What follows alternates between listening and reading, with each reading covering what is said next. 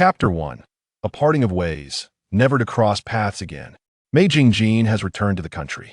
In the living room, Lin Dachui, who was meticulously styling the little girl's hair, momentarily paused in his actions. Su Wanqing stood before them, clad in a form-fitting purple dress that perfectly accentuated her curvaceous figure. Her stunning visage was adorned with exquisite makeup, rendering her breathtakingly beautiful. Yet her gaze towards Lin Dachui and the little girl was strikingly indifferent. Noticing Lin Dachui's silence, Su Wanqing frowned slightly. During this period of cooling off, it would be best to move out sooner. I do not wish for him to misunderstand. Having said that, she averted her eyes from Lin Dachui and the little girl, turning to leave. All right, Lin Dachui replied calmly, Yuan, and I will move tonight. As Su Wanqing was about to open the car door, her movements faltered for a moment. Yet she did not linger. This day had finally come. From the very beginning, Lin Dachui had known that it was only a matter of time before such a day would arrive. 6 years ago, they met in a bar. Su Wanqing had consumed copious amounts of alcohol, and Lin Dachui, in a twist of fate, ended up spending the night with her at the hotel. The following day, they registered their marriage. 10 months later, they welcomed a daughter, whom they named Lin Yuan.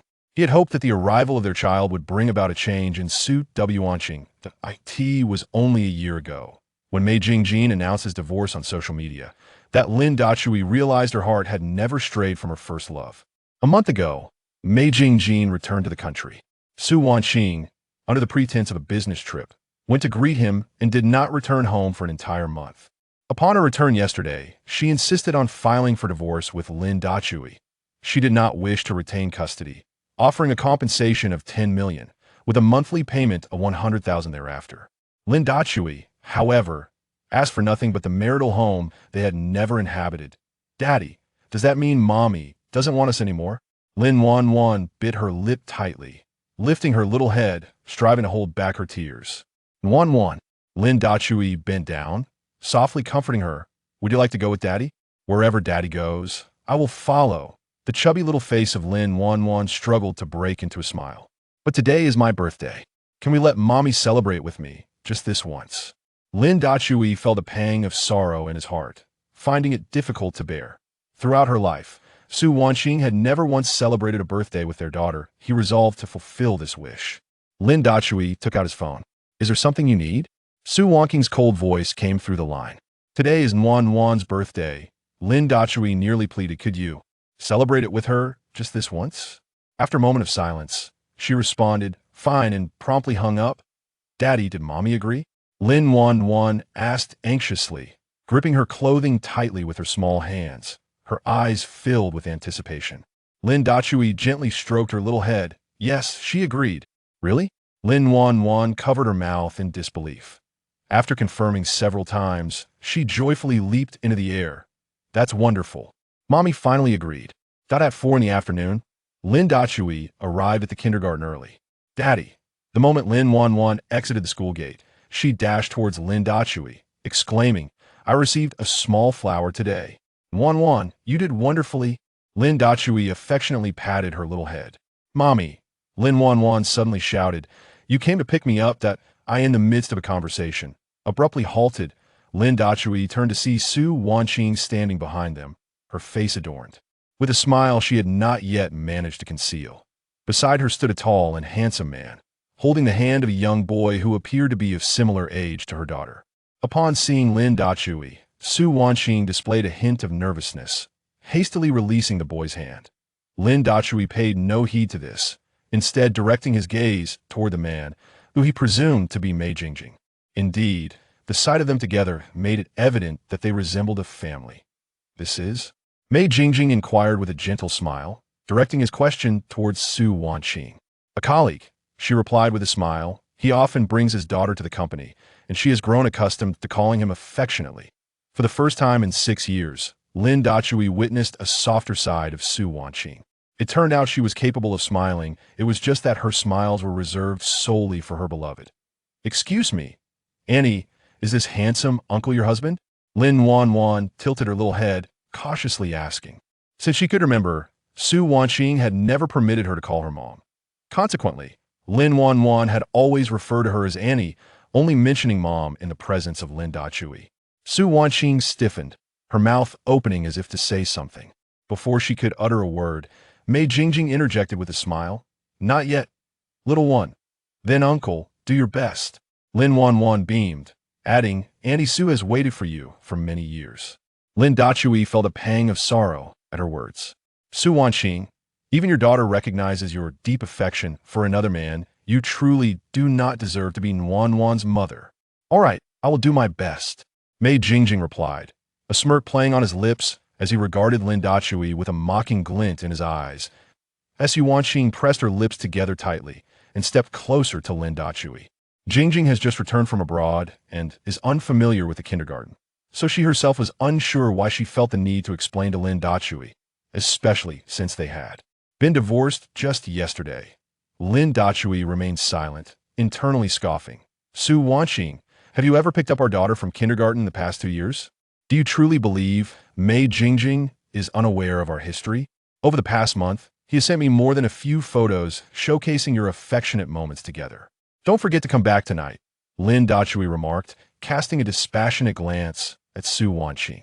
She responded softly, all right. He clenched his jaw, turning away to lead Lin Wanwan out. Su Wanqing, this is your last chance to see your daughter. I hope you can keep your word. After tonight, we shall part ways, never to intersect again. Later, within Su Wanqing's villa, Lin Dachui busied himself with dinner, his thoughts drifting back to the night he first met her. At that time, Lin Dachui had just crossed into this parallel world, having only arrived 2 days prior. Utilizing his extensive experience as a renowned singer from his previous life, along with the original inhabitant's remarkable vocal talent, he secured a position as a resident performer in a bar that on his first day of work, he encountered Su Wanqing, who was evidently in a foul mood.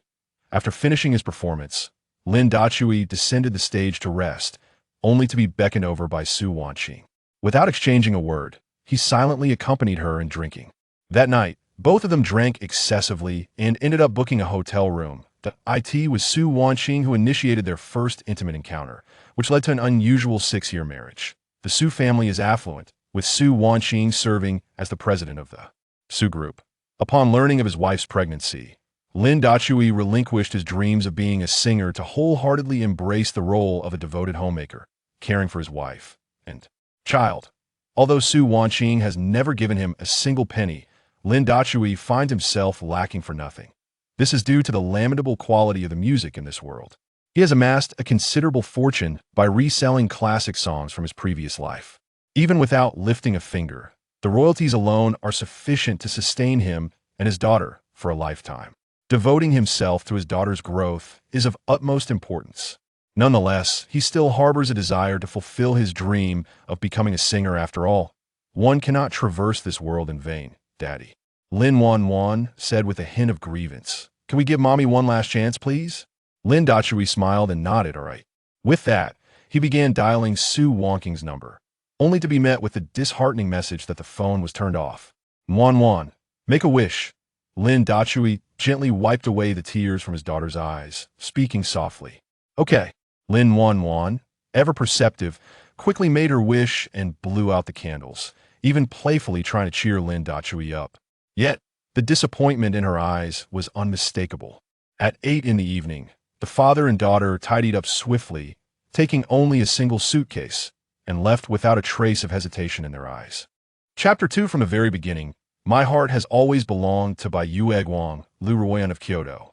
Sister Ruoyan, a youthful girl clad in a white dress, rushed in, her excitement evident as she forgot to knock on the door.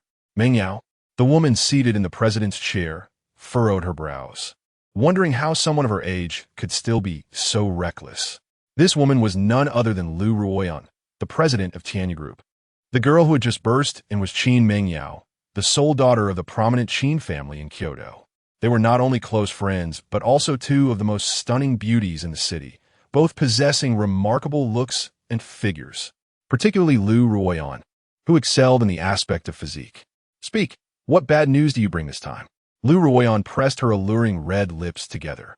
Recently, numerous artists under Tianyu Group had requested to terminate their contracts, leaving her in a state of distress. If this continued, Tianyu Group would surely collapse under her watch. It was regrettable, but there was little that could be done. Sister Ruoyan, This time it's good news, Qin Mingyao exclaimed, her face alight with excitement as she tossed out a photograph. Mr. Hammer has gotten a divorce. What? Lu Ruoyan sprang to her feet, her chest swaying in surprise. You must be joking. When have I ever deceived you? Qin Mingyao giggled. My sources say he officially registered for divorce yesterday. Just moments ago. He and his daughter Lin Wan have already moved out of Su Wanqing's villa. That's wonderful. Lu Ruoyan beamed with excitement. This is a lifeline for Tianyu Group. I'll have someone book 2 tickets to Jiangcheng immediately. We must go there overnight and spare no effort to win him over. With that, she promptly arranged for her assistant to book the tickets and took Qin Mingyao by the hand as they hurried out of the company, heading straight for Kyoto International Airport. At 8:30 in the evening, Jiangcheng. Daddy, is this our new home? It's so beautiful. Little Lin Wan, despite her small stature, carried a large backpack and gazed in astonishment at the house before her. Lin Dachui smiled gently. This spacious flat was decorated according to Su Wanqing's preferences, primarily in shades of pink. Originally intended as their marital home, Su Wanqing had never set foot in it. Wan, do you like it? Lin Dachui's expression softened as he looked at his daughter. I love it. Lin Wan extended her tiny, delicate hand to caress her father's face. Daddy, you should smile more often. It makes you look even more handsome. At just 5 years old, she was remarkably perceptive. All right, Lin Dachui grinned widely, eager to heed his precious daughter's words. Come, Daddy will show you your big room. With that, he scooped up Lin Wan and headed straight for the children's room. The room was spacious, already filled with an array of toys. Lin Wan, clutching her beloved doll, gleefully rolled on the bed. Wan, Daddy is going to charge his phone for a bit. I'll run some water for your bath shortly. Lin Dachui watched his happy daughter with a slight sigh of relief before turning to enter the master bedroom. After charging his phone, he returned to the children's room, only to find that as soon as the phone powered on, a message had arrived. Mr. Hammer, I have heard of your divorce. Please wait. I shall fly over to see you immediately. The letter was from General Liu of Tianyu Group, in a luxurious hotel suite in Jiangcheng. Mei Jingjin held Su Wanqing's hand, his face radiating tenderness. Today's steak is absolutely delicious. From now on, could Su Mama accompany Bai Yin to enjoy good meals every day? Mei Jingjin's son, Mei Bai Yin, tugged at Su Wanqing's other hand, playfully shaking it. Su Wanqing forced a smile. All right, if Bai Yin wishes to eat, Su Mama will take you every day. Although she smiled, an unsettling feeling lingered within her, as if she had forgotten something important. Wanqing, noticing the furrowed brow of Su Wanqing, Mei Jingjin expressed concern. What is the matter? Are you feeling unwell? Perhaps you should rest for a bit and celebrate Bai Yan's birthday later? Birthday? Su Wanqing's body jolted at the mention. Today was also Lin Nan's birthday. She glanced at her watch. It was already 8:30. I promised to celebrate Nanan's birthday with her. How could I have forgotten? Jingjin, I have something urgent to attend to. I must step out for a moment and return later to celebrate Bai Yan's birthday. Saying this, she disregarded the earnest pleas of Mei Jingjin and his son, her face flustered as she hurriedly departed. Upon entering the elevator, she took out her phone only to find it was turned off. She attempted to power it back on, noticing it still had half a battery. Perhaps little Bai Yin accidentally pressed the power button while playing games. Su Wanqing shook her head with a wry smile and dialed Lin Dachui's number. Sorry, the number you have dialed is turned off. A mechanical female voice echoed from the receiver. Su Wanqing's brow furrowed, her exquisite visage now tinged with anger. Very well, Lin Dachui. Is it just because I forgot to return earlier? How dare you turn off your phone? Do you think this will keep me from going back? I am heading home now to celebrate Nanan's birthday, and I hope you refrain from such childish antics. Let us part amicably. Lin Dachui, as Su Wanqing returned to the villa, she could no longer contain her fury and shouted. Yet, the door did not open as it usually did, remaining stubbornly shut until she reached it. The more she thought about it, the angrier she became, gritting her teeth as she entered the code on the lock. Upon opening the door, darkness enveloped her. Hmph, still playing tricks, useless ones. Su Wanqing scoffed, reaching to switch on the living room light. The room was immaculate yet eerily empty, causing Su Wanqing's heart to skip a beat. Nanan! She rushed upstairs to the children's room, yet there was no sign of anyone. Impossible! How could they bear to leave? Lin Dachui must have taken Nanan out to celebrate her birthday, deliberately turning off his phone. I, Su Wanqing, have seen such crude tactics before. Is it really necessary to be so petty just because I didn't return in time to celebrate Nanan's birthday? Upon this realization, Su Wanqing's anger surged, and she dialed Lin Dachui's number once more. This time, the call connected, yet no one answered. Unable to contain her frustration, she exclaimed, "Lin Dachui, you ungrateful fool. I shall take care of this for you. You should leave at once." As she opened her wardrobe, she discovered that only her own garments remained. The clothes of that father and daughter were entirely gone. A sense of dread gripped Su Wanqing, as if something crucial had been lost. In a frantic rush, she returned to the living room, only to find the wall that once displayed the family portrait now devoid of any trace. How could this be? Stumbling, she sank onto the sofa, thinking, this cannot be. Lin Dachui must be employing a strategy of feigned abandonment. For 6 years, he had trailed after me like a devoted dog. How could he simply leave at will? But why was there not a single remnant of the life shared by the father and daughter in this home? Why do I feel such unease? No, I should not regret. If it weren't for Lin Dachui taking advantage of my vulnerability and seizing my first time, how could I have married him? From the very beginning, I have only loved Mei Jingjin. Lin Dachui, do not think for a moment that your petty tricks can win me back. It is impossible. At 11:30 in the evening, in a spacious apartment within a certain community, Su Wanqing furiously pressed the doorbell. Who is it? Lin Dachui opened the door and immediately spotted Su Wanqing standing outside, accompanied by Mei Jingjin and his son. With a cold smile, he remarked, "Oh, isn't this President Su? What brings you and your family to visit your subordinate at such a late hour?" Chapter 3. I will make you pay. As I heard Lin Dachui's mocking words, Su Wanqing's expression shifted to one of discomfort. I had promised to accompany Nan for her birthday, and coincidentally, Bai Yan's birthday was also today. I had hoped to celebrate together. Lin Dachui sneered. Nan's birthday has already passed, so be gone. With that, he attempted to close the door. Wait. Su Wanqing reached out to stop him. Lin Dachui slightly narrowed his eyes. Is there something else? Su Wanqing hesitated. Gigi and Bai Yan have just returned to the country and have no place to stay. It's not suitable for them to remain in a hotel. Since this house has been unoccupied, why not let them stay for the time being? Upon hearing this, Lin Dachui felt a wave of disgust. Su Wanqing, you need to understand that this house belongs to me and Nan. Wanqing.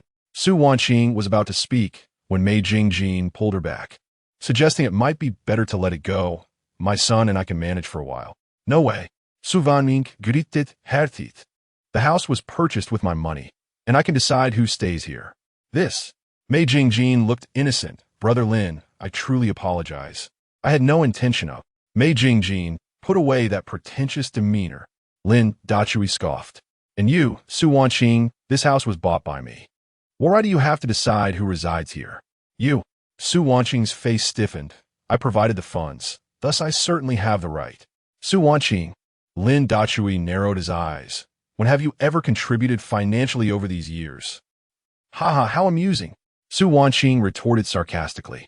I transfer you 100,000 every month, and you claim I've never contributed? How else would you have purchased this house? I have money. Lin Dachui was utterly enraged. You haven't even attended school. Where do you get your money? Su Wanqing wore a cold smile. Enough. I do not wish to argue with you. She then waved to the 3 bodyguards behind her. You 3, why aren't you hastening to bring them back to the villa? The bodyguards sprang into action. 2 of them seized Lin Dachui, rendering him immobile. Another entered the room and attempted to carry Lin Nan from the bed, but she bit down on his wrist. The bodyguard yelped in pain and released her. Auntie, Nan was wrong. Lin Nan knelt on the ground, pleading, I won't stay here anymore. Please don't hurt my father. Let go of me. Lin Dachui's eyes turned crimson, and he bellowed in fury. Su Wanqing, are you truly this ruthless? Even a tiger does not consume its cubs. Look at the extent of your actions. Do not force me to call the police and report you for trespassing and assault. Su Wanqing's heart raced, and she instinctively moved to help Lin Nan. At that moment, Mei Jingjin grasped Su Wanqing's hand. Wanqing, perhaps it's best to let this go. I find them both rather pitiable. Why not allow them to stay, and I will find lodging at a hotel instead. Do I require your permission? Lin Dachui could no longer contain his anger. Cursing. Does one act like a harlot and still seek to maintain a facade? Suddenly, she rushed forward, ready to strike that manipulative woman. Lin Dachui, Su Wanqing exclaimed, if you possessed even half the understanding of Jingjing, would we be facing divorce? You still wish to resort to violence? I know you harbor resentment, yet you ought not to employ petty tricks in a futile attempt to salvage this marriage. At this juncture, Su Wanqing cast her gaze once more upon Lin Nannan, who was fervently kowtowing, her face softening with compassion. Enough! Enough now! Do not kneel any longer. Tonight, you may stay here, but tomorrow we shall return to the villa. With that, she bent down to comfort maybe Yuan. Tonight, let us reside at Su Mama's villa, and we shall move back tomorrow, shall we? Su Mama is truly kind. Maybe Yuan joyfully rewarded Su Wanqing with a kiss. Su Wanqing's cheeks flushed with warmth, her eyes filled with tenderness. She then elegantly led the group away. Do not be afraid, Nannan. Lin Dachui's eyes were red with emotion. Disregarding any quarrel with Su Wanqing as he tightly embraced the frightened Lin Nannan. Nannan, I promise you, no one will dare bully you again. Su Wanqing, you do not even spare your own flesh and blood. I will ensure you come to regret this. Daddy, Lin Nannan, still shaken, whispered through her tears.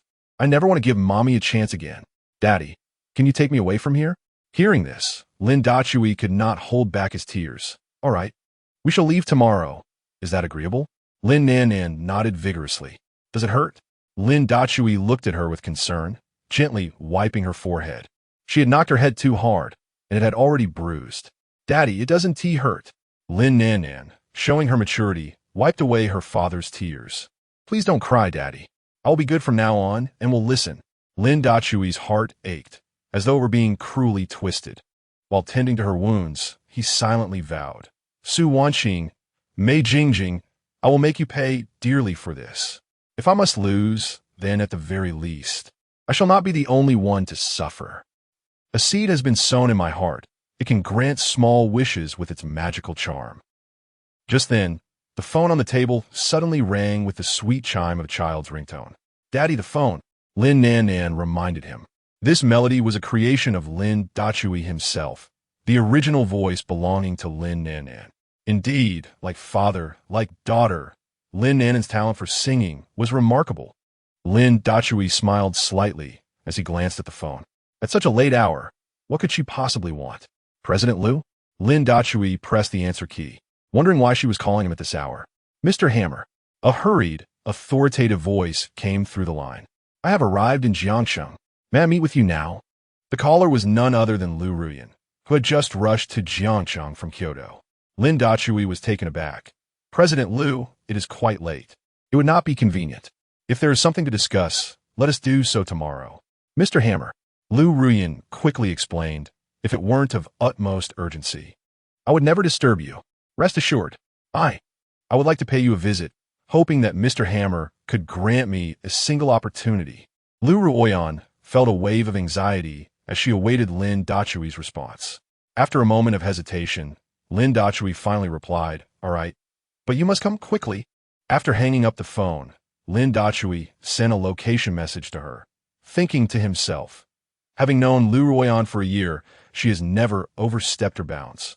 I shall see what this matter entails, and if I can assist, I will. Dingling.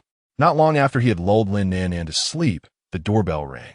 Upon opening the door, Lin Dachui was met with the sight of an exquisite woman clad in professional attire, her ample bosom accentuating her allure. However, her face bore a hint of fatigue, though her gaze radiated determination. Behind her stood a young lady in a white dress. The stunning presence of these two women momentarily left Lin Dachui, accustomed to the beauty of Su Wanqing, slightly dazed. Yet, he quickly regained his composure. Ms. Liu, this marks our second meeting, does it not? Lin Dachui inquired politely. Indeed. Lu Ruoyan nodded vigorously. Mr. Hammer, you may simply call me Ruoyan. Lin Dachui slightly inclined his body, welcoming the two women into his abode. Mr. Hammer, once seated, The girl in the white dress blushed and introduced herself. I am Qin Mingyao, a close friend of Ruoyan. Lin Dachui acknowledged her with a subtle nod. Qin Mingyao pouted, her expression one of grievance. Lin Dachui, unfazed, directly posed his question. At this late hour, please state your purpose. Mr. Hammer. Lu Ruoyan quickly sat upright, her demeanor serious. I have come to seek your assistance with a matter. Chapter 4. The first woman to sleep with my daughter. Are you suggesting that I sign a contract with Tianyu Group? Lin Dachui inquired, somewhat taken aback upon realizing the intention of his interlocutor. Indeed, Lu Ruoyan responded earnestly, her enchanting eyes fixed intently on Lin Dachui, brimming with anticipation. Maintaining his composure, Lin Dachui poured 2 glasses of warm water for them. Why have you sought me out? He asked. Lu Ruoyan had traveled all the way to Jiangsheng merely to persuade him to join Tianyu Group as one of its artists. Mr. Chue, allow me to speak candidly. Lu Ruoyan declared without hesitation, her voice steady. Recently, numerous artists under Tianyu Group have terminated their contracts and defected to our competitor, Emperor Entertainment. The very foundation of Tianyu Group is on the verge of collapse. I'm fully aware of your prowess. Nearly all of the most celebrated classic songs in Daxia have emerged from your talent. If we could secure your support, the crisis facing Tianyu Group would surely be averted. Lu Ruoyan's assertion held truth. Of the most popular 100 classic songs in Daxia at that time, 99 were penned by Lin Dachui himself. Over the past 6 years, countless entertainment companies had sought him for collaboration, yet none had been granted even a meeting. Only Lu Ruoyan, while on a business trip to Jiangsheng a year prior, fortuitously encountered Lin Dachui by the lakeside, where he was teaching Lin Yuan to sing. That song, she remembered vividly. On the lofty green mountains, the daylilies bloom. Pick one and gift it to my little girl. Pin it in your hair, hold it close to my heart. As you grow, I shall watch you become a bride. If one day your heart wanders afar, pluck a petal to fashion wings, soaring with the wind. If one day you comprehend sorrow in contemplation, sweet dreams shall follow. At the distant edge of the sky, the daylilies bloom. Each one reflects the semblance of my longing. Let them flourish. I await your return home, as if I have never left your side. Lu Ruoyan had never heard that song before, yet its beauty rendered her immobile, even bringing tears to her eyes without her realizing it. Excuse me. The curious Lu Ruoyan approached him, boldly initiating conversation. What is the name of this song? Let us call it Daylily. Lin Dachui replied with a gentle smile, lifting Lin Yuan to depart.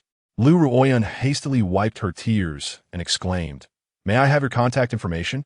It was her first time boldly requesting a stranger's contact, and he was a man with a child. Yet, she felt no discomfort in doing so. They conversed at length, marking her first instance of sharing so much with a recently acquainted man, including inquiries about his wife and learning about his daughter. As they parted, Lu Ruoyan urged Lin Dachui to submit that song to Tianyu Group, cryptically assuring him it would be a hit. Lin Dachui smiled and complied, sending a track to the submission email of Tianyu Group the following day, signed, Mr. Che. At that moment, Lu Ruoyan discovered that the fortuitous encounter with Lin Dachui was with none other than the entertainment industry's most enigmatic creator of chart-topping hits, Mr. Chue. Once the song was released, it instantly captivated the nation. Especially, this song is performed by a sweet-voiced Lin Nanan. At many weddings, when this song plays, the fathers giving away their daughters often weep uncontrollably. If he could join, Tianyu Group would undoubtedly experience a renaissance. I sincerely apologize. Mr. Lin Dezhu, with an apologetic expression, said, I cannot agree to your request at this moment. Mr. Dezhu, Lu Ruoyan, visibly anxious, interjected, Are you concerned about the remuneration? As long as you are willing to sign a contract, Tianyu Group will offer you 49 equity. No, let us raise it to 60. I will retain only 30, and the remaining 10 will be allocated to other employees. How's that sound? After speaking, she anxiously glanced at Lin Dezhu. Qin Mingyao, astonished, turned to Lu Ruoyan and remarked, Sister Ruoyan, why not just give the company directly to Lin Dezhu? Chuckling softly, Lin Dezhu shook his head in a bittersweet manner. It is not a matter of money. Rather, my daughter is still young. I need to take care of her. Without a moment's hesitation, Lu Ruoyan replied, I mean, you can focus on composing, and I will help look after Nan. Qin Mingyao pouted, feeling displeased. Sister Rian, I provided the information about his divorce. How could you start such a direct approach without my consent? Isn't that a bit inappropriate? Lin Dezhu furrowed his brow. Nan is somewhat shy. It may not be easy to care for her. After my divorce, I contemplated pursuing my dreams, but Nan is still young. Perhaps I will consider it once she enters university. Given my abilities, I can debut at any time and still reach the pinnacle of success. I have already earned enough money. Mr. Dezhu, could you grant me an opportunity? Lu Rian implored earnestly. Allow me to try to bond with Nan. If she does not accept me, I shall not press further. Is that agreeable? After a moment of hesitation, Lin Dezhu finally nodded, then give it a try. Su Wanqing, if you were to learn that this seemingly feeble man is highly sought after elsewhere, I can only wonder how you would feel. Wonderful, Lu Rian exclaimed excitedly, her words tumbling over one another. Thank you, Mr. Dezhu. I will certainly make an effort to get along with Nan. Chuckling, Lin Dezhu waved his hand. Just call me Lin Dezhu. I keep mishearing it as Mr. Hammer. All right, Brother Dezhu. Lu Rian added the affectionate title without restraint. Now, let me share my plan. I wish to create an original singer program. What do you think? That's a splendid idea. Lin Dezhu nodded. However, given the current capabilities of Tianyu Group, I fear. Brother Dezhu, Qin Mingyao interjected. Tianyu Group is merely a small enterprise of the Lu family. There is no need to worry about funding. Moreover, our Qin family will also invest in this program, ensuring its absolute success. Upon hearing this, Lin Dezhu smiled wryly, realizing he had overlooked that both of them hailed from prestigious families in the capital, rendering his worries unwarranted. Very well. Lin Dezhu rose, smiling. We shall discuss the specifics tomorrow. It is getting late, so I shall not see you both off. Lu Ruyan's delicate face flushed slightly. Brother Dechue, may we possibly spend a night here? Regardless of his response, she resolved to cling stubbornly to Lin Dechue's side, fearing that someone else might take her place. If that happened, where would she go to weep? Noticing Lin Dechue's hesitation, Lu Ruyan stepped forward, crossing her arms and pouting. Brother Dechue, I just wish to cultivate a bond with Yuan a bit earlier. Is that all right? Qin Ming Yao's eyes widened in disbelief. Could it be that I am not mistaken? Is this truly the aloof female CEO, the Empress Lu Yen whom I know? Yet Lin Dechue is a divorced man with a child. All right, fine. Lin Dechue replied with an expression of resignation. But tomorrow this house will no longer belong to me. How wonderful! Lu Ruyan exclaimed with excitement, unceremoniously pulling Qin Ming Yao towards another guest room. You will sleep here tonight. I will stay with Yuan. With that, she cautiously pushed open the door and tiptoed into the children's room. Lin Dechue observed this scene, feeling an inexplicable stirring in his heart. For years, he had implored Su Wanqing to spend quality time with their daughter, yet his wishes had remained unfulfilled. Unexpectedly, the first woman to accompany his daughter to sleep was not her mother, but Lu Ruyan.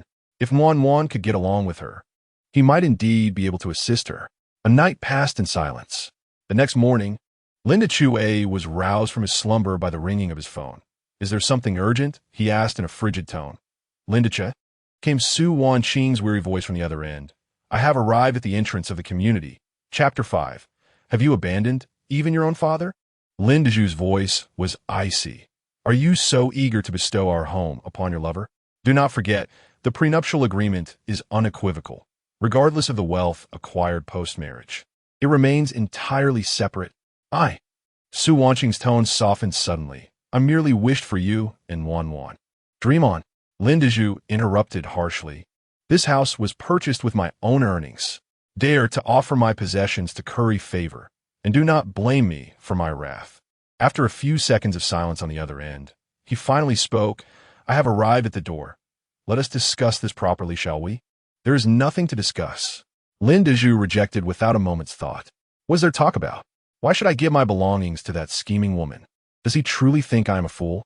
At that moment, the doorbell rang. Lin Dezhu chose to ignore it. However, he had inadvertently overlooked the presence of Lu Ruyan and Qin Mingyao in the house. Isn't this President Su? The door swung open, revealing an exquisite face. Who are you? Su Wanqing glared furiously at the young woman in the white dress, her anger boiling within. How dare you, Lin Dazhu? I graciously came to escort you and Wan back to the villa. And this is how you treat me? Just divorced. And you are already bringing another woman into our marital home? Truly a scoundrel. Where's Lin Dazhu? Su Wanqing's face was darkened, demanding that he come out immediately. I am Qin Mingyao, Lin Dazhu's girlfriend. Qin Mingyao replied with a teasing smirk. He does not wish to see you right now. Leave. Step aside. Su Wanqing was unwilling to relent, pushing past Qin Mingyao in an attempt to enter. Stop. At that moment, another woman emerged swiftly from the children's room. Su Wanqing froze in place. How can there be another woman?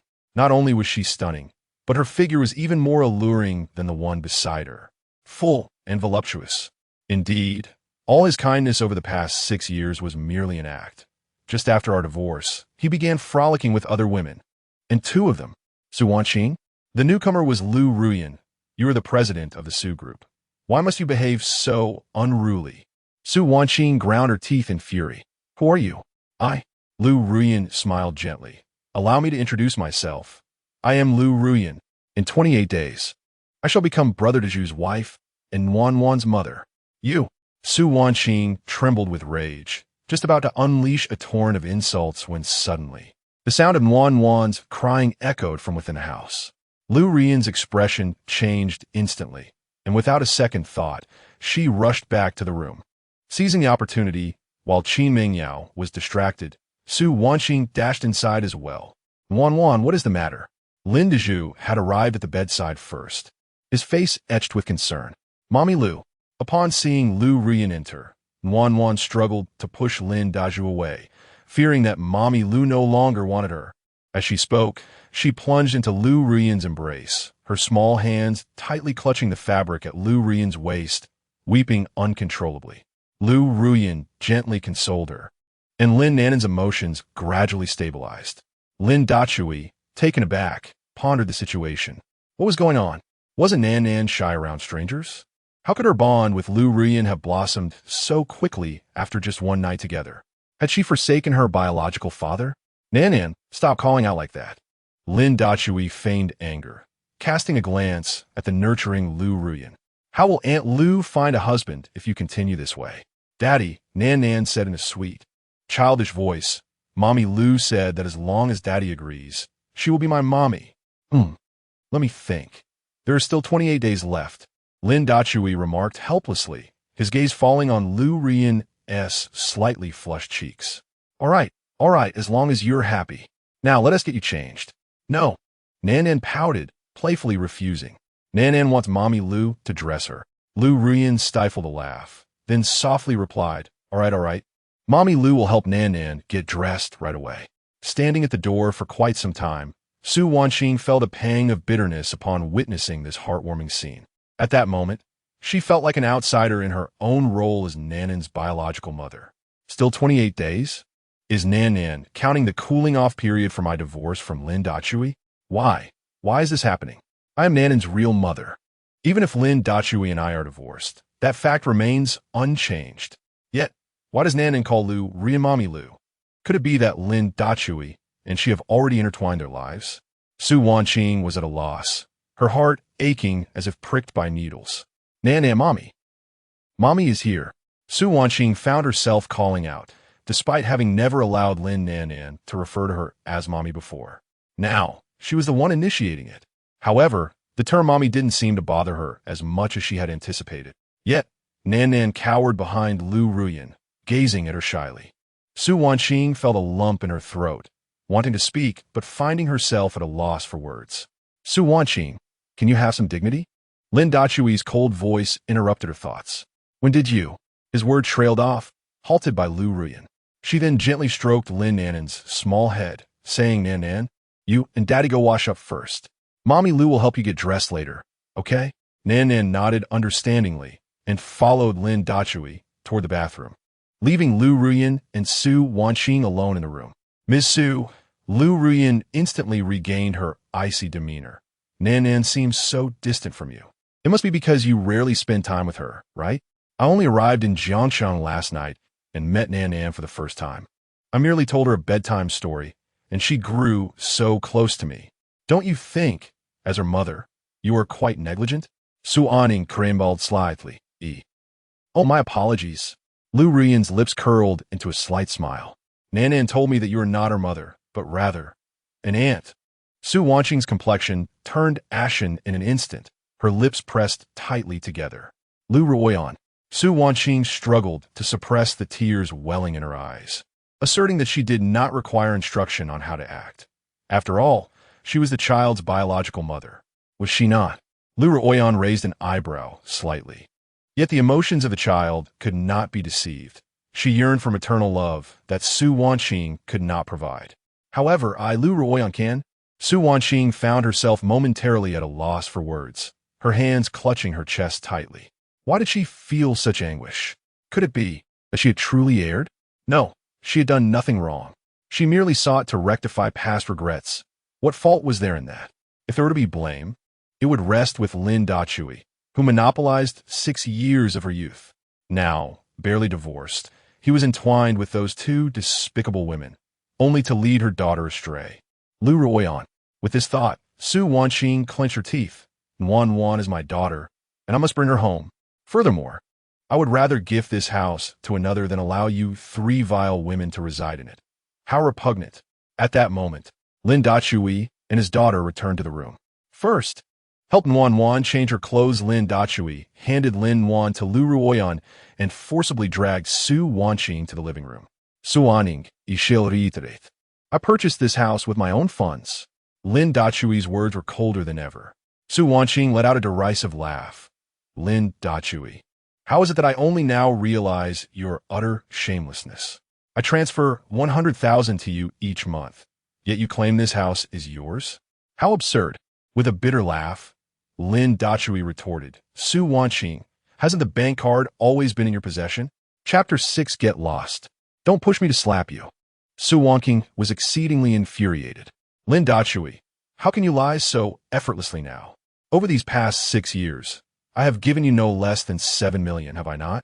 Taking a deep breath, she continued, of course, this is what I promised you, and I will not ask for it back. However, you should never, under any circumstances, take the money I provided for you and our child to support another woman. Support another woman? Lin Dachui chuckled derisively. Su Wanqing, do you not know what kind of person I am? Upon hearing this, Su Wanqing furrowed her brows, lost in reflection. Over these 6 years, it seemed Lin Dachui had been wholly devoted to me and our child. On anniversaries, birthdays, and various holidays, he meticulously prepared gifts, striving to win my favor. Each morning, I would find a steaming breakfast laid out on the table. Upon returning from work in the afternoon, I would always see Lin Dachui, apron-clad, busily toiling away in the kitchen. Even late at night, when he returned from socializing, he would have prepared a hangover soup indeed. He appeared to be exceedingly busy, attending to me and our child, leaving him no time to pursue other women. Moreover, the grace and beauty of those 2 women far surpassed my own. What sort of woman would be interested in Lin Dachui? Additionally, this spacious flat, inclusive of renovations and furnishings, must have cost no less than 4 million. Not significantly cheaper than a villa. After subtracting the basic expenses of the father and daughter over the past 6 years, little money remained. Then, where did you acquire the funds to purchase the house? Su Wanqing's tone softened. And those 2 women, did you hire them to act, intending to provoke me? I'm not that petty. Lin Dachui scoffed. Su Wanqing, I will ask you once more. When did you ever give me a card? Did I truly not give it to you? How could that be? Su Wanqing seemed to suddenly recall something and hastily called her assistant. Cindy, what about the card I had you arrange 6 years ago? President Su, the assistant Lu Cindy on the other end of the line, sounded somewhat perplexed. Did you not receive the card I arranged for you? Received it? Su Wanqing's brow furrowed deeply. Did I not instruct you to give it to Lin Dachui? Lu Cindy explained. President Su, I was prepared to hand it to him, but you said you would personally deliver it. A sudden realization struck Su Wanqing, her face paling instantly. She recalled that indeed, Lu Cindy had handed the card to her, yet upon returning to the villa, she was unexpectedly met with a message from Mei Jingjing. Wanqing, I'm so sorry. I am currently abroad. Could you please check on my grandmother? She is alone at home, and I am worried without a moment's hesitation. She had driven through the night to Mei Jingjin's hometown, personally delivering the card to his grandmother Dachui. Su Wanking's expression grew awkward. I forgot to give you the card. I am truly sorry. I will rectify this immediately. Su Wanking, it is no longer necessary. Lin Dachui calmly rejected her, urging her to leave quickly, as Mei Jingjin and your precious son were still waiting for you. After saying this, he directly pushed Su Wanqing out the door. Dachui, you misunderstood. Su Wanqing pressed against the door, desperately explaining, I took them back to the hotel last night. They didn't stay at my place. Rest assured, until our divorce is finalized, I will not betray you. I came today to take you and Wan back home. We have 28 days until the divorce is official, right? Take her back. Lin Dachui coldly gazed at Su Wanqing. What right do you have to say such things? Leaving me aside, think of Wan. After 6 years, one would develop feelings even for a pet, yet she is your own flesh and blood, and she doesn't even dare to call you mom. Meanwhile, Mei Jingjin's son calls you mom and you are overjoyed. Now you tell me you want to take her back? Do you even deserve that? Don't forget, the custody of Wan is with me.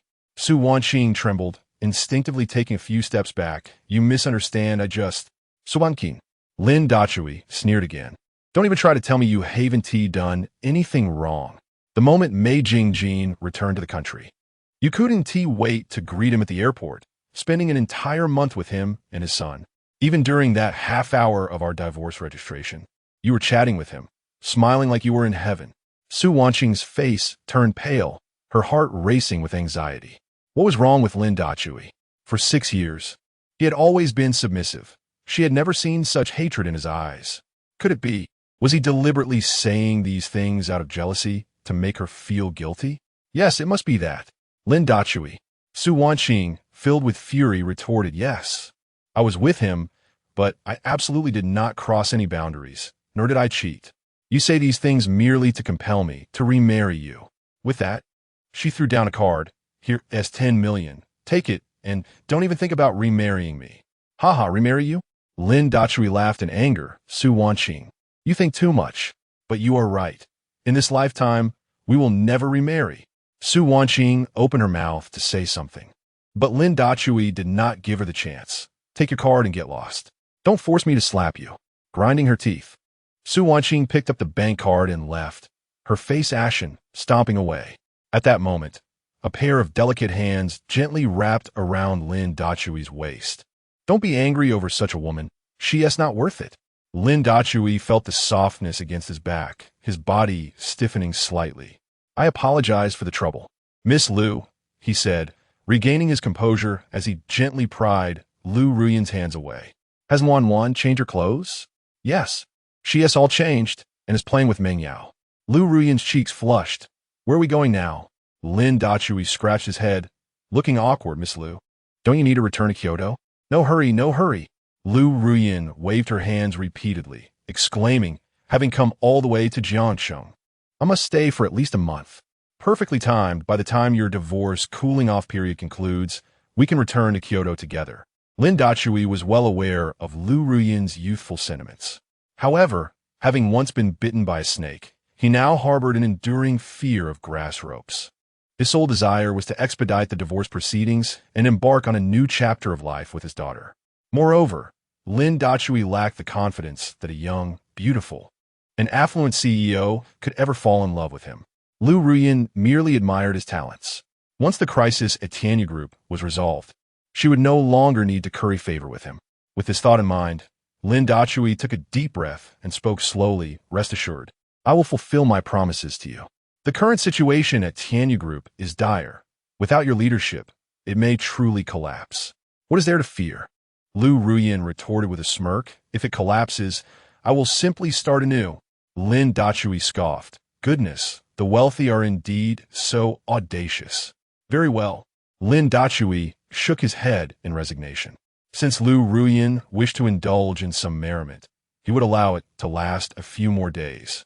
Coincidentally, several of his apprentices had also arrived in Jiangcheng today, insisting on hosting a banquet to celebrate his divorce. When the time comes, you and Meng Yao should join us. I will introduce you.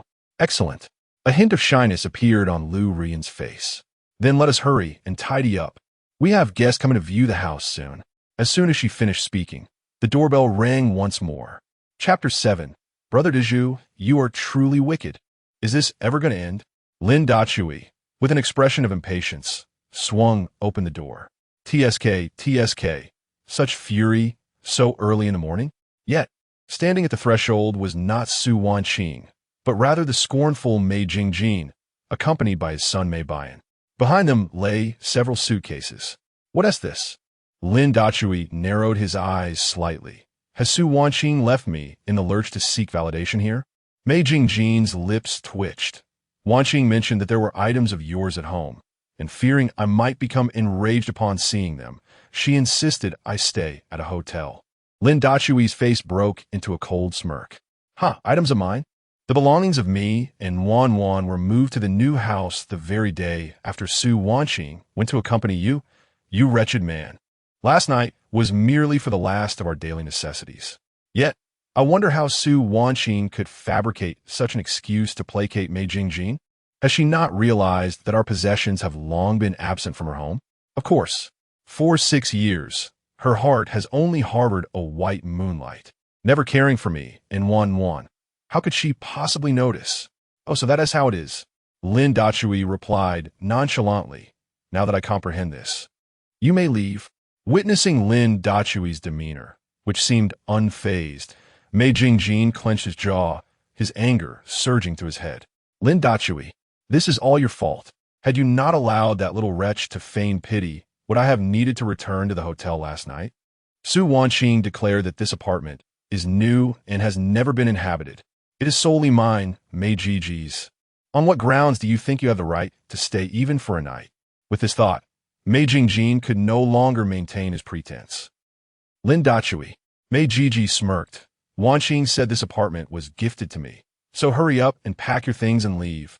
With that, he unceremoniously dragged the suitcase into the room. Lin Dachui intended to intervene, yet as he pondered the potential unfolding of events, he felt a flicker of anticipation. Mei Jingjin, the first wave of retaliation is about to commence. Are you prepared? Oh, have you packed everything? Upon seeing 2 suitcases in the living room, Mei Jingjin wore a smug expression, not expecting you to be so perceptive. Alas, Lin Dachui, this cannot be blamed on me. One can only attribute it to Wanqing's excessive love for me. Even after living with you for 6 years, her heart belongs solely to me. Immediately, he leaned in and whispered, except for that night, when Wanqing was inebriated, she has never allowed you to touch her in these 6 years, has she? How truly pitiable. To remain a widow at such a young age. TSK, TSK. Lin Dachui merely scoffed. I've claimed a blood. You. Mei Jingjin's face turned crimson with rage. So what if he had taken Wanqing's first time? A person unloved can forever only be a mistress. And what of it? Lin Dachui chuckled. I've claimed a blood. You. Mei Jingjin was nearly choked with fury. Just as he was about to speak, Lin Dachui interrupted. Moreover, who told you that my encounters with Su Wanqing were limited to just once? We have long since reached the pinnacle of intimacy. Reached the pinnacle? Mei Jingjin wore a perplexed expression, pondering the meaning behind the words. The lack of education is truly terrifying. Lin Dachui mocked. Allow me to enlighten you about the concept of Daoba. The first A is Dan, the second Chong, the third Jing, the ninth Su, and the 10th. When the sun is dry, it reads Han. When it connects, it reads Shun. When it turns blue, it reads Xing. And when it bends, it reads Ba. At this point, Lin Dachui smirked and asked now, do you comprehend what Daoba means? Although he had not actually encountered Su Wanqing later on, it did not prevent Lin Dachui from thoroughly humiliating Mei Jingjin. This green tea man still dare to provoke me? You. Mei Jingjin spat out a mouthful of blood, trembling as he pointed at Lin Dachui. Wanqing would never associate with you. Oh, I understand now. You are deliberately trying to infuriate me, aren't you? Taking a deep breath, he still struggled to quell his anger. Lin Dachui, I do not wish to indulge in further banter with you. Vacate my residence at once. As you wish. Lin Dachui smirked, calling out to the inner room, Wan Wan, let us go. Coming. Lin Wan Wan responded cheerfully.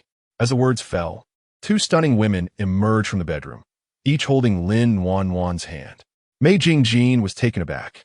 They were exquisite. These two women possessed far more grace than Su Wanqing, especially the taller one. Her curves were striking, with a bosom that seemed to beckon. But how did they come to be here? Could it be that Lin Dachui, having lost his financial support from Su Wanqing, intended to rent out the spare rooms? Were these two beauties here to view the property? How splendid! If I could afford to keep these two lovely women, it would indeed be a delight.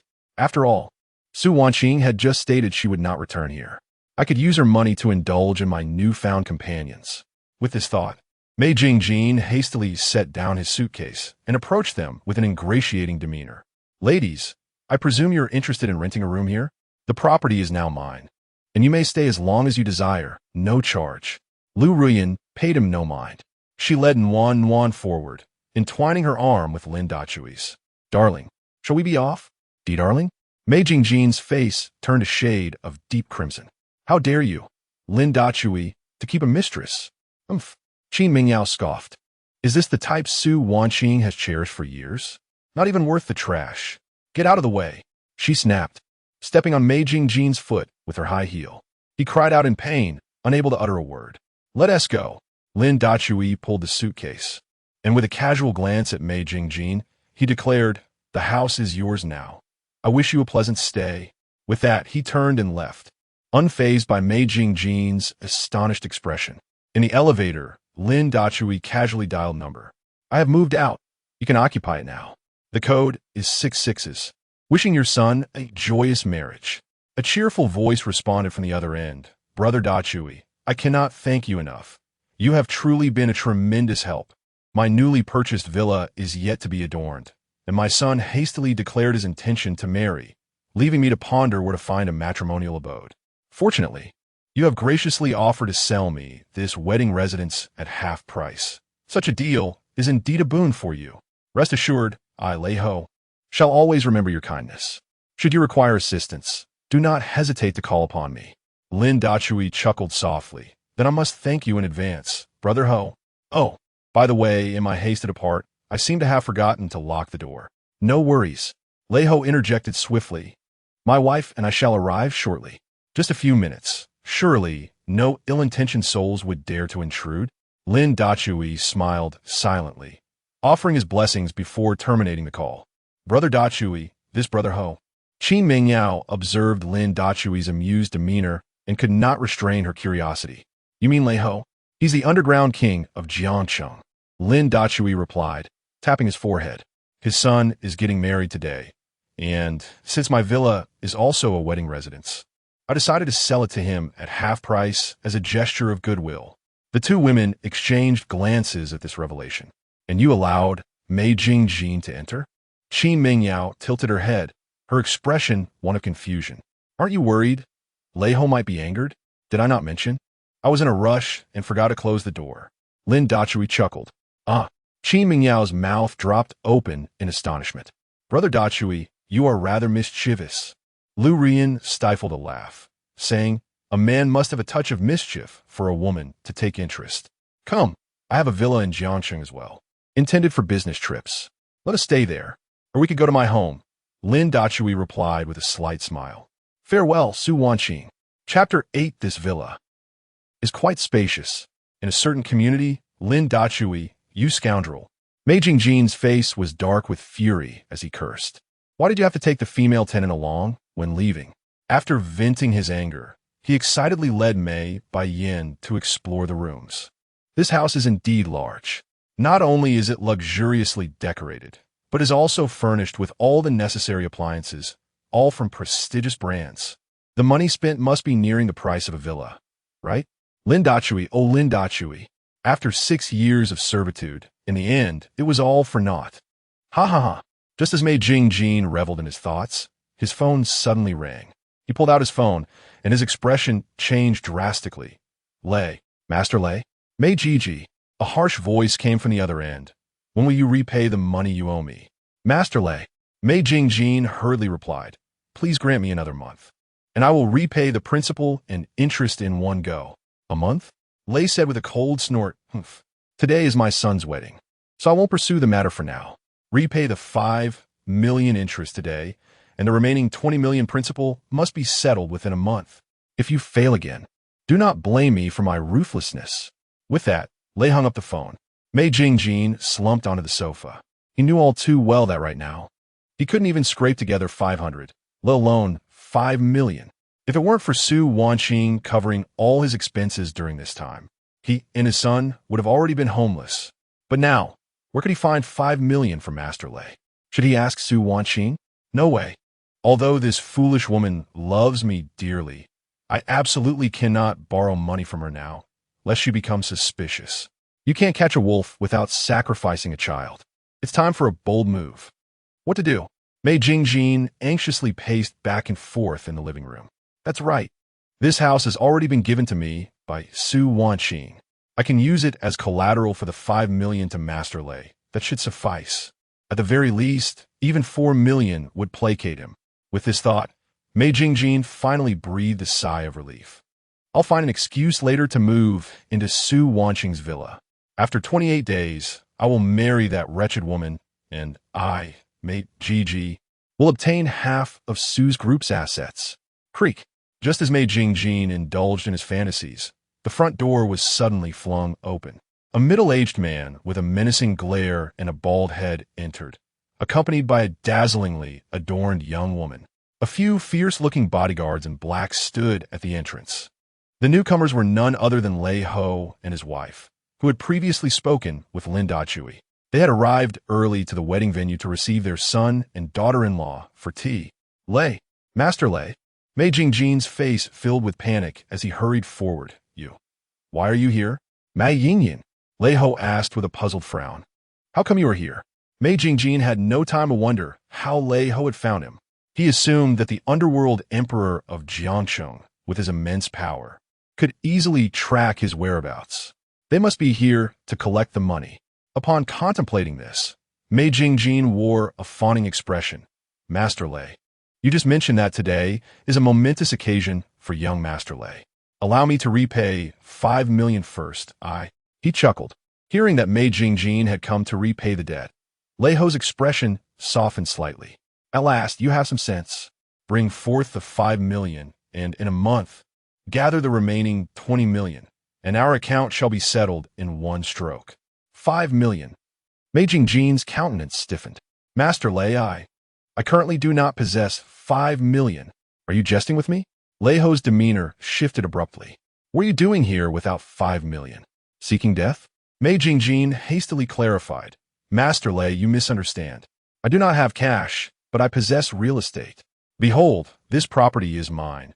A spacious flat, luxuriously decorated, fully equipped with appliances, all of reputable brands. After which, he incessantly praised the merits of the house. Master Lei, Mei Jingjin's face brimmed with hope. Would it be possible to use this property to offset the 5 million? Yet Lei Ho's expression grew increasingly grim. A sense of unease crept into Mei Jingjin's heart. Are you toying with me? Lei Ho seethed, his fury palpable as he enunciated each word with deliberate intensity. Master Lei, Mei Jingjin fell to his knees. I would never play you for a fool. If you deem it unworthy of 5 million, then let it be 4 million. 4 million? Lei Ho, in a fit of rage, managed to smile derisively. Indeed, this property is worth 4 million. Upon hearing this, Mei Jingjin hurriedly flattered. Truly, you are astute. Master Lei, you recognized its worth at a glance. Then, Master Lei, I shall use this property as collateral, and rest assured, I shall repay the remaining 21 million in a month. However, Lei Ho and his wife's expressions darkened to an extreme. Someone, dispose of him. Render him truly impotent. Several bodyguards swiftly stormed in, seizing Mei Jingjin tightly, while another grasped Mei Pian. The remaining 3 directed their attention to Mei Jingjin's lower regions. In no time, blood streamed down his trousers. Mei Jingjin howled in agony, clutching his groin tightly. Master Lei, why? Why is this happening? Why? Lei Ho's face was fierce as he presented the transaction record. You intend to use the house I purchased for 2 million as collateral for 4 million. It is a miracle I have not ended your life. What? Mei Jingjin gasped, collapsing into unconsciousness. Truly unfortunate. Lei Ho cursed quickly, dispose of his trash, and lay down a red carpet. By the way, bring his son back. I'm not afraid he will refuse to repay. Meanwhile, as Mei Jingjin faced his reckoning, Lin Dachui and his companions had arrived before Grand Villa. This was the property Lin Dachui had acquired the day after Su Wanqing went to accompany Mei Jiji. He had awaited this day in anticipation. The move to the marital residence yesterday was merely a ruse to confound Su Wanqing. He understood her all too well. Mei Jingjin was reluctant to stay in a hotel, yet she dared not brazenly return to the villa. Thus, it was inevitable that the marital residence would be gifted to her. As anticipated, her prediction proved accurate once more. Consequently, last night, she unhesitatingly sold the house to Lei Ho. "Brother de Chue, is this your villa?" Qin Mingyao exclaimed, her eyes wide with astonishment. Lin Dachui nodded in affirmation. "What? This is such a coincidence.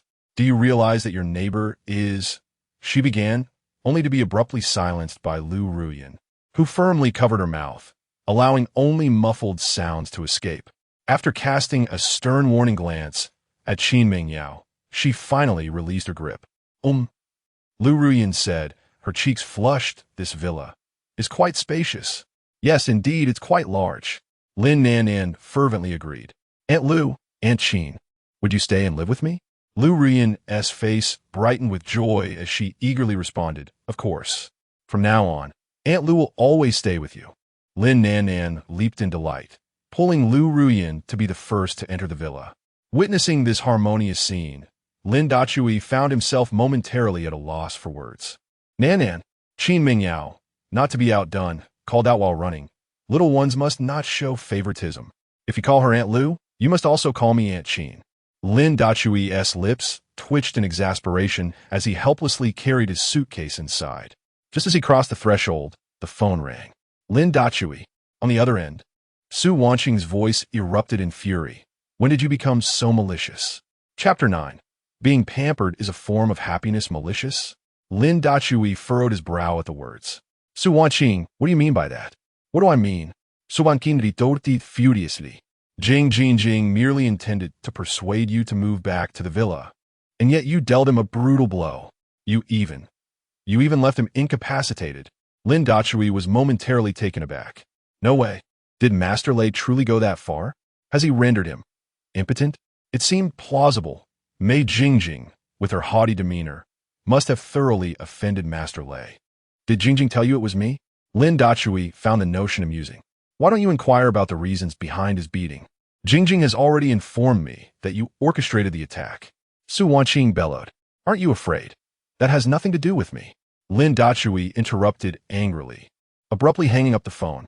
He had just purchased a new mobile device and couldn't bear to smash it this time. He subsequently blocked all means of contact with Su Wanqing. "Brother Dachui." At that moment, Lu Ruyan approached with Lin Nanan. "The villa still lacks some daily necessities. I'm taking Nanan out for a stroll and to buy a few things." Turning, she called out, "Mingyao, why don't you join us?" "Is that really necessary?" Lin Dachui scratched his head. "If we need anything, we can wait for Lu Ma to arrive and let her handle it." Lu Ma was a domestic helper Lin Dachui had hired specifically for cleaning and assisting in the villa.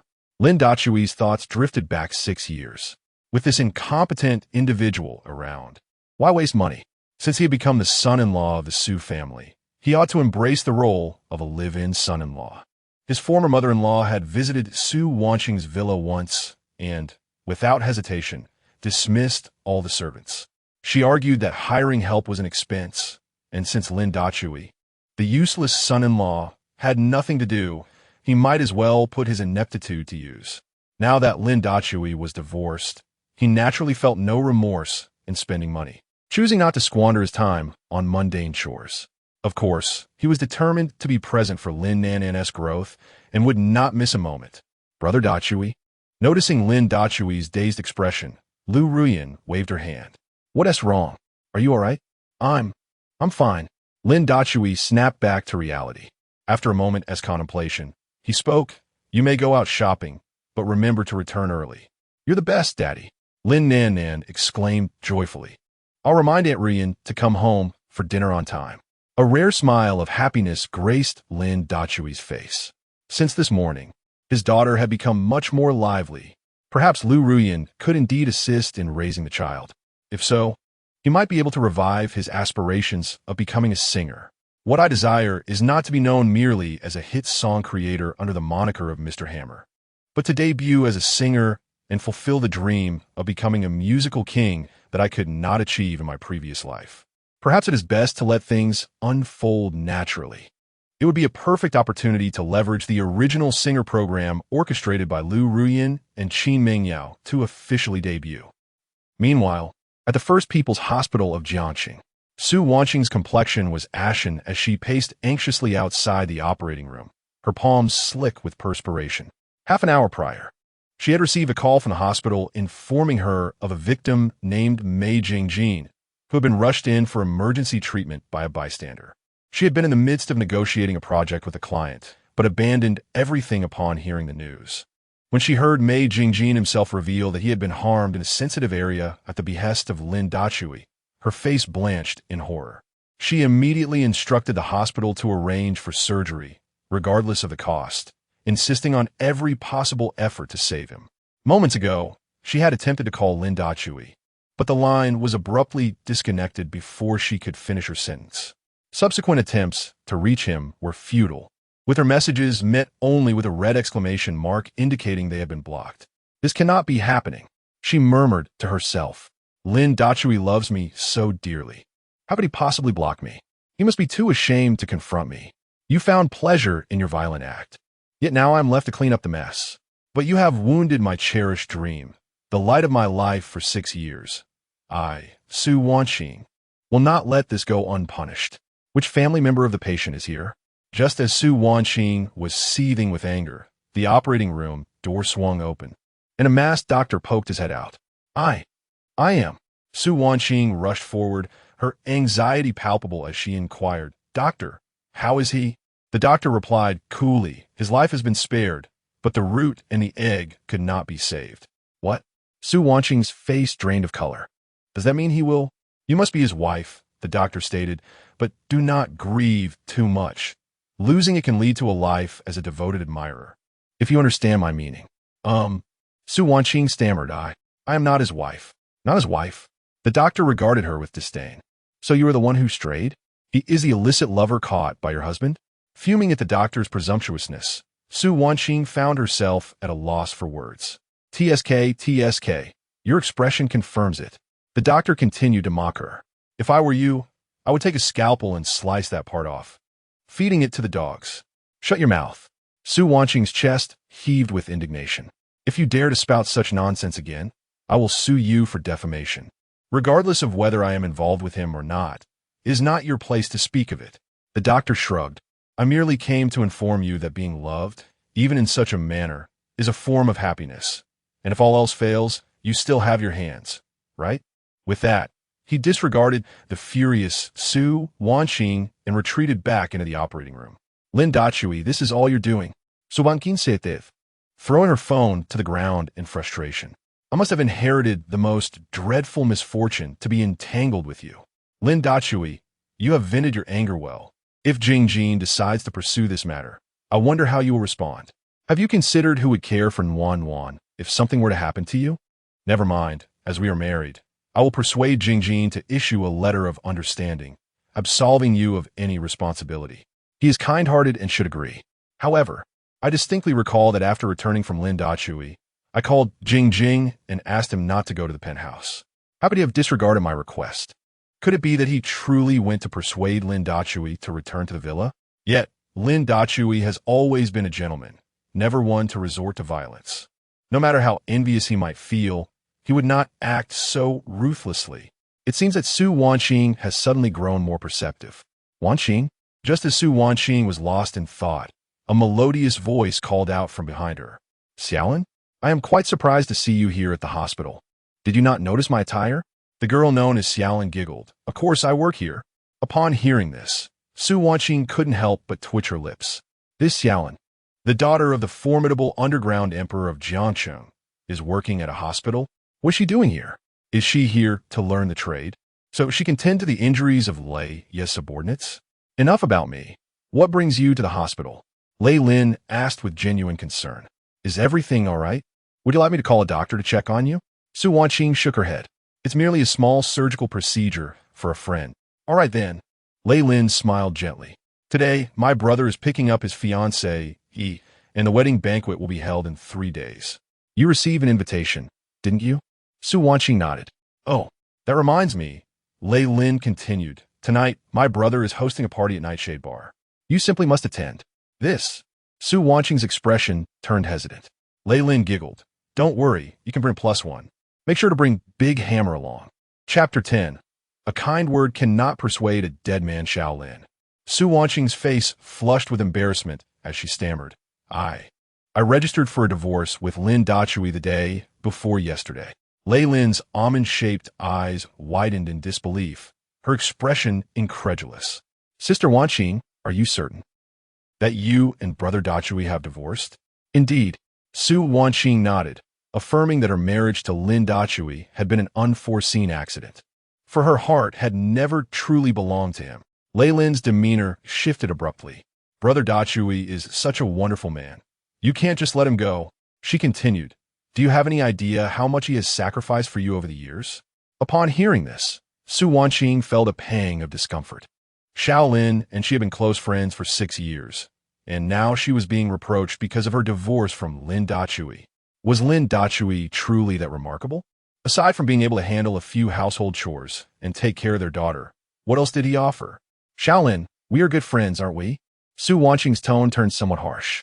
One cannot advise another without having experienced their struggles. I am merely pursuing my own happiness. What is wrong with that? Huh? Lei Lin laughed bitterly. Being your friend was only due to Brother Dachui. She added with indignation, a kind word cannot persuade a dead man. You should take care of yourself. With that, she spun on her heel and stormed away. Shaolin. Su Wanqing hurriedly intercepted Lei Lin. What do you mean by that? With a cold smirk, Lei Lin replied, Miss Su, I am quite busy and have no time to explain. Oh, by the way, she added as she was about to leave, my brother's wedding banquet is in 3 days. The Su family need not attend. Stunned, Su Wanqing stood frozen, her heart filled with shock and confusion. She had never imagined that her once close friend would turn so resolute. To say that the Su family was not welcome at Lei Xiao's wedding banquet was a serious matter. No. Tonight, I must seek out Lei Xiao to plead for the Su family's place at the banquet. At noon, Lu Ruyan and Qin Mengyao returned to the villa with their daughter once more. 2 or 3 property staff members from the community trailed behind, carrying numerous bags. Why did you buy so many things? Lin Dachui hurriedly approached them. You must be tired from shopping. I prepared a meal. Quickly wash your hands and come to eat. The girls playfully jostled for the bathroom to wash up. Observing this scene, Lin Dachui's lips curled into a smile. This was the essence of home, wasn't it? Compared to the earlier, emotionless cage, this was the life that he and their daughter should enjoy. After the meal, Aunt Lu arrived to report for duty. Lin Dachui had expected an elderly woman, but to his surprise, she was indeed an aunt, yet only their daughter dared to call her so. The woman was remarkably youthful and strikingly beautiful, rivaling Su Wanqing. Tall and clad in a purple dress, she embodied the grace expected of a young matron. Mr. Lin, I'm Aunt Lu. Noticing Lin Dachui's somewhat dazed expression, Aunt Lu displayed a professional smile, presenting her credentials. We all undergo rigorous training and examinations in domestic service before we can work. Rest assured, with me around, I shall take excellent care of both you and the young lady's daily needs. Lin Dachui appeared quite embarrassed, replying, I think I shall call you Sister Lu. Mr. Lin, please do not misunderstand. Lu Ma's cheeks flushed slightly as she hurried to explain. My name on my ID is indeed Lu Ma. However, I am merely a month younger than you, so it is also acceptable to call me Little Lu. Lin Dachui reached out to take the ID, which indeed bore the name Lu Ma, age 30. A name like Ma. Is she attempting to take advantage of me? Never mind.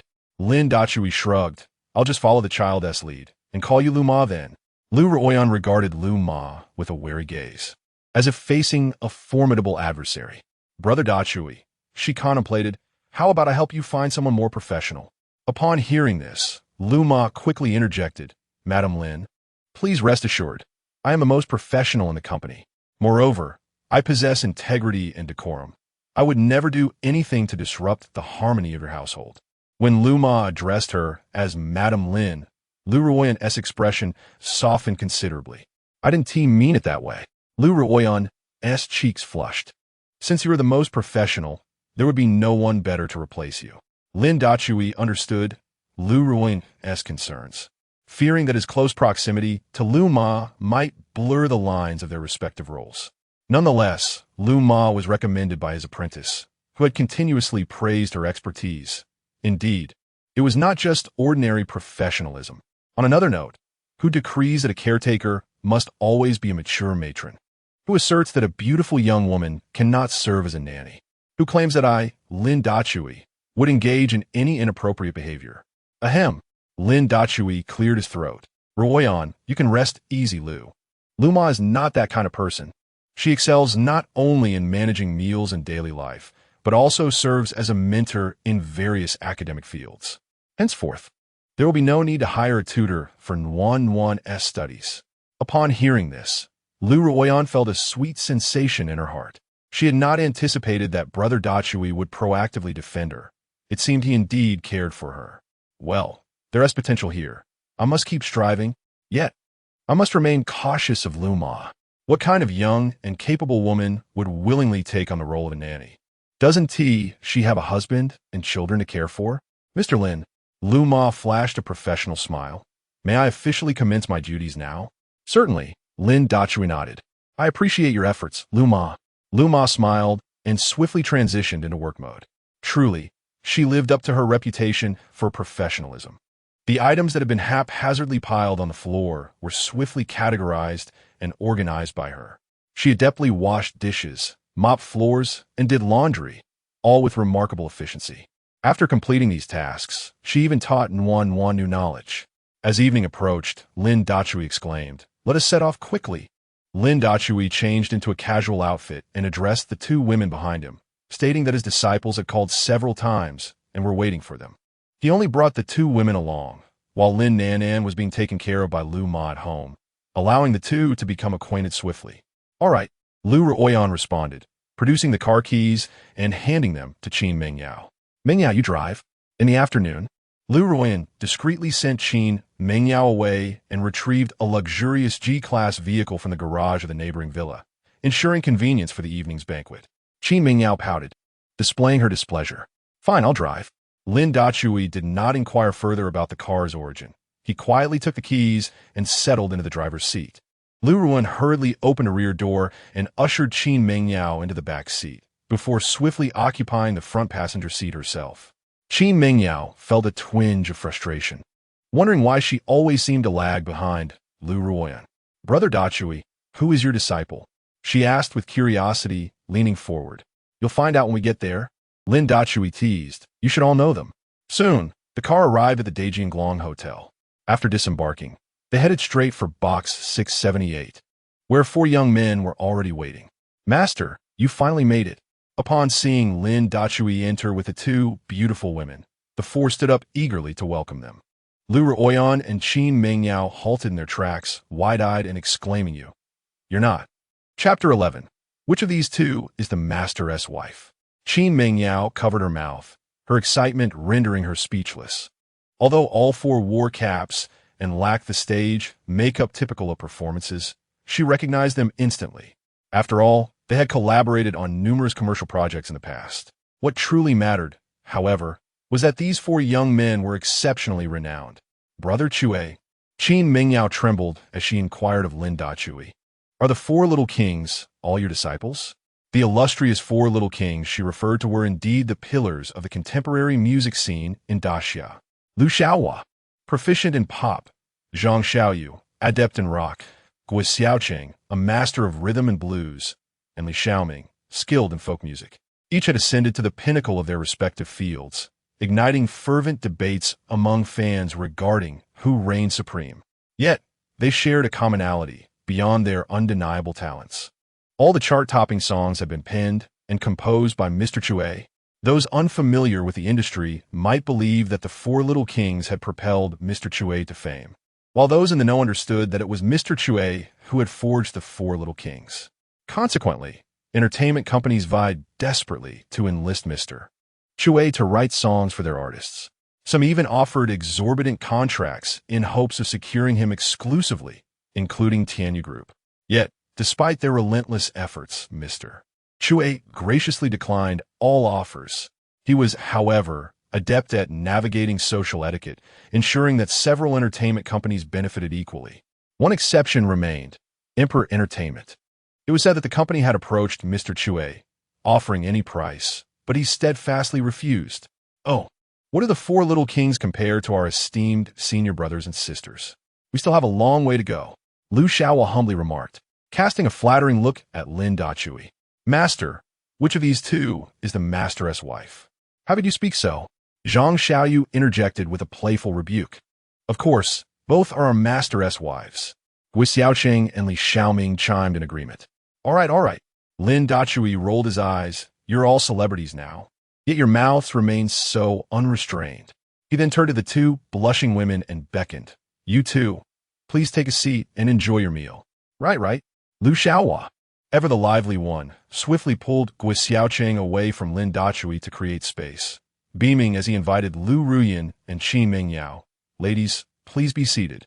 Lu Ruyan, her face flushed with embarrassment, settled on Lin Dachui's left, while Qin Mingyao, her head bowed, took her place on his right. The atmosphere at the dining table was vibrant and lively.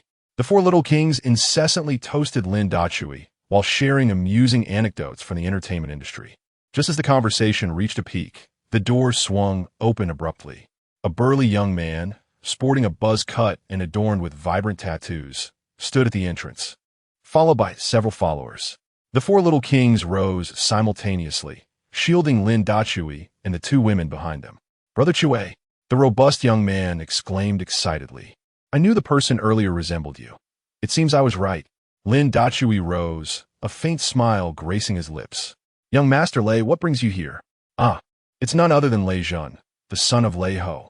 Brother Chue, I just got married today and thought to celebrate briefly here before heading to the Nightshade Bar for a party. Come on, Brother Chue, join us for some fun. As he spoke, Lei Zhen glanced at the two women and four young men behind him. They're your friends, right? Why not have them join us? Lin Dachui hesitated, casting a glance at Lu Ruyan and Qin Mingyao. In truth, he wasn't particularly close to Lei Zhen. He had merely sold him the wedding house. However, he was quite familiar with Lei Ho, even referring to him as a brother.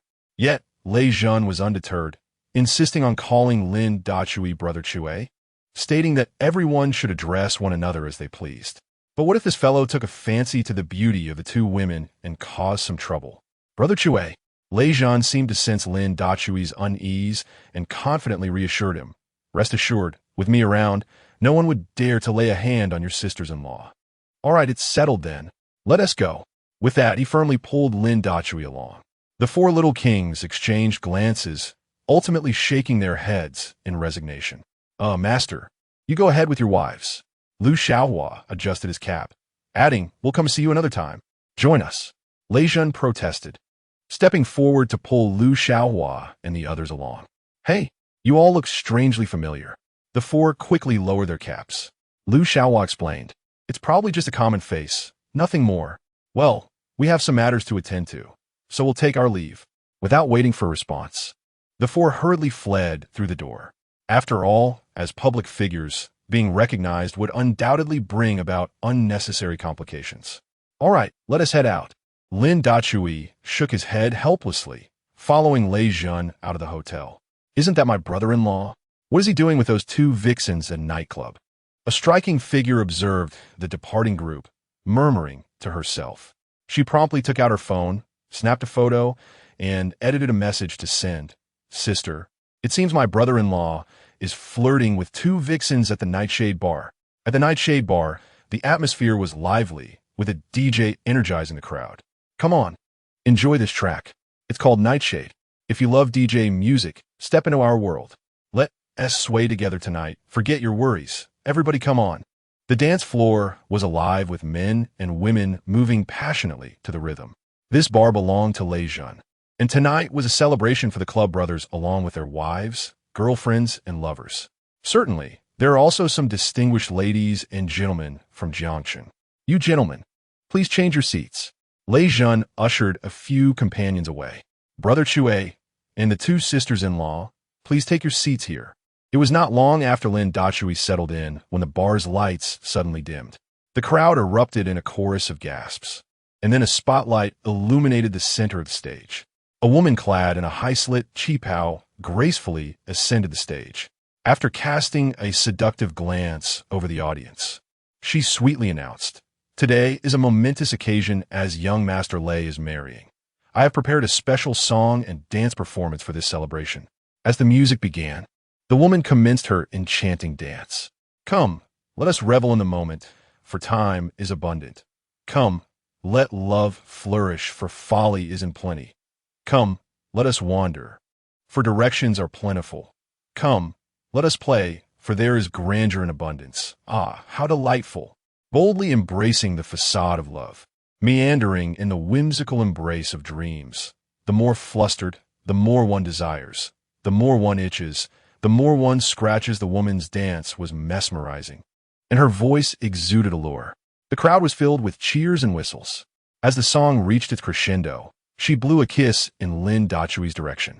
Lu Ruyan and Qin Mengyao felt a twinge of discomfort in their hearts and subtly tugged at Lin Dachui's sleeve.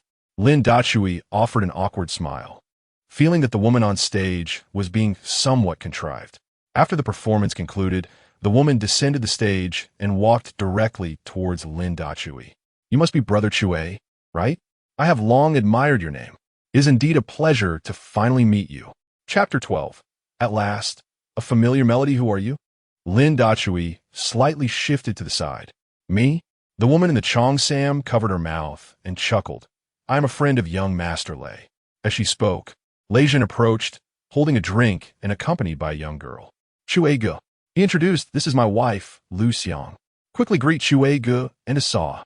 Lu Xiang, who had always exhibited a somewhat jaded demeanor, now respectfully addressed Lin Dachui as Chue Ge and referred to Lu Ruyan as the Sa.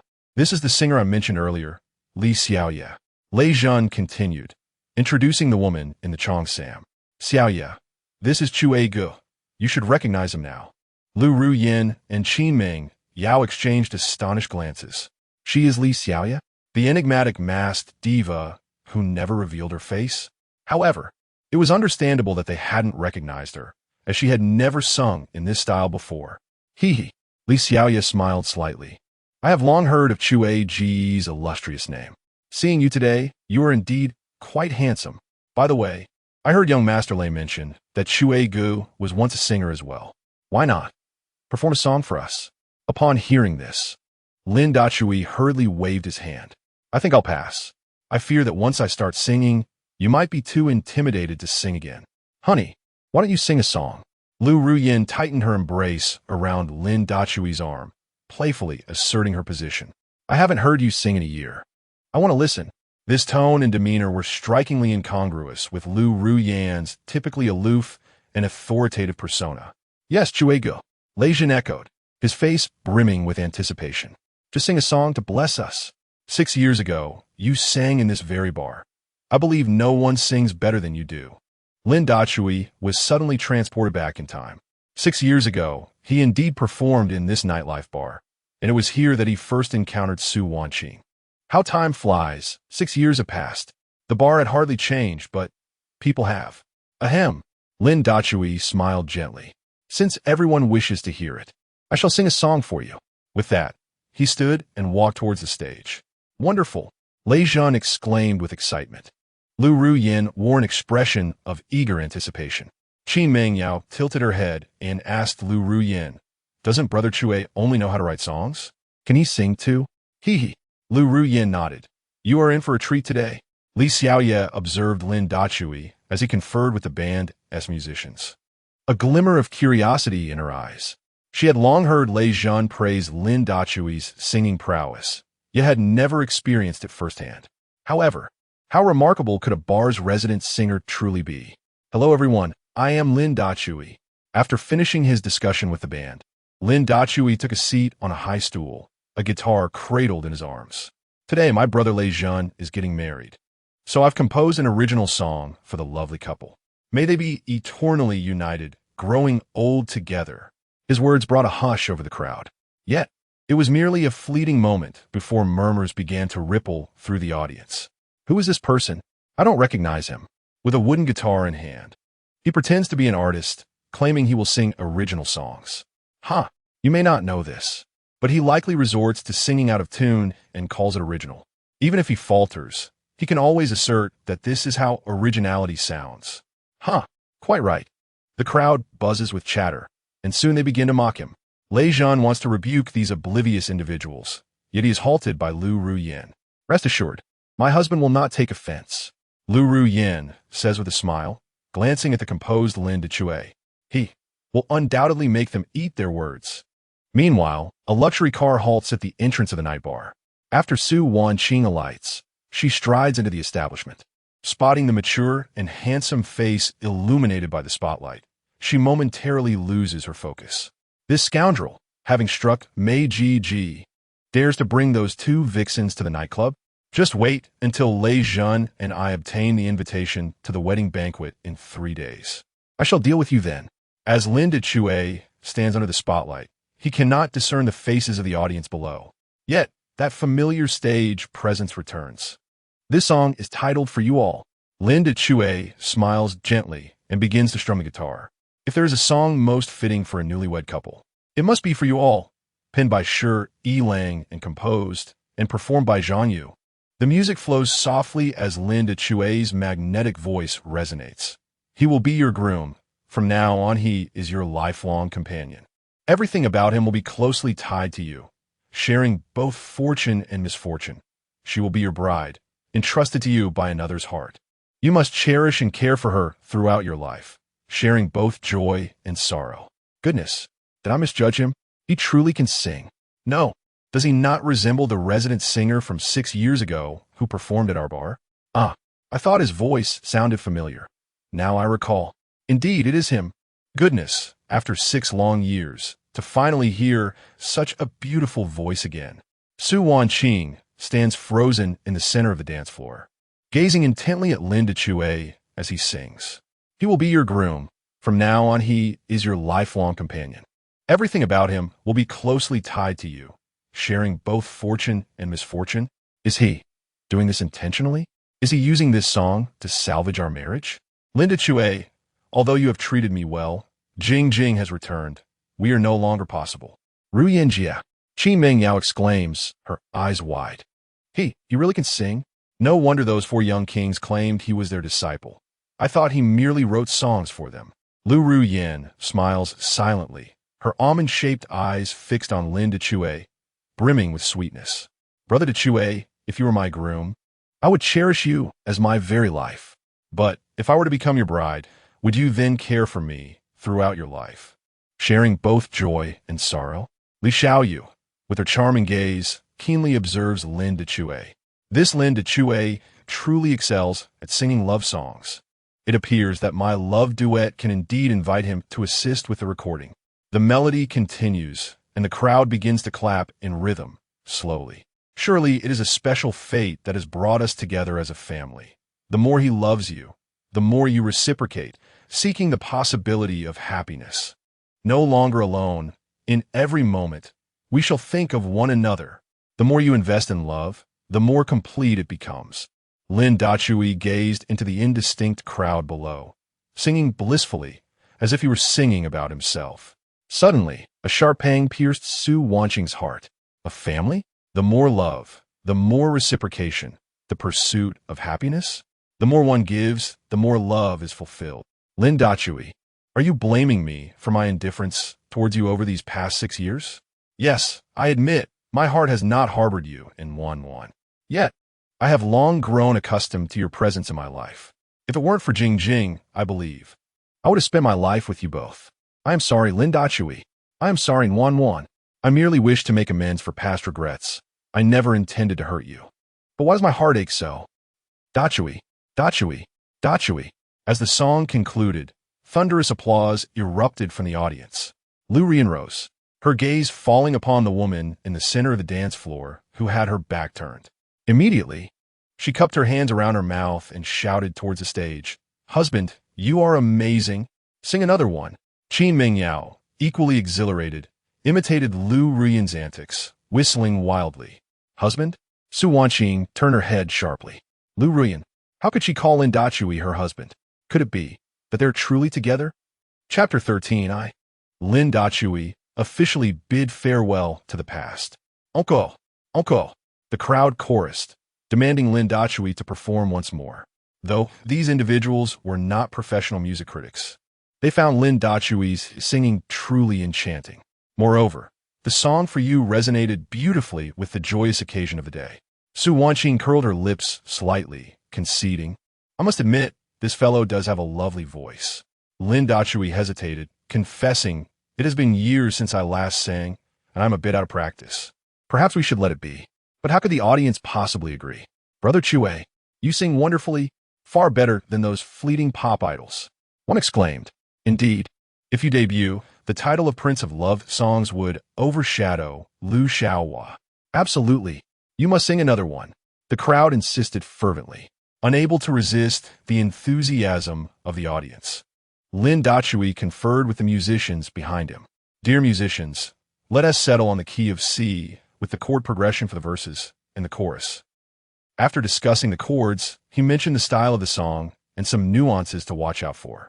Can we manage that? The musicians, all quite professional, instantly grasped his intentions and nodded in agreement.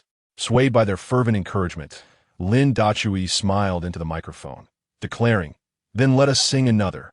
However, this song is not dedicated to young Master Lei, but rather to those who have lost themselves in love. At this point, Lin Dachui paused, inhaling deeply before continuing. Of course, this song is also for myself. The title is When Dreams Awaken. As the music began to play, the audience erupted in applause once more.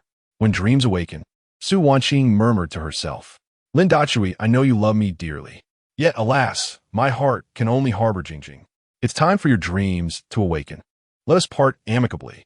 Finding a vacant seat, Su Wanqing crossed her legs, calmly gazing at Lin Dachui on stage.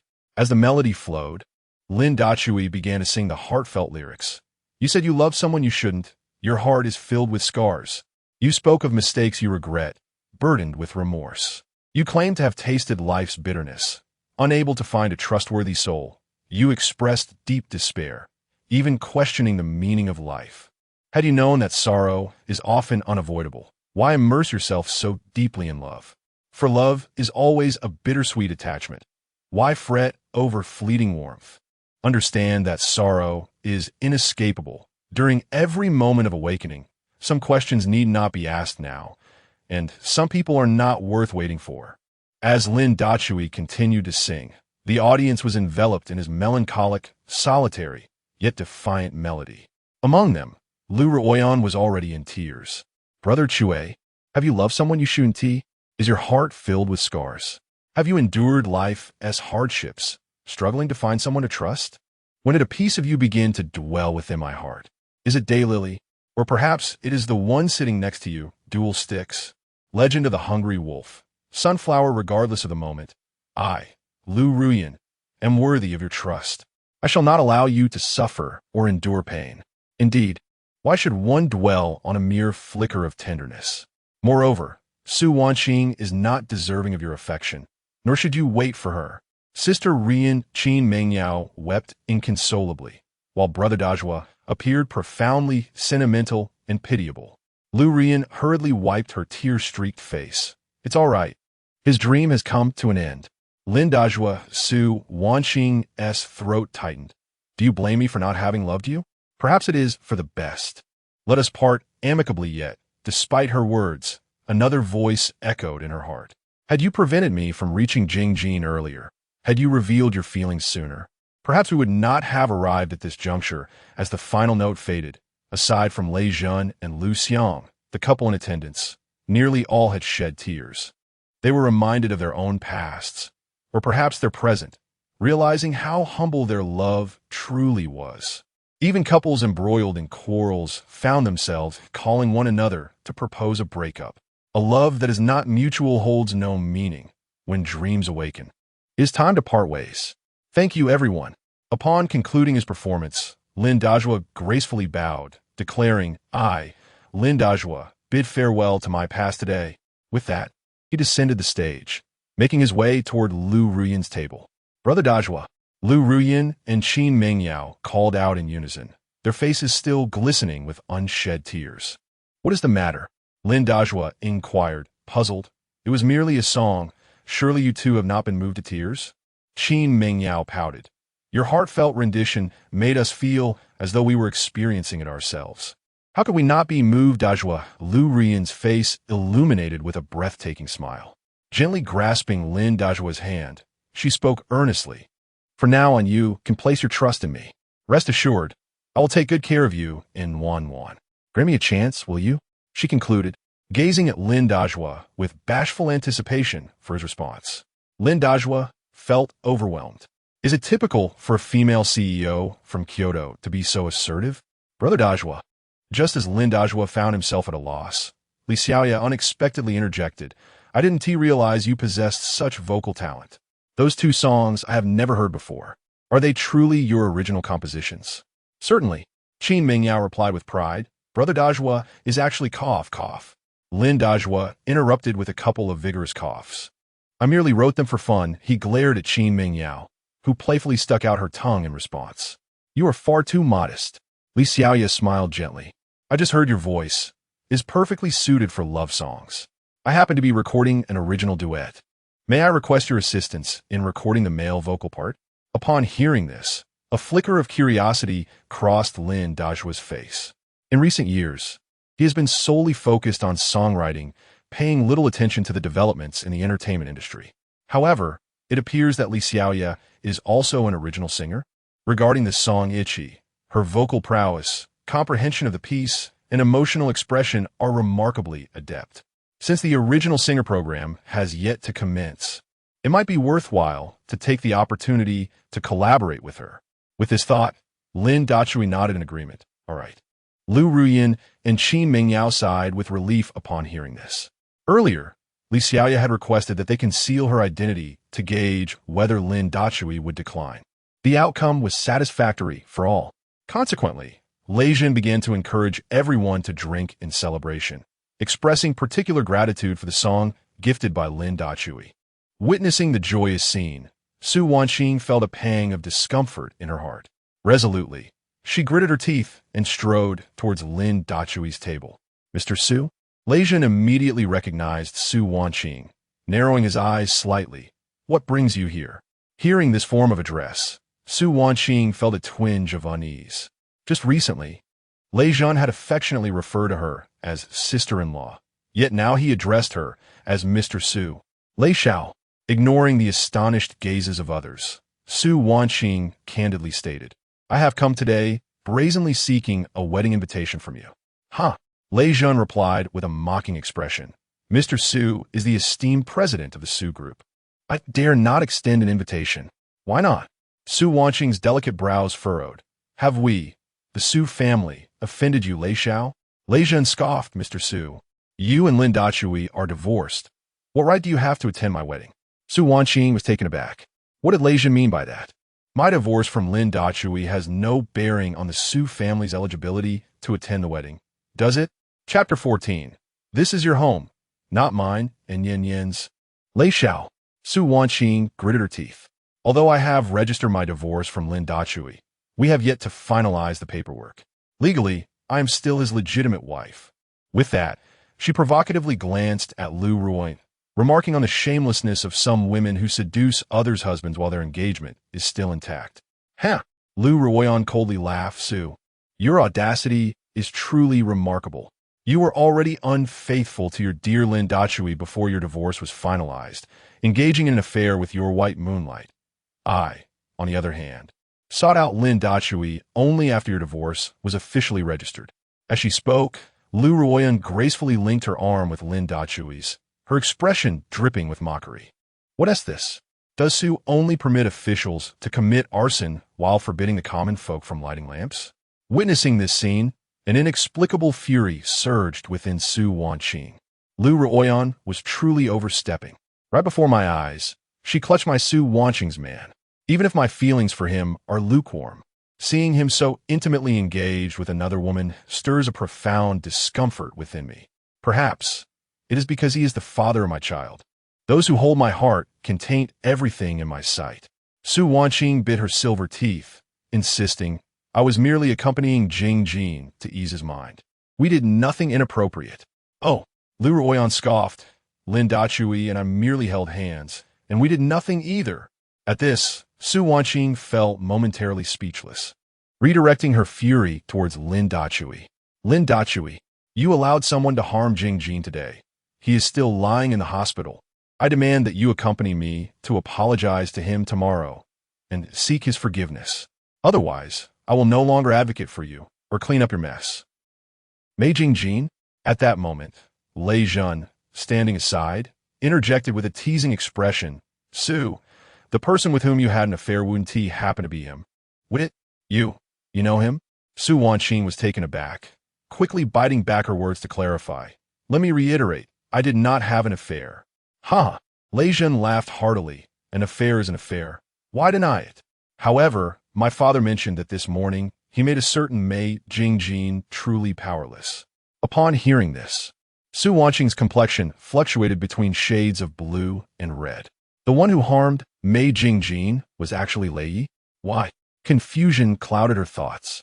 Just because I became slightly closer to him, you'd assist Lin Dachui in dealing with him?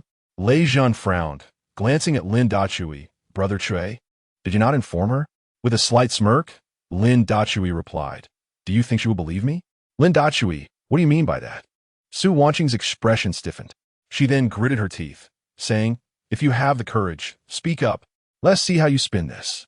Lin Dachui remained unfazed, offering no response. Lei Zhen glanced at Lin Dachui and then at Su Wanqing, suddenly enlightened. Today, I am here to fetch the bride. The newly purchased villa is still under renovation, and Brother Chui sold his wedding house to me at half price. Yet, Mei Jingjin insists that it belongs to him, occupying my property with such audacity. Don't you think he deserves a beating? Upon hearing this, Su Wanqing finally comprehended the situation. The root of the conflict lay in Jingjin's claim over that house. Lei Xiao, you mean the house was sold to you by Lin Dachui? Su Wanqing turned to Lei Zhen. But over the past few years, I never paid him any money. How could he afford to buy it? I see now. This house must have been rented to Lin Dachui by Lei Xiao. Exactly. That makes perfect sense. At that time, Jingjin surely didn't know the house belonged to Lei Xiao. To protect my interests, he must have stepped in and claimed it as his own. I never expected that such a misunderstanding would provoke Lei Yi to act so ruthlessly. Rent? Lei Zhen was somewhat speechless. Suzong, how blind can you be? At this point, he pulled out his phone. Here, take a look at this. What does it show? The screen displayed a bank transfer record of 2 million yuan. Really? It is.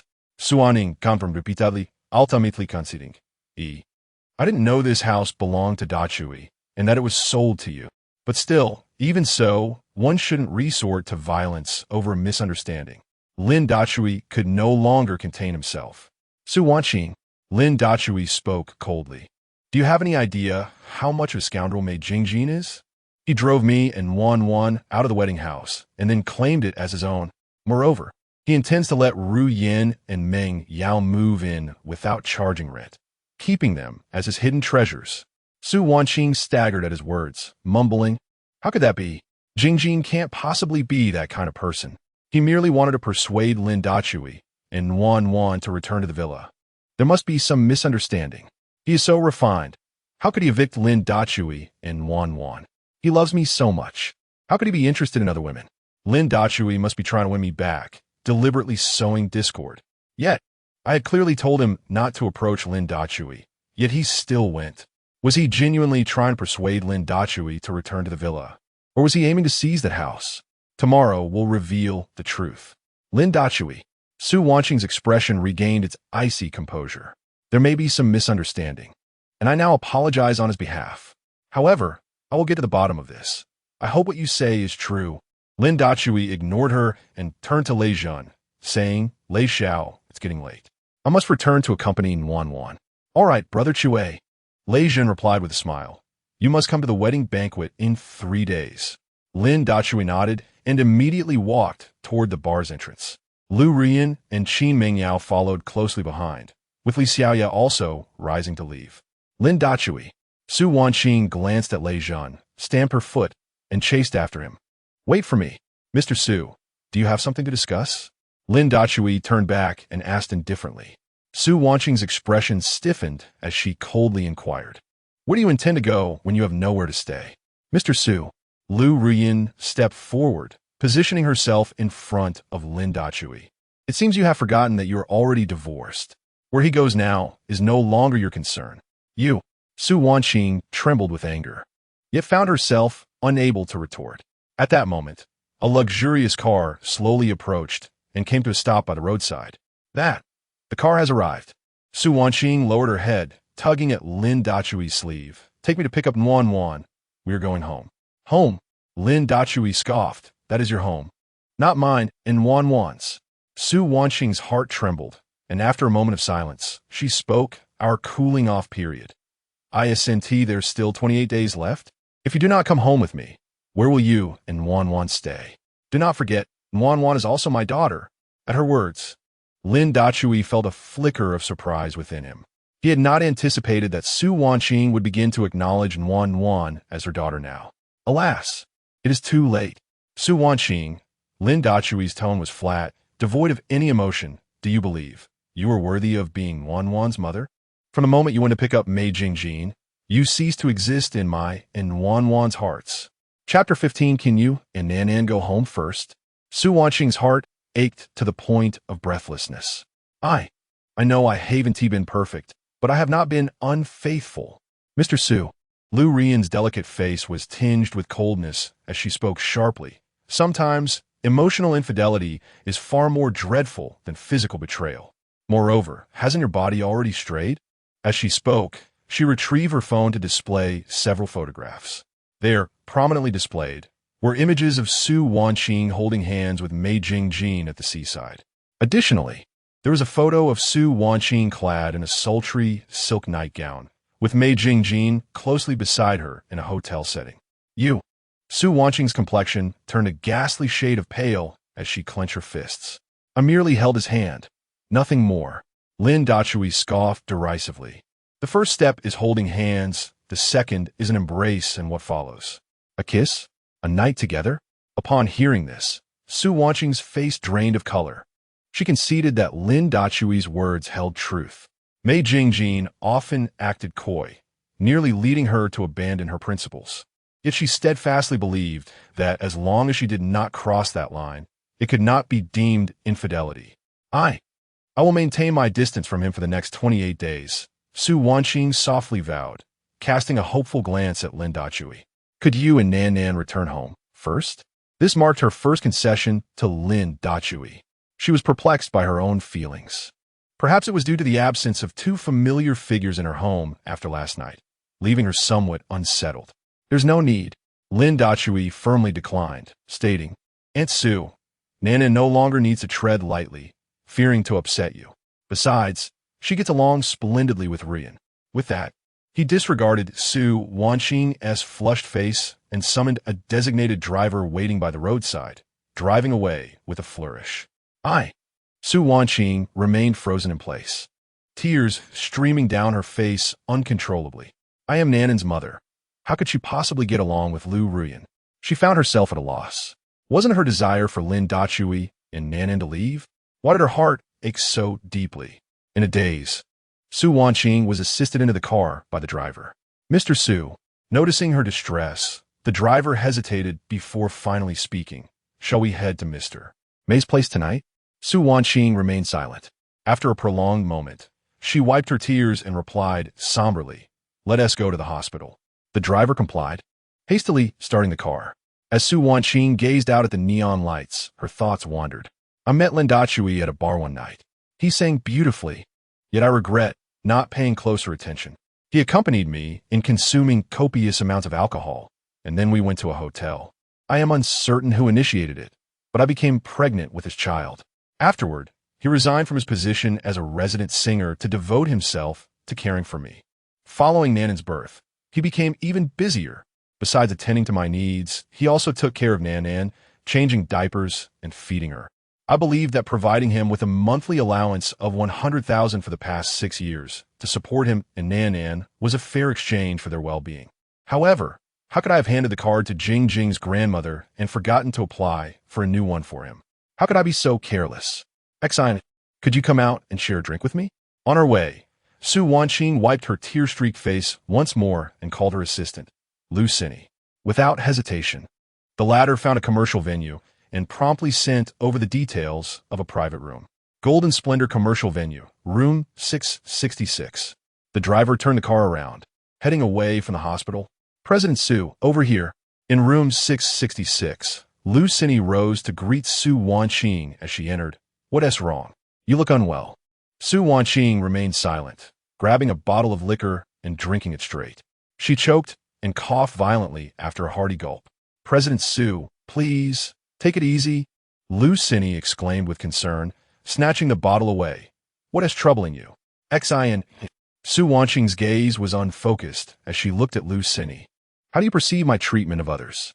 President Su. Lu Cini smiled faintly. You are very kind to me, and you treat the other subordinates well too. Su Wanqing sighed and shook her head. I meant, how do I treat Lin Dachui and Nan? Only Lu Cini and the entire company knew who Lin Dachui and Nan were. President Su, Lu Cini stammered. Why do you suddenly ask this? Have you had a quarrel with Mr. Lin? Lu Cini was unaware that Su Wanqing had already divorced Lin Dachui due to the return of her past love, Meiji. Su Wanqing did not respond. Instead, she pressed on. Tell me, how do I treat Lin Dachui and Nan? President Su. Lu Cini hesitated. Call me Wanqing Jie after work hours. Su Wanqing poured 2 glasses of liquor, handing one to Lu Cini. Are we best friends? Upon hearing this, Lu Cini eagerly lifted her glass. All right. Okay, Wanqing Jie. Su Wanqing continued to pour more drinks. The 2 women consumed 3 more glasses of liquor, their faces flushed and their minds slightly hazy. Wanqing Jie, let us have another drink. After a few glasses, Lu Cini was feeling the effects. Vanwing Jie, let me tell you, you're kind to everyone, but especially cold toward your brother-in-law. I don't mean to criticize, but he treats you so well that I nearly envy him. Why do you always act so distant towards him? And as for Nan, I would have thought she was your daughter if you hadn't told me. What kind of daughter calls her mother Annie? In this regard, Lu Cini was not mistaken. I am kind to everyone, yet I cannot seem to extend that kindness to Lin Dachui and Nan. Why is that so? Indeed, he's been very good to me. Su Wanqing was lost in her memories. I simply cannot accommodate him in my heart. Nan, too, has suffered from my indifference and cruelty. That was never my intention. I merely fear that accepting his love would mean I could never amend the regrets of the past. This is my first experience as a mother, and I do not know how to communicate with my child. Yet, they have only been gone for a day. Why do I feel so heartbroken?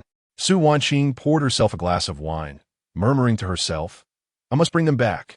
Lu Cini, upon hearing this, became somewhat alert. Sister Wanqing, what exactly transpired between you and brother-in-law?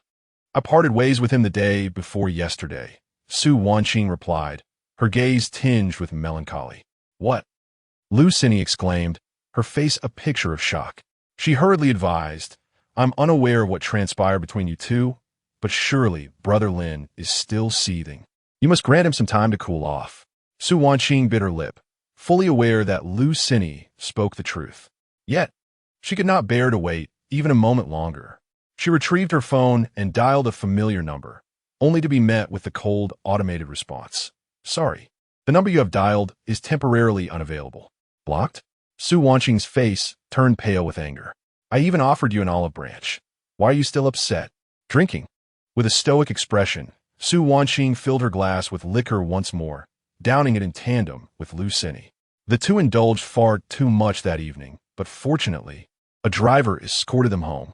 Lin Dachui. Within the confines of the villa, a tipsy Su Wanqing kicked off her high heels and staggered toward the sofa, collapsing onto it. Quick, prepare me a bowl of sobering soup.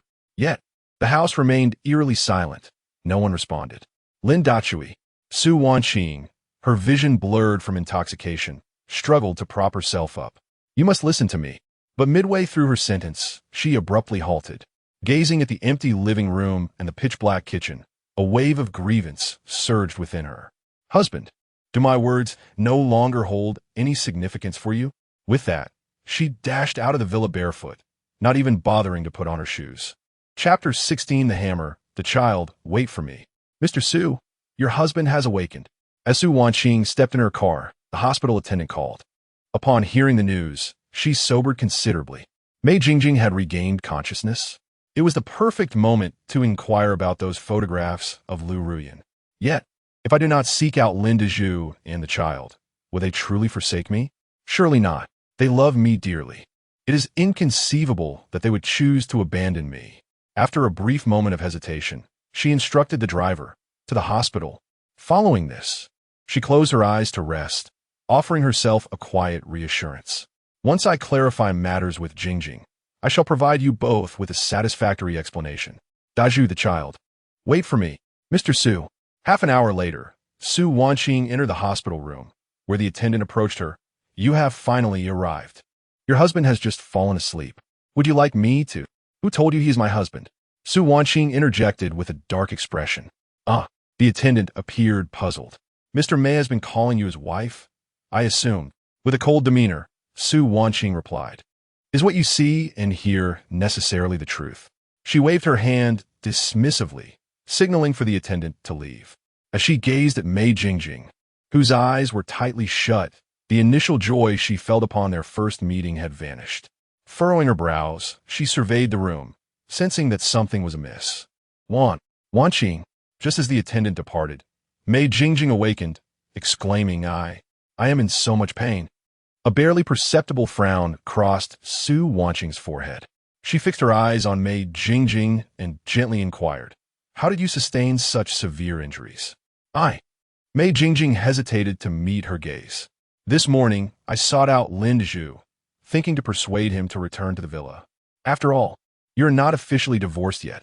If he moves out, people will mock you. At this point, he coughed twice, his complexion paling.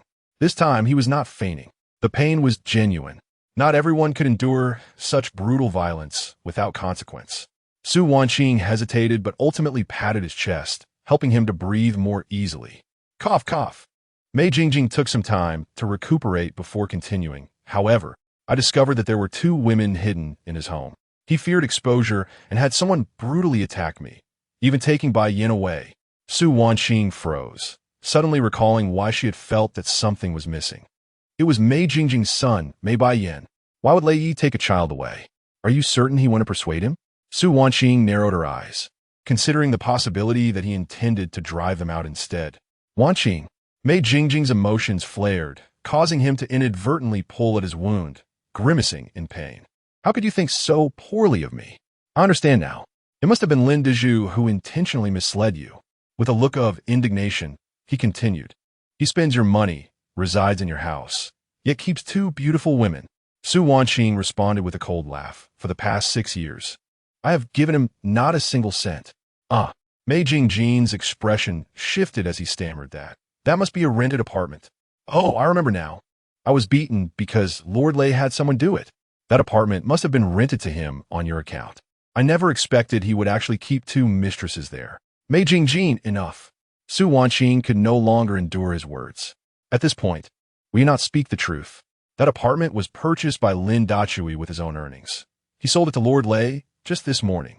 Upon hearing this, Mei Jingjing's face flickered with panic. Quickly, his eyes darted around as he hastily replied, Wanqing, I'm sorry. I shouldn't have deceived you. He slapped himself lightly and covertly observed Su Wanqing's reaction. Su Wanqing merely regarded him coldly, remaining silent. Gathering his resolve, Mei Jingjing continued, Wanqing, I actually knew all along that Lin Dachui had been supported by those 2 women for over a year. They were the ones who financed that apartment. Su Wanqing's expression darkened further, her chest rising and falling with agitation. Previously, I suspected Lin Dachui was being kept by Lu Ruyan, but that wedding house was clearly purchased 6 years ago. Back then, Lin Dachui would tirelessly come to ask me what color I liked. He even inquired whether I was satisfied with the renovation plans. I casually mentioned I liked pink, and he painted the entire house in that color. He loved me so openly, yet I betrayed him. Seeing Su Wanqing's silence, Mei Jingjin assumed his words had struck a chord and pressed on. Wanqing. Those two women are truly wicked. They even deliberately approached your daughter, Lin Nanan. Their relationship is quite close, and when I expressed my anger, it led to them involving Lord Lei. Su Wanqing narrowed her eyes and interrupted sternly. So, you knew all along that Lin Dachui is my husband, and Lin Nanan is my daughter, correct? At her words, Mei Jingjin's heart sank. Trouble. How did this woman suddenly become so astute? I must find a way to deflect. Otherwise, how will I repay the 25 million? With this thought, Mei Jingjin forced himself to explain, Wanqing, I merely wish to understand how you have been living these past 6 years. I swear it was only after my divorce a year ago that I learned of this. Seeing Su Wanqing's cold demeanor and silence, Mei Jingjin could only feign vulnerability once more. Wanqing, I hurt. I can't act anymore. Please don't despise me. I can be accommodating. Su Wanqing clenched her teeth tightly and retorted, Mei Jingjin, I never imagined you could be so loathsome. I didn't mean it that way. Mei Jingjin hastily clarified. I was just afraid of losing you. I love you too much. Upon hearing this, Su Wanqing felt a wave of revulsion rise within her. Speak. How did those photos of you two holding hands get exposed? Mei Jingjin's gaze faltered, and he fell silent. Su Wanqing immediately comprehended that it was undoubtedly Mei Jingjing who had discreetly sent the photograph to Lin Dachui, which Lu Ruyan had then obtained. Mei Jingjing, if Lin Dachui truly divorces me, I shall not hesitate to make you pay dearly. Upon uttering these words, Su Wanqing stormed out of the hospital room in a fit of rage. Mei Jingjing wore an expression of ferocity. Lin Dachui, this is all you're doing. You have severed my ties, and I shall not let you off easily. And as for your wife, Su Wanqing, along with the two women by your side, I will savor every moment with them. Meanwhile, within Lin Dachui's villa, the atmosphere was markedly different. Mr. Lin, Lu Ma beamed, casting a glance at Lu Ruyan. Wan has just settled down. She mentioned she is waiting for you to accompany her. Upon hearing this, a faint blush graced Lu Ruyan's cheeks. All right, I shall wash up and join her shortly. With that, she swiftly grabbed her newly purchased nightgown and dashed into the bathroom to freshen up. I shall go as well, Qin Mingyao exclaimed, seizing her own nightgown and hurrying to the other bathroom. Lin Dachui could only smile wryly, shaking his head as he followed Lu Ma upstairs to be with his daughter. Wan. Lin Dachui entered the children's room, his face illuminated with joy. Daddy, Lin Wan called sweetly, when will Lu Mama come to keep me company? I wish to hear her tell me stories. Lin Dachui gently pinched Wan's nose, reassuring her, be good, Lu Mama will be here very soon. Just then, the doorbell rang unexpectedly from downstairs. Lu Ma went down to answer it, only to find a weary woman standing at the threshold, who politely inquired, Who are you? I am Wan's mother. The woman's voice trembled slightly, as if she were struggling to contain her fury. Chapter 17. Starting tomorrow, allow me to be kind to you. Who are you? Su Wanqing seethed, gazing at the woman before her, whose beauty rivaled her own. First, there was Lu Ruyan and Qin Mingyao, and now yet another contender had emerged. No wonder she was so eager to move out right after the divorce. So it is you, Miss Su. Lu Ma, with her signature smile, introduced herself. I am Mr. Lin's maid, Lu Ma. A maid? Is Mr. Lin now indulging in such frivolities? Engaging in role play? I have no desire to engage in trivial conversation with you. Su Wanqing was indeed furious. She pushed past Lu Ma to enter the house, where Lin Dachui and Wan. Miss Su. Lu Ma's expression turned icy. This is Mr. Lin's private residence. If you attempt to force your way in, I shall be compelled to call the authorities. At her words, a scornful smile crept on Su Wanqing's face. Mr. Lin's private residence? Do not be deceived. He is merely a kept man by Lu Ruyan. Just then, a woman wearing a pink silk nightgown and with damp hair elegantly emerged from the downstairs bathroom. It was Lu Ruyan. In her haste to join Wan, she had not even taken the time to dry her hair. Ah, if it isn't Ms. Su, Lu Ruyan remarked with a sly smile. How did you find your way here? Lu Ruyan, do not be so smug. Su Wanqing retorted angrily. Where are Lin Dachui and Wan? Lu Ruyan gently brushed her hair back. He is now mine, and Wan is under my care as well. Is that so? Subankin scoffed. I'm still Lin Dachui's legal wife, and Wan's biological mother. Oh, Lu Ruyan responded with mockery, leaning in to whisper. So you are aware that you are his legal wife?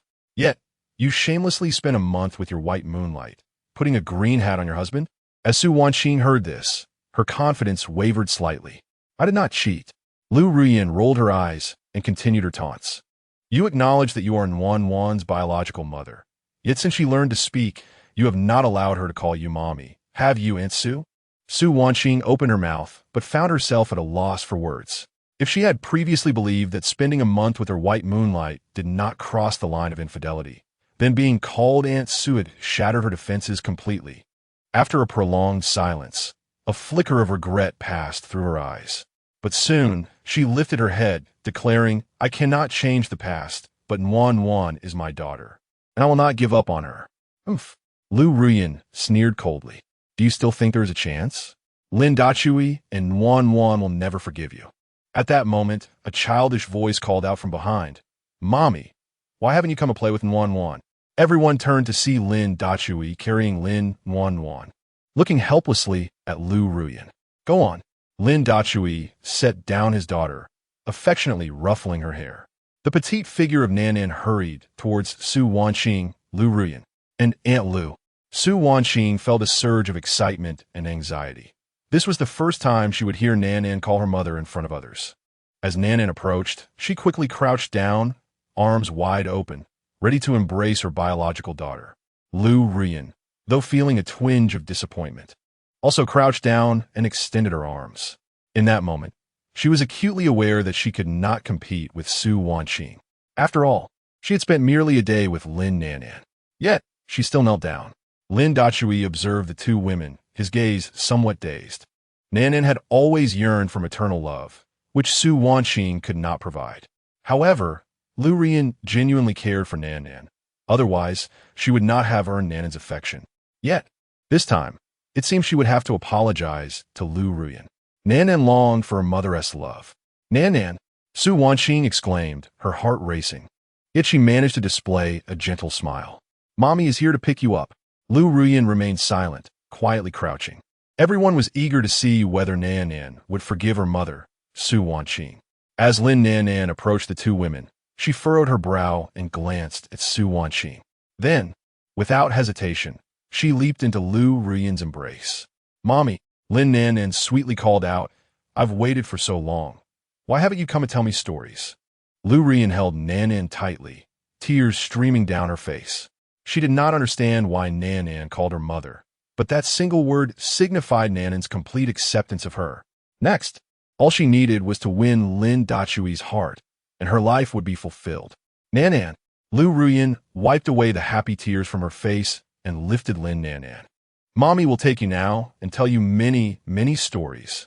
Lin Nan obediently nodded. Then, tilting her head, she looked at Su Wanqing and said, Annie, thank you for coming to pick me up. Now, Lu Mama is Nan's mommy. Upon hearing this, Su Wanqing felt a sharp pain in her chest, as if she could not breathe.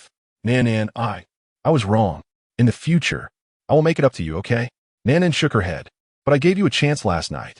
Su Wanqing stumbled backward, collapsing onto the ground, her hands clutching her chest, tears flowing uncontrollably. Lin Nan's small hands clenched tightly on Lu Ruyan's shoulders. Sensing this, Lu Ruyan recognized that despite Nan's brave facade, she was still deeply disappointed. No matter how Su Wanqing treated her, she would always be her biological mother. Nan was still young, merely yearning for maternal affection. With this in mind, Lu Ruyan gently patted Lin Nan's little head. Nan, Aunt Su made a mistake, but she is still your biological mother. How about we give her a punishment and have her buy you many, many gifts in the future, all right? Upon hearing this, Lin Nan's face lit up with joy. All right, I will listen to Lu Mama. Now go and hug your Mama Su. Lu Ruyan set Lin Nan down. Lin Nan timidly approached Su Wanqing. Su Wanqing hastily rose, adjusted her skirt, and then abruptly embraced Lin Nan. Tears gushed forth like a broken dam. Nan, mother was wrong. From now on, I will treat you well, all right? Lin Nan felt somewhat at a loss. Upon raising her head and meeting Lu Ruyan's encouraging gaze, she finally uttered the two words that had been lodged in her heart for years. Mom. Mom. Oh. Su Wanqing responded eagerly. Nan for now on. Mother will give you the very best. Lin Nan, still young, yearned for her biological mother's acknowledgement, which had almost become an affliction in her heart. Years of grievances transformed into a cascade of pearls sliding down her cheeks. Lin Dachui observed the scene before him and remarked calmly, Su Wanqing, I do not know how you found this place, but belated affection is worth less than grass. We can never return to how we were. Nan does indeed require maternal love, but it need not exclusively come from you. You may visit Nan in the future. That is my greatest concession. Su Wanqing, holding Nan, slowly nodded. She understood that this was the best outcome for now. She would strive to gradually compensate for the maternal affection that had been lacking and work to win back Nan's heart. However, matters concerning Mei Jiki must also be addressed promptly. She could not allow him to sue Lin Dachui, as it would disrupt the lives of the mother and daughter. Lin Dachui currently had no money and was relying solely on Lu Ruyan. Accompanying Mei Jingjin was not right, but he was entangled with these women, so let us consider it even. From tomorrow onward, let me be the one to care for you all. Chapter 18. What is her relationship with you? Does it concern you? Are you suggesting that Mei Jingjin is attempting to seize the house? Upon learning that Mei Jingjin wished to claim their marital home, Su Wanqing found it hard to believe that Lei Yi had rendered him a eunuch. Su Wanqing, when have I ever deceived you? Lin Dachui remarked calmly. Indeed, your heart is solely occupied by Mei Jingjin. Thus, my words would never gain your trust.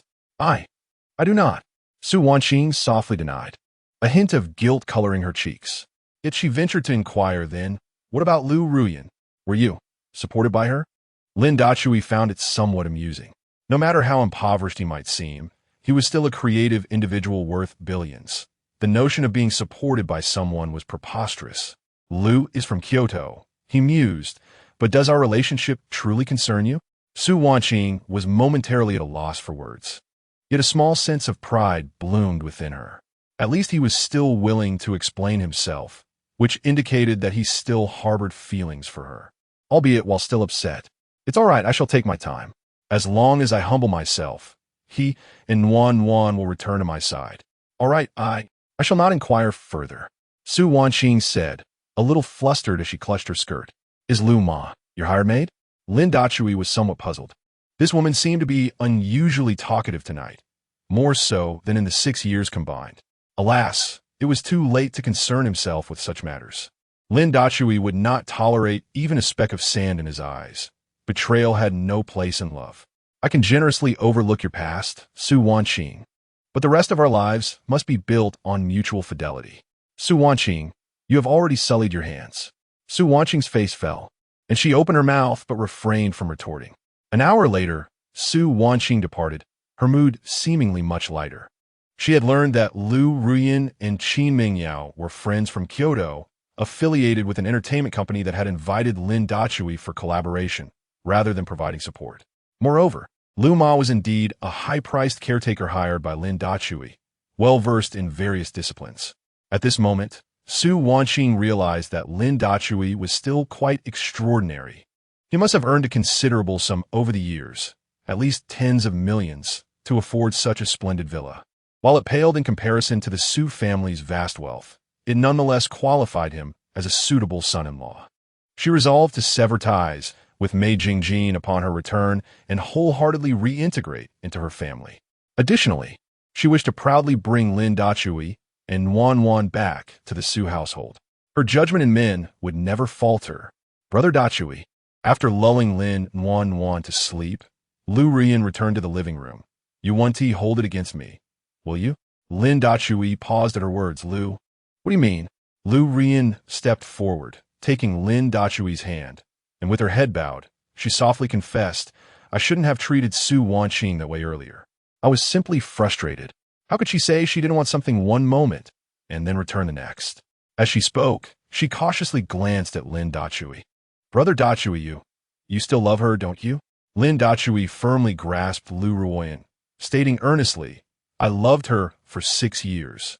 A tremor coursed through Lu Ruoyan, and an indescribable sense of loss washed over her face. Huh, Lin Dachui chuckled softly.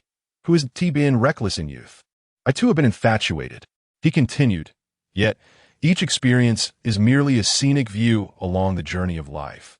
Letting go of someone happens swiftly. Hearing this, Lu Ruoyan's eyes sparkled with newfound hope. Then, how about we be together? She reassured him. Rest assured, I will cherish both you and Nan Nan. And I will never betray you. Lin Dachui's lips twitched. Lu, we have only been formally acquainted for less than a day. ISNT this a bit. Too hasty? Truth be told, Lin Dachui actually harbored a fondness for Lu Ruoyan, despite his daughter being shy. Her attachment to Lu Ruoyan indicated that she was genuinely caring towards Nan Nan. However, they had only truly interacted for a day, and Lin Dachui had yet to delve deeper into understanding her. But I have waited for so long. Lu Ruoyan's gaze was intense. Since I heard that song de Lily, Lin Dachui was taken aback. A single song made you wait this long? That song was merely a catalyst. Lu gently shook her head. Seeing you with Nan was like a ray of light piercing through my life. I believe I fell in love with you back then. Lin Dachui fell silent. Over the past year, he had sensed Lu Ruoyan's concern for him, which seemed excessively enthusiastic. This was why he refrained from continuing to write songs for Tianyu Group in the latter half of the year, fearing she might misunderstand. Unbeknownst to him, this indirectly led to the artists under her company terminating their contracts. Lu, I understand you are wonderful, but I do not wish to make a hasty decision. Lu Ruoyan bit her lip. Brother Dachui, I can give you time to contemplate, as long as you do not reject me. All right. Lin Dachui gently tucked a strand of hair behind Lu Ruoyan's ear and smiled. I will grant you an opportunity, but I need a little time. Upon hearing this, Lu Ruoyan embraced Lin Dachui. Her cheeks flushed. Then, I'll collect some interest first. With that, her soft, fragrant lips pressed against Lin Dachui's. His heart raced uncontrollably. Oh no, this is the feeling of love. Dachui, Nan, it was my fault. Su Wanqing returned to the empty villa. Her demeanor no longer one of confusion and helplessness. But rest assured, I will make amends for you both. Tomorrow, I will seek out Mei Jingjin and clarify everything. With that, Su Wanqing took a beautiful shower. That night, she slept in Lin Dachui's room. Although his belongings were absent, the sheets remained unchanged. Inhaling the lingering scent of a man from the sheets, her fatigue from the past few days dissipated, and she slept soundly. The night passed without a word. The next morning, Su Wanqing tidied herself briefly before heading to the hospital to find Mei Jingjin. Wanqing, as Mei Jingjin caught sight of Su Wanqing approaching, a glimmer of hope flickered in his eyes. I knew you wouldn't abandon me. Su Wanqing remained silent, her gaze icy as she regarded him. Is this truly the radiant moonlight of my obsession? How could I have been so blind in the past? Occupying another's abode while deliberately sowing discord between me and Lin Dachui. When my son was taken away, you never uttered a single word of concern. Mei Jingjin, our bond has come to an end. After a prolonged silence, Su Wanqing stated calmly. What did you say? Mei Jingjin's eyes widened in disbelief. Wanqing, have you lost your mind? Su Wanqing scoffed coldly. I am quite lucid now. Previously, my heart was shrouded in ignorance, but I have now seen through you. Is it solely because of that Lin Dachui? Mei Jingjin seethed with indignation. What merits does he possess? Su Wanqing, uninterested in further entanglements, turned to leave. Wanqing, Mei Jingjin, in a state of urgency, implored, May I ask one last favor of you? Su Wanqing paused, casting a cold glance back at him. What is it? Within my capacity, I can assist you one final time. Mei Jingjin's countenance brightened. He was about to request a loan of 30 million. But the thought of how Lin Dachui had brought him to this state filled him with resentment. Mei Jingjin's eyes glistened with unshed tears as he choked out. Could I perhaps embrace you one last time? Seeing Su Wanqing prepare to depart again, he hastily added, Wanqing, I merely wish to bring closure to our past love. Rest assured, I shall not pursue any legal action against Lin Dachui. I will leave quietly. Upon hearing the word lawsuit, Su Wanqing's expression wavered slightly. Ultimately, she returned, offering a gentle embrace. Mei Jingjin discreetly took out his phone. positioning it at the most intimate angle to capture the moment. Thank you. Chapter 19. How shameless is Su Wanqing? Mr. Lin, there is a matter I wish to discuss with you. At the entrance of the Qingyuan kindergarten, after the class teacher picked up Lin Nan, she called out to Lin Dachui. Lin Dachui paused, turning to the teacher. Is there something wrong with Nan? No.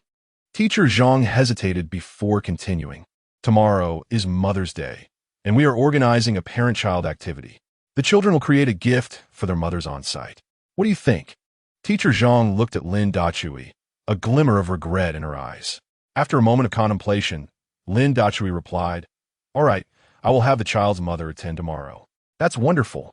Upon hearing this, Teacher Zhang breathed a sigh of relief. Mr. Lin, for the past 2 years, you have personally been picking up and dropping off Nan. I had thought she came from a single-parent household. At this, Lin Dachui felt a twinge of discomfort. Su Wanqing truly did not deserve to be called Nan's mother.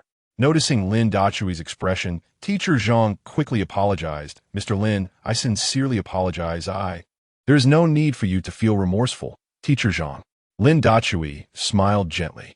I have indeed been the one taking care of Nan since she was little. Her mother has been rather busy, so she has no time for pickups and drop-offs. Lin Dachui realized that mentioning Su Wanqing no longer brought him the same anguish it once did. The only regret he felt was for Nan. He decided that Su Wanqing could come tomorrow.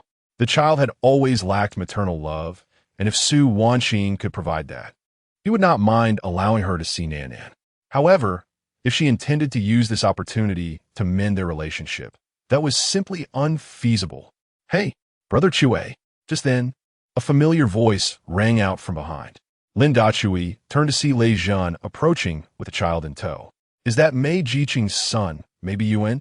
Lin Dachui asked, puzzled, furrowing his brow at Lei Zhan. Well, Lei Zhan scratched his head. Mei Jingjing owes us 25 million. Yesterday, my dad beat him up. And with no one to care for the child, He sighed, alas, the world is turned upside down. Damn it. The ones who owe money are treated like lords, while we creditors are reduced to mere servants. We have to help take care of his child, and we still have to pick him up from school. It's truly infuriating. Lin Dachui understood perfectly, but chose not to address it. Lei Zhan was clearly worried that Mei Jingjing would run away, which was why he had taken Mei Biyuan to school. However, he did not expect that Mei Jingjing owed the Lei family 25 million. Hadn't he just returned from abroad? How could he have incurred such a debt? Feigning indifference, Lin Dachui casually inquired, did he fail in business? What business? Lei Zhan scoffed. Mei Jingjing is lazy and indulges in all sorts of vices, drinking, gambling, you name it. Over the years, he has frequently borrowed money from us. Though I must admit, he does have a bit of skill. He has a wealthy woman footing the bill, and he pays back when he borrows. That's why my dad agreed to lend him 20 million last month. But who would have thought he would try to weasel out of it now? Listening to Lei Zhan's complaints, Lin Dachui began to harbor some suspicions. The money borrowed by Mei Jingjing last month coincided perfectly with the time he mentioned returning to the country on his social media. How intriguing. If Su Wanqing were to discover that her beloved was nothing but a scoundrel, her expression would surely be a sight to behold. Su Wanqing, I grant you only one chance to be the mother of our child. I hope you cherish it. Should you endanger her, it would be your undoing. In the hospital, Su Wanqing regained her icy demeanor. Where's your son, Mei Bian? Mei Jingjing faltered, his gaze evasive. He's with my cousin. Cousin? Su Wanqing's brows furrowed deeply as she fixed her gaze on Mei Jingjing. When did you acquire a cousin? Mei Jingjing inwardly cursed his misstep. How had this love-struck brain suddenly become so astute? No, he could not allow her to discover that Bian had been taken away by Lei Yi. Feigning calm, Mei Jingjing replied, he's a distant cousin. I just hadn't had the chance to mention him to you. Is that so? Su Wanqing crossed her arms, her expression unyielding. As long as someone is taking care of him. She then cast a penetrating glance at Mei Jingjing. Mei Jingjing, our affair ends here. This card holds 10 million. Consider it compensation for your injuries. I hope you will cease to harass my family, or else I shall not hesitate to be unkind. With that, she turned and left without a moment's pause. She still had a surprise to prepare for Lin Dachui. Holding the bank card, Mei Jingjing glanced at the photo he had just taken, a fierce expression etched upon his face. Su Wanqing, you think 10 million can dismiss me? Not a chance. Once I recover, I will seek out Lin Dachui and show him this photo. He adores you so. He will surely be unable to bear the betrayal and will leave you willingly. At that point, everything you hold dear will be mine. At 11 in the morning, Lin Dachui returned to the villa after attending to some matters, only to be greeted by Lu Rian. Brother Dachui. Lu Rian seemed somewhat anxious.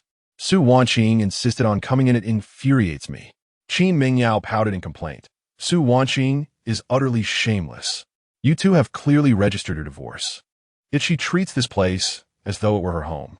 Lin Dachui chuckled, glancing towards the busy figure in the kitchen, instantly recognizing her. He was baffled. What had the delicate Su Wanqing ever learned to cook? Oh, it dawned on him. Recently, Mei Jingjin had posted on social media a photo of a charming silhouette. The goddess said she cooked for us father and son for the first time. How blissful. It seemed she had taken up cooking to win over her beloved. Dachui. Su Wanqing, adorned with an apron and holding a plate of shredded potatoes, beamed with joy. Wash your hands quickly. There's just one last dish to prepare before we can eat. She then tugged at Lin Dachui, eager to lead him to the sink. Lin Dachui withdrew his arm, proceeding to the bathroom on his own. Su Wanqing paused momentarily, a sense of grievance swelling within her. I had taken the initiative to extend an olive branch. Why was he still aggrieved? Yet in the next instant, she rallied herself. Dachui was undoubtedly still upset with me, which only proved that he truly cared. Come on, Su Wanqing, let's go out for a splendid feast. Upon finishing his hand-washing, Lin Dachui emerged, calling out to Lu Rian, Qin Mingyao, and Lu Ma. Dachui, the meal is ready. Why Su Wanqing's countenance turned ashen, her throat constricted as if obstructed by an unseen force. Lin Dachui cast a glance at the lavish spread before him and replied nonchalantly, I'm allergic to MSG. Huh? Su Wanqing was momentarily flustered, stammering, I'm sorry. I didn't know after all these years. I have been utterly oblivious to Lin Dachui's allergy to MSG. How foolish of me. He could conjure any excuse, and I would believe it. Then, I shall prepare another meal. Su Wanqing declared, dashing back to the kitchen once more. No need, Lin Dachui replied coolly. These dishes are all favorites of Mei Jingjin. Send them over to him. Don't let them go to waste. Upon hearing this, Su Wanqing, visibly anxious, attempted to explain. Dachui, Jingjin, and I suit yourself. Lin Dachui interjected dismissively. With that, he departed with the three women in tow. Su Wanqing gazed at their retreating figures, her heart heavy with a sense of injustice. It was merely one rejection. Why did it feel so unbearable? Lin Dachui had endured my rejections for 6 long years. How had he managed to persevere? Ding! At that moment, Su Wanqing's phone emitted a crisp chime. I knew you wouldn't abandon me, her face brightened, anticipating a message from Lin Dachui, only to be met with disappointment upon opening it. Wanqing, I wish to start a business and still need 20 million. Could you assist me once more? Chapter 20. We need not listen to the green tea's explanations. Su Wanqing's face turned ashen as she replied with a terse message. However, it wasn't long before Mei Jingjin's message arrived once more, accompanied by a photograph. Wanqing, is 20 million really too much to ask? If this photo were to be sent to Lin Dachui, what do you think his reaction would be? Su Wanqing's expression changed dramatically, her grip on her phone tightening. Although the photograph did not capture her face directly, it was unmistakably her, and the angle made it appear as if she were leaning in to kiss Mei Jingjin. Far too suggestive. Mei Jingjin. Su Wanqing dialed Mei Jingjin's number, her voice icy and menacing. Are you seeking death? Wanqing, how could you say such a thing? I'm only looking out for your best interests. Mei Jingjin's voice was filled with malice. I merely wish for 20 million so that I won't disturb you and Lin Dachui anymore. You. Su Wanqing's face turned pale with rage. After taking a deep breath, she spoke coldly. I can give you the money, but you must delete the photo. Of course. You know I love you the most. Mei Jingjin chuckled ominously, reminiscent of a eunuch. Mei Jingjin, you are truly revolting. Su Wanqing's face darkened, her teeth clenched. Just wait. I will have my assistant transfer the funds. Don't. Mei Jingjin interjected. You have at least several hundred million in your private account. Transfer it directly to me. Otherwise, fine. Su Wanqing was on the verge of exploding. I hope you keep your word. Otherwise, I won't hesitate to ruin you. Although she had not done anything wrong, the photo was utterly unacceptable, more scandalous than the previous hand-holding image. After hanging up, Su Wanqing bit her lip and proceeded to make the transfer. Once completed, she immediately messaged Mei Jingjin to confirm receipt and demand the deletion of the photo. After receiving the funds, Mei Jingjin replied that he would delete it shortly. However, mere minutes later, Su Wanqing's phone was inundated with notifications. To her horror, she discovered that Mei Jingjin had shared the photograph across various social media platforms, accompanied by highly suggestive captions. Dizzy with disbelief, Su Wanqing never imagined Mei Jingjin could be so shameless. Just then, a call from Lin Dachui interrupted her turmoil. Su Wanqing's complexion turned ghostly pale as anxiety gripped her. Did he see it too? How should she explain? Would he be angry and refuse to speak to her? The phone continued to ring as she shakily answered. Husband, please let me explain. Su Wanqing's tone was nearly pleading. I was actually with Mei Jingjin. Su Wanqing, I have no interest in hearing your excuses. Lin Dachui's voice was cool and detached. There is something I need to discuss with you. Husband, you. Su Wanqing's expression was fraught with complexity as she awaited Lin Dachui's verdict. You must believe me. I truly did not. Lin Dachui's patience wore thin. What does believing or not believing matter now? Tomorrow is Mother's Day, and there is a parent-child event at Yuan School. You will be attending, correct? What? Upon hearing the words, Su Wanqing was overwhelmed with emotion, her eyes brimming with tears. I will participate. I absolutely will. Lin Dachui received her affirmative response and promptly ended the call, unwilling to exchange another word with her. After placing the phone down, Su Wanqing exhaled a sigh of relief. Her heart filled with gratitude towards Lin Dachui. Yet, she would not easily let Mei Jingjin off the hook, especially after his despicable actions. Once she regained her composure, she reached out to her most capable private detective friend and relayed Mei Jingjin's misdeeds to him. President Su, this is bad. Assistant Lu Sini called in a panic. Our people went to the hospital and discovered that Mei Jingjin has already been discharged. His whereabouts are currently unknown. Find him. Su Wanqing gritted her teeth, determined that she would turn Jiangchang upside down to locate Mei Jingjin. After saying this, she forcefully ended the call. Not long after, a thought struck her, and she quickly dialed Lu Sini's number. Find a way to remove all the photos from the internet. Once she arranged everything, Su Wanqing turned and strode towards the door. This time, she aimed to take the initiative and properly explain herself to Lin Dachui. With her capabilities, she located Lin Dachui and his companions dining within 10 minutes. She hurriedly drove over. The place was a spicy hot pot eatery, its ambience naturally lacking in comparison to upscale hotels. It was not only crowded and noisy, but also unsanitary. Yet, Su Wanqing noticed that the four were enjoying themselves immensely.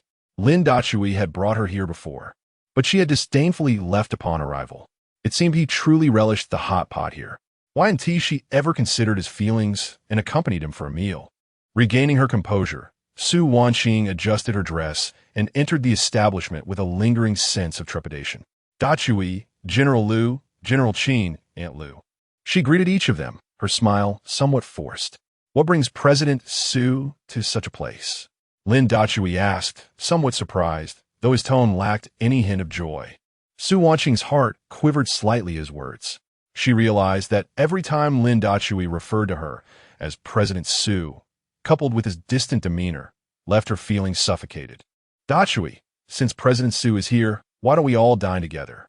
Lu Ruyan suggested generously, but still sought Lin Dachui's consent earnestly. Lin Dachui remained silent. Lu Ruyan glanced at the absent-minded Su Wanqing and quickly signaled her. In truth, after Lu Ruyan had an open conversation with Lin Dachui, she no longer felt threatened by Su Wanqing's presence. Just as Lin Dachui had said, what is meant to be will ultimately belong to oneself. Love that is forced is better left behind. Thank you. Su Wanqing regained her senses and hurriedly sat beside Aunt Lu. Qin Mingyao wore an unhappy expression.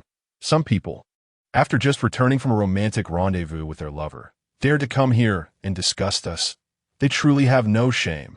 Upon hearing this, Su Wanqing lowered her head in guilt. Things are not as you imagine. I and he. Ugh. Qin Mingyao had no interest in explanations. Her ire flaring at the sight of Su Wanqing. We do not need to hear any excuses from a green tea. Su Wanqing's face turned ashen with fury. Yet she found herself powerless to retort, murmuring, I will prove it. With that, her demeanor seemed to harden slightly as she unwrapped her utensils and joined the line for food. The flavor was delightful, albeit perhaps a tad spicy, causing tears to well in Su Wanqing's eyes. Wasn't it said that she was allergic to chicken essence? As she was halfway through her meal, Lin Dezhu raised his gaze towards Su Wanqing. Upon hearing his words, she hastily set down her chopsticks, sitting up straight in anticipation of Lin Dezhu's next statement. After a moment's hesitation, he cautioned her, Are you certain you can participate in tomorrow's parent-child activity? Just as Su Wanqing was about to respond, Lu Ruyan interjected, Brother Dezhu, is there a parent-child activity for Nanan tomorrow? Indeed, Lin Dezhu nodded, an expression of remorse on his face. I need to record a new song with Li Xiaoya tomorrow, so you must accompany me. Upon hearing this, Qin Mingyao grumbled in discontent, but I'm here too. I can go. Why let this green tea attend? Qin, Su Wanqing, unable to endure any longer, retorted, Please mind your language. I wouldn't hesitate to accuse you of defamation. Hmph. Qin Mingyao, a daughter of a prominent family, was not intimidated by Su Wanqing. She challenged her audacity. Should I dig up the photos from the internet? You. Su Wanqing was momentarily at a loss for words. Enough. Lin Dezhu's expression darkened slightly as he turned his attention back to Su Wanqing. Are you certain you won't stand us up again? Su Wanqing promptly affirmed. I absolutely will not. Lin Dezhu withdrew his gaze, reiterating, I hope you uphold your promise. If you cause Nanan any more sorrow, you might as well cease to exist. Chapter 21. So, this is the feeling of home during a meal. Each person harbored their own thoughts. In the afternoon, Lin Dachui, Lu Ruyan, and Qin Mingyao arrived at Li Xiaoya's recording studio. With the recording scheduled for tomorrow, certain details needed to be discussed in advance, allowing them to familiarize themselves with the song. Meanwhile, Lu Ma and Su Wanqing ventured to the shopping mall. This time, Lin Dachui did not intervene. After all, Su Wanqing was the biological mother of Nanan, and granting her this opportunity was not unwarranted. Ultimately, there were still over 20 days left before they would depart from Jiangcheng, marking the conclusion of everything here. Lu Ma. Within the confines of the children's shopping mall, Su Wanqing rarely lowered her proud head, humbly seeking advice from Lu Ma. I am uncertain about what toys Nanan prefers. Could you offer me some suggestions? Ms. Su, Lu Ma replied with a professional smile, ideally.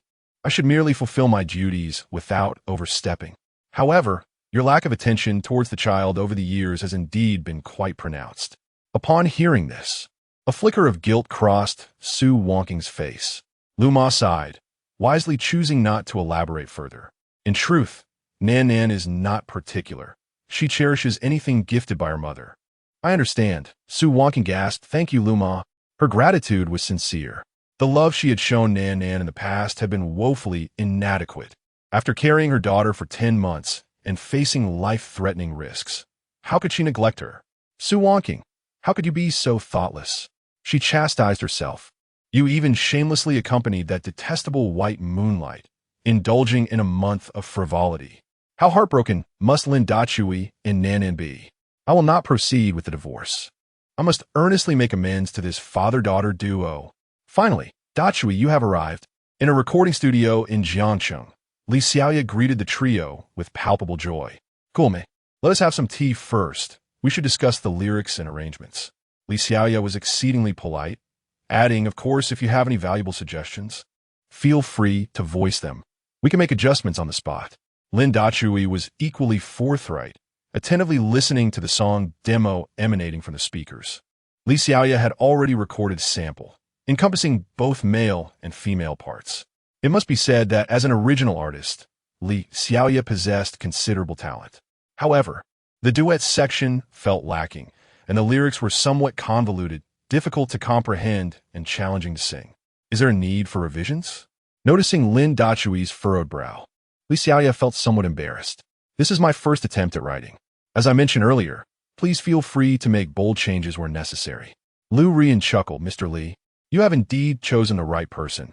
Da Chui is an expert at revising songs. Really? Li Xiaoya inquired, her face alight with curiosity. This is the first time I've heard that. But honestly, the two original songs you presented yesterday, though simple in their lyrics, were imbued with profound emotion. Lin Dachui smiled. Ms. Li, sometimes a love song does not require ornate words or elaborate arrangements. The essence of a classic lies in its universal appeal. It is beloved, easily sung, and cherished by many. Would you not agree? Li Xiaoya clapped her hands enthusiastically, wholeheartedly endorsing Lin Dachui's assertion. A humble smile graced Lin Dachui's face as he regarded Li Xiaoya with newfound admiration. This Li Xiaoya is a born vocalist. Perhaps she will emerge as a dark horse for the Tianyu group, rescuing Lu Ruyan in the process. Of course, this hinges on my composing songs for her. Ms. Li, Lin Dachui began, lifting his teacup for a sip. The rhythm of the chorus could be more spirited. It presently feels somewhat sluggish. As for the lyrics, they might benefit from a more straightforward and concise approach, akin to narrating a love story from one's own life. What do you think of this revision? Li Xiaoyan nodded repeatedly, her eyes sparkling with delight. Brother Dachui, you are fantastic. It has indeed transformed. Lu Rian's eyes sparkled with admiration. Since joining Lin Dachui, she had shed her aloof persona as a cold CEO. She resembled a love-struck maiden, utterly captivated by him. Beside them, Qin Mingyao chimed in, Brother Dachui's ideas are splendid. This will certainly resonate better with the public. After 2 hours of discussion and refinement, the framework of the song was essentially finalized. Lin Dachui stretched lazily and declared, let's call it day. Everyone seems weary. The group nodded in agreement, departing the recording studio with varied emotions. Thank you so much, Dachui. Allow me to treat you all to dinner. Li Xiaoya offered with heartfelt gratitude. Perhaps another time. I must go pick up Yuan. Lin Dachui smiled, politely declining. Upon hearing this, Li Xiaoya felt a twinge of disappointment. Then next time, when the song is ready, I shall treat you to a grand feast. Noticing Lin Dachui preparing to refuse again, she feigned annoyance. You mustn't decline next time. Lin Dachui shook his head in resignation, yet agreed to her invitation. He then led the two women out of the studio and towards the kindergarten. Daddy, Mama Lu, Aunt Qin. Lin Yuan exclaimed joyfully upon seeing the three adults come to pick her up. Everyone was in high spirits, except for Qin Mingyao, who pouted. Yuan, you cannot always be so biased. You must call me Aunt Qin. That is what a good child does. Lin Dachui's lips twitched at her words. Ms. Qin, you're... Hee. Lu Ruyan stifled a laugh. Mingyao, that's Yuan's honest sentiment. You cannot enforce that. Qin Mingyao feigned indignation. Hmph. Yuan no longer loves me. You are the best, Aunt Qin. Yuan rushed over, shaking Qin Mingyao's hand. The others erupted into laughter at the sight. Upon returning home, Su Wanqing and Lu Ma also arrived, laden with bags of toys. Yuan's eyes lit up upon seeing all the gifts Su Wanqing had brought her. She promptly expressed her gratitude in a sweet voice. Thank you, Mama Su. Su Wanqing's eyes glistened with emotion as she tightly embraced Yuan. Lu Ma headed to the kitchen, while Su Wanqing insisted on joining her in cooking. Lin Dachui felt no need to dwell on his thoughts. With only a few days left before departing from Jiangcheng, he resolved to spend this time cherishing the moments with his beloved daughter. The dinner was filled with warmth.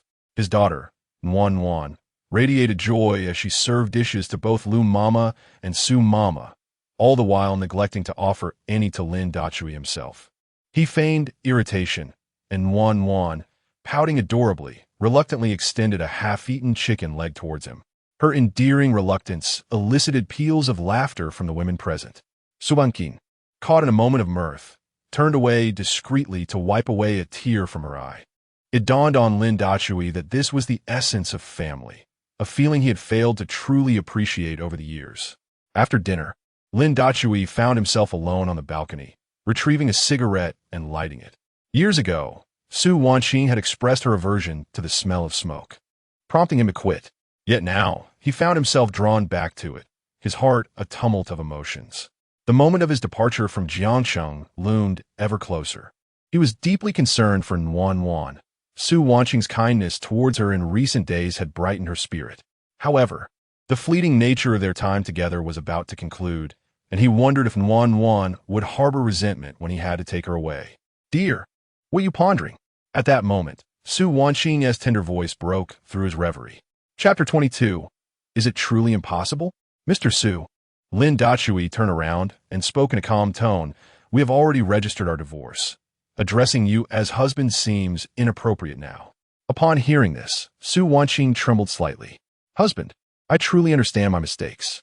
I had always believed that I loved Mei Jingjin, but ever since his return, I have realized that my feelings for him were merely an obsession. Throughout this past month, while confronting Mei Jingjin, my thoughts have been consumed by you in Yuan." Lin Dachui felt a pang of pain in his heart upon her words. To claim that he did not love Su Wanqing would be a falsehood. He had loved her profoundly for 6 years. Yet, it was precisely this love that precluded any possibility of forgiveness. While her indifference towards him was one matter, her cruelty towards Yuan was entirely another. On the day Mei Jingjin returned to the country, when she went to pick him up, Lin Dachui had resolved to let go completely. Now, his sole concern was Yuan's absence of maternal love from Su Wanqing over the years. Though she was still young, Yuan was remarkably perceptive, and he was certain she would agree to anything he proposed. However, if he prevented them from meeting, he could not ascertain whether Yuan would harbor resentment towards him in the future. "Mr. Su," Lin Dachui began after a long pause, "you know that despite the years you have spent without me in your heart, I can still treat you well. The moment you chose to meet Mei Jingjin, our marital bond was irrevocably severed." Su Wanqing's lips moved as if to explain, but Lin Dachui did not afford her the opportunity. He continued, "You are Yuan's biological mother, and you have both the obligation and responsibility to nurture her. I can grant you the chance to see her. However, do not entertain the notion of performing some grand gesture to rekindle our relationship. No one owes you anything." "Is it truly impossible?" Su Wanqing's face turned pale, her heart aching to the point of suffocation. "Could you bear to see Yuan grow up without a complete family?" "Su Wanqing." Lin Dachui's gaze was laden with coldness. "Hasn't Yuan lived without that for the past 5 years?" Su Wanqing's body trembled violently, her heart feeling as though it had been pierced by a sharp blade. After a prolonged silence, she finally pressed her lips together and said, I understand. I will spend more time with Yuan. As for us, I will no longer force the issue." At that moment, Su Wanqing finally comprehended that the bond between her and Lin Dachui could never be restored. She could only seek to make amends with Yuan. Su Wanqing hesitated, biting her lip. "The day after tomorrow is my mother's birthday. Could we have a family meal together?" Noticing the darkening expression on Lin Dachui's face, she hurriedly added, "Rest assured, just this once, I will clarify the divorce to them." Mentioning the Su family dampened Lin Dachui's mood.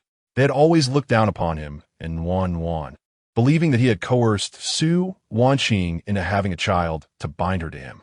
However, there was one exception within the Su family, Su Wanqing's grandfather, who treated Lin Dachui with kindness and frequently thought of his great-granddaughter, Lin Yuan. This visit would serve as a farewell. All right. After much contemplation, Lin Dachui nodded in agreement, stating that he and Nan would indeed attend the parent-child activity tomorrow. A smile finally graced Su Wanqing's face as she replied, "Rest assured, I will arrive punctually to pick up Nan." After their exchange, Su Wanqing reluctantly bid farewell to Nan and departed from the villa. "Brother Dachui, Lu Ruan kindly prepared a cup of goji berry tea for Lin Dachui, noticing his lack of rest over the past few days. You should drink this to replenish your energy." Lin Dachui's lips twitched slightly. Although he was 30, he had remained unoccupied, his vitality still robust, certainly not in need of such nourishment. However, he did not reject Lu Ruan's thoughtful gesture and took a few sips, finding it pleasantly sweet with a hint of tartness. It was quite enjoyable. Lin Dachui nodded and casually remarked, "Flattery without cause is often insincere. Speak your mind. What is it?" Lu Ruan blushed and leaned closer, saying, "Let us sell this villa. There are grander villas in Kyoto." "Huh," Lin Dachui retorted with a teasing smile. Are you worried that Su Wanqing might discover this place and frequently visit us? Lu Ruoyan, having been seen through, did not take offense. She naturally wrapped her arms around Lin Dachui's. I am serious. I know you won't reconsider, but I cannot guarantee you what irrational actions Su Wanqing might take to win you back. Lu Ruoyan's concerns were not unfounded. A woman like Su Wanqing, who valued her pride, would likely not give up on Lin Dachui easily and might resort to impulsive behavior. All right, I will heed your advice. After some thought, Lin Dachui ultimately acquiesced to Lu Ruoyan's suggestion. Since he had decided to leave Jiangcheng, he would do so decisively. You handle this matter. I must quickly finish recording with Li Xiaoya and then head to Kyoto to assist you. A flicker of gratitude crossed Lu Ruoyan's face, and her soft lips pressed against Lin Dachui's once more. Ahem. A minute later, feeling Lu Ruoyan's warm embrace, Lin Dachui gently pushed her away. Let's take our time. Lu Ruoyan's cheeks flushed crimson. All right, I understand. Then, recalling something, she inquired Brother Dachui, do you think our Tianyu group should sign a contract with Li Xiaoya? Li Xiaoya was indeed remarkable. Lin Dachui concurred, acknowledging her exceptional talent in music theory and lyricism, along with her impressive vocal abilities and adaptability. However, I wonder if she would be willing to sign with you. Lu Ruoyan's face brightened with anticipation. Brother Dachui, I will discuss it with her tomorrow. From now on, Tianyu group will wholly support you and Li Xiaoya. Of course, your shares will remain at 60. Li Xiaoya will have 20, and I will take 10. Lin Dachui chuckled. What sort of boss only takes 10? Here's the deal. You take 51. While Li Xiaoya and I will each have 15, and the remainder could be allotted to the loyal employees who stay. Thus, Lin Dachui finalized the arrangement. No matter how Lu Ruoyan argued, he remained steadfast. Should she refuse to comply, he would withdraw from Tianyu group altogether. With no other choice, Lu Ruoyan reluctantly acquiesced.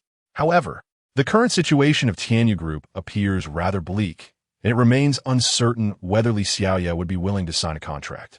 Lin Dachui still voiced his concerns. In truth, regardless of Li Xiaoya's involvement, Lin Dachui possesses the capability to revitalize Tianyu group on his own.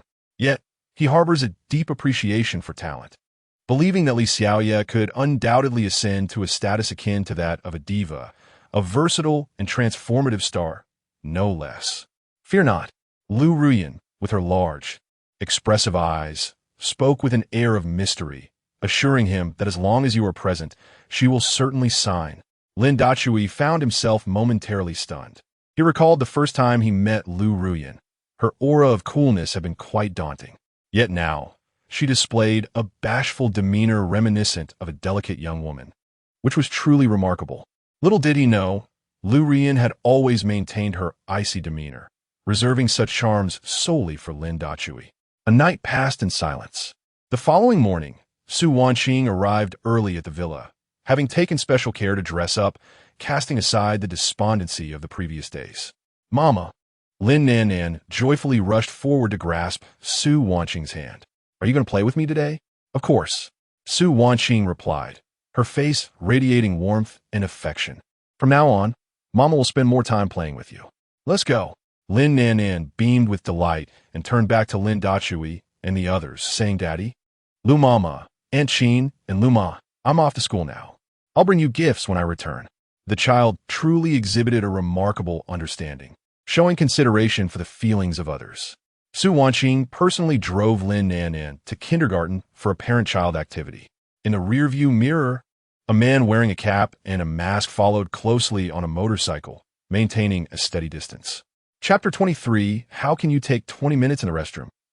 At 10 o'clock in the morning, Lin Dachui, Lu Ruoyan, and Qin Meng Yao arrived at Li Xiaoyu's recording studio as promised. Today marked the official recording session. However, Lin Dachui felt a sense of unease. He glanced at his phone. No calls, no messages. Brother Dachui, what's wrong? Lu Ruoyan perceptively noticed something amiss and hurriedly approached with concern. I can't help but wonder how Yuan is doing right now. Lin Dachui replied, his brow furrowed, his anxiety intensifying. I just feel so restless.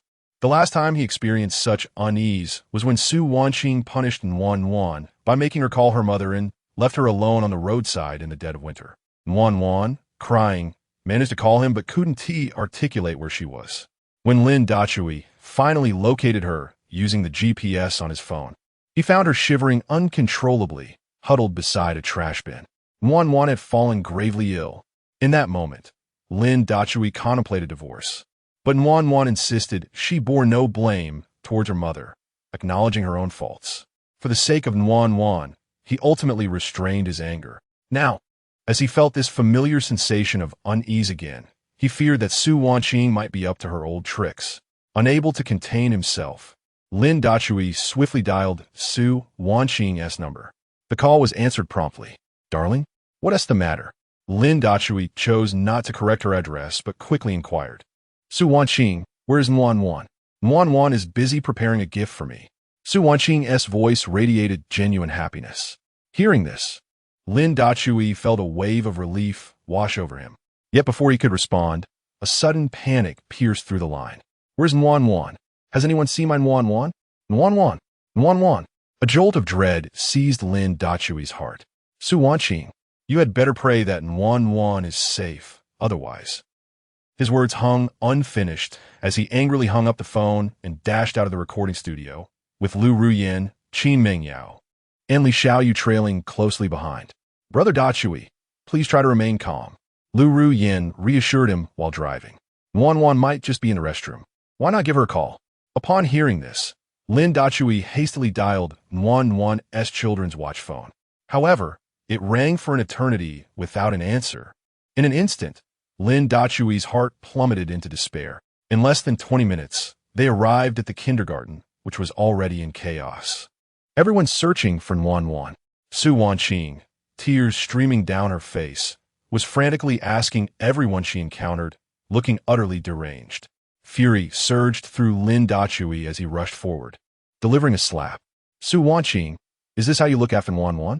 Startled, Su Wanqing fell to her knees, slapping herself repeatedly, her face awash with tears. "Darling, I was wrong. I just went to the restroom, and when I came back, Yuan was gone. You might as well kill me." With a soft tug, Lu Ruyin pulled Lin Dachui's sleeve. "Brother Dachui, now is not the time for accountability. We must swiftly check the surveillance footage."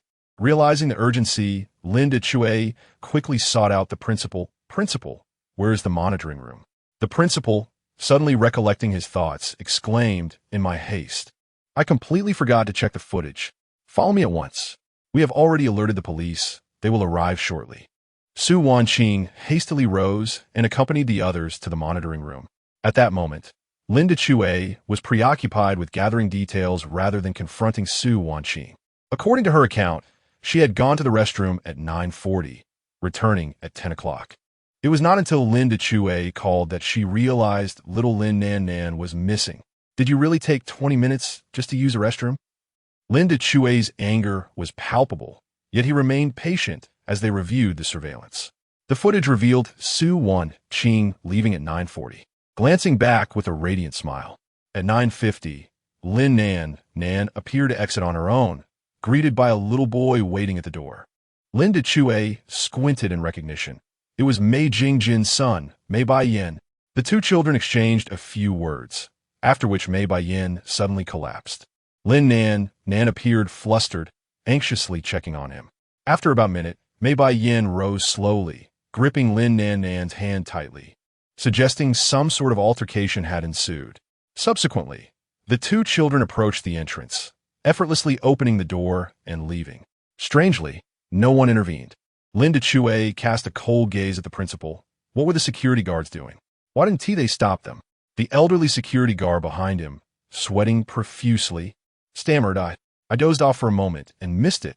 This was a grave dereliction of duty. If anything happened to the two children, he would not only lose his job, but could also face exorbitant compensation claims or even imprisonment. Unable to lie, as the surveillance was recording him, he continuously apologized. Su Wanqing clutched the old man, relentlessly demanding to know how he could possibly sleep on the job. Just then, Su Wanqing's phone rang. She quickly retrieved it, her heart racing upon seeing it was Lin Nan's smartwatch. Nan, where have you gone? You've made your mother so worried." Her voice trembled with tears, revealing her genuine distress. Oh, I see she is still alive, a muffled voice replied, deliberately altering its tone. Su Wanqing's heart sank as she urgently inquired, Who are you? How do you have Nanan's phone? Linda Chue snatched the phone from her, confronting the caller. Mei Jingjin, I know it's you. What are your demands? I never expected this soft-hearted man would be so astute, came a mocking voice from the other end. Upon hearing it, Su Wanqing stumbled. It was undoubtedly Mei Jingjin. As Mei Pai led the young girl away, Su Wanqing, despite her naivety, quickly deduced that Mei Jingjin had kidnapped Lin Nanan. An overwhelming surge of fury erupted within her as she shouted into the phone.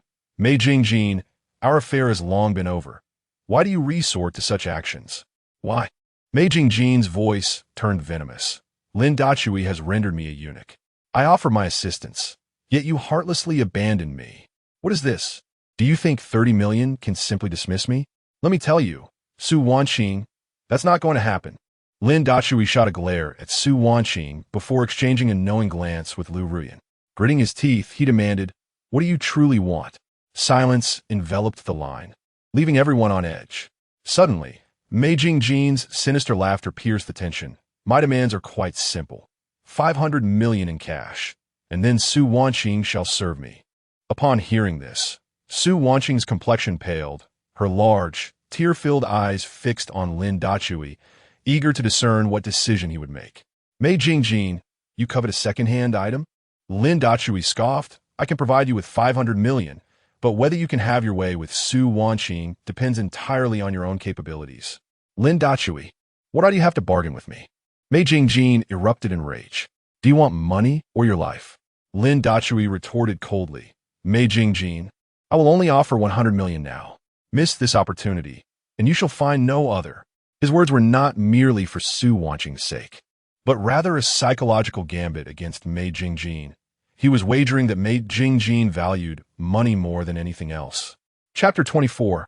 Police, don't move. Lin Dachui. Mei Jingjin was furious, threatening in wrath. 100 million? You must be jesting. Do you believe I won T? 50 million. Lin Dachui coldly interrupted. On the other end, Mei Jingjin suppressed his anger.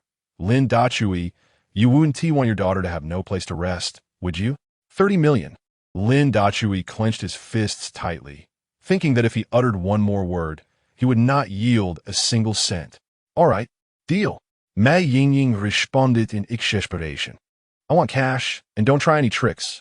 Lin Dachui recognized that this was Mei Jingjing's bottom line and chose not to haggle further. Understood. Lin Dachui replied indifferently. Send me the location. Do you take me for a fool? Mei Jingjing was not deceived. You let Su Wanqing bring the money alone, and I will inform her where to make the exchange. Lin Dachui cast a cold glance at Su Wanqing, but said nothing. The latter hastily wiped her tears. Mei Jingjing, I will prepare immediately. Please do not harm my daughter. The call was abruptly ended. Before long, Su Wanqing received an address for the cash delivery, accompanied by a threat that if the money was not secured, she would never see Lin Wan again. Police are here. Just then, the principal arrived with several police officers at the temple where Lin Dachui and others were. What is the situation? The lead middle-aged officer, with a serious expression, quickly assessed the circumstances. Without hesitation, he began to issue orders. First, prepare the cash as the kidnapper instructed. Xiao Zhang, arrange for technical personnel to trace the child's smartwatch location. Xiao Li, send someone to stake out the transaction site. We must act swiftly. After the arrangements, the middle-aged officer turned to Lin Dachui again. Mr. Lin, he said, frowning, do you know this kidnapper? Does he have any relatives? After making a call, Su Wanqing hurried over. I know him. He was my former neighbor. His parents have passed away, and now his only relative is his son. The middle-aged officer's brow furrowed slightly. Why we kidnap your daughter? Lin Dachui did not explain, but looked towards Su Wanqing, with her head bowed and filled with self-reproach. Su Wanqing confessed, it's my fault. He settled abroad for 6 years and returned last month. I went to pick him up and accompanied him for a month.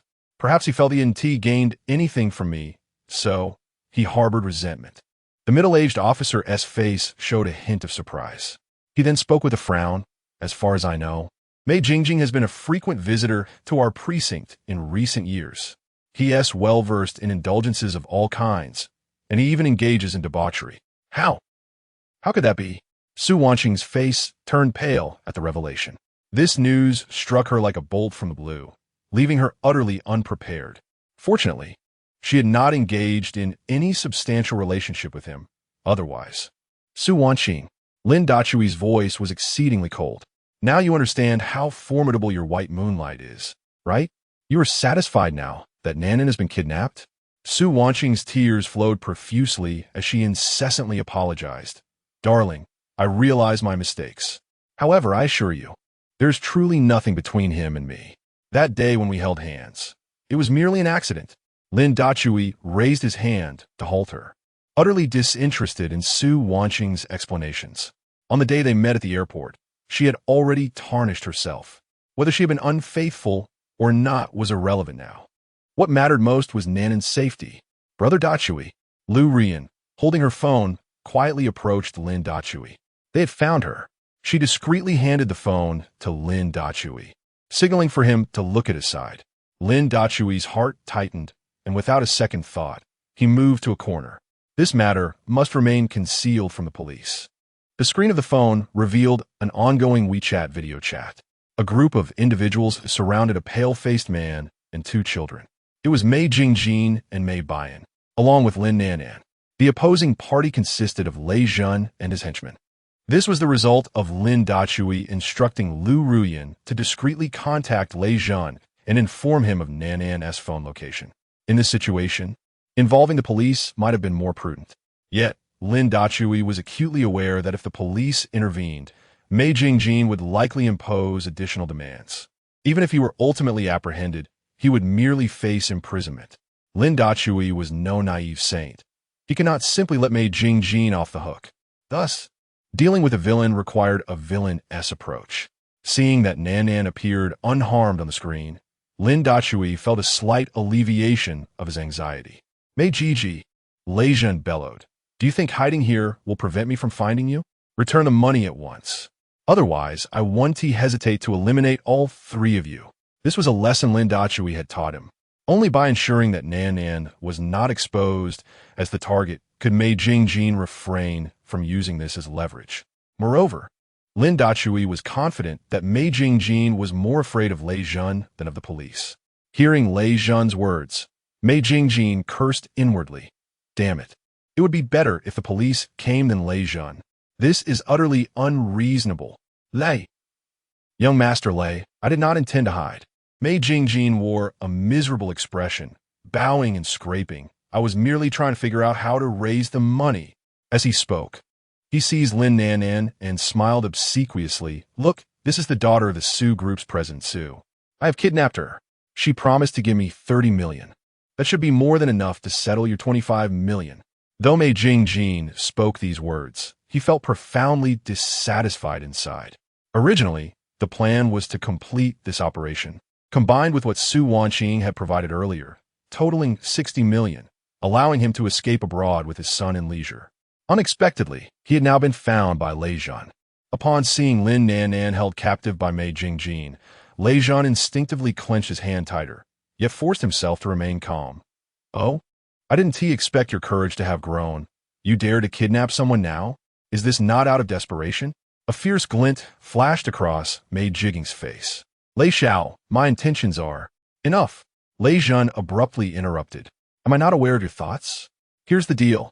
Hand over the person to me, and I will negotiate with Su Wanqing. I can secure at least 100 million.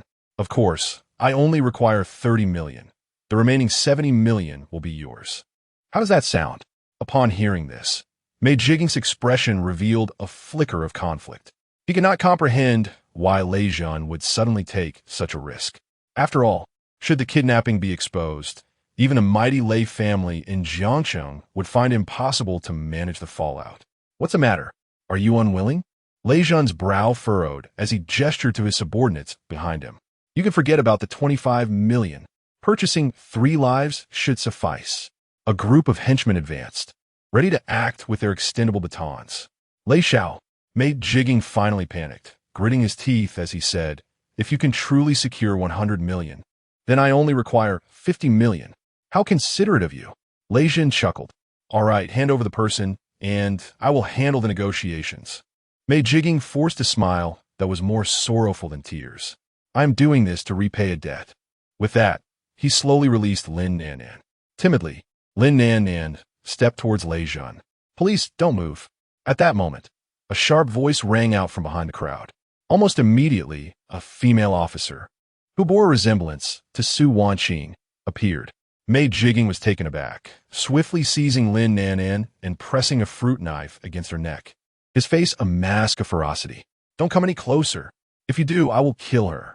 On the way to the kidnapping site, Lin Dachui, watching the scene unfold on the screen, could no longer contain his fury. Damn it. Chapter 25. Listen to your brother-in-law. Get out of the car. In a hurried manner, Lin Dachui, along with Lu Ruyin and Su Wanqing, arrived at a deserted factory. The area was surrounded by numerous police officers, while inside, a group of delinquents knelt on the ground with their hands raised. In front of them stood a striking female officer, her gun aimed at a large man and two children. Lin Dachui rushed forward, but was halted by a police officer. I am the father of the children. I must speak with the robbers.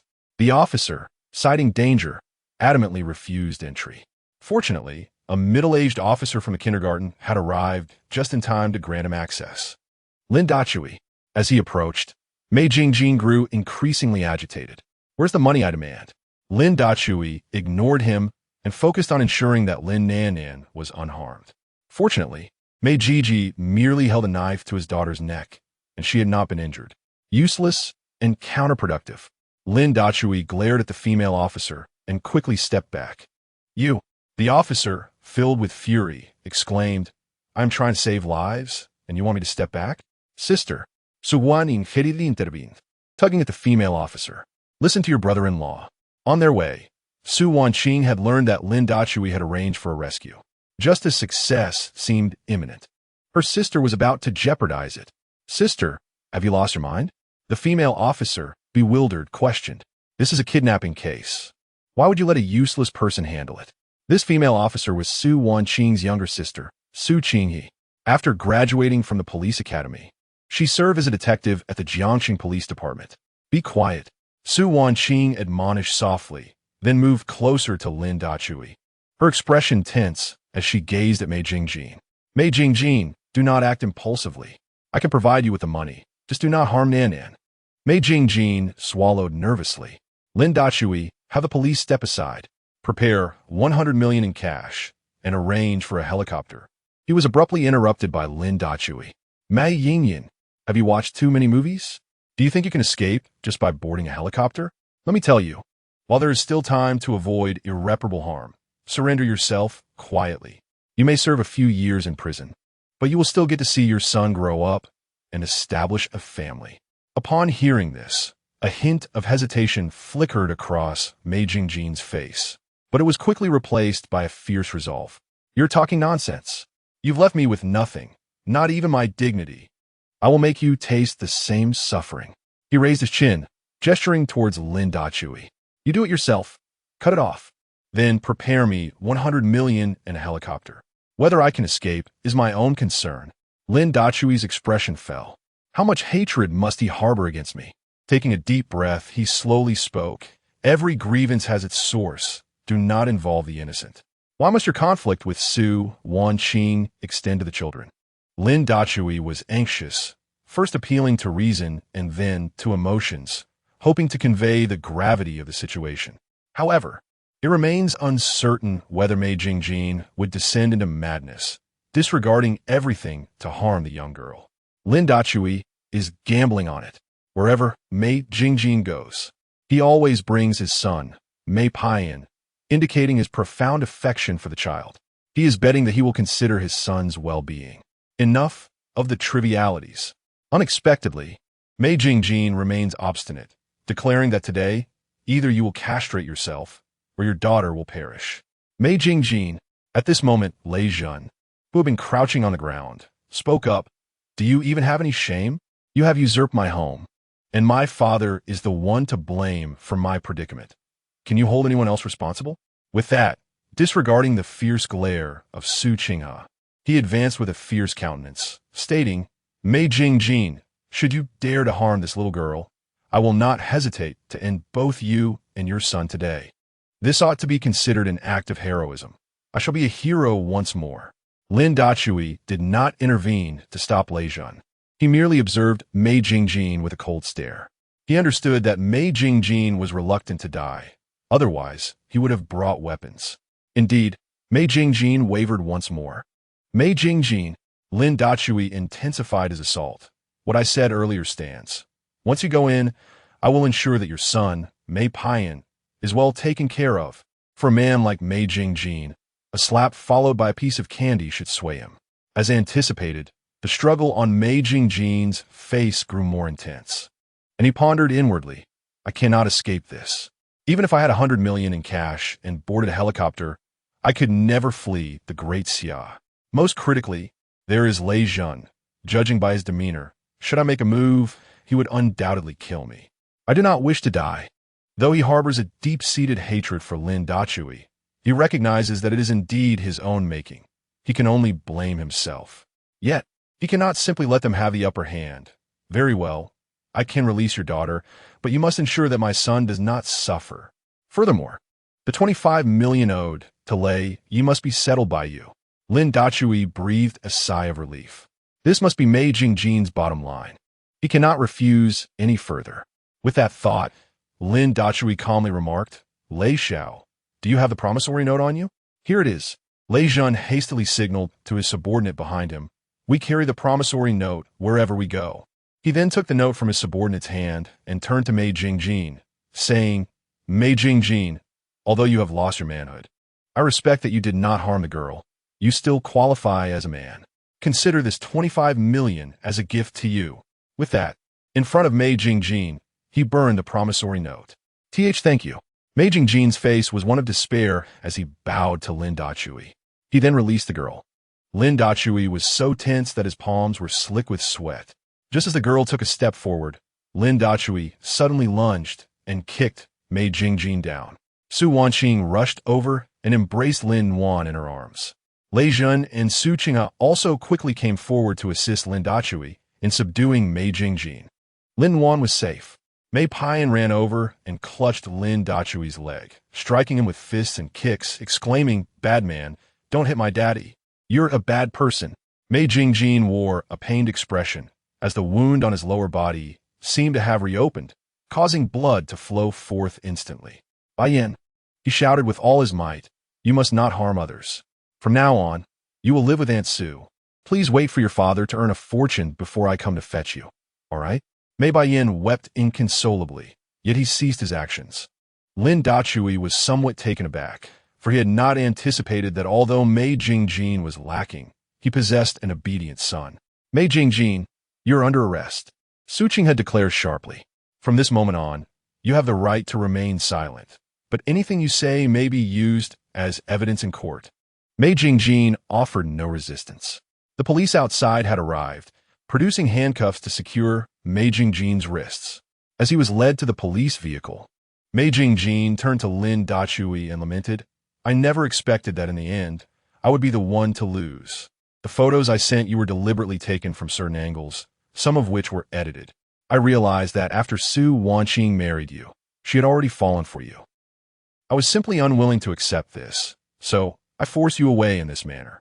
After a brief pause, he added, I want to say more, but please take care of Bai Yin for me. Thank you. With that, he boarded the police vehicle without a backward glance, departing from the scene. Mei Jingjin did not confide in Su Wanqing. Instead, he expressed his sentiments to his rival, Lin Dachui, as if fate were playing its cruel hand. Husband, I truly recognize my mistakes. Su Wanqing clutched her daughter, gazing at Lin Dachui with tear-filled eyes. Chapter 26. It seems my brother-in-law is not so useless after all, sis, are you? All right? As Su Wanqing offered her apologies, Su Qing has stepped forward to assess whether her sister and niece were injured. However, her gaze frequently darted towards Lin Dachui. She had just witnessed the entire negotiation process, and it could be said that her brother-in-law had emerged victorious.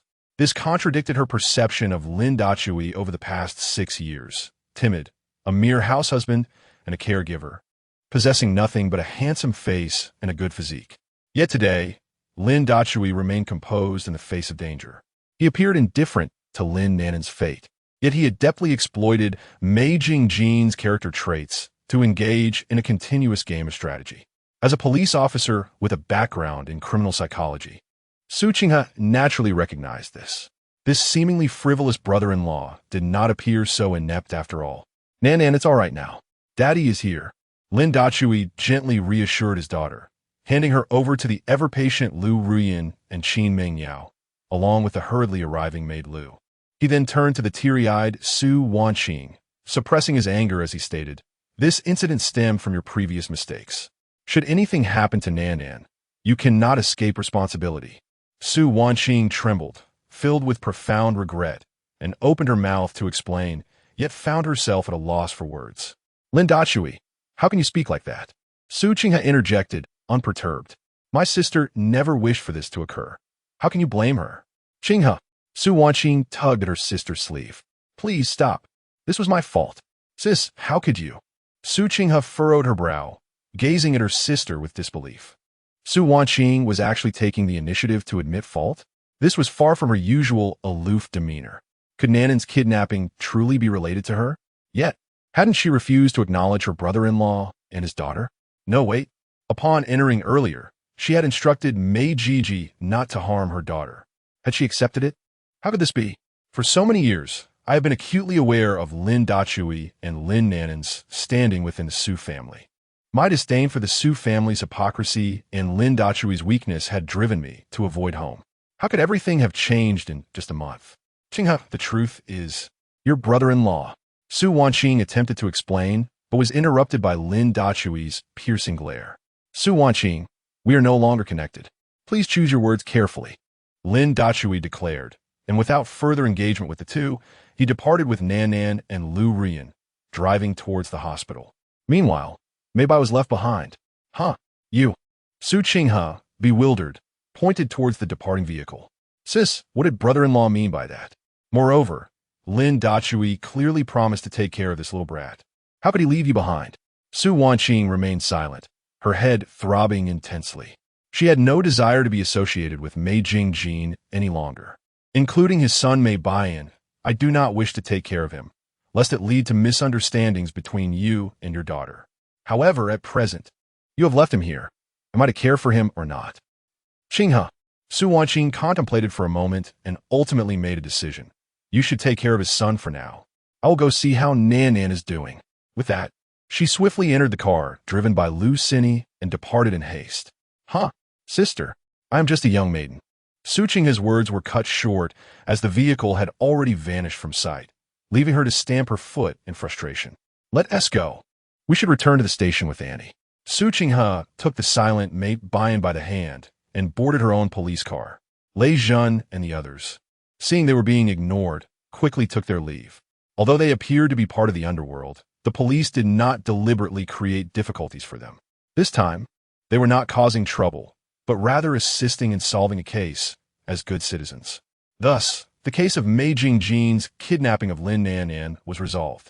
No one was injured, the suspect was apprehended, and he would face the stern judgment of the law.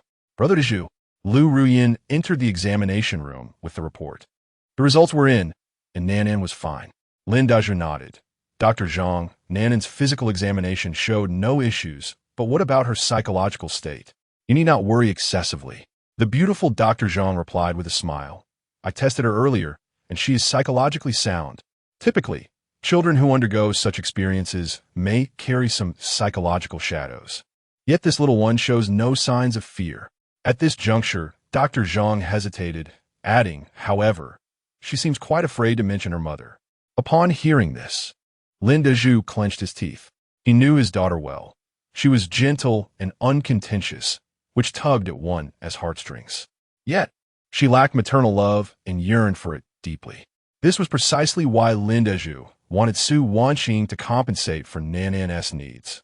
If matters were allowed to continue down this path, Nanan's psyche would become unhealthy. Now that Su Wanqing had chosen to leave, he could only strive to protect Nanan from further harm. He hoped Su Wanqing would discern right from wrong and mend her relationship with Nanan. Otherwise, he would not hesitate to ensure you never see your daughter again. Nan. Just as Lin Daju was momentarily distracted, a voice filled with urgency echoed from outside the examination room. Su Wanqing had arrived, her eyes glistening with tears. Su Mama. Lin Nan beamed, her youthful voice chiming. Do not cry, you will become ugly. All right, I want to cry. Su Wanqing hastily wiped her tears and embraced Lin Nan tightly, repeatedly apologizing. Nan, I am sorry. It was my failure to keep you safe. I am so sorry. Lin Nan lifted her small hand and gently brushed Su Wanqing's disheveled hair. Su Mama. Nana does not blame you. It was Nan who ventured out on her own. At this point, Lin Daju felt a surge of curiosity. His daughter had always been well-behaved and shy. It was unlikely she would leave the kindergarten with Mei Baiyan. Something must have transpired. Upon reflecting on this, Lin Dachui tentatively inquired, Nan, please tell your father how you ended up going out with Mei Baiyan. Lin Nan pondered for a moment before expressing her grievance. He claimed that Mama Su had bought me candy and asked me to fetch it from outside, but father has always said that Nan should not wander away from school.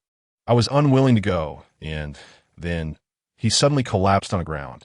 I thought he was unwell, but he insisted that Nan had pushed him and demanded that I take him to the hospital for a checkup. So, at this point, Lin Dachui had essentially pieced together the sequence of events.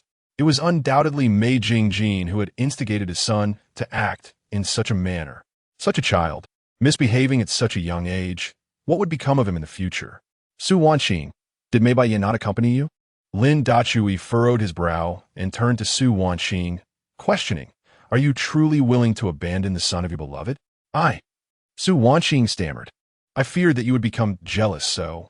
Jealous? Lin Dachui rolled his eyes dramatically. Why would I feel jealousy over a mere child?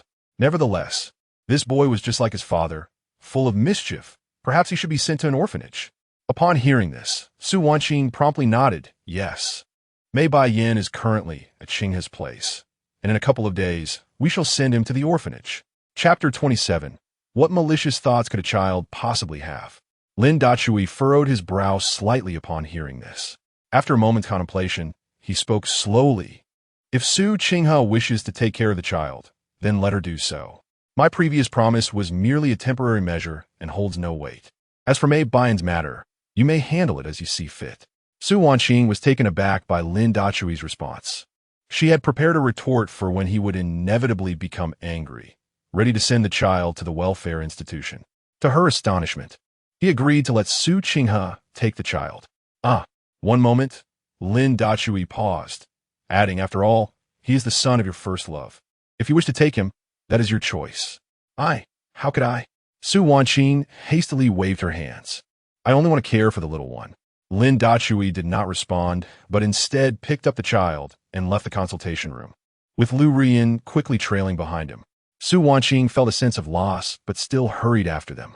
Darling, upon reaching the hospital entrance, Su Wanqing fidgeted with her delicate hands, struggling to find the right words. Su Wanqing, Lin Dachui, unable to endure any longer, interjected. Please recognize the nature of our current relationship, shall we? If you continue to call me that, I wouldn't mind never allowing you to see the child again. Su Wanqing's face turned pale, her heart aching painfully. It seemed Lin Dachui truly had no desire to reconcile. Dachui. After a lengthy hesitation, she stammered. Tomorrow is my mother's birthday, and we had agreed that you and the child would come. At her words, Lin Dachui hesitated as he gripped the car door. Su Wanqing, given what has transpired today, do you truly believe I would still bring the child? His voice was icy, his gaze filled with frost. What? To return to the Su family and endure their mockery? That's not the case. Su Wanqing fervently explained this time. I will stand by you and the child. Lin Dachui shook his head with a bitter smile. In the past, he had begged Su Wanqing to take the child back to the Su family's old residence. What had she said then? Was she so eager to return and face humiliation? Eventually, when she reluctantly agreed to take them, he and the child were met with disdain and difficulties from the Su family, enduring immense humiliation. Such a family. Who would want to associate with them? He certainly would not. Grandfather. He doesn't have much time left. He wishes to see you and the child. Su Wanqing gazed at Lin Dachui, her eyes filled with hope and pleading. Mentioning the old patriarch of the Su family caused Lin Dachui to waver. He was well aware of the old man's condition. Indeed, time was not on his side. Yet, after what the child had just experienced, why subject her to such cold treatment? Dachui, rest assured. Seeing Lin Dachui still contemplating, Su Wanqing quickly asserted, I will speak to my mother earnestly. Yes, you. No one will dare to cause trouble for you and the child. If they do, I will sever ties with the Su family. Lin Dachui stared intently at Su Wanqing, attempting to discern the sincerity behind her words. Su Wanqing did not flinch, her eyes filled with determination. Su Wanqing, Lin Dachui took a deep breath and slowly spoke. Can I trust you once more? Yes, absolutely. Su Wanqing raised her right hand, extending 3 fingers. Su Wanqing, vow that if anyone troubles you or Nan, I shall forsake the Su family. Very well. Lin Dachui diverted his gaze. I can agree to your request, but I must consult Nan's opinion. His willingness to comply did not stem from faith in Su Wanqing's promises, but rather from his impending departure from Jiangqing. It was time to pay a visit to the only member of the Su family who had ever treated him kindly, the venerable Su Leoi. Perhaps this encounter would be their last. Nan. Su Wanqing turned her attention to the little Lin Nan, who was nestled in Lu Rian's embrace, and gently asked, Would you like to accompany Daddy to visit grandfather and grandmother tomorrow? Lin Nan turned her small head to Lin Dachui and declared, Wherever Daddy goes, I shall go. Lu Rian affectionately patted Nan's tiny head. Nan is such a good girl. Mama Lu has a great big gift for you later. Mama Lu is so wonderful. Nan joyfully nuzzled against Lu Rian's ample bosom. After all, she was just a child, perhaps merely seeking comfort in a softer presence. What ill intentions could she harbor? Observing her daughter's affectionate demeanor with another woman made Su Wanqing feel uneasy, yet she sighed in relief. If her daughter were to disagree, the chance for a family meal together would be lost. Su Wanqing, you must cherish this, she thought, hoping her maternal family would also appreciate it. Otherwise, she would not hesitate to sever ties with the Su family. Then, you all should head back. Su Wanqing proactively opened the car door for Lin Dachui and helped him and Nan inside. Subsequently, a forced smile graced her face. Dachui, Nan, I still need to return home to prepare for a bit. I want to accompany you. I shall come to fetch you tomorrow. After gently closing the car door, she watched as Qin Mengyao drove away. Qinghe, what is the matter? Just after they departed, Su Wanqing made a return call. Sister, on the other end, Su Qinghe's voice was filled with fury. Why did you take so long to return my call? Hurry and have Lin Dachui come take this little brat away. He is disrupting my work. Upon hearing this, Su Wanqing's lips twitched, but she maintained her composure. Qinghe, you are responsible for this child. Whether you hire a nanny or send her to an orphanage, I shall not concern myself any longer. What did you say? Su Qinghe thought she misheard and shouted. Repeat that. Su Wanqing pulled the phone away from her ear. What did you say? I can't hear you. Hello? Oh, I have other matters to attend to. I must hang up. With that, she hurriedly ended the call and got into her car. Cindy, how is the gift I asked you to prepare coming along? In the vehicle, Su Wanqing resumed her typically aloof demeanor, directing her question towards her assistant, Lu Cindy, in the passenger seat. President Su, Lu Cindy turned slightly, frowning. The antique you instructed me to purchase was sold last night. What? Su Wanqing was momentarily taken aback. That gift was intended for her husband, Lin Dachui, to present to her grandfather. We must find a way to contact that buyer. We must acquire that antique, she urged. Lu Cindy appeared troubled and replied softly, President Su, I have considered many options, but the auction house refuses to disclose the identity of the buyer. Su Wanqing rubbed her temples and sighed. Very well. Let us choose something else. I doubt grandfather will mind. By the way, please prepare a gift for my mother on behalf of Lin Dachui. Something in the vicinity of 5 million. Lu Cindy nodded, feeling somewhat helpless. A gift exceeding 5 million would likely necessitate a custom diamond necklace or something of that caliber. But where could she find such an item now? Contemplating this, she hesitated before asking President Su a 5 million gift. It is rather challenging to procure a present. If it's custom-made, we might not have enough time. Upon hearing this, Su Wanqing's brow furrowed even tighter. After a moment of thought, She took out her phone and opened a WeChat contact she hadn't reached out to in quite some time. She opened the chat window, writing and deleting messages repeatedly. After a considerable pause, she finally sent a message. Are you there? I would like to consult you about something. Are you available now? Meanwhile, Lin Dachui and his companions had just returned to the villa when he felt a slight vibration from his phone in his pocket. However, cradling his daughter in his arms, he had no time to attend to it. After sending the message, Su Wanqing stared at her phone intently, but half a minute passed without a response. Her brow gently furrowed. He used to reply instantly. It had only been a year since they last communicated. Why was he ignoring her now? Chapter 28, I thought. I could change her. Yuan. Outside the villa, Lu Ruyin seemed to sense that Lin Dachui was troubled and hurriedly extended her arms, saying, Come here. Let Mama Lu hug you. No.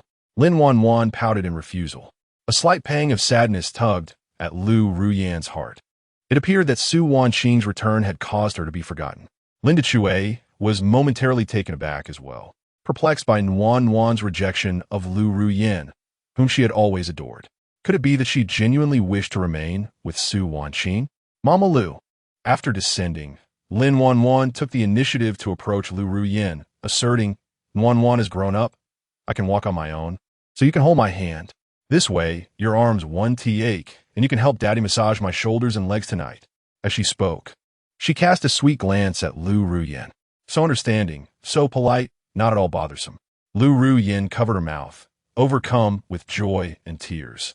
She then squatted down and embraced Lin Yuan, exclaiming, I thought.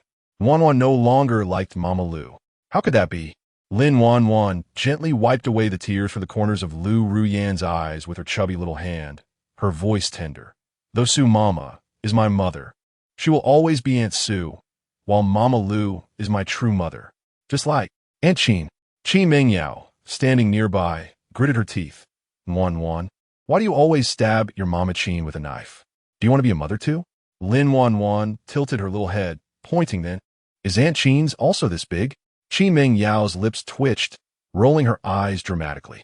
Then, she cast a resentful glance at her own chest before looking over at Lu Ruyin.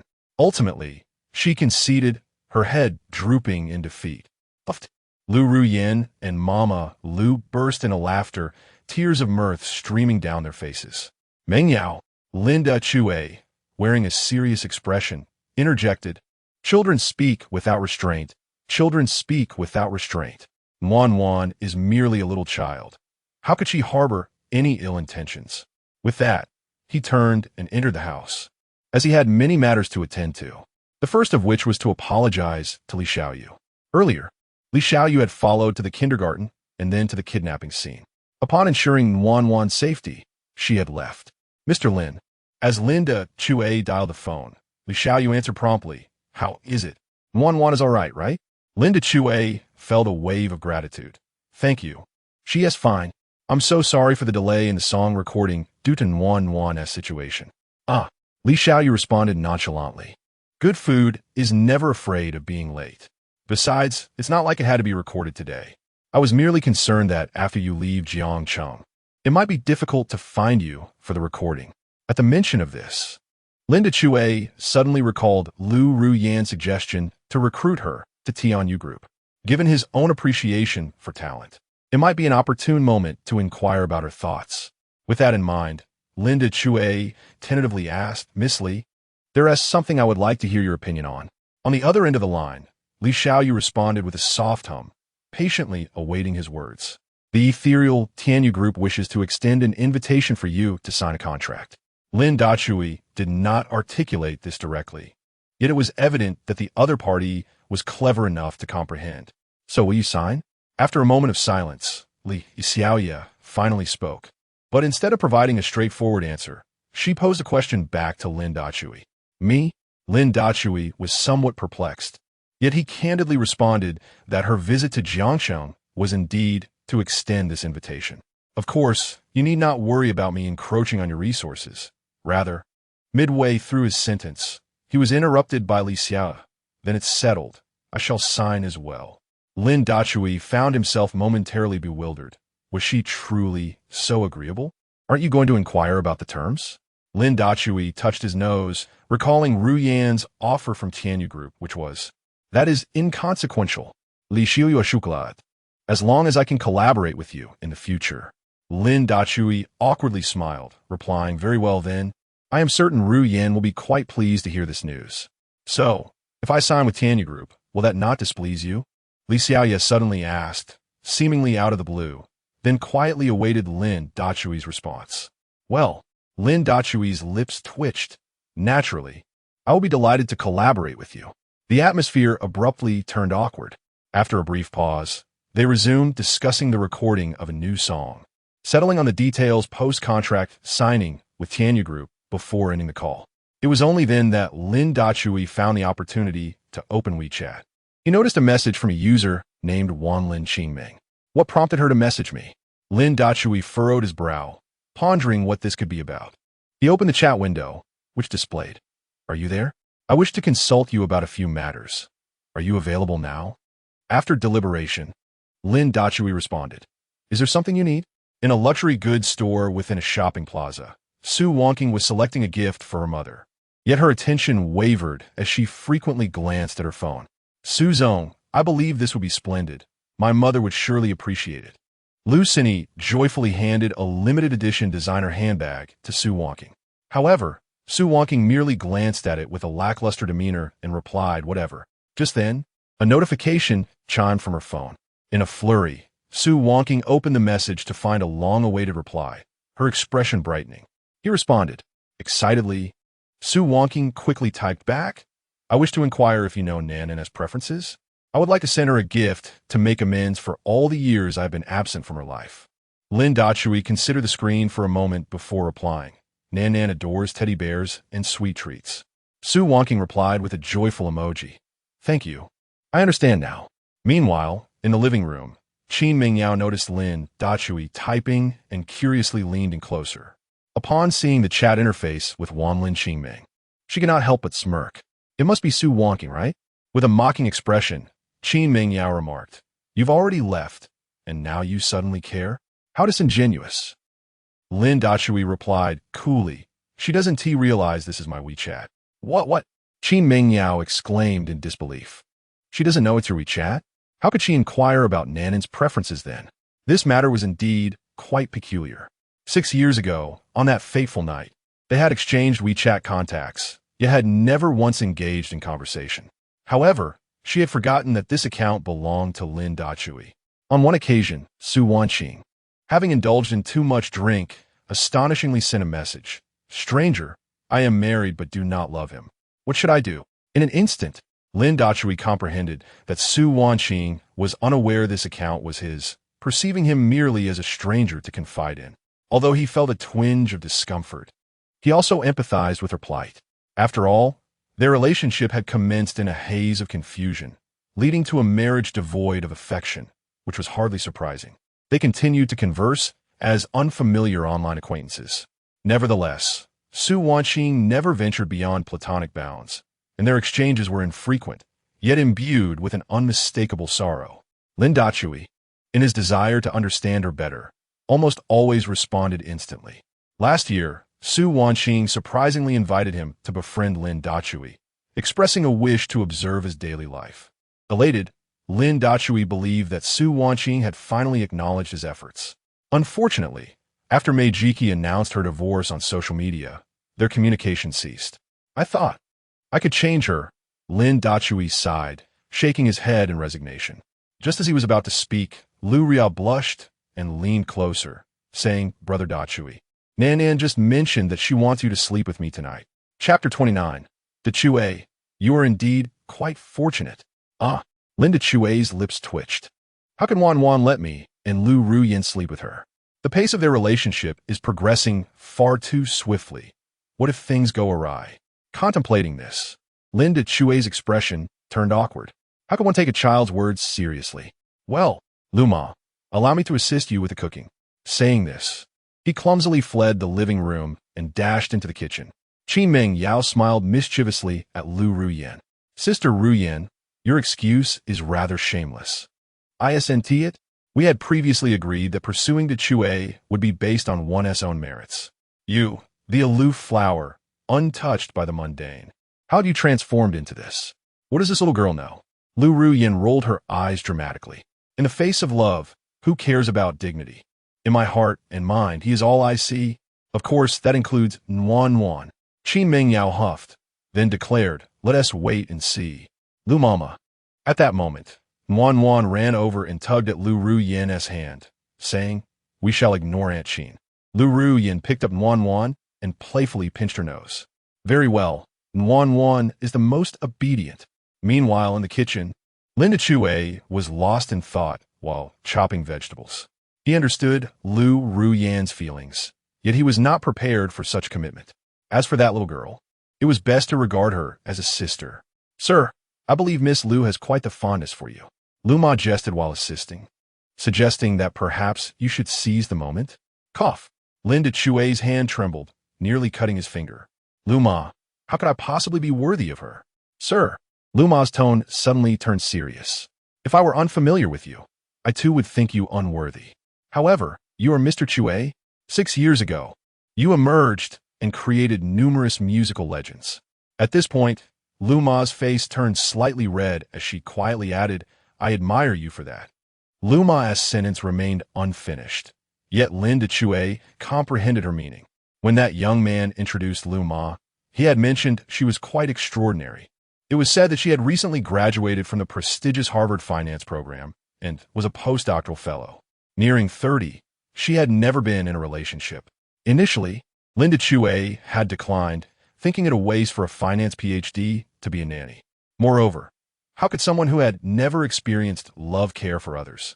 Unexpectedly, that young man had asserted that Lu Ma had obtained a domestic science certification before taking this position and had excelled at a nationally renowned domestic agency. Lu Ma, I can indeed take care of Yuan. There is no need for. Linda Chue intended to persuade Lu Ma once more, as he truly felt this was a misallocation of talent. Sir, Lu Ma grew anxious. Do you wish to dismiss me? Her expression of grievance was heart-wrenching. And no, Linda Chue hurriedly clarified, I merely think it is an underutilization of your talents. Sir, Lu Ma, with a serious demeanor, stated, Xiaoqin informed me that you are in search of a nanny. You cannot imagine how thrilled I am. Xiaoqin? Lin Dachui was momentarily taken aback. She referred to Qin Shihe as Xiaoqin. He is a true international superstar. What could possibly be the nature of their relationship? Sir. Lu Ma realized she might have inadvertently revealed too much and hurriedly explained, I am slightly older than him, so he insists I call him Xiaoqin. Oh. Lin Dachui offered a wry smile and shook his head. That makes sense. It aligns perfectly with Qin Shihe's humble character. No wonder he has achieved international fame. Just as Lin Dachui was about to inquire further, the doorbell rang unexpectedly. Lu Ruoyan dashed to open the door, revealing a man wearing sunglasses standing at the entrance. May I inquire if Mr. Lin Dachui is present? The man asked. Upon hearing the voice, Lin Dachui emerged, astonished to see the visitor. Achong, what brings you here? The man removed his sunglasses, beaming with delight. Ha! Dachui, you are quite the fortunate one. Cough, cough. Lin Dachui chuckled awkwardly. Allow me to introduce everyone. This is my brother, Chen Baiqiang. He is the director and producer of major talent shows, such as The Great Summer Voice and Mass Singer. Lu Ruoyan and Qin Mingyao greeted him with smiles. Although they had heard of him, they had yet to meet. It was fortuitous, as they were contemplating launching a project for the Great Summer Songs and might seek his assistance in planning. Dachui, I have come to discuss something important, Chen Baiqiang said, his expression turning serious. We aim to create a large-scale talent show and hope you will consider serving as a judge. Lin Dachui hesitated momentarily. Although he was on the verge of signing with Tianya Group, he was reluctant to delve too deeply into the entertainment industry. Sensing his hesitation, Chen Baiqiang added, This program is specifically designed to uncover new musical talents. It presents an opportunity for you to discover and nurture promising individuals. After a moment of contemplation, Lin Dachui glanced at Nanan, then at Lu Ruoyan and the others, and slowly replied, Please grant me a few days to consider. Chen Baiqiang nodded in understanding, engaging in a few more exchanges before preparing to depart. Since you're already here, why not stay for dinner? Lin Dachui suggested, patting Chun Baiqiang on the shoulder. It won't trouble you to share a meal? I have some matters to discuss with you. Dinner was swiftly prepared, and everyone took their seats to relish the culinary delights crafted by Lu Ma and Lin Dachui. It must be said, Lu Ma's culinary skills are truly professional. Lin Dachui's cooking, too, is not to be underestimated.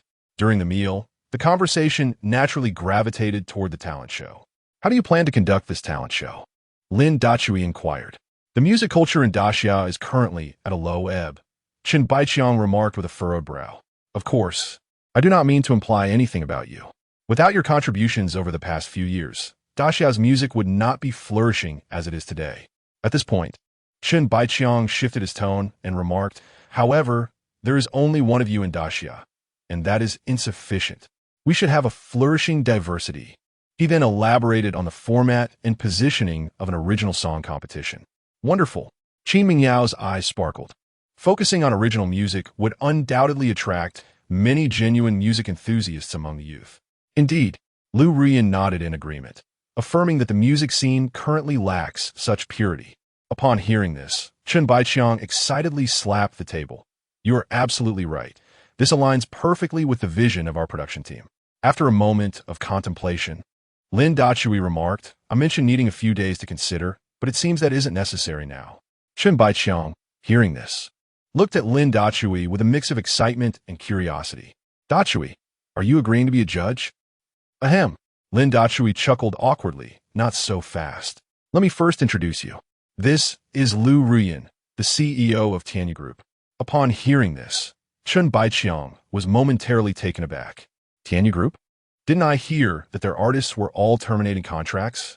Could it be that Lin Dachui is going to assist Tianyu Group? Lin Dachui continued with the introductions. And this is Qin Mingyao, the heiress of the Kyoto Qin family. They have come to Jiangsheng to invite me to sign with Tianyu Group and produce an original song program. Given that your ideas align, why not collaborate for mutual benefit? Chen Baiqiang's eyes lit up. That is splendid. I've been worried about how to find sponsors.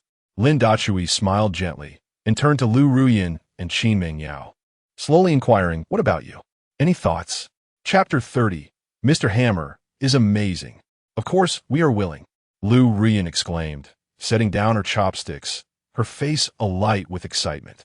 Mingyao and I have been contemplating investing in an original program, and now, with such a distinguished director like you on board, we need not fear any obstacles.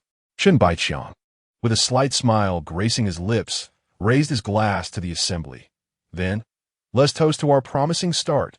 Lin Dachui also smiled gently and lifted his cup.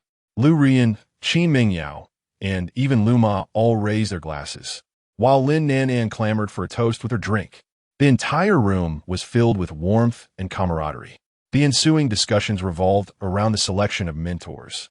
Dachui, this position of mentor is undeniably yours. Chen Baiqiang chuckled heartily. The classics you have composed have nurtured countless newcomers and propelled numerous stars to fame. Xiao Hua and the others are quintessential examples. Chen Baiqiang was well aware of Lin Dachui's creative prowess. Out of the 100 classics on the great summer music charts, 99 were penned by Lin Dachui. As a judge for Great Summer's best songs, he was more than qualified. Lin Dachui replied with a mysterious smile. I shall not take on the role of a judge. You. Chen Baiqiang shook his head with a wry smile, initially eager for everyone to witness the true caliber of Mr. Hammer. It seemed that the music fans of Great Summer would not have the privilege after all. Lu Ruyan, with a slight smile, gently clarified, Dachui wishes to focus on his original works. What? Chen Baiqiang was momentarily taken aback. Dachui, he still sings? Lin Dachui shyly chuckled. It has been a long time since I last sang. I'm unsure if I can still compete. Of course you can. Chen Baiqiang sprang to his feet, brimming with excitement. This program primarily assesses lyrics and arrangement. Vocal skills are not the main focus. Naturally, if the singing is a bit better, it would certainly be an advantage. Such an original program had yet to be realized, and when establishing the scoring criteria, the emphasis would primarily be on the singer's creative abilities. However, a singer remains a singer if the vocal performance is lacking. Even the finest lyrics and arrangements will not yield a great song. Yet, Should Lin Dachui participate, he would undoubtedly advance to the finals, regardless of his performance. For who could deny that Lin Dachui is the illustrious Mr. Hammer? Dachui, rest assured, Chun Baiqiang assured with a pat on his chest. I will speak with the mentors on your behalf. Don't count on it. Qin Mingyao scoffed. Brother Dachui doesn't need your introductions. If Brother Dachui sings poorly, I shall cut off my ears and eat them. Qin Mingyao's remark left Chun Baiqiang somewhat bewildered, casting a puzzled glance at Lin Dachui. Lin Dachui merely smiled, choosing to remain silent. Chun Baiqiang then turned his attention to Lu Ruyan, cautiously inquiring, Director Lu, is what this young Qin said true? Hey, Director Chun, what do you mean by that? Qin Mingyao placed her hands on her hips and proudly puffed out her chest. Where am I lacking? Lu Ruyan chuckled and playfully remarked, All right, Mingyao, no need to flaunt your landing strip here. Landing strip? What does that mean? This statement left Qin Mingyao pondering for quite some time. Lin Dachui and Chun Baiqiang exchanged amused glances at Qin Mingyao's adorably bewildered expression, stifling their laughter as they clinked their glasses together. Director Chun, Lu Ruyan said, regaining her composure, you must have heard of the song De Lily released by our Tianya group, right? Of course. I'm well aware of it. Chun Baiqiang's excitement grew as he mentioned the song. A renowned artist even covered it en masse singer. But isn't the singer anonymous? To this day, no one knows who performed it. Mid-sentence, Chun Baiqiang suddenly pieced it together. Could it be that Ms. Lu is suggesting that the song is? No way. Lin Dachui can sing? And that most touching wedding song was sung by him? Indeed, it was Dachui who sang it. Lu Ruyan confirmed with a nod. Wow.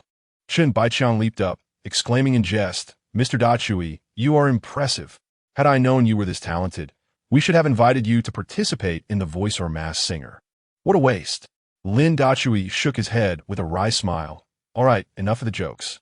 On a serious note, in a little over 20 days, I will be heading to Kyoto to sign with Tianya Group. At that point, I hope to participate in your original song program. With that, Lin Dachui turned his gaze earnestly toward Chun Baiqiang, Lu Ruyan, and Qin Mingyao, and slowly added, However, I do not wish to be given any special treatment. I desire to earn my accolades based solely on my own capabilities. Even if I fail, I will accept it willingly. Do you understand my intent? The three certainly comprehended. Lin Dachui was reminding them that this competition was to be based on merit, not favoritism. He also implied that he was Lin Dachui, not Mr. Hammer, and preferred to keep his true identity hidden from outsiders. All right, Chun Baiqiang was the first to stand in affirmation. As long as you participate, that's what matters. I believe with your talent. The championship is undoubtedly yours. Rest assured, we will not disclose your identity to the mentors. It will be a fair competition. Lin Dachui nodded with a smile. After enjoying a hearty meal and drinks, Chun Baiqiang finally took his leave. Lin Nanan insisted that her father stay with Lu Mama to sleep, but Lin Dachui flatly refused. Eventually, it was Lu Ruyan who coaxed the child to sleep after much effort. The night passed without incident.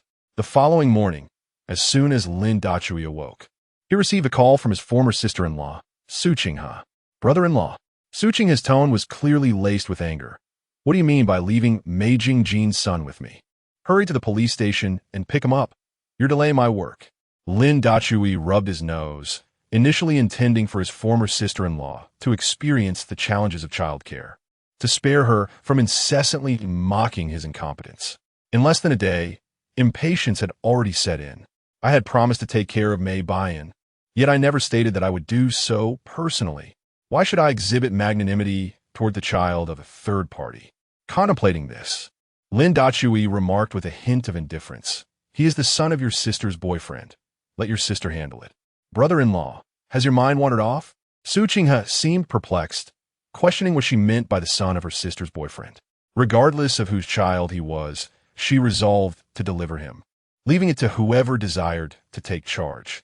At this juncture, Hmph paused before adding, coincidentally, today at noon is Yang Xinglan's birthday. Drive over to pick me up.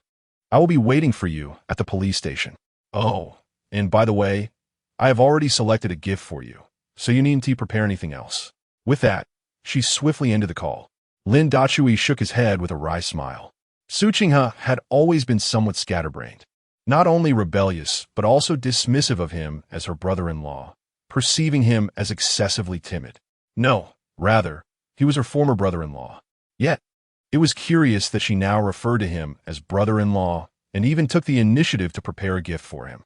Has she undergone a transformation? Dachui, Nan, I have come to pick you both up. Just as Lin Dachui pondered these thoughts, the voice of Su Wanqing resonated from outside the door. Chapter 31. Divorced? How wonderful.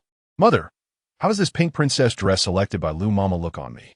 Lin Nan twirled around, her voice sweet and innocent as she directed her question to Su Wanqing. Su Wanqing glanced at her with eyes brimming with affection, replying, Nan is truly adorable.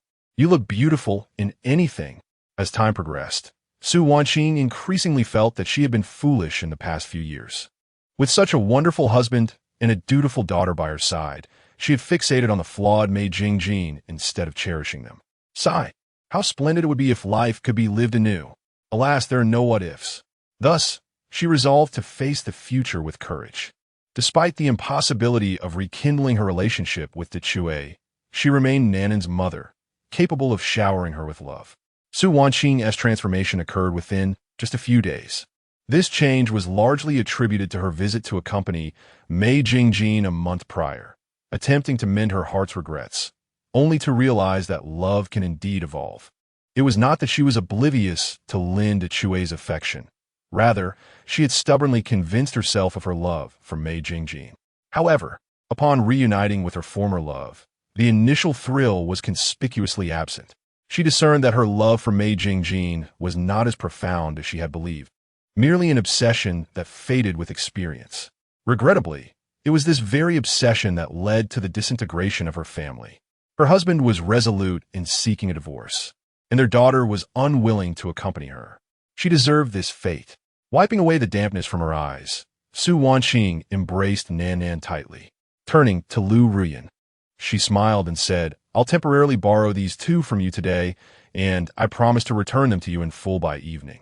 Lu Ruyan's lips curved into a subtle smile, her silence speaking volumes. She understood that Su Wanqing had genuinely let go. Henceforth, there would be no competition for Lin Dachui and Nan.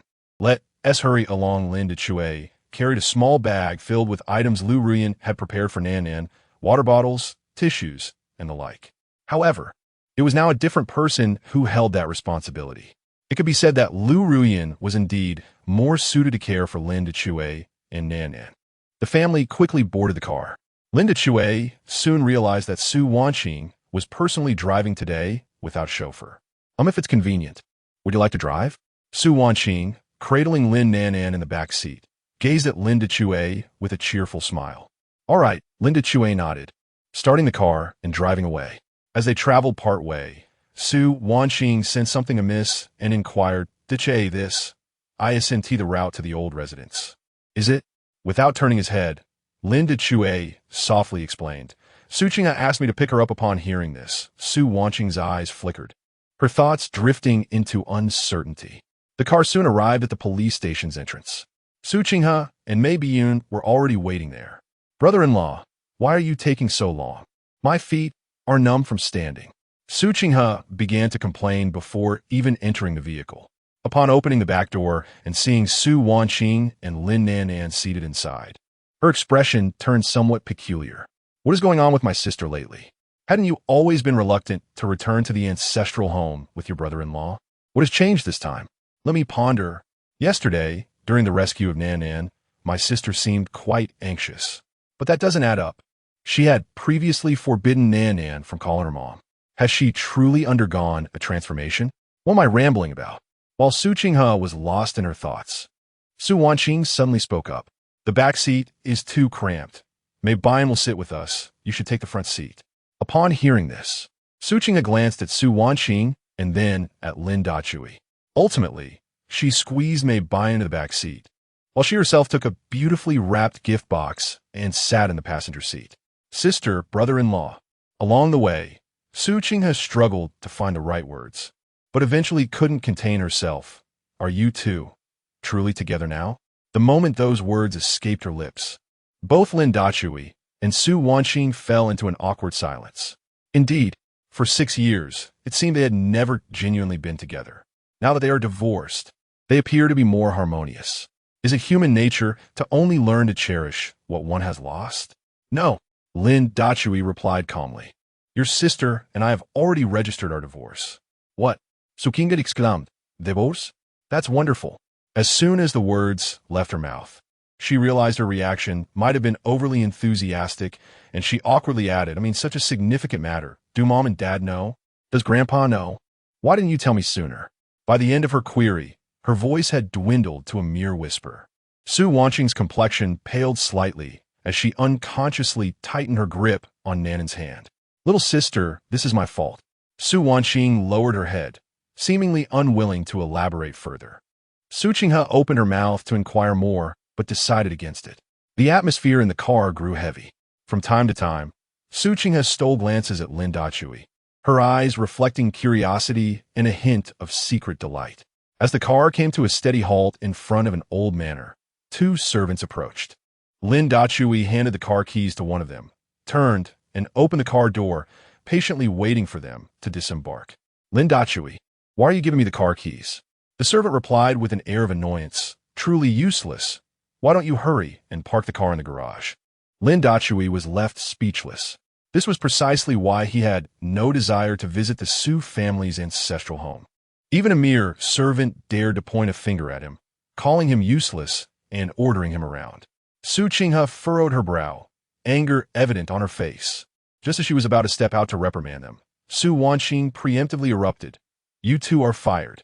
The 2 servants' expressions changed dramatically, bewildered as to how they had offended the young ladies. Could have been something they said earlier. Mississippi. Miss. The subordinate who had previously instructed Lin Dachui cautiously began to speak. I merely followed your usual practice to remind Lin Dachui. Su Wanqing's face darkened, and gripping Mei Baiyan's hand after disembarking, she strode directly towards the 2 subordinates. With a sharp crack, Su Wanqing delivered 2 resounding slaps, shouting furiously, to dare disrespect my fiancé. It is a miracle you are still alive. Now be gone. The 2 subordinates, covering their faces, exchanged bewildered glances before hastily fleeing. If they did not leave immediately, they would not face death, but they would certainly endure severe consequences. Moreover, once expelled from the Su family, no one would dare employ them again. Dachui, I apologize. Su Wanqing turned to Lin Dachui, softly expressing her regret. It was my previous indulgence that allowed them to behave so. It will not happen again. Hee. Lin Dachui chuckled. Indeed, it would not happen again. He silently added in his heart, because I shall no longer be present. Su Wanqing believed that Lin Dachui had finally recognized her transformation, feeling an inner delight. Dachui Nan. Su Wanqing entrusted Mei Baiyan to Su Qinghe, taking Lin Nanan's hand. Let us hurry inside. Everyone has arrived. Lin Dachui nodded and followed her into the estate. Su Qinghe, pouting and holding a gift box with an expression of displeasure, lagged behind, occasionally threatening. Hurry up. If you fall behind, you shall go without lunch today. Mei Baiyan felt wronged but dared not shed tears. The Su family estate was vast. Although it was an old-style manor, it ranked among the most prestigious residences in Jiangxin. Families possessing such estates numbered no more than 3, and the Su family was one of them. This illustrates the formidable strength of the Su family. Halt! Just as they approached the family gathering hall, an incongruous voice suddenly rang out from behind them. Chapter 32. Leave everything to me without needing to turn around.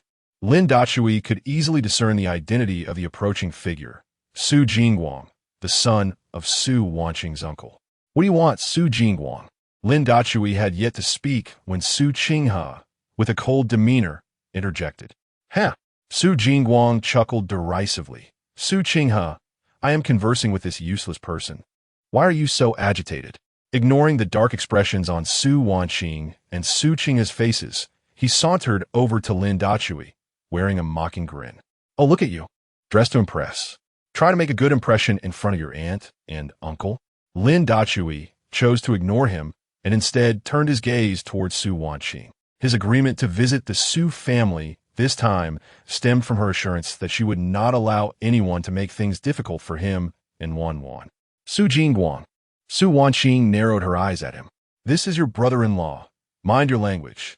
Is it that your uncle has spoiled you too much, making you unaware of your own worth? Su Jingguang's brows furrowed at her words. What was going on? Hadn't she always disliked Lin Dachui? Why was she now defending him? And Su Qinghe also seemed out of sorts. Cough, cough. Su Jingguang forced a smile that did not reach his eyes. Sister Wanqing, how can you say that? I am merely adhering to tradition and educating Lin Dachui to prevent him from misunderstanding the rules and ruining Auntie's birthday banquet. Upon hearing this, Su Wanqing's expression turned somewhat uneasy. Indeed, in the past, whenever Dachui and Wan entered the Su family estate, everyone would step forward to belittle them. Yet, she had chosen to stand by and watch, not siding with them. How sad and despairing it must have been for Dachui and Wan at that time. No more. No one should be allowed to bully Dachui and Wan again. Get lost. Su Wanqing shot a cold glare at Su Jingguang, her disdain evident. How dare you, a traitor, speak to my husband in such a manner? A traitor? Su Jingguang's face contorted with anger. Su Wanqing, you're helping an outsider humiliate me, and yet you dare to accuse me? Very well. I shall see how your useless husband embarrasses himself later. With that, Su Jingguang stormed off in a fit of rage. Su Wanqing hesitantly approached Lin Dachui, stammering, Dachui, I am sorry for my past. Before she could finish, Lin Dachui raised his hand to interrupt her. This is the last time Wan and I will come to the Su family. Please do not let us down. Su Wanqing bit her lip. Words caught in her throat. With a heavy sigh, she lowered her head and took Wan's hand, leading her toward the banquet hall. Su Qinghe, with a disdainful expression, hurriedly pulled Mei Bian to catch up. After nearly 10 minutes of walking, they finally arrived at the banquet hall of the Su family estate, where the guests had already gathered. A long table was adorned with a plethora of exquisite delicacies. Seated at the center was Old Master Su, flanked by Su Wanqing's parents and her uncle and aunt, with the younger members of the Su family seated in succession. 2 empty seats were positioned beside Su's father and mother, presumably reserved for Su Wanqing and Su Qinghe. Lin Dachui, understanding the situation, guided Wan to sit at the very end of the long table. Dachui, please sit beside me. Su Wanqing implored, her expression earnest. Grandfather wants to speak with you. Indeed, brother-in-law, it would suffice for my daughter and me to sit together. You need not worry. Su Qinghe interjected. Lin Dachui pondered for a moment, but ultimately chose to sit beside Su Wanqing. Are you truly so inept as to not know where to sit? Upon Lin Dachui's arrival at his seat, Su Muyang Shenglan questioned him with a frosty demeanor. Mother. Su Wanqing shot a glare at her mother. Did I not inform you yesterday that Dachui's presence here is? Never mind. I shall take my place over there, Lin Dachui interjected, promptly rising to walk towards the end of the long table. Dachui. At that moment, the old man Su spoke. Join me at my side. I shall see who dares to bully you. He glared fiercely at Su Mu, who instantly wore a grim expression, silenced by his gaze. Lin Dachui hesitated, but eventually made his way over. The purpose of his visit was to see Old Man Su, whose face was increasingly marked with spots, a foreboding sign of his dwindling days. Dear sister-in-law, it is your birthday today. Please do not be upset. Li Ling, the elder matriarch of the Su family, cheerfully remarked. Though Dachui's background may be modest, and his means somewhat lacking, he is quite diligent. He manages the household chores with remarkable effort, all while caring for the children and cooking. It is indeed a strenuous endeavor. At this juncture, Li Ling feigned a frown, unlike our family Jingguang, who is utterly oblivious and wholly absorbed in managing the company. Presently, he lacks even the time to seek a girlfriend, which is quite troubling. While ostensibly praising Lin Dachui, Li Ling was in fact subtly deriding him as a spineless individual, merely living off the kindness of others without even a respectable job to his name. Yang Shenglan recognized the veiled criticism, her countenance darkening ominously. Just as she was about to speak, Lin Dachui abruptly stood and swiftly approached Lin Nan. Old man, Su cast a fierce glare at his 2 daughters-in-law. Had his gaze been lethal, they would have perished countless times over. Su Wanqing, disregarding the tension, hastily followed Lin Dachui, her voice laced with concern. Darling, what's the matter? The Su family members, save for Su Qinghe, gazed at Su Wonking in astonishment. Did she truly address Lin Dachui as darling? Moreover, her evident concern for him was far from her usual demeanor. What could be the reason behind Su Wonking's unusual behavior? The elder matriarch is correct. I still have many garments to wash. Lin Dachui replied nonchalantly. I must swiftly return with Nanan to tend to the laundry. You may all enjoy your meal. With that, he lifted Lin Nanan, preparing to depart. However, Su Wonking grasped Lin Dachui's arm. Her eyes filled with imploring emotion. Darling, please do not leave. Allow me to handle everything. Not staying? Lin Dachui narrowed his eyes at Su Wonking. Am I to remain here and endure further vexation? Su Wonking bit her lip, turning to face the gathered guests. With a stoic expression, she declared, Today, I shall speak plainly. Dachui has borne the brunt of your disdain and unfair treatment, while I have turned a blind eye. That is my fault. She took a deep breath and declared, From this moment forth, should anyone treat De Che and Wan poorly, they shall have to contend with me. The crowd erupted in astonishment, with Su Mu, Yang Shenglan, trembling with rage. Huh! The elder Su nodded slightly, affirming, Wonking speaks the truth. Our Su family ought not to mistreat its own kin. De Chue, come sit beside me along with Wan. Today, I shall seek justice for you. He gestured for a servant to bring an additional chair, allowing Lin Dachui and Wan to take their places beside him. Lin Dachui, unable to resist, reluctantly took Wan's hand and led her to the forefront, slowly sitting down. All right. The previously silent Su father, Su Changhua, could no longer hold his tongue. Shenglan, today is your birthday. Let us refrain from excessive words. He then turned to the elder Su with a smile. Father, please, you may begin to eat. In the Su family, there exists a custom. Until the elders begin their meal, no one else may partake. Very well. The elder Su, with a hearty smile, picked up a large chicken leg. Wan, let me serve you this delectable chicken leg. Thank you, great-grandfather. Wan replied with a sweet smile. She then carefully tore the chicken leg into fine morsels, delicately placing them into the elder Su's bowl. Great-grandfather, since your teeth are not strong, Wan will make it easier for you to eat. The elder Su affectionately pinched Lin Wan's small nose. What a good child you are. His wrinkled face was adorned with smiles. Yet could not conceal the underlying sorrow and concern. The sorrow was due to the impending end of his life, while the concern stemmed from a fear that, upon his departure, the Su family would no longer provide a haven for Lin Dachui and Lin Wan. At that moment, an abrupt voice pierced the atmosphere. Grandfather, that little wild child has germs all over her hands. You mustn't eat that. What if you end up in a grave? Chapter 33. Just like the real thing. Dachui is considerate Su Jingguang. Su Wanqing, unable to contain her fury, hurled her chopsticks at him. Wan is my daughter. How dare you insult her as a little wild seed? If you don't want to eat, then leave. A dog's mouth cannot spit out ivory. Furthermore, you need not hold the position of department manager at the Su group any longer. Pack your belongings and get out. Su Changhua glanced at the enraged Su Wanqing, but remained silent. Li Ling, flustered, interjected. Wanqing, what has gotten into you? How can you blame Jingguang for this? Lin Wan has always called you aunt, hasn't she? I thought it was Lin Dachui who went behind your back to find a mistress and have a wild seed. Yang Shenglan's face darkened ominously. Then, casting an admonishing glare at Su Wanqing, she remarked, Jingguang did not speak in error. Why are you so agitated? What should have been a delightful birthday has been ruined by you all. Uncle Su Sheng laughed heartily. Wanqing, Jingguang did not intend any harm. Do not let anger cloud your spirit. Today is your mother's birthday. Dachui and Wan are family. Let's not quarrel. The old man Su looked apologetically at Lin Dachui and, after a prolonged silence, sighed. Dachui, my Su family owes you an apology. If you wish to leave with Wan, I shall ensure you receive compensation. Upon hearing this, Lin Dachui merely smiled faintly, refraining from responding. The matter of the divorce registration had been mentioned by Su Wanqing on their way. It was best that she announced it herself.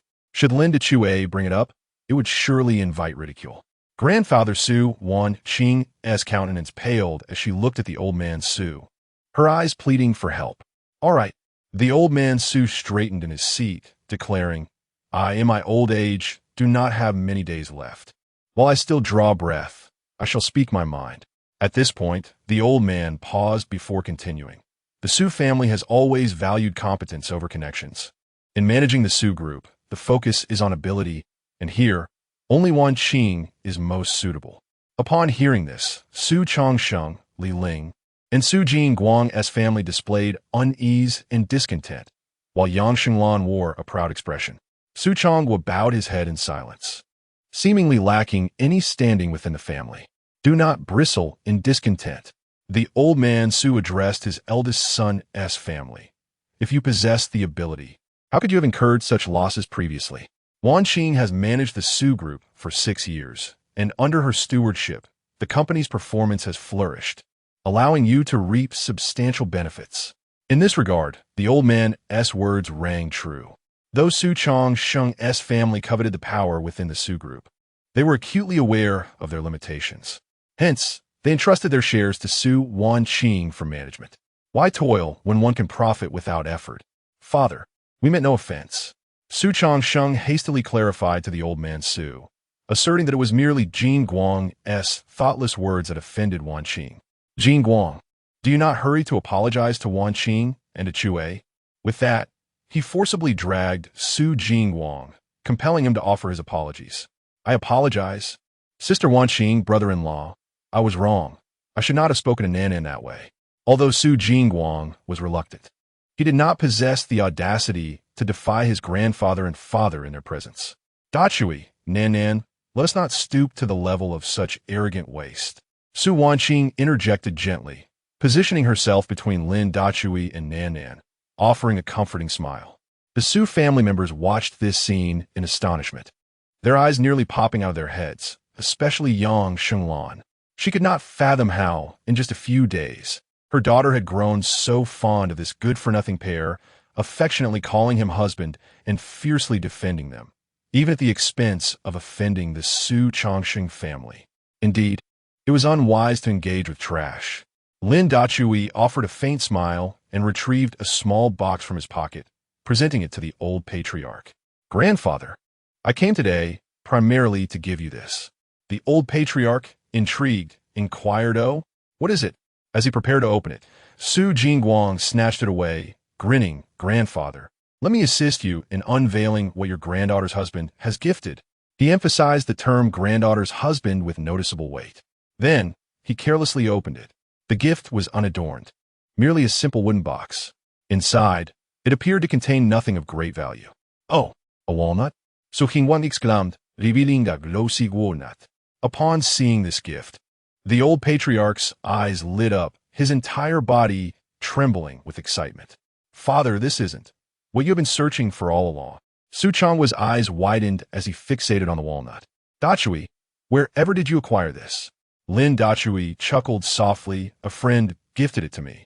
Husband? Su Wanqing echoed, somewhat astonished.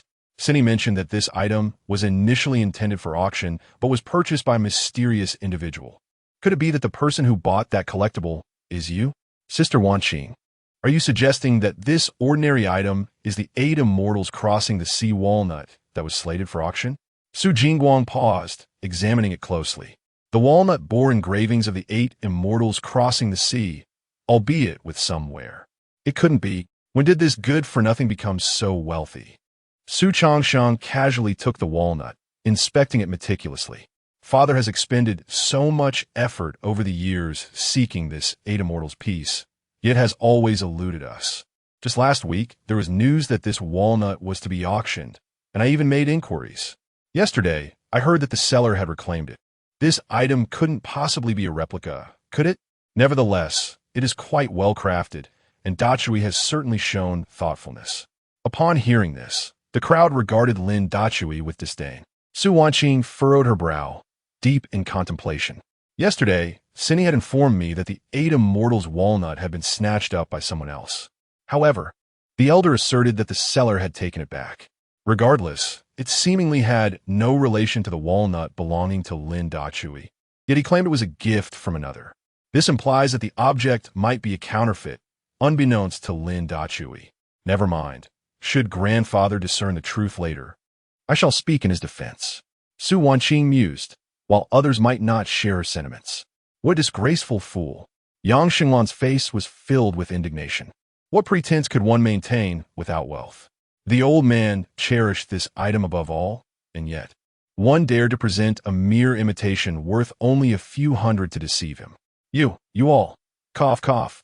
Elder Su was so enraged that he coughed violently, taking quite some time to regain his composure. He then seized the 8 immortals crossing the sea from Su Changxing's hand, immediately recognizing its authenticity. Do you comprehend nothing? Tears streamed down Elder Su's face. This gift from Dachui is our family's heirloom, the 8 immortals crossing the sea, passed down through 10 generations. Upon hearing this, the crowd gasped in unison. What? An heirloom? Chapter 34. This is a gift from Dachui. Please do not discard it. Dachui, thank you. Old Master Su exclaimed, tears streaming down his face. I have searched for it for so many years. It was you who ultimately helped me recover it. The 8 immortals crossing the sea walnut, a cherished heirloom of the Su family, was once pawned by Old Master Su during a time of hardship to secure some funds. Through immense perseverance, he expanded his business, eventually establishing the illustrious Su Group. It is fair to say that the Su family's current success is inextricably linked to this walnut. However, when Old Master Su sought to redeem the family treasure, he discovered that the pawn shop had gone bankrupt, and its owner had vanished without a trace. Thus, he had been enlisting help to locate it until news recently emerged that the walnut would be auctioned. He then sent his eldest son to test his luck and ascertain whether it was indeed the family heirloom. To his astonishment, just before the auction commenced, the item was suddenly withdrawn from bidding. Father, are you certain this belongs to our family? Su Changxing frowned. It doesn't quite resemble it. Nowadays, high-quality replicas are abundant. Moreover, how could someone part with such a valuable item and gift it to Dachui? His words echoed the collective doubts of the Su family. You do not know, and it is not your fault. Old Master Su wiped away his tear-streaked face. Long ago, I carved the character on it. Look, this mark was inscribed by my own hand. As the onlookers examined it closely, they discerned the somewhat inconspicuous character etched at the base of the walnut. In that moment, no one questioned its authenticity any longer. They merely speculated on how Lin Dachui had come into possession of such a treasure. Grandfather, the item has been delivered. Yuan, and I shall take our leave now. Lin Dachui, feeling a sense of discomfort, prepared to depart. Dachui, Old Master Su hastily stopped him. In my lifetime, I will be content to see the 8 immortals crossing the sea just once more.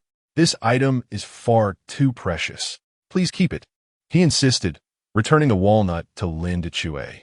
Father, Yang Xinglan abruptly stood, indignant. This item is, after all, the Su family's heirloom. Lin Dachui only acquired it with the money given to him by Wanqing. Why should it be given back to him? Su Qinghe, upon hearing this, felt displeased. She stepped forward and confronted her own mother angrily. Yang Xinglan, must you always be so unreasonable? My brother-in-law clearly stated that this was a gift to him. Besides, do you not remember how you treated Dachui and his daughter in the past? Su Wanqing trembled at her words. Indeed, she had never given Lin Dachui a single penny, yet her mother continued to slander him. This family truly lacks warmth. Fine, after grandfather's passing. I shall not return. Hmph. Yang Xinglan scoffed. What was in the past is in the past. Did you not see how she defends this worthless man today?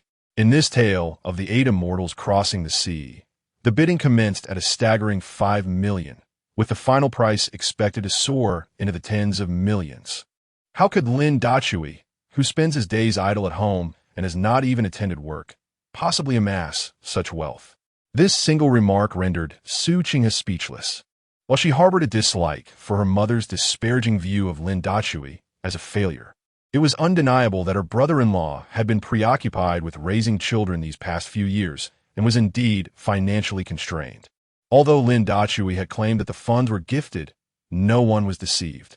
With a starting bid of 5 million and a final price likely exceeding 10 million, the only plausible explanation, aside from the possibility of her elder sister providing the funds to purchase it as a gift for their grandfather, was non-existent. Mother, I truly did not give Dachui a single penny. Su Wanqing regained her composure and hastily clarified, I intended to buy it as a gift for grandfather. But when I instructed my assistant to bid yesterday, I was informed it had already been purchased by someone else. So please, cease your unreasonable uproar. With that, she cast an apologetic glance at Lin Dachui and softly added, Dachui, I am truly sorry. Let us forego this meal and return home together. Lin Dachui was momentarily taken aback. He had not anticipated Su Wanqing would defend him, and he nodded in agreement, preparing to leave.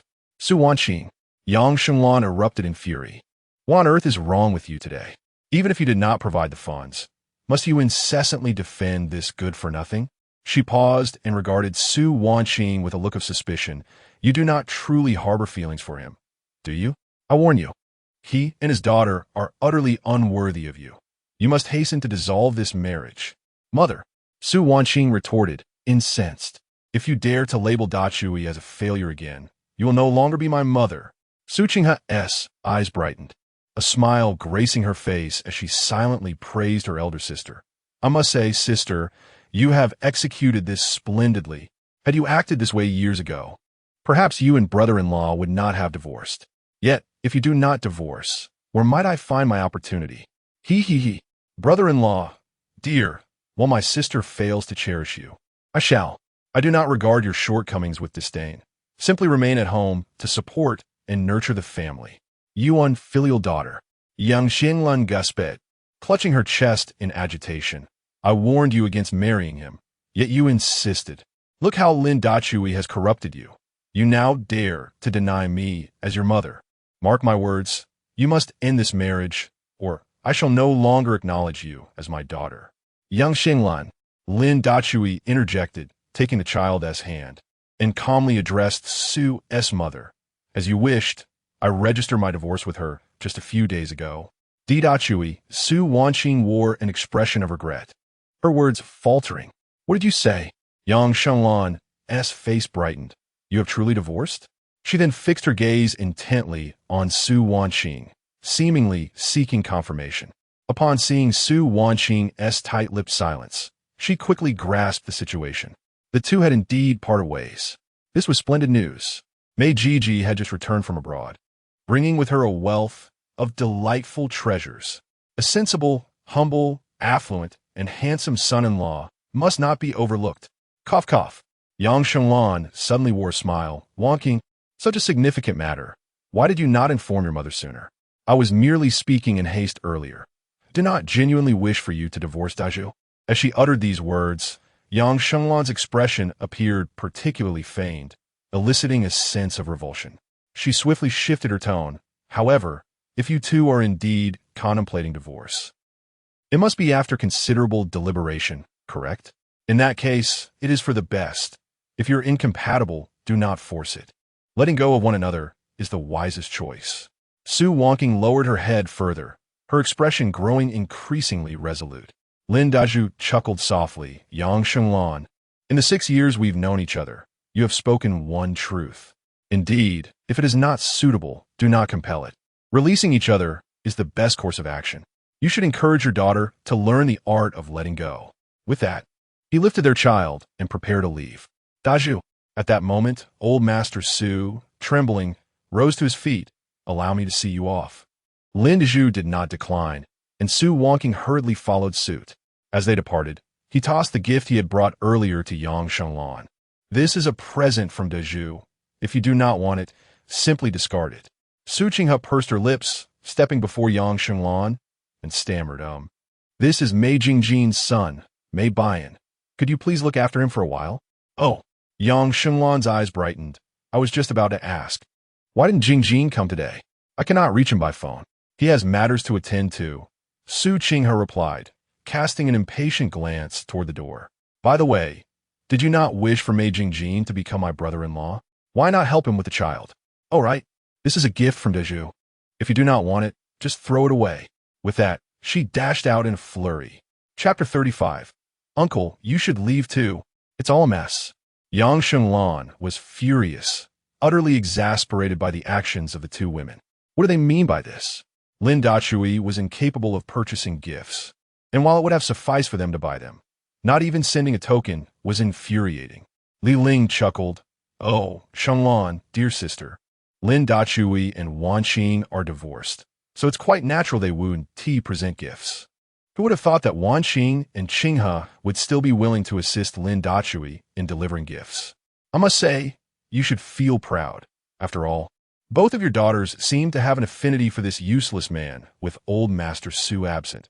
Li Ling felt no need to hold back her words. Yang Shenglan had never held her in high regard, and with Su Wanqing wielding power in the Su family, she often made snide remarks. You, don't speak nonsense. They're merely helping Lin Dachui deliver a final gift to me. Yang Shenglan could clearly discern the underlying meaning, coupled with her daughter's unwavering support for Lin Dachui. A twinge of anxiety crept into her heart. What if they truly developed feelings for this good-for-nothing? The thought was mortifying. At that moment, Yang Shenglan turned to the quiet Mei Bayan beside her and cheerfully inquired, You must be Bayan, right? You resemble your father quite a bit. Mei Bayan nodded, his sweet voice calling out, Hello, grandmother. This was a prompt from Su Qinghe, who had discreetly instructed him to address this woman as grandmother, lest he be sent to an orphanage. Oh my, what a good child. Yang Shenglan beamed with delight, retrieving a large red envelope from her bag. Here, grandmother has a big red envelope for you. Mei Bayan hesitated, refraining from accepting it.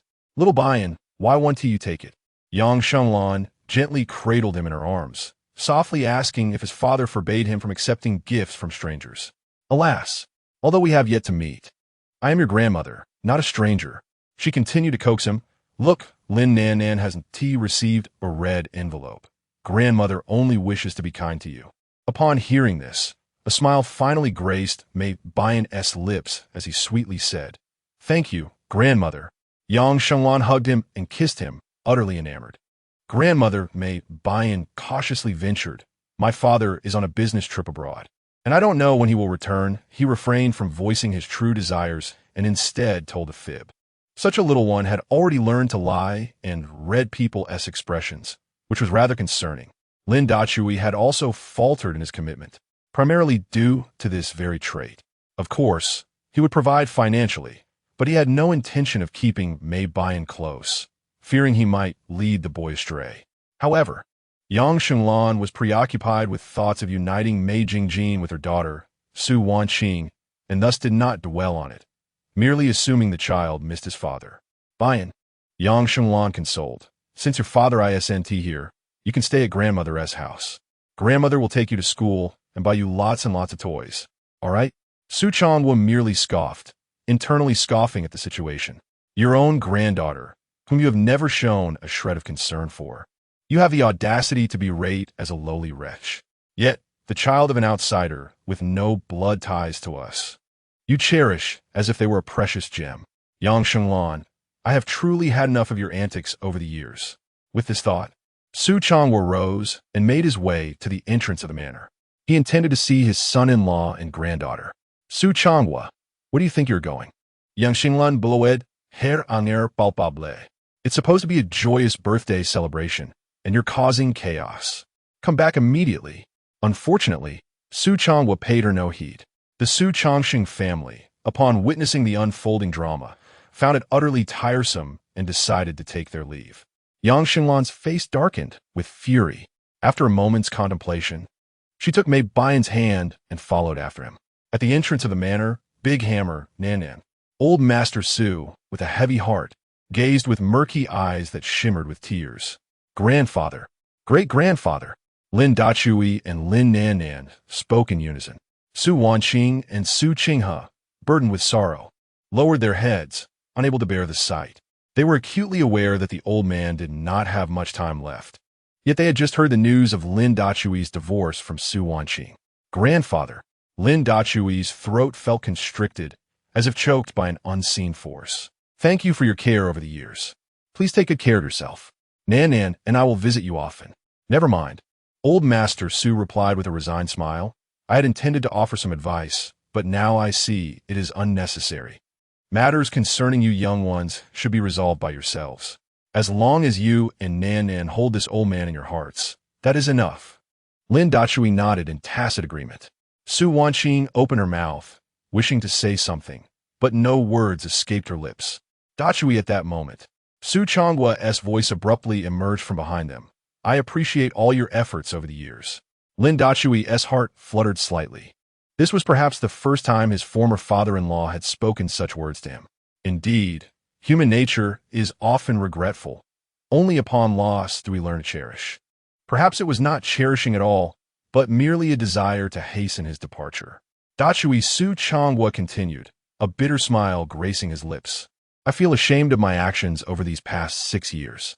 I stood by, witnessing Yang Shenglan humiliate you without lifting a finger.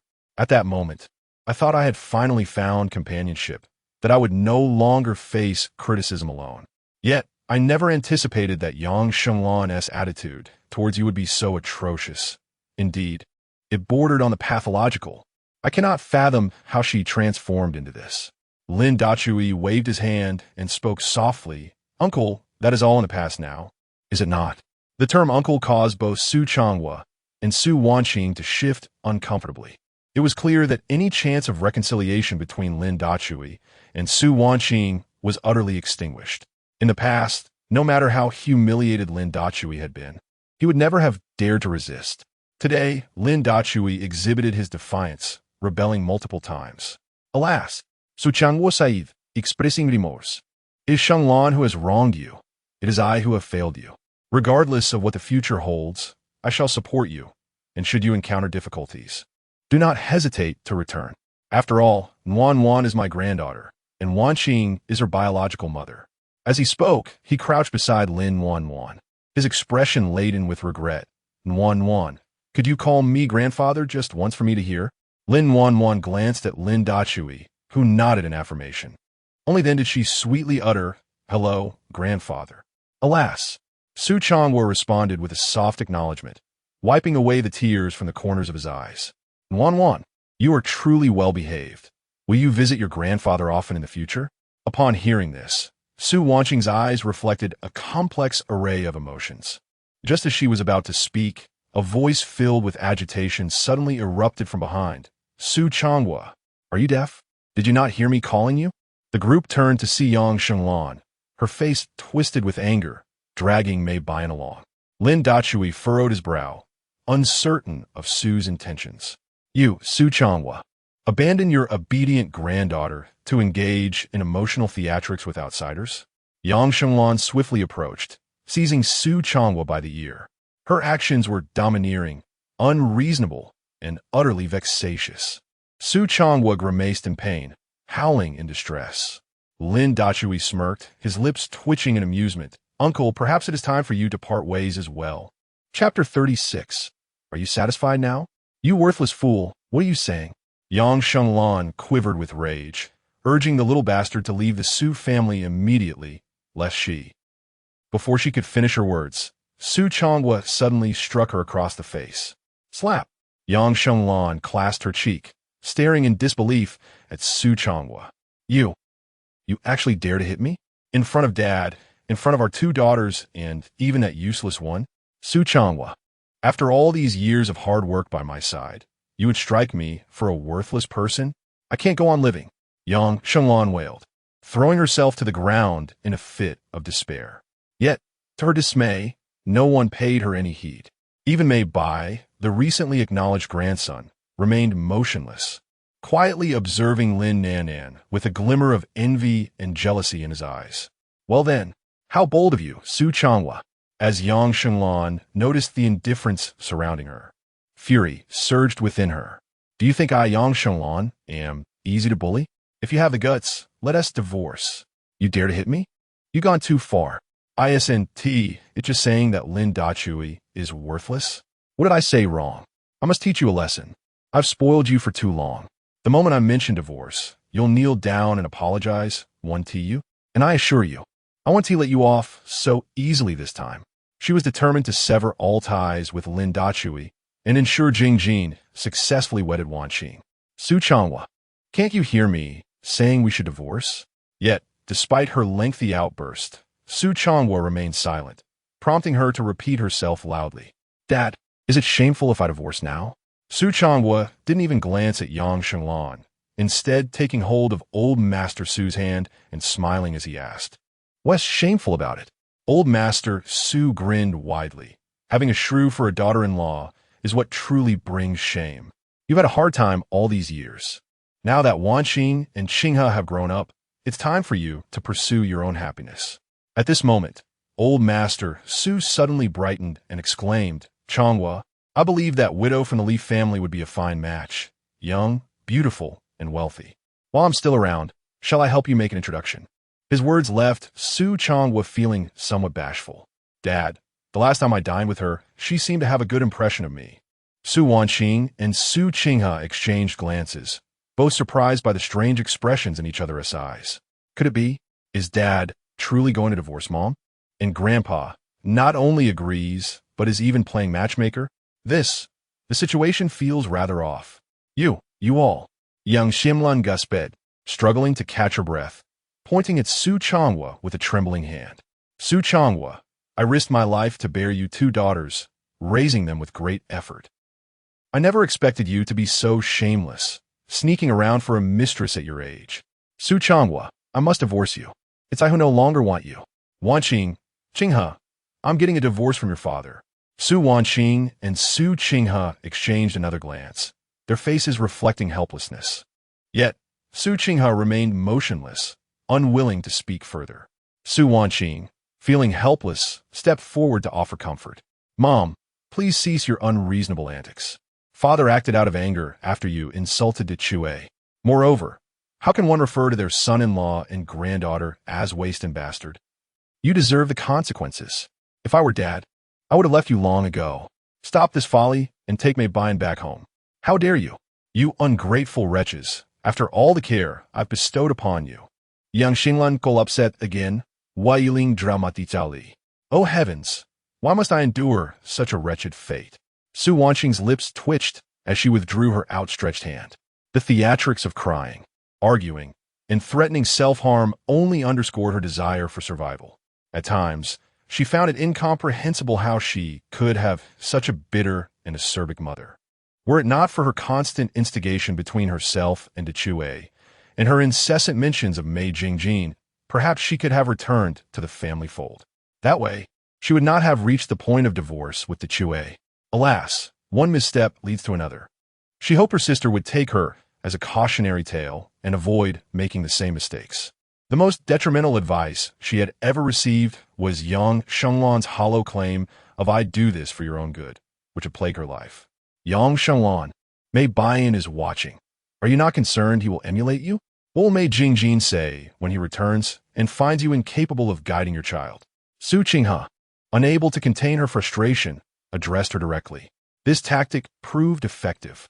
Upon hearing those words, Yang Shenglan immediately rose to her feet and, with a forced smile, began to coax Mei Bian. "Sweet grandchild, don't tell your father that Grandma was just playing. You must not imitate her behavior, understand?" Mei Bian nodded obediently. "Yes, Grandma. You needn't worry. I won't tell Daddy." He then pointed at the 8 immortals crossing the sea in Lin Nanan's hands, pouting, "But Grandma, I want that." Yang Shenglan followed his gaze, her expression darkening instantly. "Little bastard, did you hear that? That is our Su family's heirloom. Return the 8 immortals crossing the sea to Bian." Yang Shenglan reprimanded Lin Nanan with a haughty air. Slap!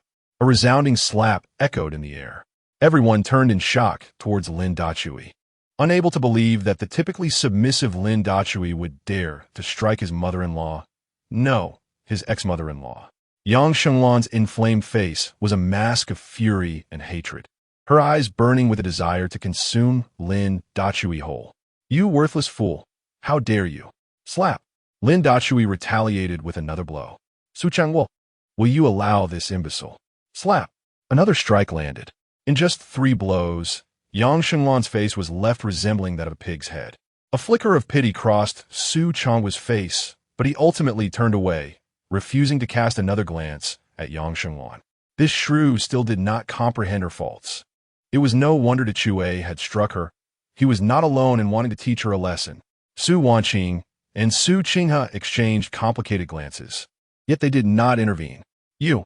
Yang Shenglan began to curse, but upon seeing Lin Dachui's raised hand, she hastily retreated a few steps, silenced by fear. Only the hatred in her gaze intensified.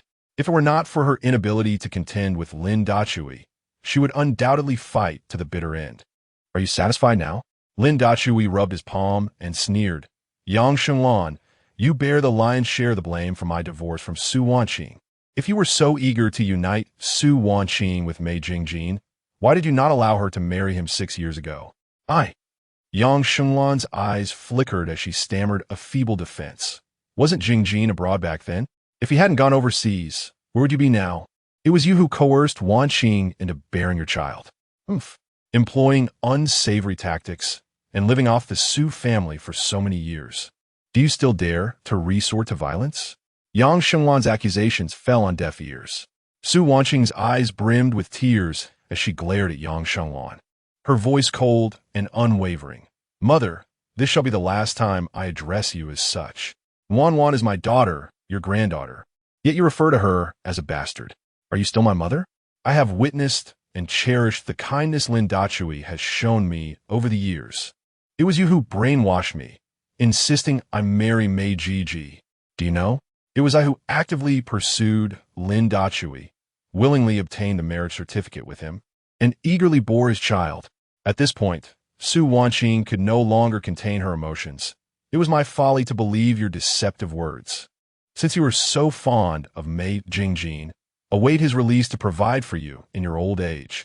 Su Qing had tugged at Su Wanqing's sleeve, whispering, Sister, do not mention Mei Jingjin is in prison. If mother learns of this, she certainly will not. Yang Shenglan seemed to have heard something as she furrowed her brow and inquired, What? What prison? Who is incarcerated? Chapter 37. Alas. The Su family lacks such fortune. Nothing. Nothing at all. Su Qinghe hastily interjected, taking over the conversation from Su Wanqing. What my sister means is that you must take good care of Mei Bian. You should not feel as though he is imprisoned in our home. Yang Shenglan regarded Su Qinghe with a mix of belief and skepticism, searching for alternative answers. Just moments ago, she distinctly heard him mention Jingjin being in prison. How could someone so exceptional possibly be incarcerated? Surely, I must have misheard. Rest assured, I will treat him as my own grandson. No, he is indeed my true grandson, Yang Shenglan declared with exuberance, coaxing Mei Bian. Isn't that right, little Bian? Mei Bian pouted, feeling that the name sounded rather peculiar. Mei Bian. No more. Grandmother, I wish to change my name. The more he pondered, the more aggrieved he felt, insisting on a name change. This name is unappealing. I want to be called Mei Chaofeng.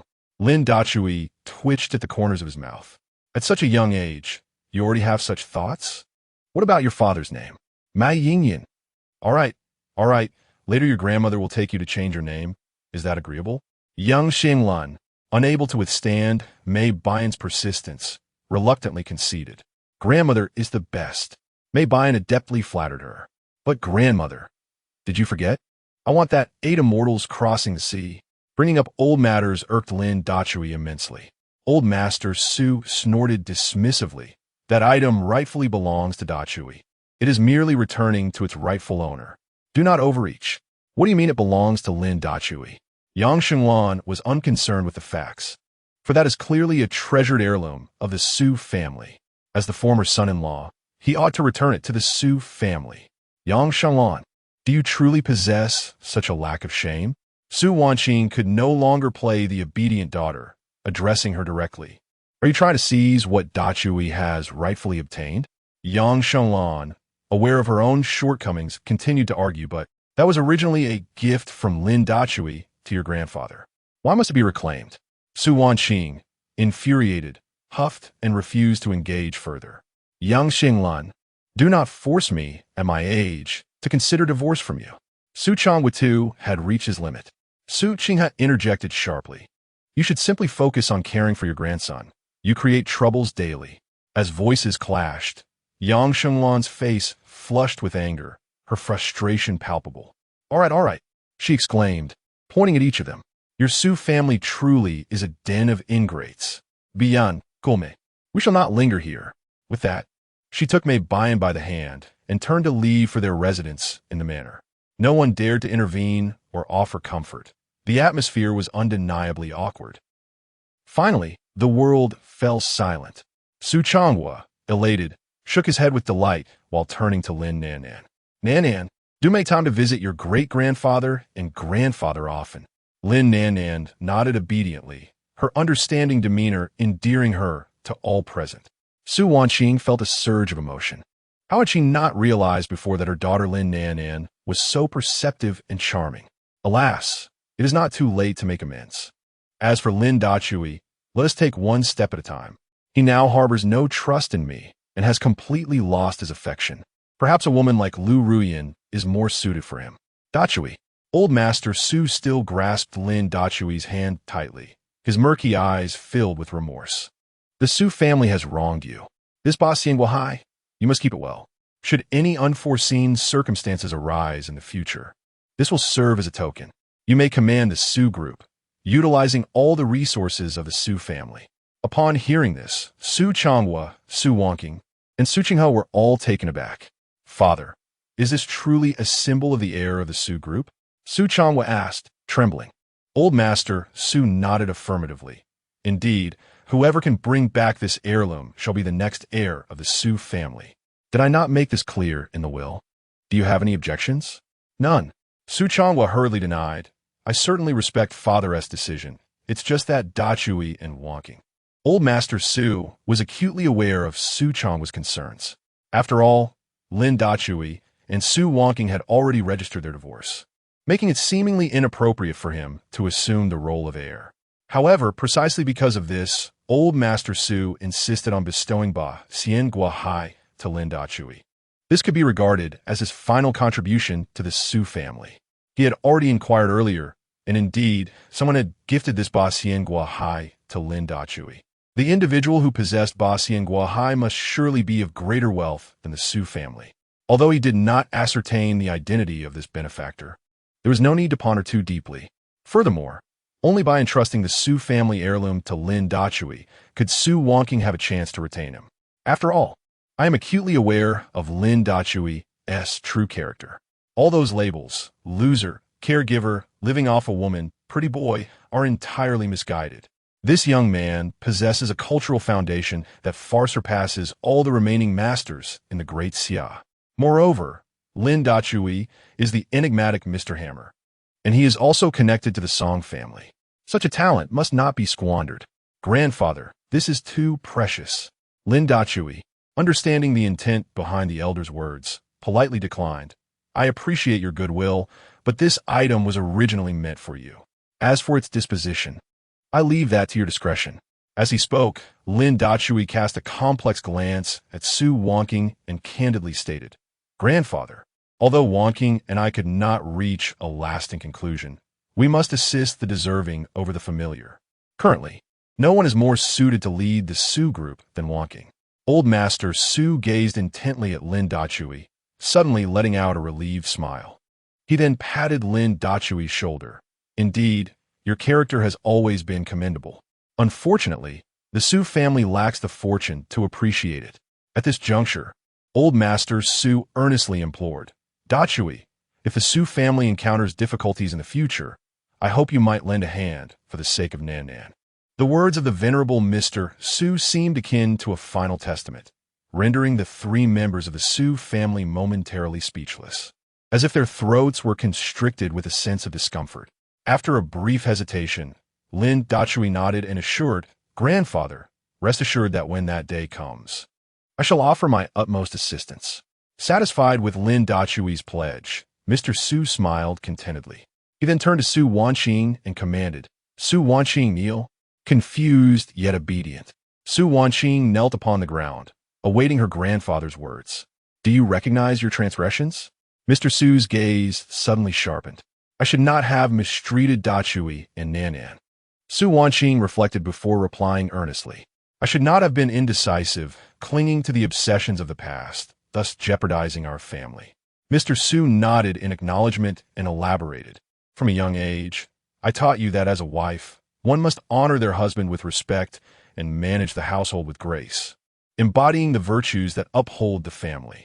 As a mother, one should educate their children diligently, instilling in them strong character and nurturing them with love to become pillars of society.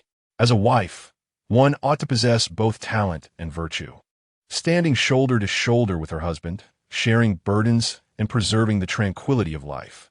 As a mother, one must set an exemplary standard, raising children with kindness, fostering their integrity, and safeguarding their well-being. With 4 poignant statements, Mr. Su conveyed the extent of Su Wanqing's past misdeeds. Now, I relieve you of your position as president of the Su Group, appointing Hmph in your stead. Do you have any objections? Mr. Su inquired with an air of gravity. Su Wanqing had no objections whatsoever, responding, I will abide by grandfather's arrangements. No, grandfather, that cannot be. Su Kinga interjected fastidi. Chapter 38 Indeed, Luma has ulterior motives. Grandfather, I cannot do it. Su Hmph exclaimed anxiously, akin to an ant on a hot pan. My mind is simple, and I solely wish to uphold justice. I am not suited for this. Upon hearing her words, Old Master Su displayed a look of concern. Su Changhua's eyes brightened as he pulled Lin Dachui aside, saying, Well, Dachui, I recall you graduated in economic management, correct? Huh? Lin Dachui was taken aback. He racked his brain, remembering that before his soul traversed here, he indeed studied economic management. Yet, damn it, he was a singer in his past life. Moreover, what was Su's father implying with such a question? Did he want to take charge? Absolutely not. Cough, cough. Seeing Lin Dachui's prolonged silence, Su Changhua felt a tad awkward. What I mean is, I would like to invite you to assist Hmph in managing the company. The remuneration will be at the highest standard. This way, Yuan's life can be improved. Lin Dachui had not anticipated that this former father-in-law would have a moment of moral clarity. However, even without the high-paying position from the Su Group, he was not in need of money. Moreover, that was not where his aspirations lay. Dad, before Lin Dachui could speak, Su Wanqing, kneeling on the ground, interjected, You needn't worry about that. Dachui has his own career. He lacks the energy for such matters. Su Changhua opened his mouth, wearing a look of exasperation. Isn't this all for you? Even if Dachui graduated in economic management, he has no practical experience. I merely wish to use this excuse to keep him around, giving you the chance to win back Dachui in Yuan. Truly ungrateful, Dad. I don't care. Su Qingha tugged at Su Changhua's arm. You tell grandfather that I'm not cut out for it. Let my elder sister manage instead. Seeing this, Old Master Su sighed and looked towards Su Wanqing. Ultimately, he could not bear to deny her, saying, Your attitude is somewhat acceptable. You may rise. Su Qingha hurriedly stepped forward to assist Su Wanqing, who softly expressed her gratitude. It was evident that Su Wanqing could no longer manage the company. Old Master Su furrowed his brow, his face etched with worry. In this past month, you have not fulfilled your duties as a wife, nor have you executed your responsibilities as president. The subordinates have long since grown discontent. However, if the company is turned over to your uncle's family, it would be better to declare bankruptcy. Su Wanqing's face showed a hint of guilt as she softly apologized. I am sorry, grandfather. I am sorry, Dachui. I am sorry, Yuan. Lin Dachui was somewhat surprised by Su Wanqing's shift in attitude over this period. Yet, the wounds of the past were too deep. He and she could never return to what they once were. Grandfather, observing the old man's anxious expression, Lin Dachui felt a pang of compassion. I believe the company does not necessarily have to be managed by our own people. Have you heard of professional managers? Upon hearing this, everyone shook their heads in unison. Lin Dachui proceeded to provide a brief explanation. In essence, a professional manager is one who bears comprehensive responsibility for the operational management of an enterprise, possessing absolute authority over corporate assets. To put it simply, a professional manager is an expert in the art of corporate management. Presently, large foreign conglomerates have adopted such a model, rarely intervening directly. They merely require periodic reports. Should there be any concerns about activities, third-party verifications can be commissioned at any time. If you're interested in exploring this avenue, I could recommend an individual. Lin Dachui turned to Old Master Su, noting that she is a postdoctoral researcher from Harvard University. Su Wanqing's eyes lit up, and she tentatively inquired, Dachui, are you referring to Luma? Lin Dachui did not shy away and nodded affirmatively. Luma? Su Qinghe furrowed her brow, as the name sounded akin to that of caretaker. Lin Dachui chuckled. You are indeed correct. Luma is our family's housekeeper. Old Master Su and Su Changhua exchanged glances, their expressions revealing curiosity. From Lin Dachui's description, Luma should be quite an impressive individual. How did she come to be a housekeeper? Grandfather, father. Su Wanqing seemed to perceive the skepticism from others and hurriedly explained. Do not underestimate Luma. She is a postdoctoral researcher from the Harvard Finance Department. She chose to be a housekeeper simply to remain close to Dachui. As she spoke, a hint of jealousy flickered across Su Wanqing's face. It was one thing for Lu Ruyan and Qin Mingyao to seek out Lin Dachui, but for someone of Luma's caliber to willingly assume the role of a housekeeper for him was perplexing. How have I been so blind these years? Perhaps it is best to let it be. Noticing old Master Su's apparent hesitation, Lin Dachui proactively retracted the suggestion, acknowledging that professional management does entail certain risks. This was indeed true, yet it was not the primary concern. Lin Dachui worried that Luma might not consent. Having previously discussed privately with her the improbability of her taking on the role of a housekeeper, Luma had mentioned that it was at the behest of Qin Shi and that young man who had expressed a need for a housekeeper that she had agreed to come, and she had only obtained a temporary domestic service certification. Given Lin Dachui's astuteness, he naturally surmised that Luma must have ulterior motives. Otherwise, why would she forsake a promising career to become a housekeeper? Dachui, Old Master Su pondered for a moment before decisively stating, I believe the notion of a professional manager is feasible. My initial intention was to allow Wanqing to spend more time with her daughter. Therefore, please discuss with Luma to see if she would agree. Regarding compensation, we can negotiate. Equity stakes are also an option. Old Master Su was not rigid in his thinking. On the contrary, he was quite progressive. Otherwise, the vast Su group would likely not sustain itself for long. Lin Dachui hesitated briefly before pulling out his phone to call Luma. Luma, if I recall correctly, you graduated from Harvard's Finance Department, correct? On the other end of the line, Luma's voice responded, Indeed, Mr. Lin, why do you inquire about this all of a sudden? It is because Lin Zhu hurriedly explained that the Su group wished to invite you to serve as a professional manager to oversee the company. Luma remained silent for a moment before slowly responding, Mr. Lin, I initially came to be a nanny solely to be by your side, caring for you in Mississippi. If I were to assume the role of a professional manager, it would betray my original intention. The members of the Su family exchanged glances upon hearing Luma's words. Su Wanqing's heart sank. Indeed, Luma had ulterior motives. Su Qinghe also furrowed her brows, lost in thought. However, just as Lin Dachui was about to persuade her, Luma continued, Since you have spoken, I can give it a try, but I have a condition. What condition? Old Master Su inquired eagerly. Luma paused briefly before stating her terms. I will only manage for 1 year, and after that, I wish to return to Mr. Lin sighed to continue my role as a nanny. The Su family was taken aback by this condition, exchanging glances among themselves. Old Master Su pondered for a moment. 1 year. In 1 year's time, it would determine whether Wanqing could win back to Zhu. After a brief contemplation, Old Master Su agreed. Very well, it's settled then. All right. Luma replied with a smile. I will have the company send another professional nanny. No need, no need. Old Master Su interrupted with a hearty laugh. Wanqing has no pressing matters at the moment. She can simply take care of the two of you. No need to waste money. Chapter 39. There are too many vixens here. What? Su Qinghe exclaimed in astonishment, casting a slightly discontented glance towards Old Master Su. Grandfather. My sister and brother-in-law have already registered for divorce. How could they possibly still be living together? Su Wanqing shot a warning glare at Su Qinghe. So what?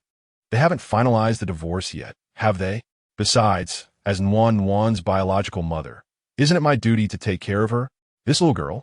Could it be that she has genuinely developed feelings for her brother-in-law?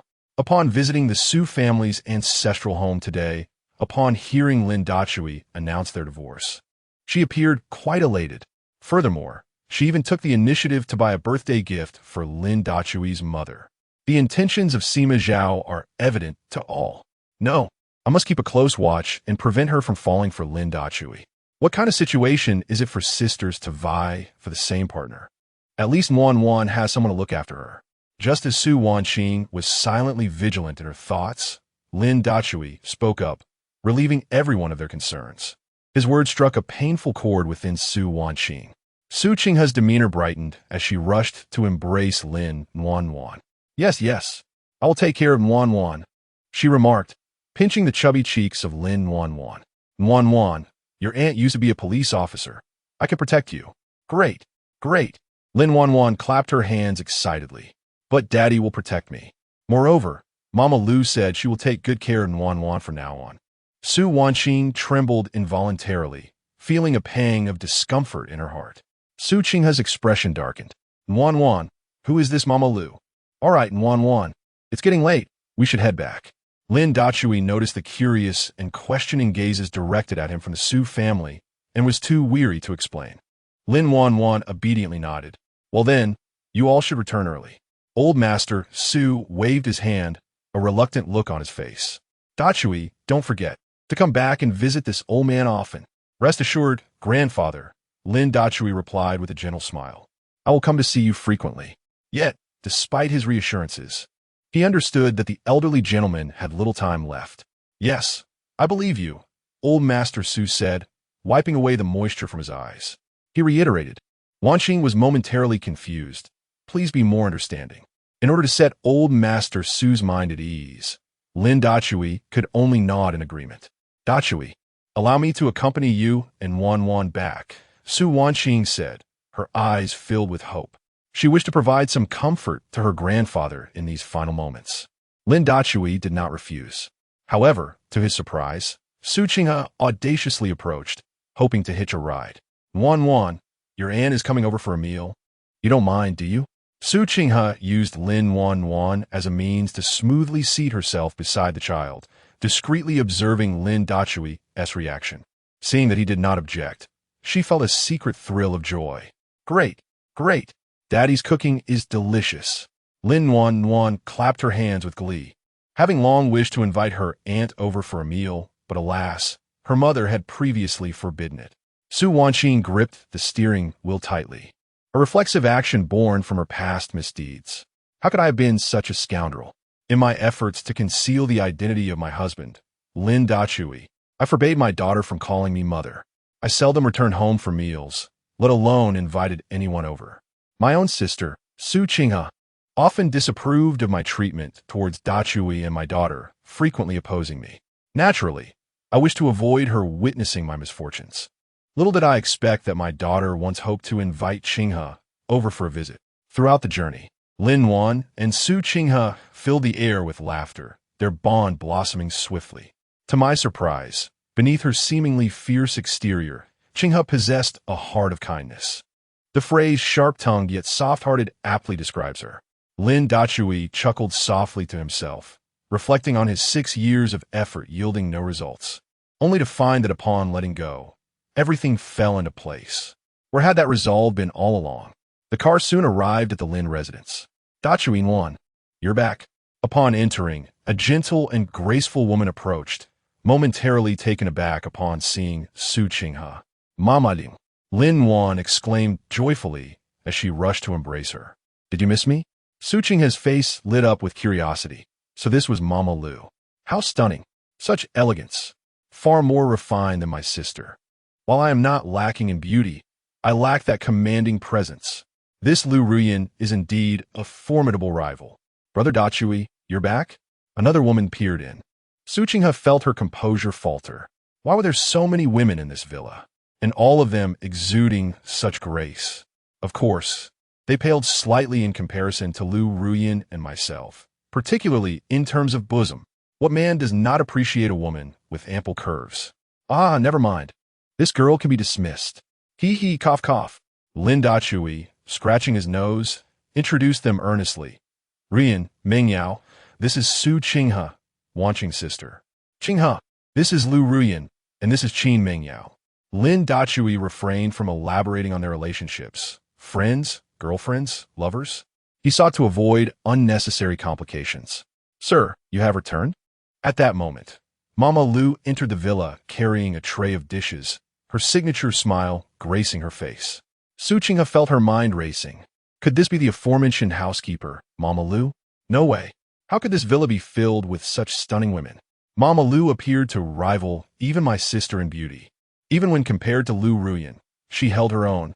Who exactly is Lin Dachui to be surrounded by such exquisite women? I must keep a watchful eye on him. Qinghe, this is Mama Lu. Just as Su Qinghe's mind wandered, Lin Dachui introduced Mama Lu to her, confirming her suspicions. Indeed, for the upcoming year, Lu Ma will assist in managing the Su group. Lin Dachui hesitated for a moment before speaking. Qinghe, I suggest you resign from your police work. During this year, dedicate yourself to learning from Lu Ma, striving to become a formidable woman like your sister. Su Qinghe pouted, her face a canvas of discontent. I was just contemplating resignation, but not to assume the role of president of the Su group. Rather, it is to remain close to Lin Dachui. There are too many vixens here. I must keep a vigilant eye, or else I shall have no chance at all. Brother-in-law. Su Qinghe sulked. I am indeed going to resign, but I do not wish to manage the family business.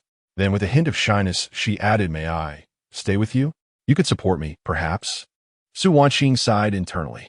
This is a disaster. The little girl's hidden intentions are far from concealed.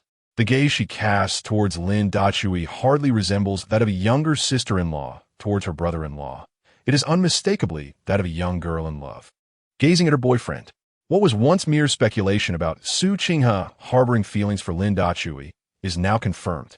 Yet, Lin Dachui is my husband, her brother-in-law. Although there is a 99% chance he will become her former brother-in-law, he is still her brother-in-law.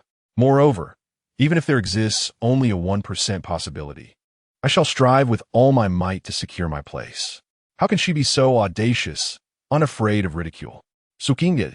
Su Wanqing could no longer contain herself. How old are you? Still relying on Dachui to support you. Isn't that a bit shameless? Chapter 40. The irreversible matter of divorce. Why should it concern you? Su Ine pouted, dismissing Su Wanqing's presence. Brother-in-law, I still have some savings. Not much, just 200 or 300 million. Here, you can have it all. Consider it living expenses. Lin Dachui's expression darkened. Qinghe, stop messing around. You should keep that money. You'll need it when you get married in the future.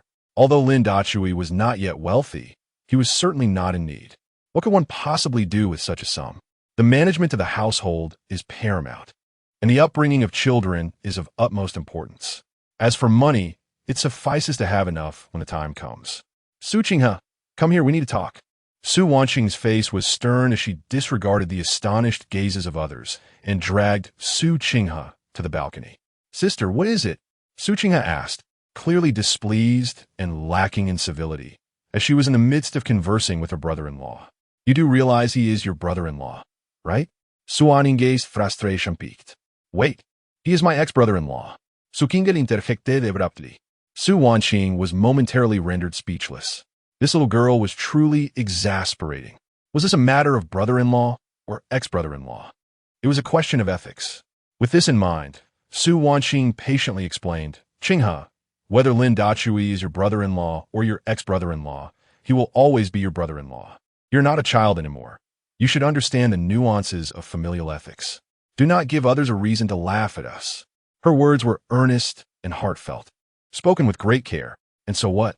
Su Qinghe scoffed, clearly unfazed. Has there not been a history of marrying one's uncle after the husband's death? And many have taken their aunts as wives after their wives have passed. Why should I care about others' opinions? You. Su Wanqing's chest heaved with fury as she gritted her teeth. Your sister is still alive. Su Qinghe looked at her sister quizzically, scrutinizing her. What was wrong with her? The once aloof elder sister had always kept her marriage to Lin Dachui a secret and even concealed their daughter's identity within the household. Now, she was advising me against developing feelings for Lin Dachui. Tilting her head, Su Qinghe suddenly seemed to grasp something. Sister, are you afraid I might steal your brother-in-law? Su Wanqing's thoughts were laid bare as her face flushed with a mix of red and white. I'm not so petty. She attempted to maintain her composure, yet added, however, until Lin Dachui and I have finalized our divorce, you must not behave in such a manner. Qinghe, you must refrain from speaking recklessly. With a huff, Su Qinghe turned and re-entered the house. Upon seeing Lin Dachui and Lu Ma busily preparing dinner, she joined and lent a hand. Su Wanqing shook her head in resignation and turned to join Lu Ruoyan in playing with their daughter. Qin Mengyao, with a temperament akin to that of a child, was playfully vying for toys with their daughter, eliciting peals of laughter from both girls. Such a harmonious scene was truly enviable. Dinner commenced promptly at 6 in the evening. The villa is experiencing an unprecedented surge of popularity. Lin Dachui and his daughter Lin Nannan, the sisters Su Wanqing and Su Qinghe, the distinguished ladies Lu Ruyan and Qin Mengyao from the capital, along with their postdoctoral nanny, Lu Ma, total 7 individuals, creating a lively atmosphere. Wow, these dishes are absolutely delectable, Su Qinghe exclaimed, her mouth hardly pausing as she savored the meal. Sister, with a husband who cooks so well, you must have been incredibly happy these past few years. Her words, though seemingly innocent, cast an awkward pall over the harmonious gathering. Lin Dachui's lips twitched as he absent-mindedly served food to Nannan. Lu Rian cast a knowing glance, carefully scrutinizing the expressions of Su Wanqing and Lin Dachui, remaining silent. Qin Mengyao, with a teasing glint in her eye, directed her gaze at Su Wanqing, eager to hear her response. Su Qinghe, will your silence cost you dearly? Su Wanqing buried her face in her hands, embarrassment etched across her features. This young lady is clearly trying to provoke me. If I were to dine at home regularly, would I truly consider divorcing Lin Dachui? No, I must not allow that to happen. During this cooling-off period, if I can win Lin Dachui back, there may still be a chance to preserve my family. But it seems Lin Dachui has genuinely fallen out of love with me. One must ponder. No man would tolerate his wife accompanying a cherished memory on a month-long excursion, neglecting their home, regardless of whether boundaries were truly crossed as a wife and mother. Such behavior is inexcusable. I have made a grievous error. Lin Dachui, even if we cannot remain together, I still wish to stay by your side, to earnestly atone for my past mistakes, and to accompany Nannan as she grows. Some matters must be clarified. As the meal drew to a close, Lin Dachui set down his chopsticks and gazed at the women present. They immediately looked up, attentively listening. This scene stirred a sense of reflection within Lin Dachui. Having traversed this world for 6 years, I married in a haze, fathered a daughter without clarity, and fell for Su Wanqing without comprehension. Yet, all that I received in return was a stream of heartache. Su Wanqing's indifference, the derision from her mother, and the humble existence I shared with Nannan had made life a careful dance. It is time to live for myself. With that thought, Lin Dachui cleared his throat and spoke earnestly.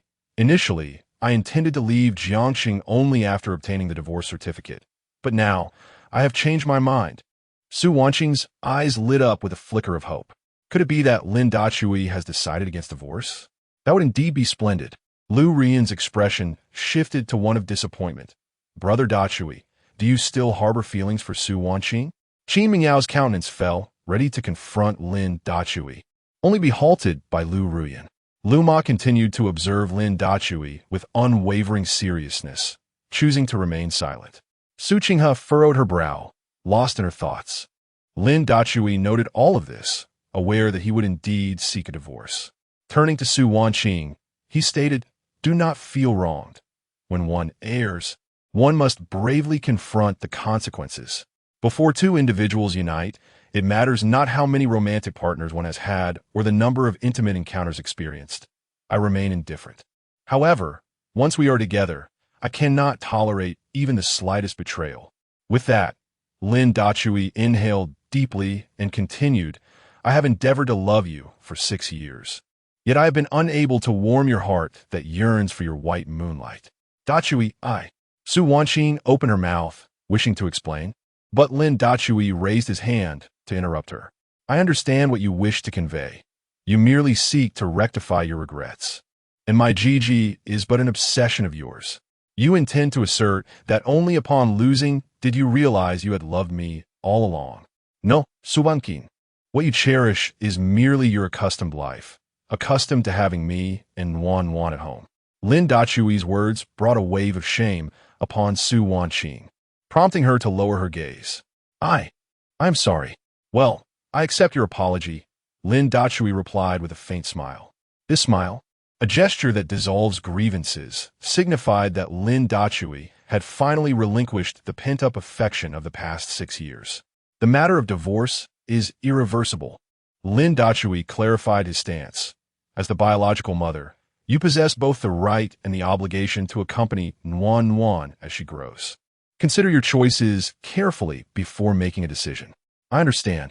Su Wanqing gently wiped her tear-stained face, then smiled and assured him, rest assured, I will treat Yuan well from now on.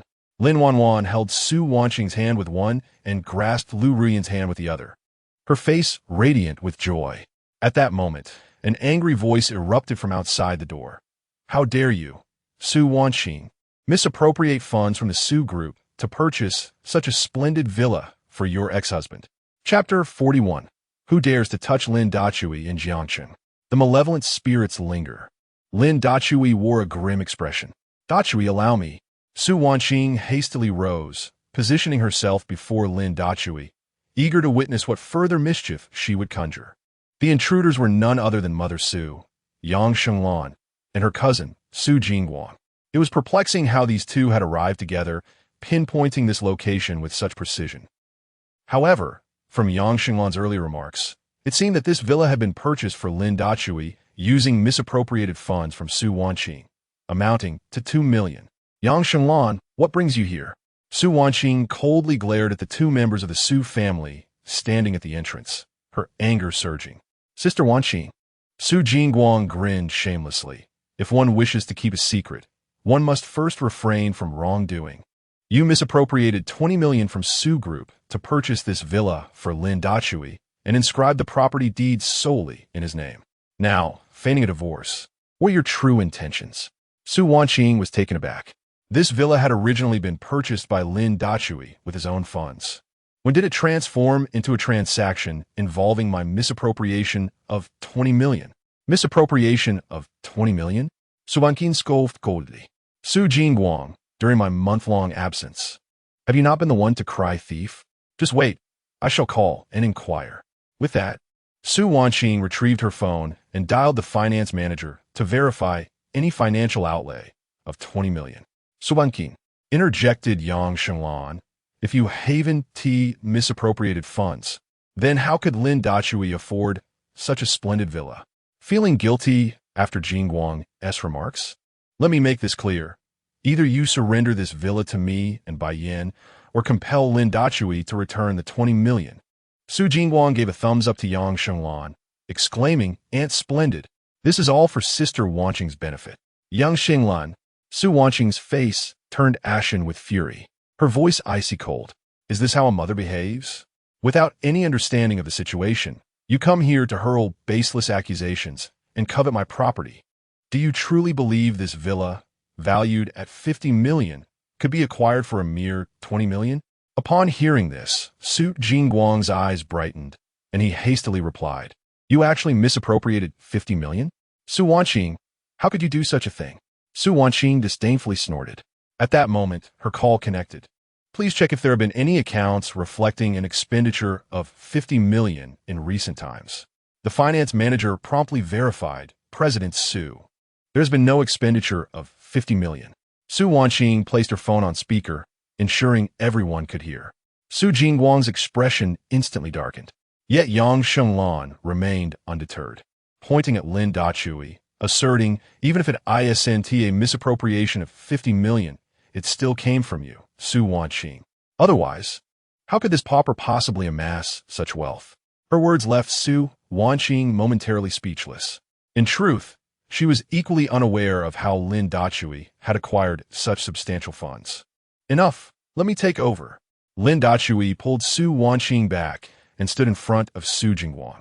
Without warning, he delivered a sharp slap. The sound echoed as Su Jingguang was caught off guard, tumbling to the ground, his venomous gaze fixated on Lin Dachui.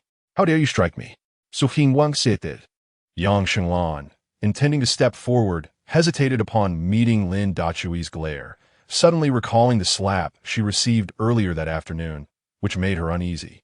Ignoring Yang Shenglan, Lin Dachui crouched down and seized Su Jingguang by the collar. Su Jingwang, do not think for a moment that I am unaware of your intentions. I advise you to resolve the mess you created on your own. Although Su Wanqing and I are no longer married, and she no longer holds the position of president at the Su Group, she is not to be trifled with. As fate would have it, when Nan Nan was kidnapped by Mei Jingjin, he demanded assistance in settling a debt of 30 million owed to Lei Zhun. Lei Zhun's underlings presented several IOUs, one of which was Su Jingwang's 20 million. It seemed this scoundrel intended to frame Su Wanqing to discharge his debts. Lin Dachui had surmised much of this already. Su Jingwang indeed owed Lei Zhun 20 million and planned to repay it the following day. This sum had been illicitly appropriated under Su Wanqing's name while she was absent. Fearing exposure, he plotted to tarnish Su Wanqing's reputation instead. Curiously, when Su Jingwang left his house that afternoon, he observed Su Wanqing and Lin Dachui returning via a route different from their previous 6 years of married life.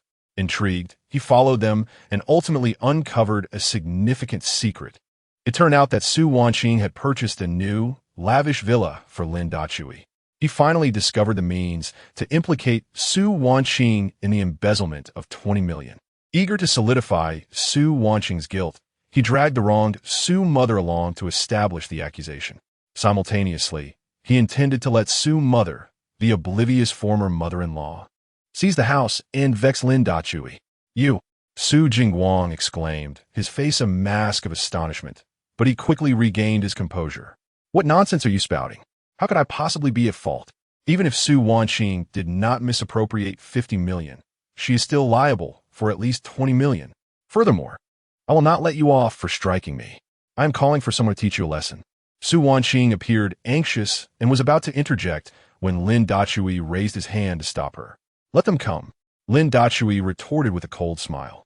I am eager to see who in Jiangchang dares to lay a hand on me. Lin Dachui. Su Jingwang was momentarily taken aback. When had Lin Dachui become so formidable? He struck without fear of retribution, exuding an air of invulnerability, suggesting he had some form of backing. Glancing at the partially opened door, he heard faint, cheerful laughter from within, piquing his curiosity. However, since it seemed to be only women, he assumed they couldn't pose much of a threat. With this thought, Su Jingwang burst into laughter. Lin Dachui, you pathetic coward, yet you dare to be more arrogant than I? I merely intended to intimidate you, but I never anticipated your audacity. Excellent. Allow me to immerse you in the fervor of the people of Jiangcheng. With that, he retrieved his phone and dialed a number. Brother Zhun, it's me, Xiao Su. The call was swiftly connected, and Su Jingwang transformed, his demeanor shifting to one of overt flattery. I have someone here who is rather presumptuous, claiming that no one in Jiangchang dares to confront him. This is a blatant disregard for both you and Monkey Lord. Very well, very well. I shall send you the location immediately. Rest assured, I will not neglect my brothers. He concluded with a brazen gaze directed towards Lin Dachui. However, Lin Dachui and Su Wanqing exchanged looks of derision. A sudden unease gripped Su Jingwang, as though something were amiss. Yet, recalling Lei Zhun's unwavering nature, he felt a renewed sense of confidence. Presidensu. Just then, the financial director called Su Wanqing urgently, exclaiming, I have just discovered that a recent transaction of 20 million bears your personal seal, yet lacks a signature. Chapter 42. Where did Lin Dachui get $1 billion? Su Jingwang. Is it you who did this? Su Wanqing's gaze turned icy as she glared at Su Jingwang. I had my suspicions about your claim of misappropriating 20 million. As it turns out, you were the one pulling the strings behind the scenes. I don't know what you're talking about. Su Jingwang's eyes flickered, yet he stubbornly refused to admit anything. At that moment, Su Muyang Shenglan began to stir up trouble again. Su Wanqing, you must bear the consequences of your own actions. Yang Shenglan, seemingly forgetting past grievances, declared with arrogance, this villa is a gift to me. I can offer you 20 million to cover your losses. Lin Dachui found it laughable. 20 million for a villa worth 50 million? He stepped closer to Yang Shenglan with a cold smile and remarked, my hand feels a bit itchy. Would it be too much to give your face a little slap? What do you intend to do? Yang Shenglan's face was fraught with tension, and she instinctively took a step back, her voice trembling. I am your mother-in-law. Do not act rashly. Lin Dachui scoffed and turned to Su Wanqing. Su Wanqing pressed her lips together and softly said to Lin Dachui, "If it weren't for her, we would have reached this point. From this moment on, I sever all ties with Yang Shenglan. Feel free to act as you wish." Upon hearing this, Yang Shenglan was utterly dumbfounded. She could not comprehend why Su Wanqing, who had always adhered to her wishes, would now renounce their mother-daughter relationship. Was it to win back Lin Dachui? Impossible. For so many years, her affections had always been for Mei Jingjin. I refused to believe she would genuinely sever our bond. Otherwise, how could she have brought Mei Jingjin's son, Mei Baiyan, back to the Su family for me to care for? Su Banqin, have you grown wings? Yang Shenglan seethed with fury, her words flying from her mouth. How dare you terminate our mother-daughter relationship? I tell you, if you wish to sever ties, that can be arranged, but only if you transfer this villa to me. Otherwise, there will be no discussion. If you refuse, I will take you to court for misappropriating public funds to purchase a house, and for abandoning your parents while neglecting your duty to provide support. Lin Dachui found it amusing and slapped her across the face. The sharp sound of the slap left Yang Shenglan bewildered. You have truly gone too far? Yang Shenglan furiously pointed at Lin Dachui. I tell you, this villa was purchased by Wanqing. Since you were divorced, it should rightfully belong to me. Silence. Lin Dachui had no desire to engage further with Yang Shenglan and directly called the property manager. The property management of the upscale villa community boasted excellent service and attitude, and it was long before they arrived. Mr. Lin, how may I assist you? The property manager bowed respectfully, flanked by two security guards who also inclined their heads. This old woman is deliberately causing a scene here. Please have her removed. Lin Dachui pointed at Yang Shenglan, making his request to the property manager. Understood, Mr. Lin. The property manager nodded and signaled to the two security guards, who swiftly moved to escort Yang Shenglan out. This is my house. How dare you drive me away? Yang Shenglan protested vehemently. I will file a complaint against you. Your house. The property manager wore a stern expression. Madam, this villa is Villa No. 2 in the Yunjing Villa District, and the ownership has always belonged to Mr. Lin. When did this villa become yours? I was unaware. Yang Shenglan was rendered speechless by the revelation, not due to the issue of ownership, but rather the location of the villa. I rushed here earlier and failed to notice that this villa community is, in fact, the finest in Jiangxing, Yunjing Villa District. It is said that even the cheapest villa here is valued at over 10 million. Villa number 1 sold for 150 million last year. How could villa number 2 be any less? 50 million. Highly unlikely. Wait, just a moment. Yang Shenglan struggled to shake off the two security guards and grasped the property manager's hand. Excuse me, may I inquire about the selling price of villa number 2? The property manager's expression turned cold as he evaded Yang Shenglan's grasp and looked towards Lin Dachui. Lin Dachui nodded helplessly. Please clarify the situation for her, lest she continues to make commotion. Certainly, Mr. Lin. The property manager, having received the directive, knew he could not withhold the truth. Madam, this villa number 2, valued at 100 million, was purchased by Mr. Lin a year ago. 100 million? Yang Shenglan's mouth fell agape, her mind reeling with astonishment. Indeed, 50 million was an understatement. But how could Lin Dachui have amassed such a fortune? Even considering the dividends from Wanqing's company over the years, it would only amount to around 200 million at most. Yet, all that money is under my management, although most of it was lent to Mei Jiji for her entrepreneurial pursuits. Despite her failures, Mei Jiji has been diligently trying to earn money. No, that is not the crux of the matter. The crucial question is, where did Wanqing acquire the funds to purchase such an expensive villa for Lin Dachui? Could it be that Wanqing has indeed embezzled company funds? Not merely 200 million? Yang Shenglan, you surely do not still believe that the money was given to Dachui by me, do you? Understanding her thoughts intuitively, Su Wanqing mocked Yang Shenglan. Let me clarify. Yang Shenglan, this villa was purchased by Dachui with his own earnings. Although she had suspected Lin Dachui's wealth, Su Wanqing was still taken aback by the price. She had assumed he was worth merely tens of millions, but it turned out he was a billionaire. Had it not been for the setbacks in his development over the years, his wealth might have exceeded this amount. Suwankin, Lin Dachui is a good-for-nothing who doesn't even attend classes. How could he possess such wealth? Yang Shenglan, being inherently biased and obstinate, could scarcely believe Su Wanqing's words. Dachui, show your savings. Su Wanqing, infuriated, directly demanded evidence from Lin Dachui. Lin Dachui had no intention of complying, but his phone was snatched away by Su Wanqing. She remembered the password, was their wedding anniversary, and hurriedly entered it. Indeed, the password remained unchanged. Su Wanqing felt a flicker of excitement within her, and only then did she calmly open her bank account balance. However, as soon as she did, her hand trembled slightly. 1, 2, 3, 4, 5, 8, 9, 9. Upon counting, Su Wanqing looked at Lin Dachui in sheer astonishment. How had he amassed such a staggering sum of over 580 million in cash deposits? Hmph. What charade? Yang Shenglan clearly doubted the authenticity, but nonetheless leaned in for a closer look. Just a fleeting glance left Yang Shenglan speechless in shock. Uncle, what on earth is happening? At that moment, Su Jingguang finally mustered the courage to speak. He had just received a message that Lei Zhan had arrived at the entrance of the villa community, which made it difficult for him to contain his excitement. He was about to mock Lin Dachui once more when he noticed Yang Shenglan's expression of sheer disbelief, as if she had seen a ghost. Jingguang, take a look at this. Is it real? Yang Shenglan snatched the phone from Su Wanqing's hand and handed it to Su Jingguang. He glanced at it, unable to tear his eyes away. His lips quivered as he counted each digit with utmost seriousness. 1, 2, 3, 4, 8, 9, 9 digits. Over 580 million? But in the next moment, Su Jingguang seemed to have an epiphany and suddenly wore a mocking expression.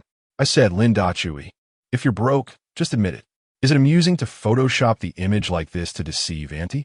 Yang Xinglan, with an expression of as expected, was about to reprimand him when a voice suddenly emerged from behind. Who is the fool daring to offend the young master of the Su family? Chapter 43. This is my hammer brother, young Master Lei. Upon hearing the voice, Su Jingguang immediately turned around, his face adorned with a fawning smile as he approached.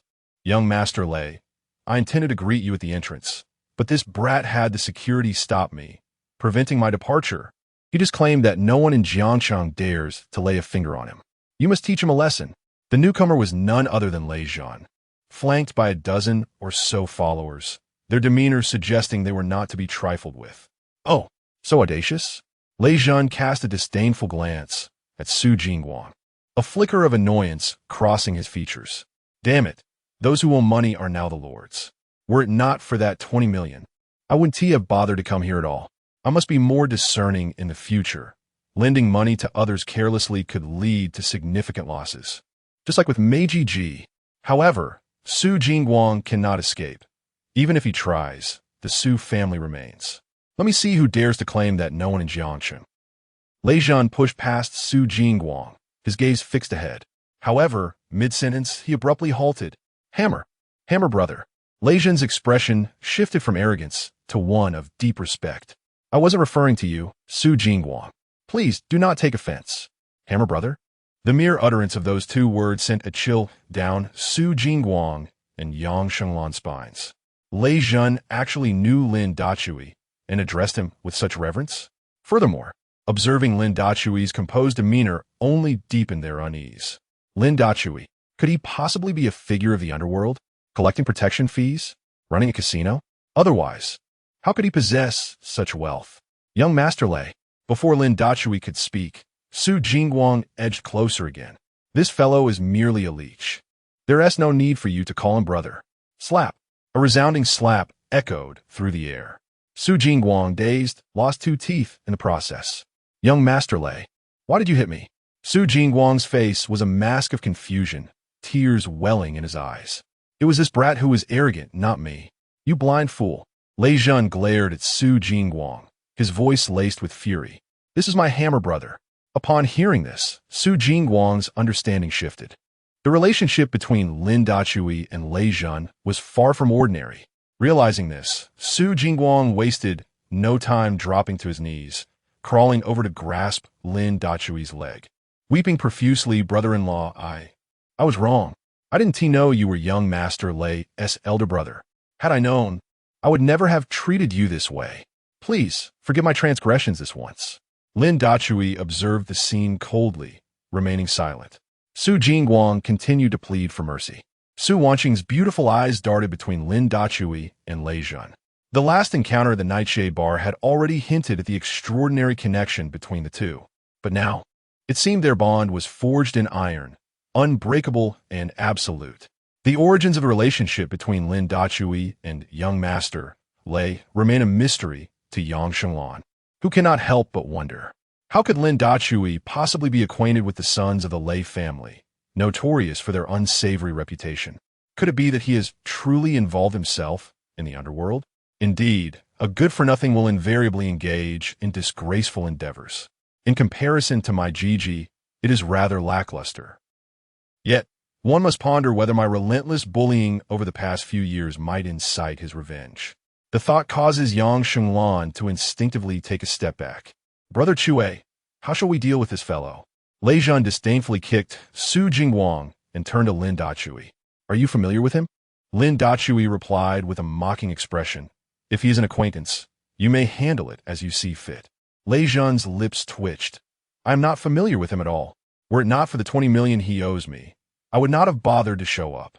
You know, we are now law-abiding citizens, not engaging in any underworld antics. Upon hearing this, Lin Dachui replied calmly, in that case, let us proceed according to the rules. Lei Zhan nodded and gestured to his subordinates. Several underlings stepped forward to seize Su Jingguang. Pale with fear, Su Jingguang shouted, Brother-in-law, young Master Lei, spare me. I have money. I will repay it immediately. Su Wanqing stepped forward, narrowing her eyes at Su Jingguang. Su Jingguang, that 20 million was embezzled by you, was it not? Do you intend to frame me for it? How could that be possible? Su Jingguang stubbornly denied. Don't you dare tarnish my reputation. What a joke if I admit it. How could I repay Lei Zhan? Embezzling 20 million is merely a scolding from grandfather at worst. But if I fail to repay, young Master Lei could take my life. Is that so? Su Wanqing scoffed. If you confess now, grandfather might let you off the hook. But if you do not admit it, I will petition the company to initiate an investigation. In that case, imprisonment may very well be your fate. Upon hearing this, Su Jingguang was rendered speechless. Not long ago, while Su Wanqing was absent from the company, he had exploited his position to sneak into the office and take the private seal. He forged project expenditures and embezzled 20 million, originally intending to return it to Lei Zhan. He had come today to pin the crime of embezzlement on Su Wanqing. But alas, his plan backfired, and he was careless. However, if he does not confess, and it is discovered, I will truly face imprisonment. Wanqing, I was wrong. Please spare me. After weighing the pros and cons, Su Jingguang finally lowered his head. Su Wanqing looked at him with disdain. Your repeated provocations towards Dachui and me are unforgivable. She then turned to Lei Zhan and stated, Young Master Lei, I will oversee him, and he will return the money to you within 3 days. Should any further complications arise, you may act as you see fit. Lei Zhan agreed and signaled for his men to release Su Jingguang. At that moment, Lin Dachui approached Yang Shenglan, his gaze icy. Now, do you still desire this house? As Yang Shenglan was about to voice her thoughts, she found Lei Zhan's unwavering gaze fixed upon her, prompting her to swallow her words. At this juncture, she could hardly feign ignorance. It was indeed true that Lin Dachui possessed considerable wealth. Most of the earnings that Su Wanqing had garnered had been seized by her, subsequently funneled into Mei Jiji's entrepreneurial ventures. There was simply no possibility of her having any funds left to support Lin Dachui in purchasing such an extravagant villa. Yet, it seemed that while Lin Dachui was affluent, the origins of his wealth were likely dubious. For now, she would let him be, but upon her return, she would report him for his alleged underworld connections. No, perhaps not. As Yang Shenglan uttered these words, she felt a flush of heat rise to her cheeks. Under the eaves, one is compelled to bow. Once she returned, she would show them how to deal with such matters. This villa was destined to belong solely to Yang Shenglan. Oh, but wait, there was also her future esteemed son-in-law, Mei Jingjing, and her grandson, Mei Pian. When Wanqing married Jingjing, all would be well. Yang Shenglan, I advise you to curb your mischievous thoughts. Otherwise, no one will be able to save you. Observing the tumultuous expressions on Yang Shenglan's face, Lin Dachui instinctively surmised that she would not relent easily. Thus, he felt compelled to offer a cautionary reminder. However, the villa was on the verge of being sold, so there was little to fear regarding her potential schemes. Defeated, Yang Shenglan and Su Jingguang departed. Brother Chue, remember to attend the wedding banquet tomorrow. Lei Zhun emphasized repeatedly before they left. Lin Dachui smiled, replying, of course, I will be there on time. Satisfied with his response, Lei Zhun departed with a group of his brothers. Brother Chue, may I accompany you tomorrow? Su Wanqing lifted her head, her expression brimming with anticipation as she gazed at Lin Dachui. Chapter 44, Utter Harmony. Big Hammer. May I join? Upon receiving no response from Lin Dachui, Su Wanqing nervously inquired once more. Lin Dachui was genuinely taken aback. He had not anticipated Su Wanqing's steadfast desire to attend Lei Zhun's wedding banquet. He had thought that after that night, Lei Zhun had made it abundantly clear that there would be no invitation extended to the Su family. Dachui, rest assured, I harbor no ulterior motives. Su Wanqing tugged at Lin Dachui's sleeve with an earnest expression, simply wishing to accompany him and Wan as a family to the wedding. After contemplating for a moment, Lin Dachui eventually nodded in agreement. Very well, let us go together. After all, Lu Ruyin and Qin Mengyao had both received invitations. The presence of Su Wanqing would not be out of place. They might as well bring Lu Ma along. They would nearly have a full table. Wonderful. Thank you, Dachui. Su Wanqing beamed with childlike joy. Then, let us return. They must be waiting anxiously. Lin Dachui gazed at Su Wanqing, momentarily entranced. He had forgotten how endearing she could be. Indeed, a woman like Su Wanqing was more suited to being a friend than a wife. Let us go. Lin Dachui smiled gently and led the way into the villa. At that moment, Lu Ruyin, Qin Mengyao, Su Qinghe, and Lu Ma all turned their attention toward the entrance. They had heard the commotion outside, but Lu Ruyin refrained from stepping out after receiving a message from Lin Dachui. Su's mother had come to stir trouble, and adhering to the principle of not causing Lin Dachui any more chaos, Lu Ruyin had prevented the others from exiting. It was fortunate she had done so, otherwise, Yang Shenglan's antics could have escalated alarmingly. What mischief is Yang Shenglan up to now? Su Qinghe expressed her dissatisfaction. I should have been allowed to confront her. I could have sent her packing in no time. Qin Mengyao similarly pouted, indicating her displeasure. As long as the matter is settled, that's what matters. Lu Ruyin thoughtfully fetched a pair of slippers for Lin Dachui and offered Su Wanqing a pair of women's slippers as well. Her gracious demeanor had evidently led her to assume the role of the lady of the house. Lin Dachui accepted this without hesitation, entirely unconcerned with others' opinions. Su Wanqing felt a twinge of discomfort, but she could not fault Lu Ruyin. It was her own actions that had led to her estrangement from Lin Dachui. From this moment onward, she resolved to abandon any lingering fantasies and focus on treating Wan well. With the wedding of young Master Lei approaching, Lin Dachui succinctly recounted the earlier events to the women.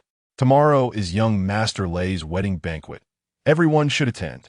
Is that appropriate? Liu Ma hesitated. I am merely a housekeeper. How can I? Liu Ma, you should definitely go. Lin Dachui interjected, to manage the Su Corporation. It is imperative to maintain a good relationship with the Lei family. Tomorrow, I will introduce you.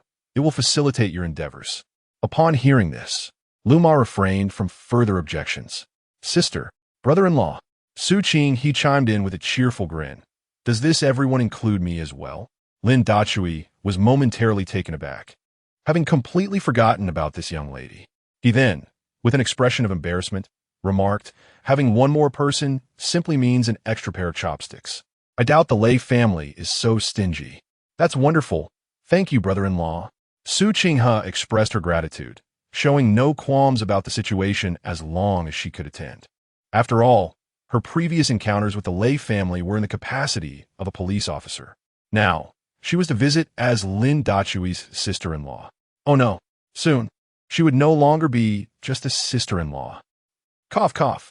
Upon hearing Su Qinghe's address, Lin Dachui cleared his throat twice, gently reminding her, "Qinghe, please refrain from calling me brother-in-law in the future, your sister and I."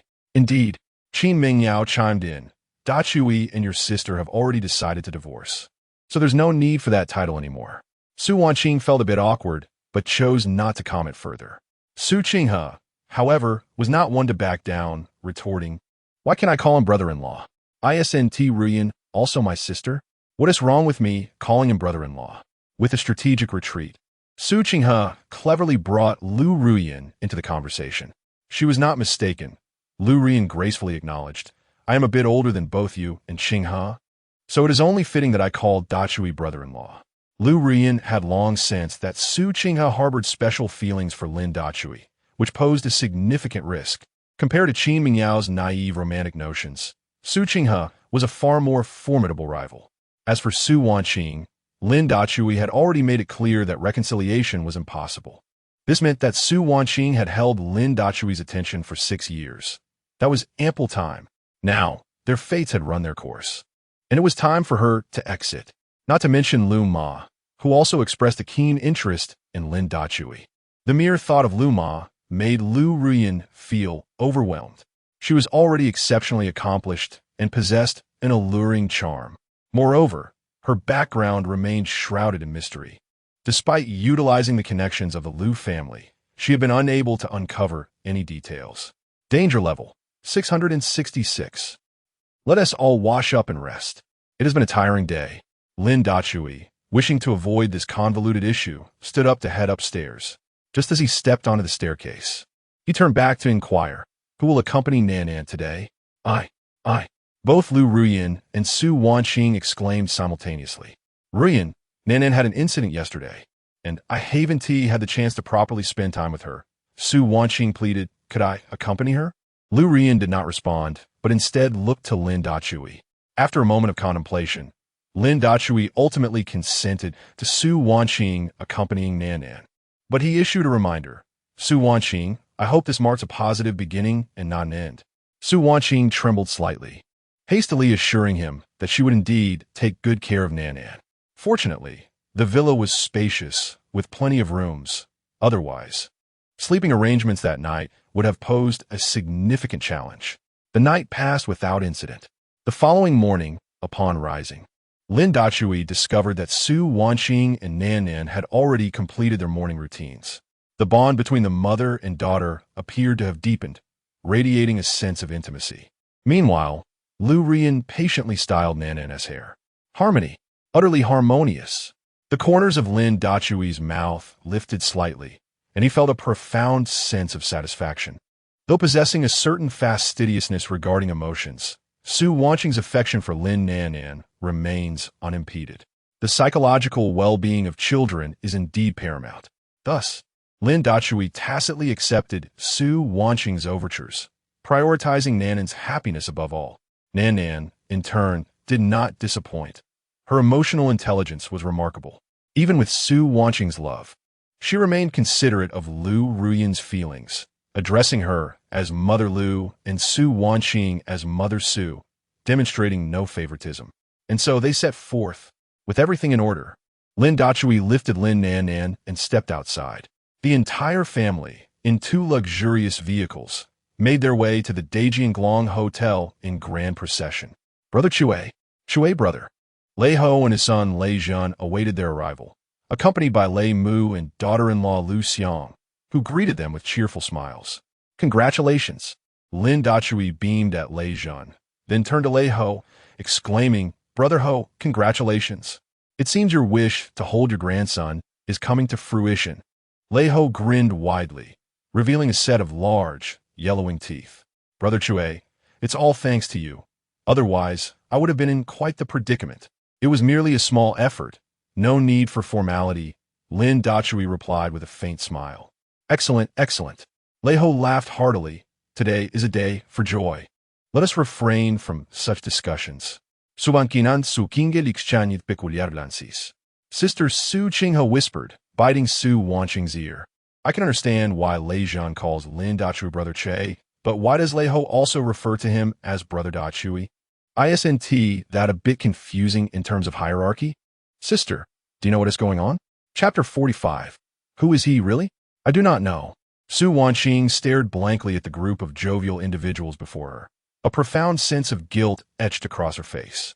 For the past 6 years, she had been utterly oblivious to whom Lin Dachui associated with and what friendships he had cultivated. She remained unaware of how he earned his income or when he purchased their residence. As a wife, she felt woefully inadequate.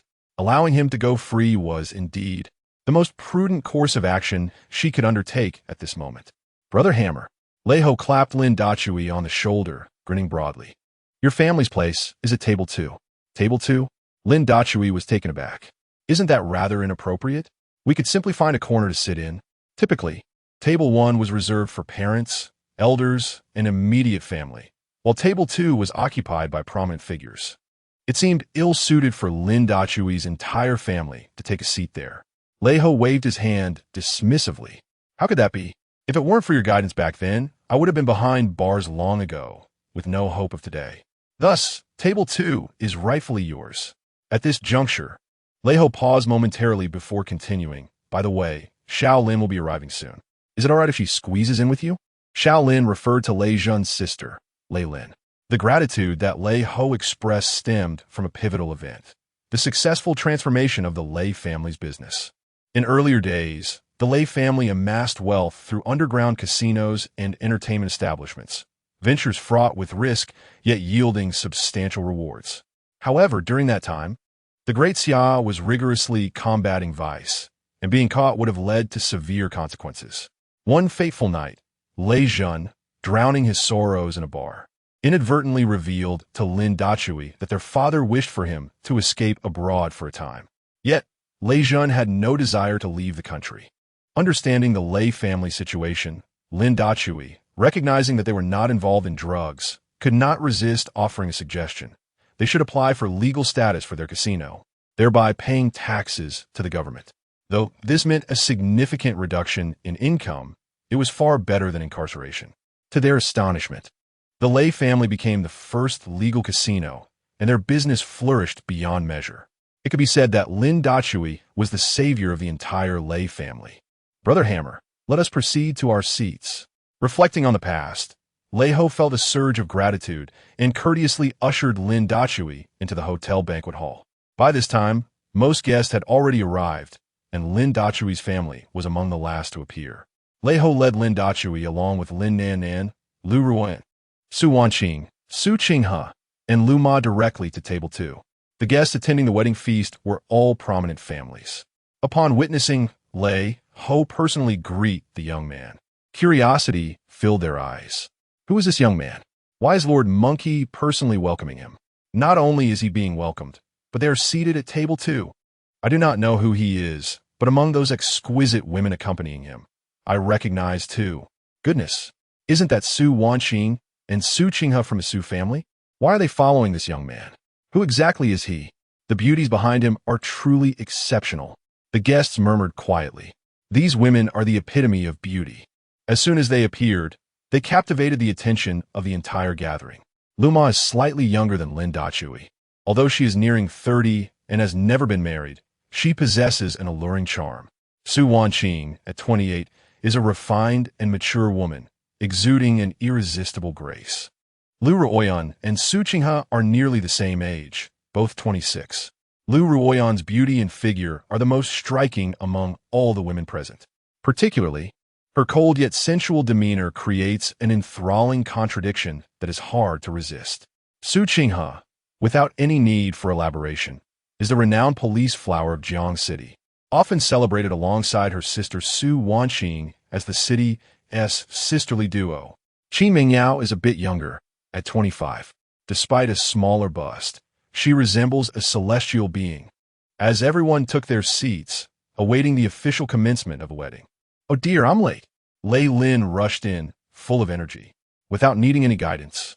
She plopped down at Lin Dachui's table, right next to Su Wanqing. "Why you here?" Su Wanqing greeted her, slightly awkward.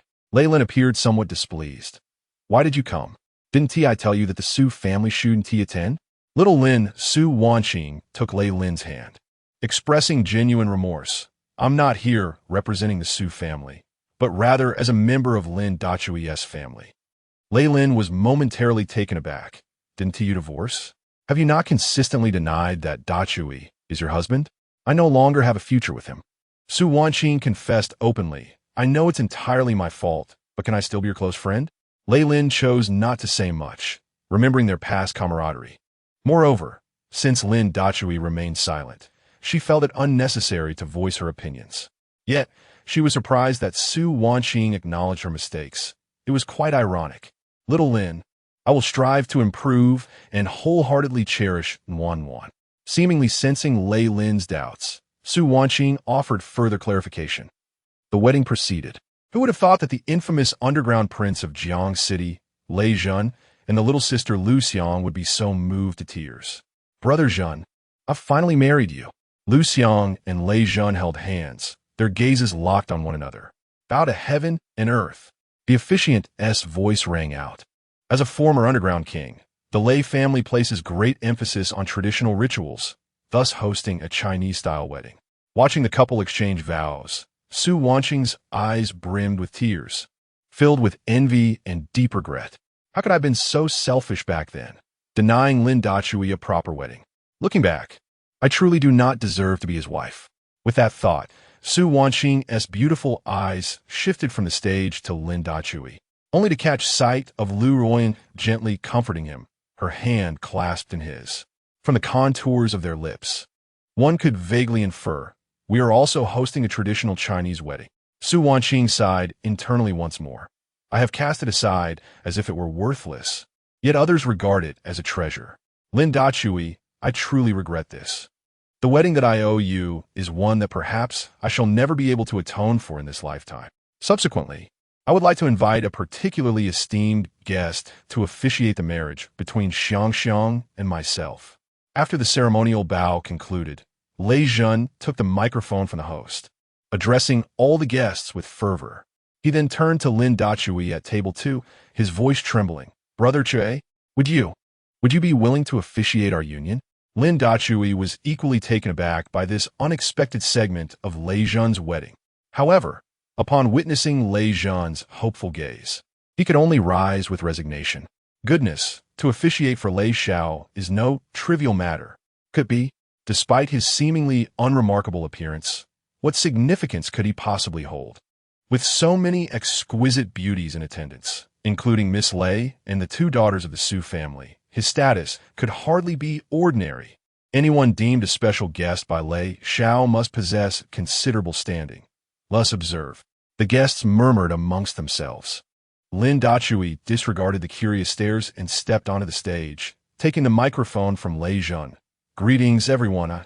Just as Lin Dachui was about to introduce himself, the doors of the banquet hall were abruptly thrust open. Immediately, a stern voice echoed. Who among you is Lin Dachui? Chapter 46. How did such a fool become deputy director? Who among you is Lin Dachui? A stern voice resonated throughout the banquet hall.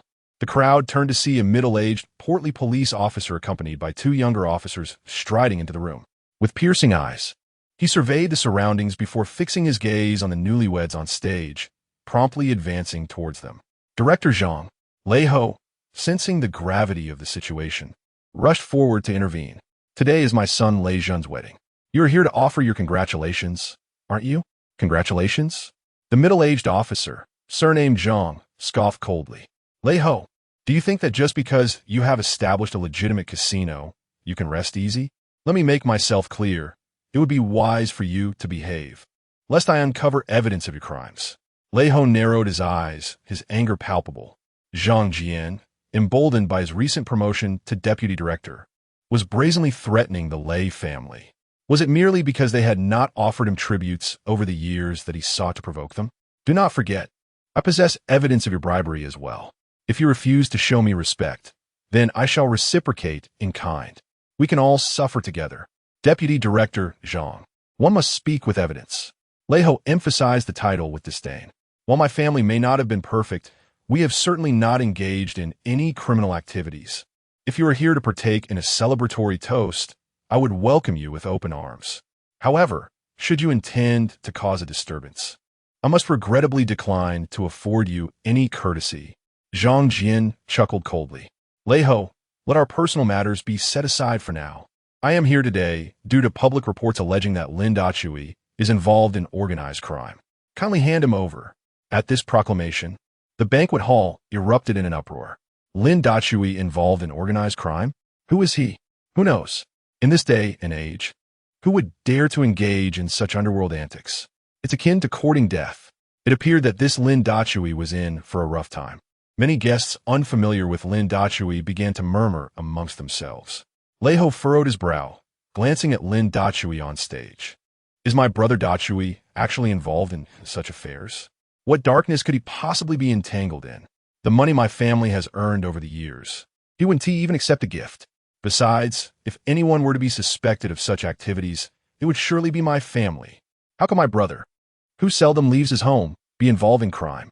Su Wan's delicate brows knitted together as she discreetly retrieved her phone and dialed a number.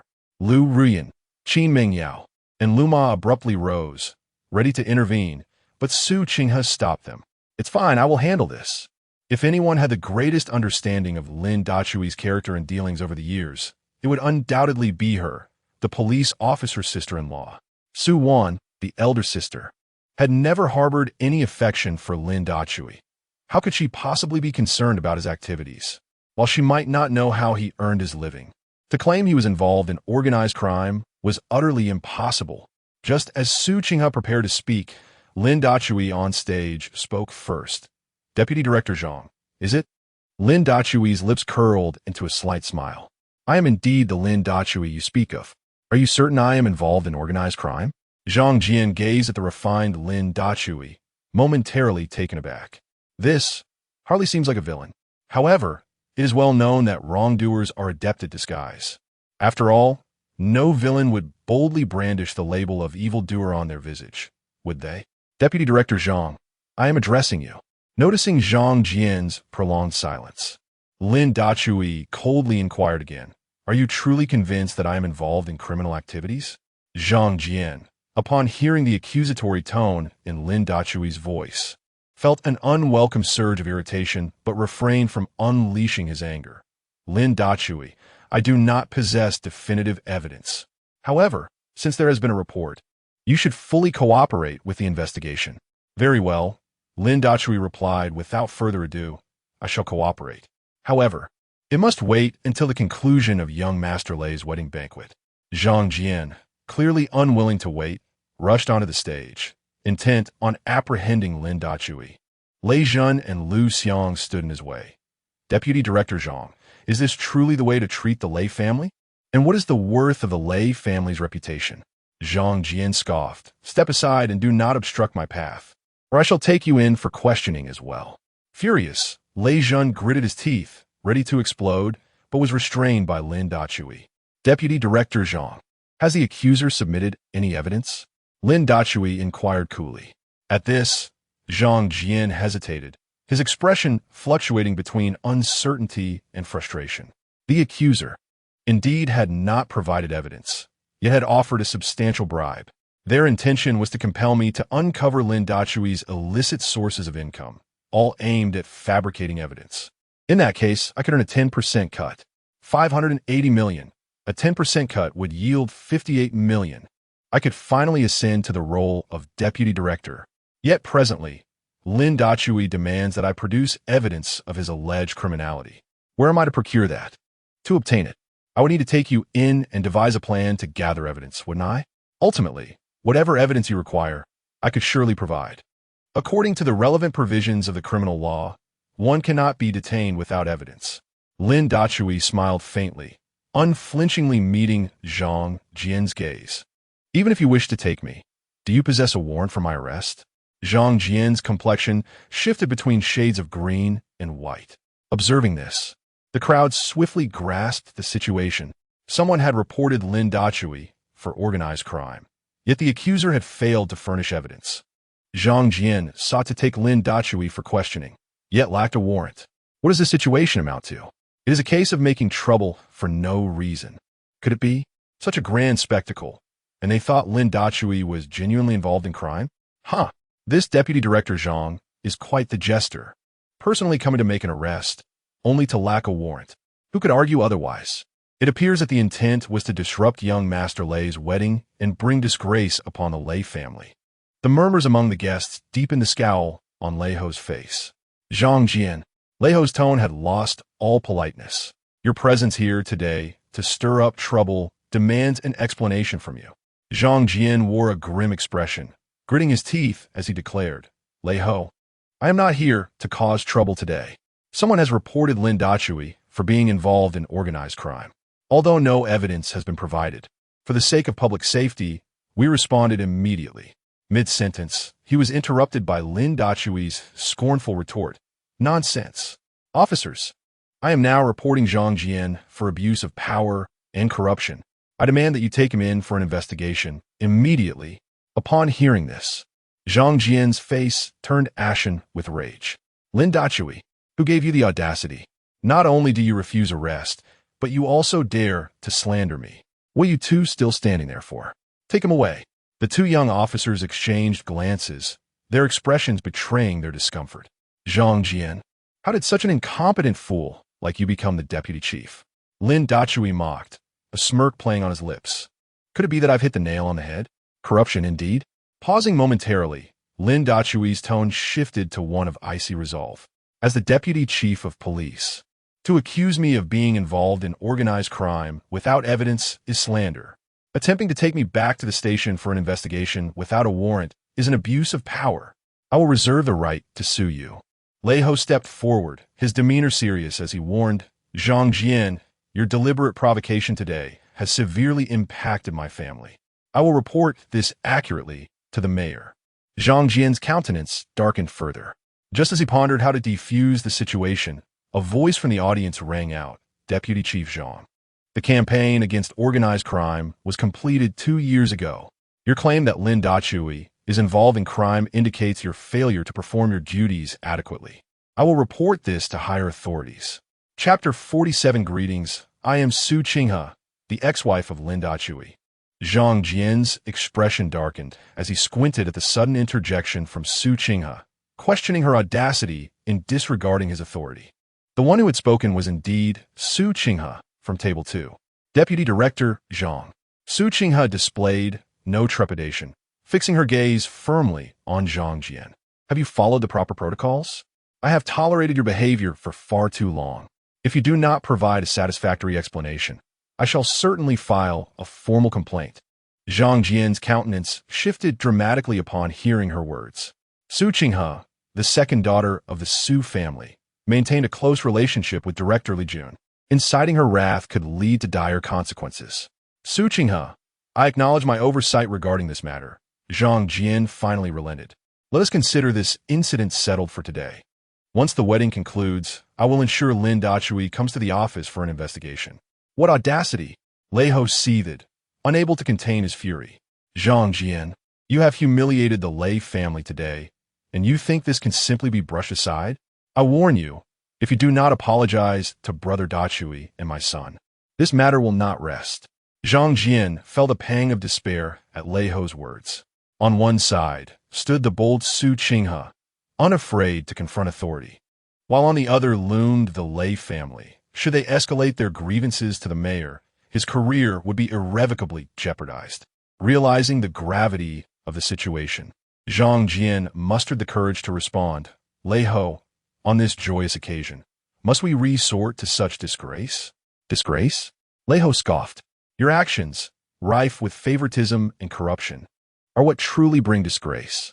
If you fail to provide an explanation today, I will make this matter public, and we shall see how you maintain your standing in the police force. Brother Ho, Lin Dachui interjected, urging calm. There is no need for anger. I, Lin Dachui, will not let this matter rest either. However, today is a momentous day for young Master Lei. Let us allow the newlyweds to celebrate first, and we shall address this issue afterward. Hearing Lin Dachui's words, Lei Ho's expression softened slightly. Zhang Jian seized the opportunity to agree. Indeed, let us prioritize the celebration. Zhang Jian, this matter is far from over. Lei Ho huffed. Out of respect for Brother Dachui, I will spare you for now. But if there is no just resolution afterward, none shall escape unscathed. With his dignity in tatters, Zhang Jian hastily excused himself. Following this commotion, curiosity regarding Lin Dachui's identity surged among the guests. He remained unflappable, adaptable, and composed, handling the situation with remarkable poise. Such an outstanding young man. How had he remained unnoticed until now? Greetings, I am Lin Dachui. After Zhang Jian's departure, the wedding ceremony continued. As a brother of the Monkey Lord and the elder brother of young Master Lei, it was a great honor to serve as the officiant. This declaration elicited a chorus of astonished murmurs from the audience. Brother of the Monkey Lord? Elder brother of young Master Lei? This connection seems rather intricate. Have you noticed how the Lei family holds Lin Dachui in high regard? Could it be that his background surpasses even theirs? This young man is indeed extraordinary. Of course, he was extraordinary, accompanied by the illustrious Su sisters and the noble Miss Lei, along with 3 other women of remarkable poise. He was anything but ordinary. Monkey he calls his brothers, and young Master Lei addresses him as elder brother. Could it be that he is a benefactor of the Lei family? The guests below, increasingly curious about Lin Dachui's identity, await his words. Esteemed guests, Lin Dachui begins, surveying the room with a sweep of his gaze. It is with immense joy and great honor that I stand before you today to officiate the union of Mr. Lei Zhen and Ms. Lu Xiang. On behalf of all present, I extend the warmest congratulations and best wishes to this beautiful couple. The banquet hall erupts in thunderous applause. After a brief pause, Lin Dachui continues.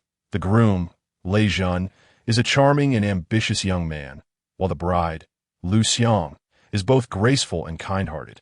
Fate is a wondrous force, bringing this couple together amidst a sea of faces, enabling them to know and love one another. From the moment they met, they were captivated by each other's allure, embarking on a romantic and sweet journey of love. In the days to come, may you support, understand, and embrace one another, facing life's storms together. Marriage is not merely a formality. It is a profound responsibility and a solemn commitment. In both prosperity and adversity, may you uplift and encourage one another. I sincerely wish Mr. Lei Zhen and Ms. Lu Xiang a blissful marriage, a harmonious union for 100 years, and everlasting love. Additionally, I wish all guests present good health, successful endeavors, familial happiness, and all wishes fulfilled. Lin Dachui not only extends his blessings to the newlyweds, but also attends to the needs of the numerous guests with care.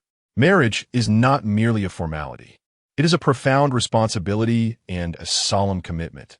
Su Wanqing repeatedly reflects, her heart brimming with regret. Have I lost my senses? Why did I not cherish the one before me and stubbornly cling to a distant ideal? I must remind Dachui to send Mei Pai Yin to the welfare home. Why should we support that wretched woman's child? Moreover, I have already discovered the informant. It's Yang Xinglan. I have informed my father, and he will handle it. If a satisfactory resolution is not reached, I, Su Wanqing, shall take matters into my own hands. In both prosperity and adversity, may you uplift and encourage one another. Lu Rian's beautiful eyes glisten with tears. Rest assured, Brother Dachui, no matter what, I shall support you wholeheartedly. Oh dear, I feel increasingly attached to you, but I must return to Kyoto tomorrow. What shall I do? No, tonight, I must find an opportunity to turn our intentions into reality. Brother Chue, on stage, Lei Zhen is moved to tears. You will forever be my elder brother. Xiang and I raise a toast to you. With that, Lei Zhen and Lu Xiang lift their glasses of red wine, offering them to Lin Dachui. The 3 share drink. Dear guests, I believe many of you are eager to meet my brother Dachui. Lei Ho picks up the microphone, surveying the audience with a slow gaze. So now, I formally introduce him. Lin Dachui, the benefactor of the Lei family. Without him, there would be no present-day Lei family. Upon hearing these words, the guests were left in astonishment. Indeed, the connection between Lin Dachui and the Lei family is extraordinary. It seems that nurturing a good relationship with Lin Dachui is imperative moving forward. Furthermore, I would like to introduce several prominent figures to everyone. Lei Ho, observing the reactions of the crowd, felt quite pleased and continued. Many of you may be curious about the identity of the guests at table 2. Allow me to unveil the truth one by one. With a slight smile, Leiho pointed towards the ladies at table 2. Su Wanqing, the eldest daughter of the Su family, is also the former wife of my brother Dachui. Upon hearing this revelation, the audience erupted in disbelief. What? Su Wanqing is actually Lin Dachui's ex-wife? This cannot be true. When did Su Wanqing get married? How was I not aware of this? Astonishingly well-kept secret. But wait, what does ex-wife imply? Did they not only marry in secrecy, but also divorce quietly? Did you not see the news a few days ago? Su Wanqing was involved with another man. Now it makes sense.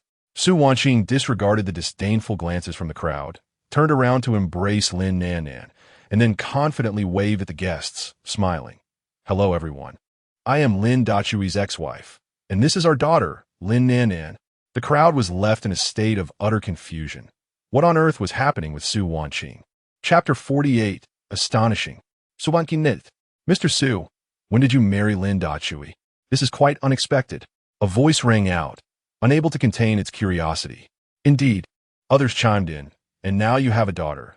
Does the Su family look down upon us smaller clans, not even inviting us to the wedding? That's of little consequence, is it? What matters is that she and Lin Dachui are already divorced. Of course, they had to part ways. Who would want to be the green turtle? Su Wanqing offered no defense, but, holding her daughter Lin Wan, slowly ascended the stage. The crowd, puzzled, regarded her with expressions of disdain. Young Master Lei, Xiang. Su Wanqing smiled gently at Lei Zhen and Lu Xiang, and spoke softly, I wish you both a joyful marriage. I know this may seem presumptuous, but I would like to borrow this stage to share a few words with everyone. Lei Zhen frowned. This was supposed to be his and Lu Xiang's wedding. The chaos instigated by Zhang Jian had already tarnished the occasion. Now, was Su Wanqing attempting to steal the spotlight? Brother Zhen, let her speak, Lu Xiang gently urged, pulling at his hand. It's time to resolve matters regarding Brother Chue, and we should also address Xiao Lin's situation. Upon hearing this, Lei Zhen glanced at the pleading expression on Su Wanqing's face and then at Lin Dachui, who wore a furrowed brow. Brother Chue, since Ms. Su wishes to speak, let her do so. Lei Zhen chuckled, whispering, it's the perfect moment to announce your divorce. I'll introduce you to a few wealthy young ladies. Lin Dachui's expression darkened. Aren't you afraid they might tear you apart? Lei Zhen's lips twitched, hastily gesturing for Su Wanqing to proceed. Esteemed elders, uncles, aunts, brothers, and sisters. Su Wanqing held the microphone, bowing to the audience. I sincerely apologize for introducing my husband and daughter in such a manner. It is entirely my fault. Her voice trembled. 6 years ago, I married Lin Dachui, but failed to give him a proper title.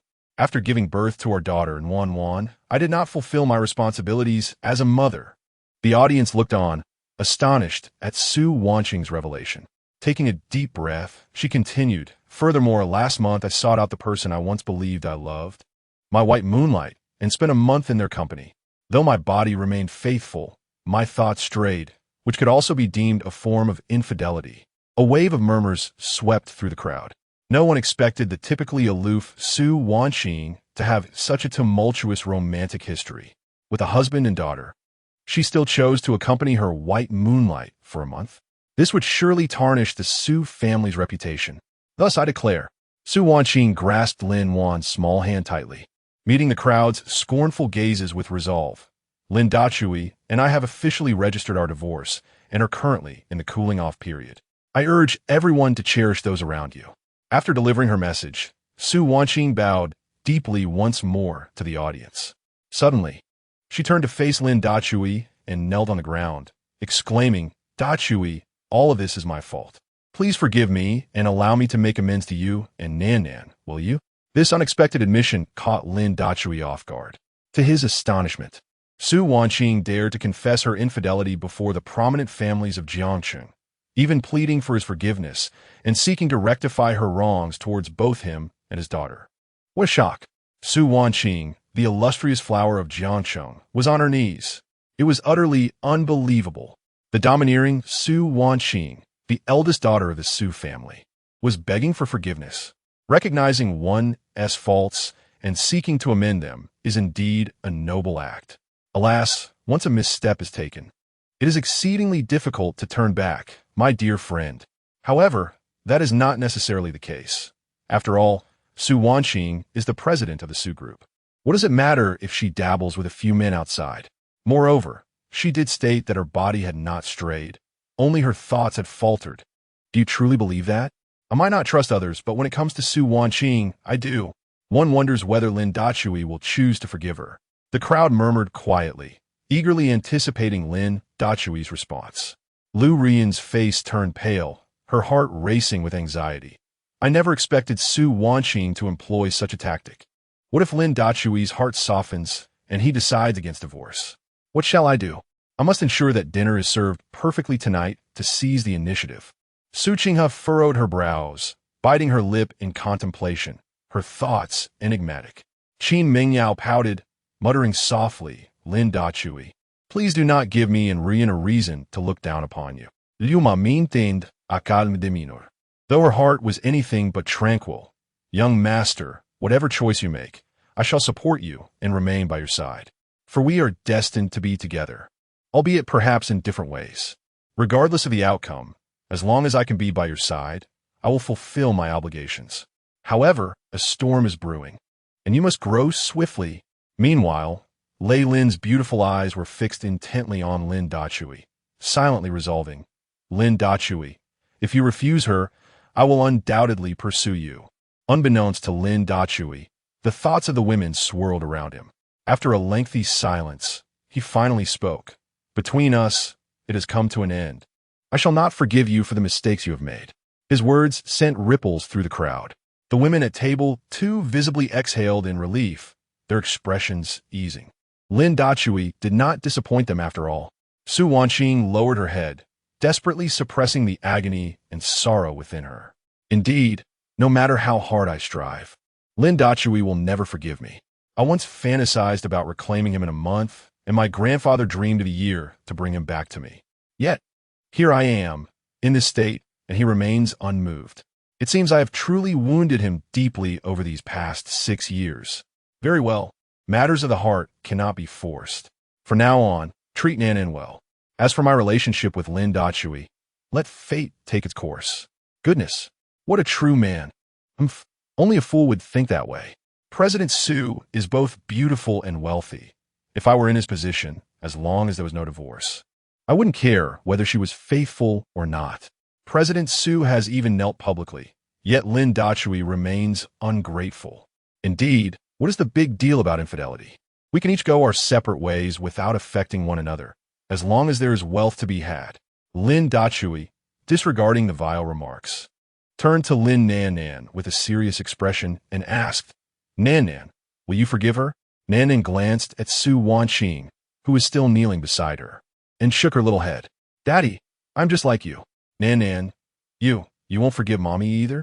Upon hearing this, Su Wanqing's face turned ashen. Panic etched across her features. Yes, Nanan nodded. She had longed for her mother, but had never had her by her side. Therefore, Nanan could not forgive you. Tears streamed down Su Wanqing's face as she collapsed to the ground in despair. These past few days, Nanan had begun to accept me. Sometimes she called me Mommy, sometimes Su Mommy, but that didn't matter. At least Nanan was happy. Yet now, she declared in front of everyone that she would not forgive me. What am I to do now? Su Mommy. Lin Nanan stepped forward, grasping Su Wanqing's hand, her voice sweet and innocent. Mama Lu said that Nanan should give you a chance, and you must buy me lots and lots of gifts in the future. Really, is that true? Su Wanqing hurriedly wiped her tears and embraced Lin Nanan tightly. Nanan, are you truly willing to give Mommy a chance? Chapter 49. The return to singleness of Brother Dachui is worth celebrating. Su Wanqing, no one will wait for you in place. You should act wisely. Lin Dachui brought Lin Nanan back to his side and spoke calmly. This statement unequivocally expressed his stance. Su Wanqing wore an apologetic expression. Dachui, Nanan, I will surely treat you both well. The crowd below looked astonished. Old buddy, when did Su Wanqing become so humble? What do you know? The old flame that Su Wanqing exposed online seems to have the surname Mei. What's his name? Mei Yai. Huh? No Hota Hota? That's the infamous scoundrel. Isn't it? Didn't he end up in prison for kidnapping? Who else could it be? I just didn't expect Su Wanqing's white moonlight to be made GG. How embarrassing. Su Wanqing truly deserves this. However, poor Lin Dachui and his daughter. Upon learning of Su Wanqing's past, no one felt pity for her anymore. They all felt it was unfair for Lin Dachui. Just then, a furious roar echoed from the entrance of the banquet hall. The crowd turned to see Su Mu Yang Shenglan storming in with a furious expression. Su Wanqing, what do you mean by this? Yang Shenglan approached the stage with a face full of rage. You call me to this ghastly place. What do you want? Yang Shenglan. Su Wanqing hurriedly stood to greet her. You came just in time, quickly apologized to Dachui. Yang Shenglan was seething, her words laced with venom. Apologize? P.S. even worthy of that. What does the Su family mean by this? Today truly opened my eyes. The eldest daughter of the Su family directly calls her mother by her name. You should know, Yang Shenglan is nothing but a snob. Guests familiar with Yang Shenglan began whispering. It seems that Su Wanqing's infidelity is not unrelated to Yang Shenglan. Lei Ho, upon realizing it was Lin Dachui's former mother-in-law, became somewhat unsettled. Yang Shenglan, Lei Ho questioned coldly. Today is my son's joyous day. Speak respectfully. Lei Ho, mind your own business. Yang Shenglan shot a fierce glare at him and turned to Su Wanqing, saying, Su Wanqing, let me be frank. It was I who reported Lin Dachui for gang involvement. So what now? Upon hearing this, Lin Dachui's expression darkened. Although he had previously suspected that it was likely Yang Shenglan or Su Jingguang who had reported him. Hearing Yang Shenglan admitted outright left him incredulous. What kind of fool would commit such a morally reprehensible act? Yang Shenglan, which I of yours saw me involved with gangs. Lin Dachui's cold gaze fell upon Yang Shenglan.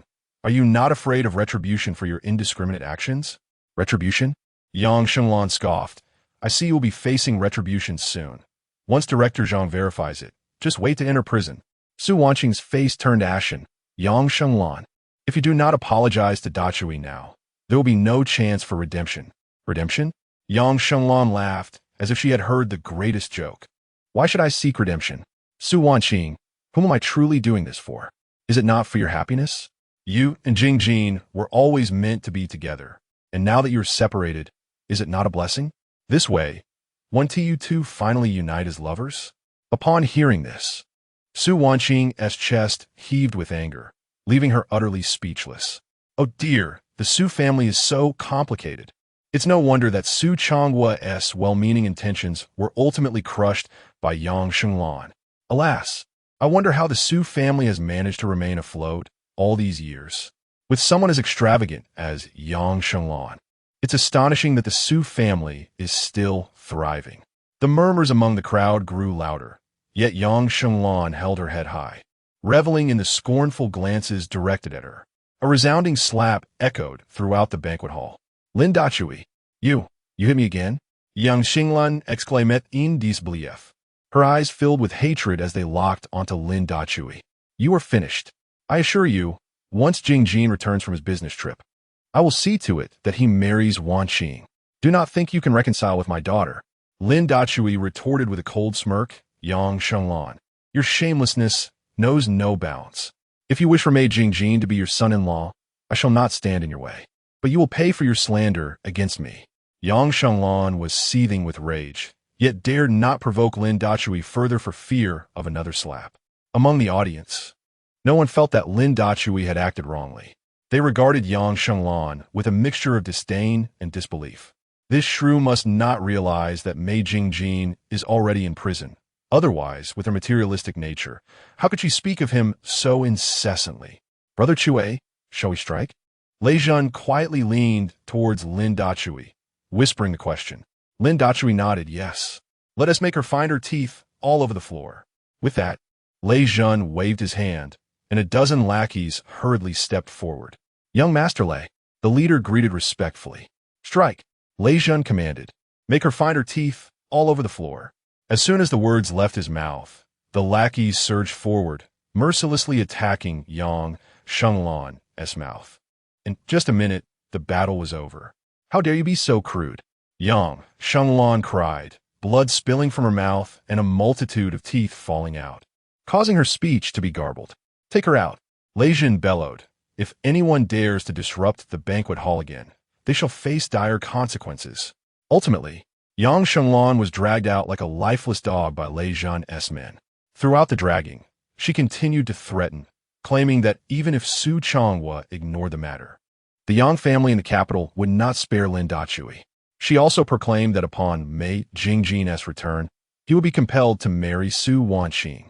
In her final remarks, she hinted that her nephew had returned to the country and would surely avenge her. The guests could only shake their heads, lamenting the tragic fate of the Su family. After Yang Shenglan was expelled, the banquet hall fell into an immediate hush.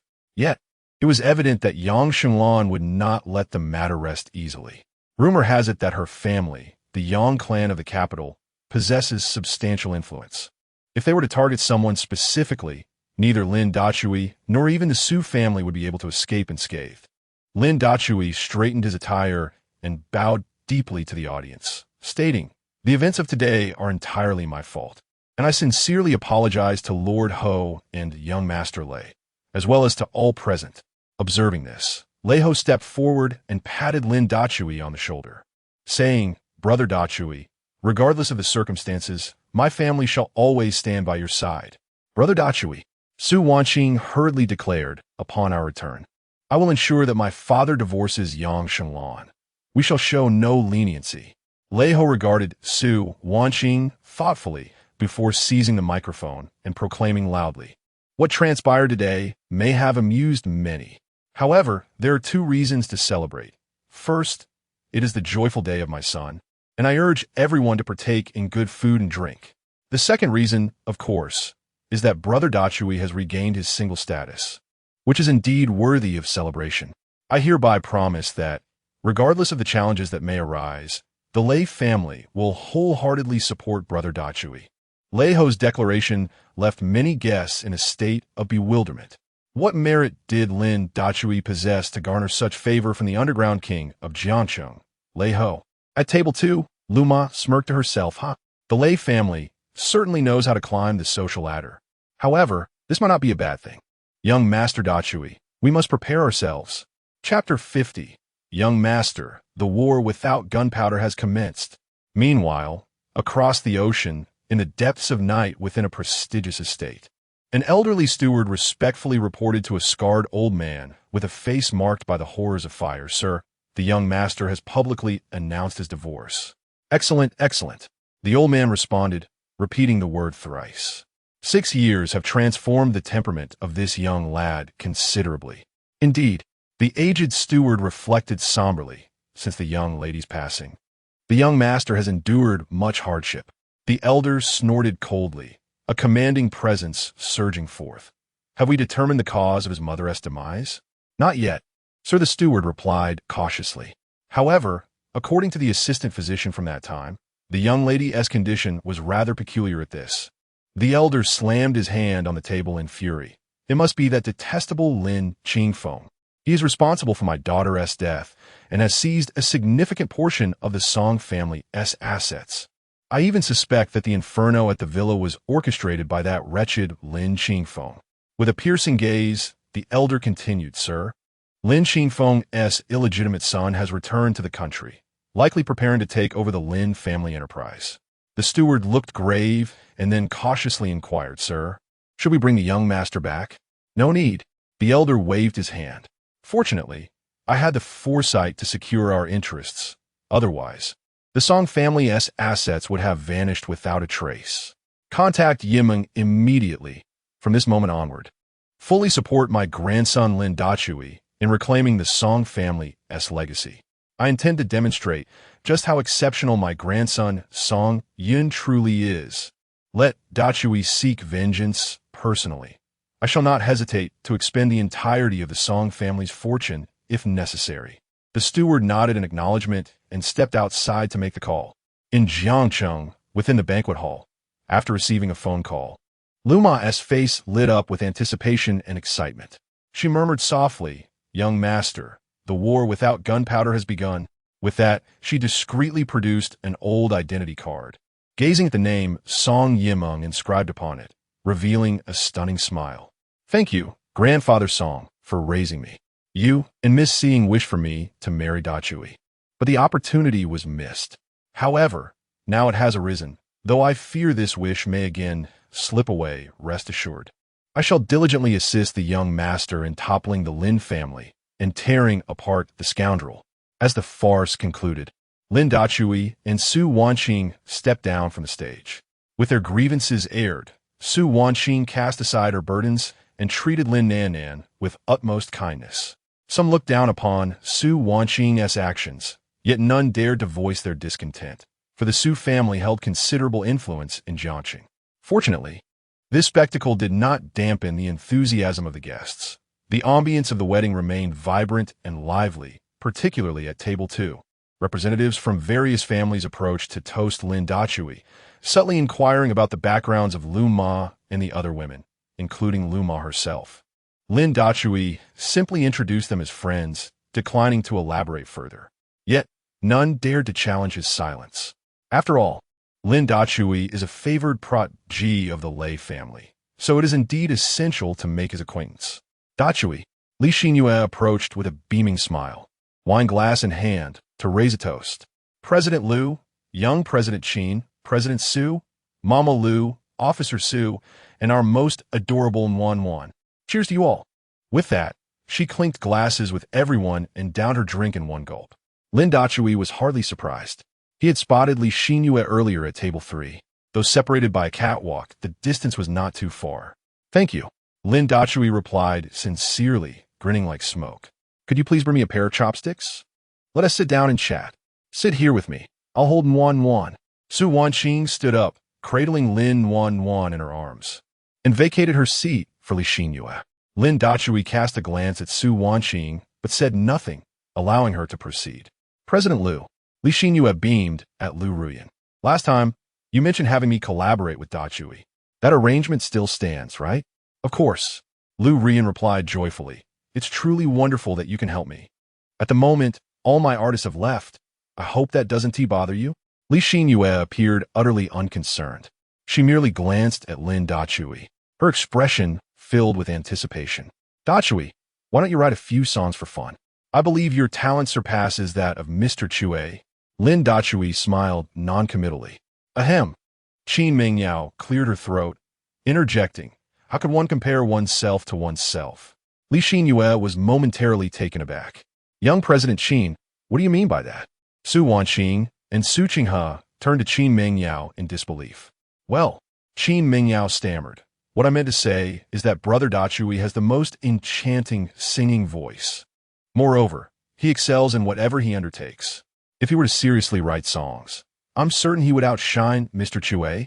Upon hearing this, Su Wanqing let out a sigh of relief, thinking to herself, I knew it. How could Dachui possibly be comparable to Mr. Chue? However, he truly does sing beautifully. The 2 original songs he performed at Nightshade Bar recently were outstanding. If he were to write songs earnestly, he could certainly produce some classics. Brother-in-law, Sukinga exclaimed excitedly. Those 2 viral videos online, they must be you, right? They look quite similar. As she spoke, she pulled out her phone to show Lin Dachui the videos. It was a shaky recording from a small blogger, making it difficult to discern Lin Dachui's face on stage. Haha, indeed, that's me, Lin Dachui chuckled lightly. I was just singing for fun. Fun? Su Qinghe's mouth dropped open in astonishment. Do you realize how popular those 2 songs are right now? You must release them quickly. I want to boast to my friends. Lin Dachui shrugged helplessly. All right, I'll arrange for them to be released soon. The ladies erupted in cheers. Just then, Lin Dachui's phone began to ring. Upon seeing the caller ID, he furrowed his brows slightly and swiftly stepped aside to answer. A deep voice resonated from the other end. Young Master Lin, your identity as Mr. Hammer has been compromised. Lin Shen has returned to the country and is preparing to take over the Lin Group. He will likely target you next. And so what? Lin Dazue scoffed. They owe my mother and me, and they must repay us double. By the way, have you found any trace of my grandfather? After a moment of silence, the other party replied slowly, not yet. The fire that ravaged the Song family 6 years ago was too devastating. The old man may have. Upon hearing this, Lin Dazue's expression darkened. His thoughts drifted back 6 years. At that time, Lin's mother was gravely ill, and the previous Lin Dazue had abandoned his studies to return to Jiangchang to care for his mother, Song Xing. Lin's father, Lin Qingfeng, had paraded into the hospital room with his mistress and illegitimate child, exacerbating Song Xing's condition. A few days later, news arrived of a catastrophic fire at the Song family estate in the capital, reducing the villa to ruins. And the head of the Song family had failed to escape the inferno. Amidst these multiple calamities, Lin's mother, Song Xing, succumbed to her illness, spitting blood before her demise. The former Lin Dazue was utterly heartbroken and severed all ties with Lin Qingfeng on the spot. After laying his mother to rest, the former Lin Dazue chose to end his life by jumping into the river. After Lin Dazue's soul traversed into this body, his first instinct was to save himself. Over the past 6 years, he had cautiously managed his affairs, amassing several hundred million in assets. Yet compared to the Lin Group, it was still woefully insufficient. I want to see the living, and I want to see the dead. Lin Dazue bellowed. Continue the search. Yes, came the response from the other end before the call was disconnected. Lin Dazue composed himself and returned to his seat. What happened, Dazue? Chapter 51, Sisters. The Jianghu calls for help. What has happened to Chue? Lu Ruyan approached with a look of deep concern. Linda Chue was momentarily taken aback, touching his face and reflecting inwardly. Over the years, I believed I had concealed my emotions well, yet Lu Ruyan still managed to perceive my distress. It's nothing. Linda Che replied with a faint smile. Let us eat quickly. After we finish, we shall return home, for there are matters to attend to. Su Wanqing observed the interaction between the two, her words caught in her throat. With a resigned sigh, she resumed feeding Lin Nan Nan. Mom Lu, now I should refer to her as Song Yiming. However, this identity must remain concealed for now. I can only continue to act as Mom Lu. Mom Lu noticed Lin Dechue's emotional fluctuations and pondered silently. The call he received earlier seemed to have provoked his anger. Could it be that the matter discussed on the phone pertains to Miss Seeing? Otherwise, his emotions would not have spiraled out of control just now. His ability to manage his expression had failed him. Su Qing, he furrowed her brows, quietly speculating about what transpired during that call. Qin Meng Yao fixed her gaze upon Lin Dechue, glancing at Lu Ruyan with a look of grievance. Why am I always a beat behind Sister Ruyan? At this rate, how can I ever pursue my Mr. Hammer? What is going on with you all? Lei Lin had just returned to her position when she noticed the varied expressions on everyone's faces and hurriedly inquired. Linda Shui flasha da Ismail. Explaini. It's nothing. We were merely awaiting your return to celebrate with a reunion feast before heading home. Gome, let us once again extend our best wishes to Lei Xiao and Miss Xiang Xiang for their joyful union. As he spoke, he raised his glass to toast with the ladies. Just then, Lei Zhen and his wife approached briskly. Upon seeing everyone raising their glasses, they chuckled. I just heard your conversation. What is this? Are you offering your blessings without us, the couple, present? The ladies burst into delightful laughter, wishing Uncle Lei and Aunt Lu a happy marriage. Lin Nan Nan chimed in sweetly, holding up her yogurt. Everyone was once again amused, clinking glasses and exchanging heartfelt wishes. The atmosphere brimming with joy. All right, let's call it a night. Lin Dechue set down his glass, a smile gracing his features. Tonight, you still have to enter the bridal chamber, so drink responsibly. Just as Lei Zhen was about to speak, Lu Xiang shot him a glare. Dare you disregard Brother Hammer's words? I'll deal with you when we get home. Oh dear. Lei Zhen shook his head helplessly. Before marriage, he was a little rascal. After marriage, he had turned into a formidable tigress. You, don't listen to him. Lu Xiang's cheeks flushed crimson. Despite her words, her hand was tugging at Lei Zhen's ear, leading him away from table 2. After the gathering dispersed, Lin Dechue departed with the ladies. Lei Lin remained to accompany some guests who had not yet left, so she could not follow. Li Xianyu returned to her own home. Su Wanqing and Su Qing, he took Lin Nan Nan to the mall, and then to the amusement park for some fun. Lu Ma took Qin Meng Yao to the market to buy groceries, leaving only Lu Ruyan and Lin Dachui behind. Dachui, I have already called for a designated driver. He will be here shortly. Lu Ruyan's delicate face flushed slightly as she shyly linked her arm with Lin Dachui's while waiting in the garage. Lin Dachui, feeling a bit awkward, asked, "Why aren't you with them? I can manage on my own," having consumed a fair amount of alcohol. He was somewhat unsteady on his feet, yet not so intoxicated that he couldn't return home. Over the past 6 years, he had seldom drunk, but that did not imply a lack of tolerance. "I am concerned for you." Lu Ruyan gazed at Lin Dachui with her enchanting eyes and softly said, "After I see you home, we can assess the situation." Though her words suggested otherwise, her thoughts were quite different. Earlier, she had discreetly confided in Su Wanqing and Lu Ma, wishing to discuss certain matters privately with Lin Dachui. Thus, the earlier scene of the women making excuses to leave had unfolded. Only Qin Mingyao and Su Qinghe, the two naive girls, remained oblivious to Lu Ruyan's intentions. Being drawn along by Lu Ma and Su Wanqing, the designated driver arrived swiftly. Lu Ruyan and Lin Dachui settled in a back seat, their bodies pressed closely together. Lin Dachui, feeling the effects of the alcohol, rested his head on Lu Ruyan's shoulder and dozed off. The masculine scent emanating from him caused Lu Ruyan's cheeks to redden as she struggled to maintain her composure. "Hurry up, we're almost home," she urged the driver, her anxiety palpable. "Miss, we are already moving quite fast. We cannot exceed the speed limit," the driver calmly responded, glancing at the speedometer. 20 minutes later, the car came to a steady stop in the garage of Villa Number 1. How did I fall asleep?" Lin Dachui opened his bleary eyes, assisted by Lu Ruyan as he stepped out of the car. "Ruyan, this isn't my villa, is it?" "Of course not," Lu Ruyan replied, firmly supporting him with a smile. "With me here, you need not worry." She helped Lin Dachui onto the private elevator, pressing the button for the second floor. Lin Dachui, still somewhat dazed, did not question further.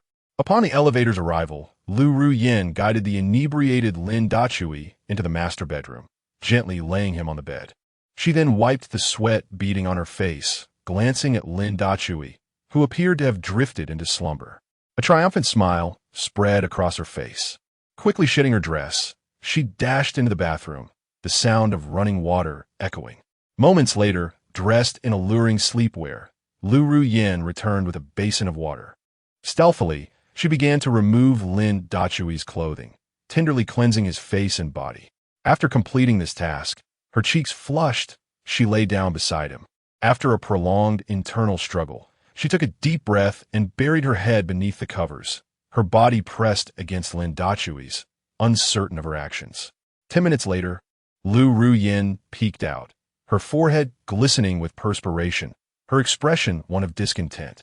Suddenly, she took out her phone and began to send messages. "Sister, I need your urgent assistance. By the way, what should one do if a man, after drinking excessively, becomes incapacitated? I'm waiting online. It's quite urgent."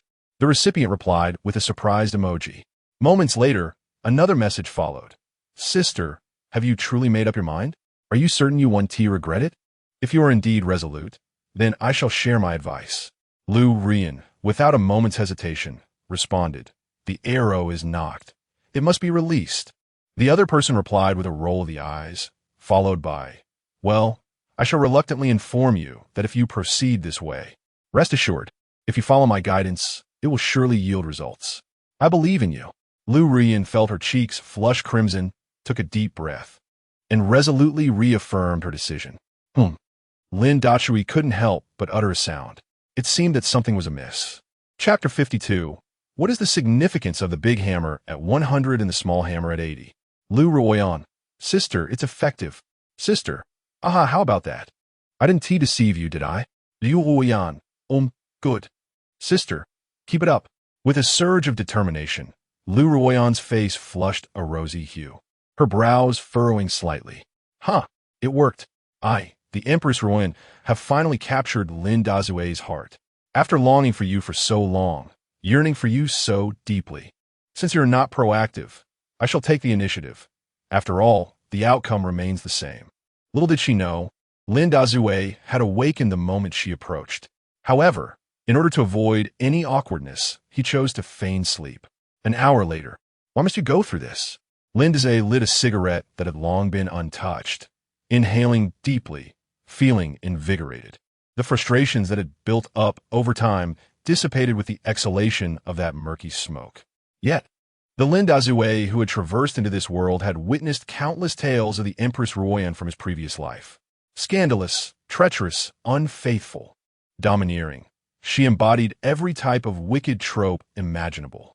The one constant, however, was that the Empress Ruoyan was undeniably beautiful. To his astonishment, he discovered that this world's Lu Ruoyan was experiencing her first encounter of this nature. Regardless, he resolved to remain cautious of Lu Ruoyan's inescapable reputation as a heartbreaker. He must not become too deeply ensnared. Otherwise, he might not know how he would meet his demise. Brother Dazue. Lu Ruoyan's delicate hand traced circles on Lin Dazue's chest. Some opportunities, if not pursued, could be missed for a lifetime. I do not wish to miss this chance, thus. I am here of my own volition. At the very least, I have made an effort, and that brings me contentment. You need not feel obligated. Lin Dazue smiled gently, exhaling a plume of smoke towards her face. Foolish girl, am I the kind of person who would act so irresponsibly? If that were the case, how could I have treated Su Wanxing with such care for 6 long years? Rest assured, I will take responsibility for you. Though he spoke these words, his thoughts wandered. If you prove to be devoid of the character flaws depicted in novels, I might consider a relationship with you. For now, however, let us maintain our current relationship with Lu Ruoyan. After all, being cherished by a woman is indeed a source of great happiness. Baza Datsui. Upon hearing this, Lu Ruoyan's cheeks flushed slightly. Thank you. There's a reason for my actions today. Lin Dazue paused, taken aback, waiting for her to continue. Brother Dazue, Lu Ruoyan gently adjusted the silk pajamas he wore. I must return to Kyoto tomorrow. Lin Dazue's hand, holding the cigarette, stilled momentarily. Why? After a brief silence, he slowly exhaled a smoke ring and inquired, Is Chanyu Group in trouble? Lu Ruoyan shook her head, lightly biting her lip. That is not important. It is a different matter. If it's inconvenient, then let us not discuss it. Lin Dazue sighed. No. Lu Ruoyan hastily waved her hand, clarifying that she simply had not yet found the right words to express herself. However, it was not a matter of great significance. It was merely about returning to annul an engagement. Lin Dachui wore a perplexed expression. What does that mean? Lu Ruoyan intends to call off her betrothal? This indicates she still embodies the persona of a heartless woman. Yet, the unfortunate recipient of her disdain is not me, but her fiancé. Have I unwittingly become the third party? The villainous disruptor of someone else's marriage? The antagonist? How amusing. This world is indeed quite peculiar. You mustn't misunderstand. Upon noticing Lin Dachui's furrowed brow, Lu Ruoyan quickly clarified, I have been betrothed to that person since childhood. Yet I have never met him, and have no affection for him whatsoever. I heard he has returned to the country, so I must go back to handle the matter and ensure the annulment of our family's engagement. Return to the country? Engaged to the Lu family of Kyoto? Lu Ruoyan's words. Could it be that she is referring to the illegitimate child of the Lin family? How utterly fascinating. And how do you plan to annul the engagement? Lin Dachui flicked the ash from his cigarette, regarding Lu Ruoyan with a bemused expression. Will your family acquiesce? I have my ways. Lu Ruoyan confidently patted her chest. This time I return to declare that my heart belongs to another. Moreover, I shall marry no one but him. Lin Dachui raised an eyebrow. And who is this him? Of course it is you. Lu Ruoyan blushed, playfully chiding Brother Dachui. Lin Dachui felt a stir within him. Yet a tinge of worry crept in, prompting him to jest. If any issues arise, remember to seek out your little third party. How annoying. Lu Ruoyan playfully tapped him with her delicate hand. Dachui scores 100, while I score 80. Lin Dachui chuckled heartily, a stark contrast to his earlier composed demeanor. What do you mean by 180? Lu Ruoyan asked, her curiosity piqued. Lin Dachui leaned in with a light laugh. Just now you playfully tapped me twice, which amounts to 80. In total, that makes 160 taps. Are you ready? With that, he flipped Lu Ruoyan beneath him and leaned in for a kiss. No. Stop. Lu Ruoyan protested, her small hands pushing against him in vain. Sighing in resignation, Lin Dachui lamented, Previously, I was the passive one. I had hoped to take the initiative this time. Since you are unwilling, I shall let it be. With a charming smile, Lu Ruyin pulled Lin Dachui back onto her, exclaiming, Hee, brother Dachui, I just added another 40 taps. In total, that makes at least 560. If I'm not satisfied, I can always increase the count midway. Lin Dachui was momentarily taken aback, and before he could react, Lu Ruyin's fragrant lips captured his. Alas, once again, it was a test of endurance. An hour later, both were nearly exhausted and finally rose to freshen up. Brother Dachui here. This is the outfit I prepared for you earlier. Do try it on and see if it fits. Lu Ruyin took out a bespoke suit and personally helped Lin Dachui into it. Gazing at the face before her, which was not particularly handsome, she noticed that the tailored suit transformed him into a figure of maturity and poise, exuding undeniable charm. Truly dashing. Lu Ruyin smiled with delight. Beauty is in the eye of the beholder, Lin Dachui jested, adding, if your fiancé were to see this, he might very well be inclined to eliminate me. Let him see. Lu Ruyin retorted with a dismissive pout. I fancy you just as you are. His opinions are of no concern to me. Lin Dachui smiled faintly and casually inquired, you purchased this villa last year, did you not? Indeed, Lu Ruyin replied without hesitation. Then recalling something, she blushed and explained, I thought I would be traveling to Jiangcheng frequently for work, so Lin Dachui chose not to press further. Last year, after encountering Lu Ruyin by the lakeside, he had taken his daughter, Nyang, to the villa community to check on the renovation progress. He noticed Lu Ruyin had followed him in, engaging in conversation with the property manager. In less than 2 hours, the Jiangxing News reported that villa one had been sold for an astounding 150 million. Lin Dachui surmised that this proactive woman must be the one who purchased the villa. Unfortunately, over the past year, he had not had the opportunity to reside in that vicinity. Big brother Dachui, have you given any thought to what we discussed earlier about selling your villa? Chapter 53. If you don't believe me, you may try. The house is no longer for sale, at least for the time being. Lin Dachui contemplated and ultimately decided against selling the house for now, as Lu Ma would assist the Su family in managing their affairs. At this juncture, Lin Dachui gently embraced the pouting Lu Ruyin and softly explained, this has nothing to do with Su Wanqing. I owe Grandpa Su an immense favor that I must repay. Years ago, after Lin Dachui saved himself from drowning and crawled ashore, he fell into a state of unconsciousness. By chance, Grandpa Su was strolling by the river and encountered him, arranging for Lin Dachui to be taken to the hospital. At that time, Grandpa Su did not recognize which family Lin Dachui belonged to, as the Lin family in Jiangxing was an exceedingly ordinary household.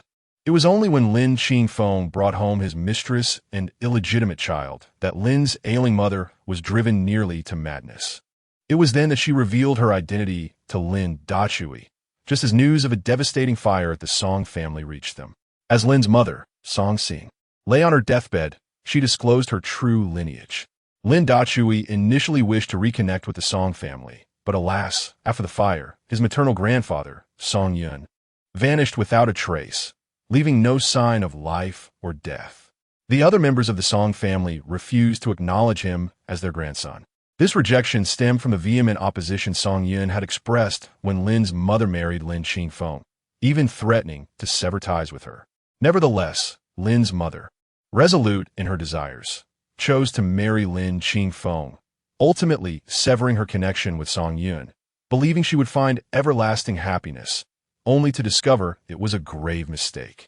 The former Lin Dachui sought out the Song family in Kyoto, but was met with rejection. In despair, he returned to Jiangxing and attempted to end his life by jumping into the river.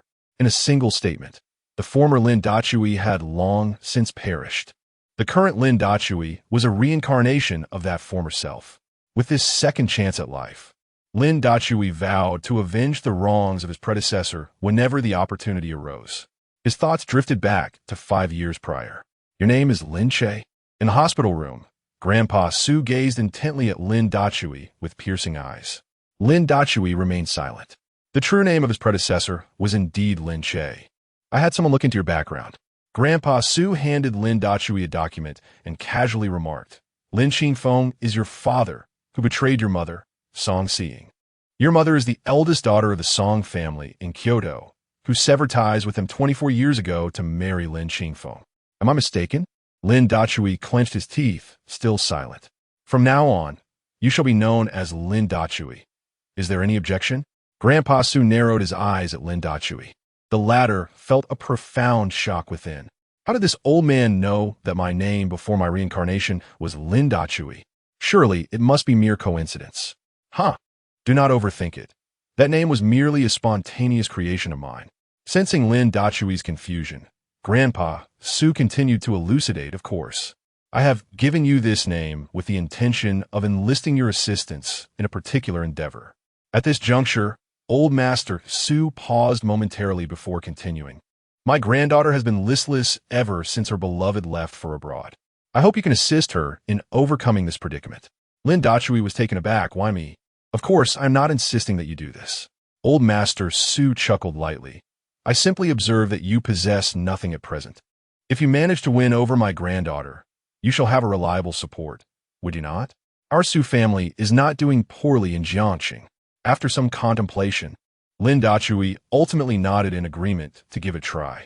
Thus began his journey of performing at the Nightshade Bar, toasting Su Wanxing, and eventually sharing intimate moments together. To put it plainly, Lin Dachui's life after his transmigration was saved by Old Master Su. Without his intervention, he would likely have perished. 6 years have swiftly passed. As for what transpired thereafter, I trust everyone is already aware. Dachui Gij? Lu Rian waved her hand in front of Lin Dachui, inquiring what occupied his thoughts so deeply. Coming back to reality, Lin Dachui felt a bit embarrassed. I was just reflecting on the gratitude owed to the Su family. This last act is all that remains. Over the span of 6 years, Lin Dachui had repaid most of his debts of gratitude. The final task was to enlist Lu Ma's help in managing the Su family's enterprises, ensuring they would not remain in their current passive situation.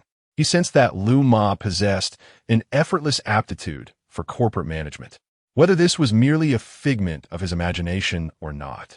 He could not shake the feeling that Lu Ma approached him with ulterior motives. He had attempted to investigate her background, but regrettably, he found no information. Nevertheless, this was of little consequence. At present, Lu Ma did not appear to harbor any ill intentions towards him. One step at a time, he thought. Yes, Dachui Gij. I trust you. Lu Rian linked her arm with Lin Dachui's, beaming with delight. Then let us not sell it. After all, neither of us lacks for money. Once you and Su Wanxing obtain your divorce certificate, we shall move to Kyoto and hold our wedding. Hee hee. Lin Dachui chuckled as he playfully pinched Lu Rian's cheek. Very well, I shall follow your lead. With that, the two took the elevator down to the garage, parking the car in Villa Number 2 before returning home. Where have you two been? As soon as the door swung open, Su Wanxing approached them with a look of suspicion, scrutinizing Lin Dachui and Lu Rian. Could it be that they had already? A flicker of disappointment crossed her eyes. She and Lin Dachui had not been intimate for quite some time. Such matters were her responsibility, not to be entrusted to another. Alas, the woman who now warmed Lin Dachui's bed was Lu Rian. One misstep led to another. Oh, how she wished to slap herself. Is there something you need? Lin Dachui asked coolly.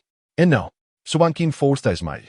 I just noticed you had a bit too much to drink, so I made you some hangover soup. As it happens, you're back. I shall reheat it.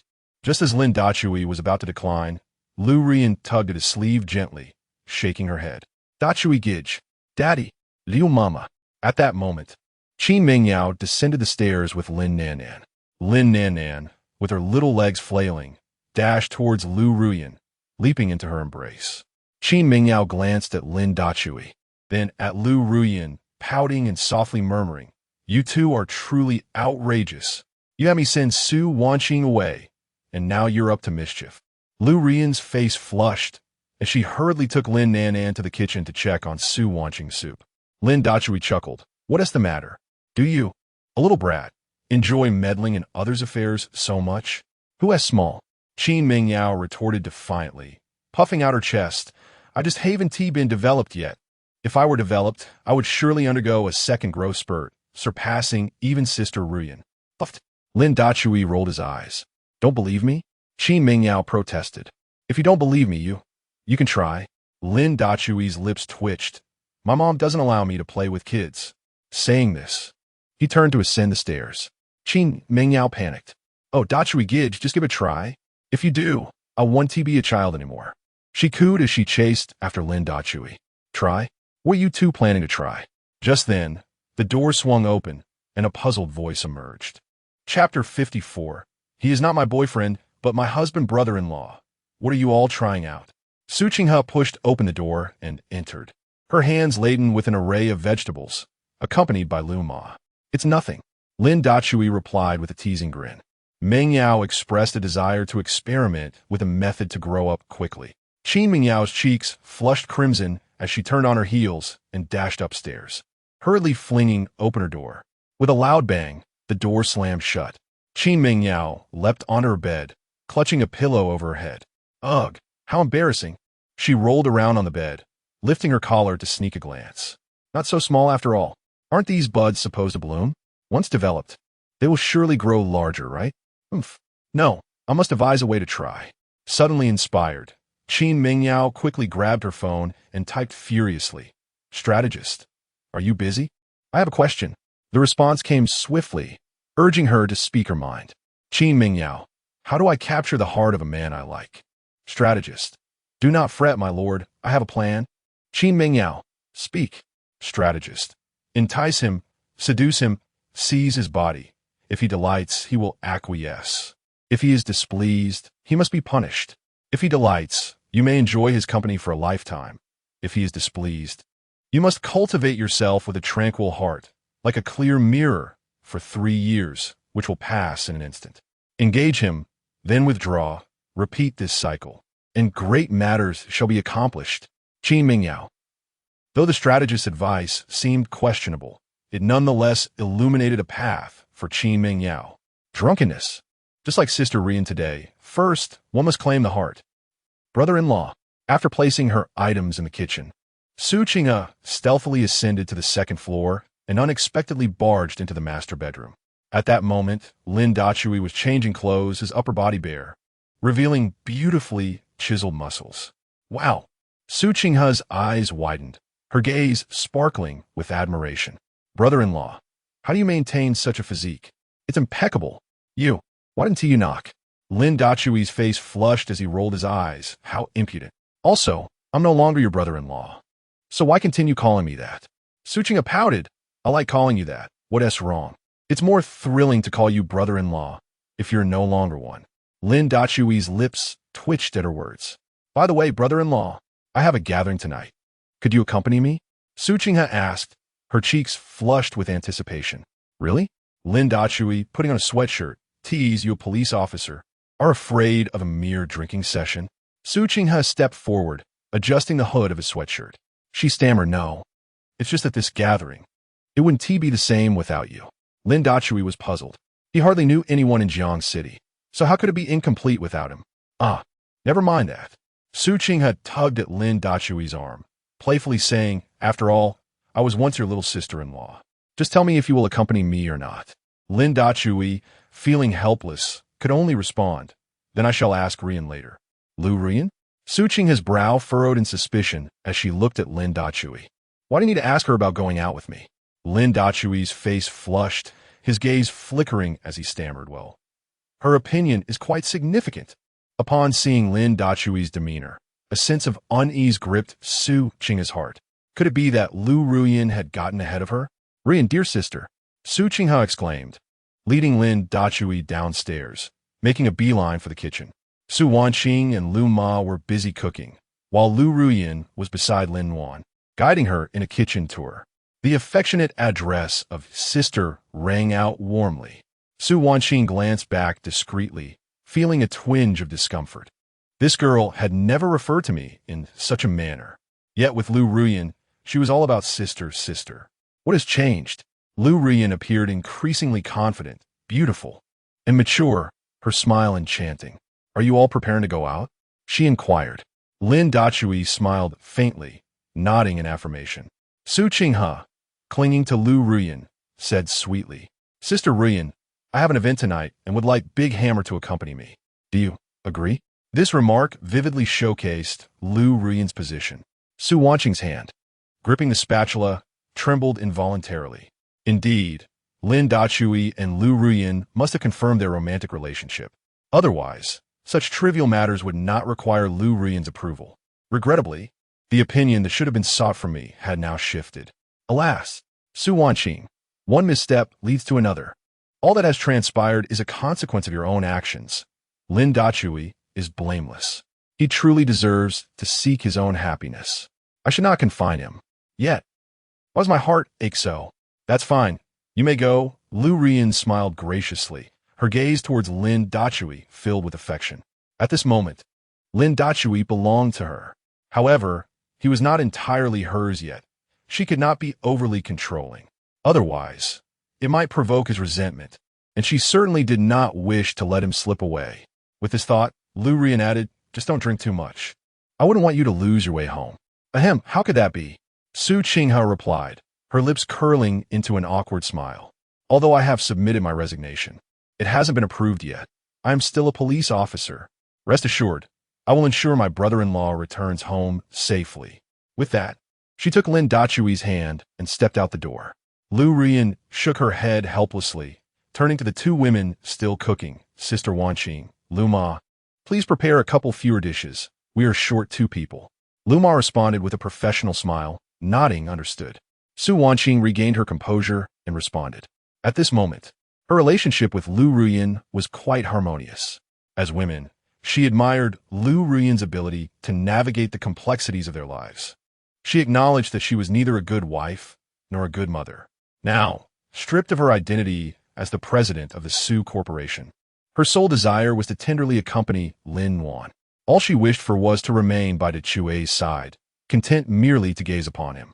As for whom he chose to be with, as long as he treated him well and cared for Yuan, that sufficed. Most importantly, she hoped he would never cast her aside again.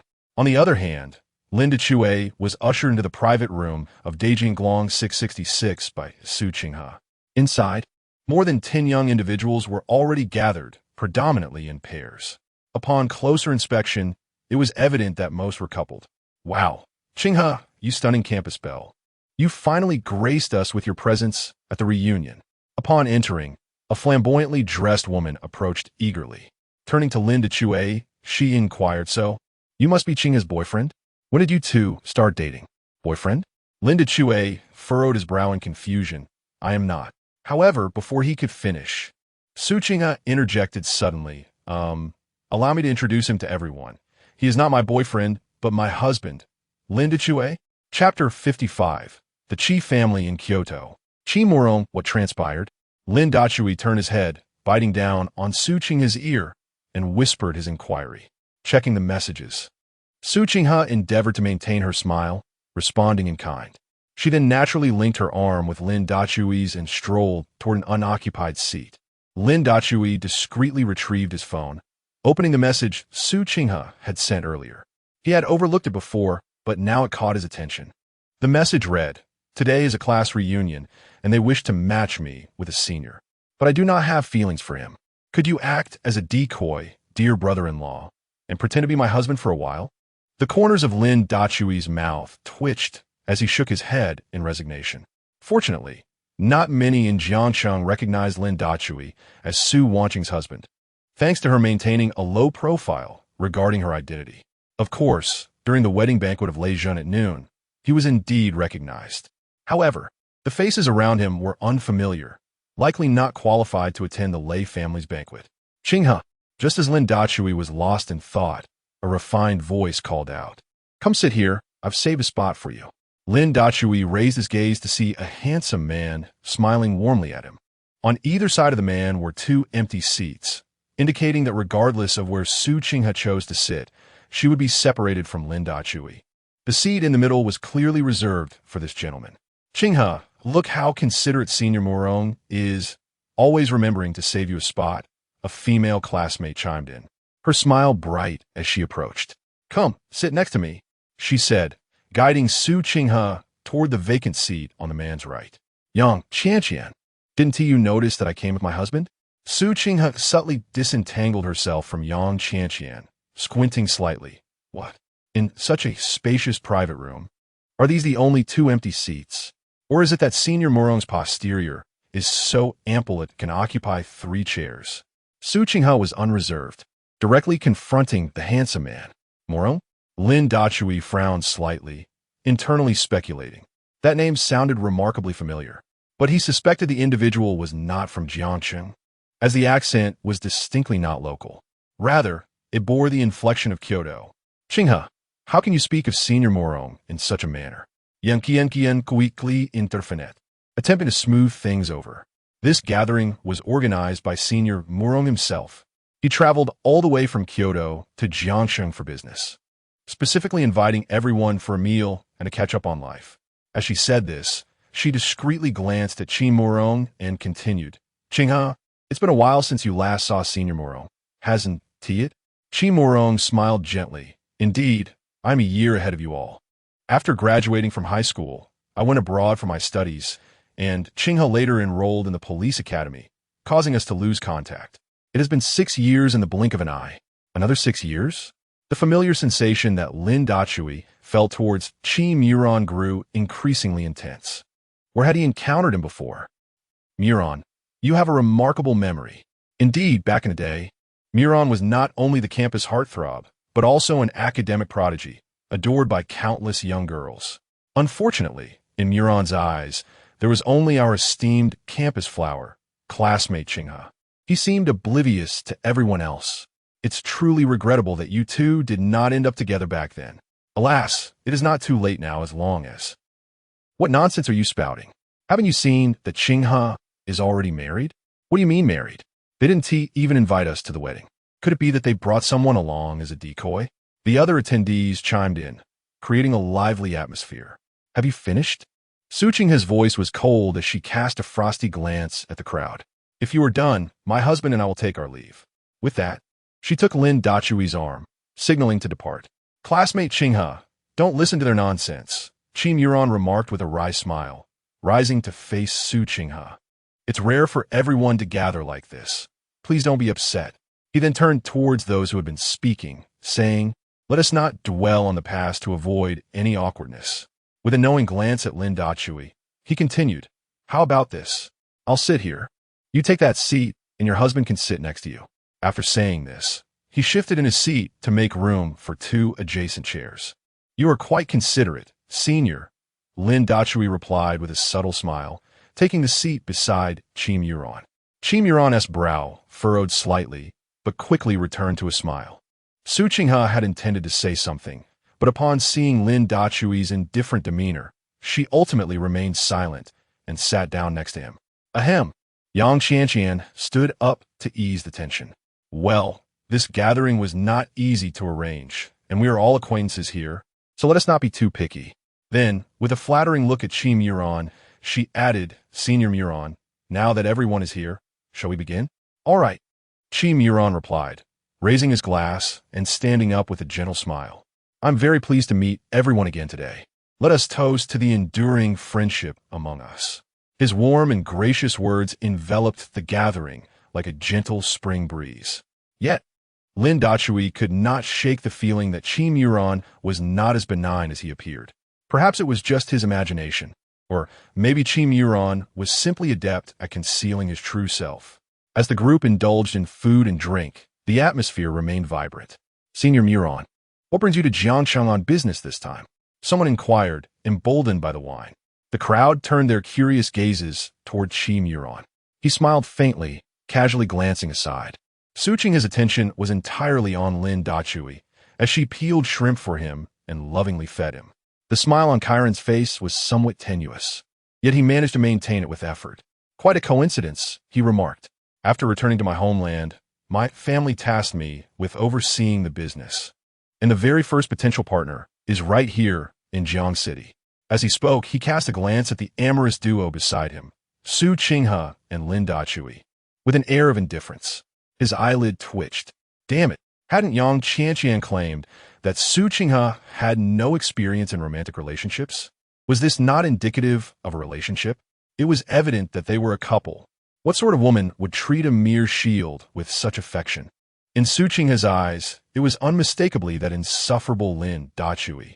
At that moment, Qiran set down his glass, rose to his feet, and approached Su Qinghe. Qinghe, in truth, my visit to Jiang City is to discuss collaboration with the Su family. Upon hearing this, Lin Dachui's brow furrowed once more.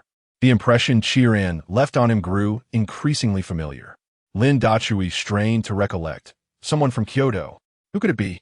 Suddenly, a flash of insight struck him. Recalling the phone call he had received at the wedding, the caller had mentioned, Lin Chun has returned. Holy shit, it finally clicked.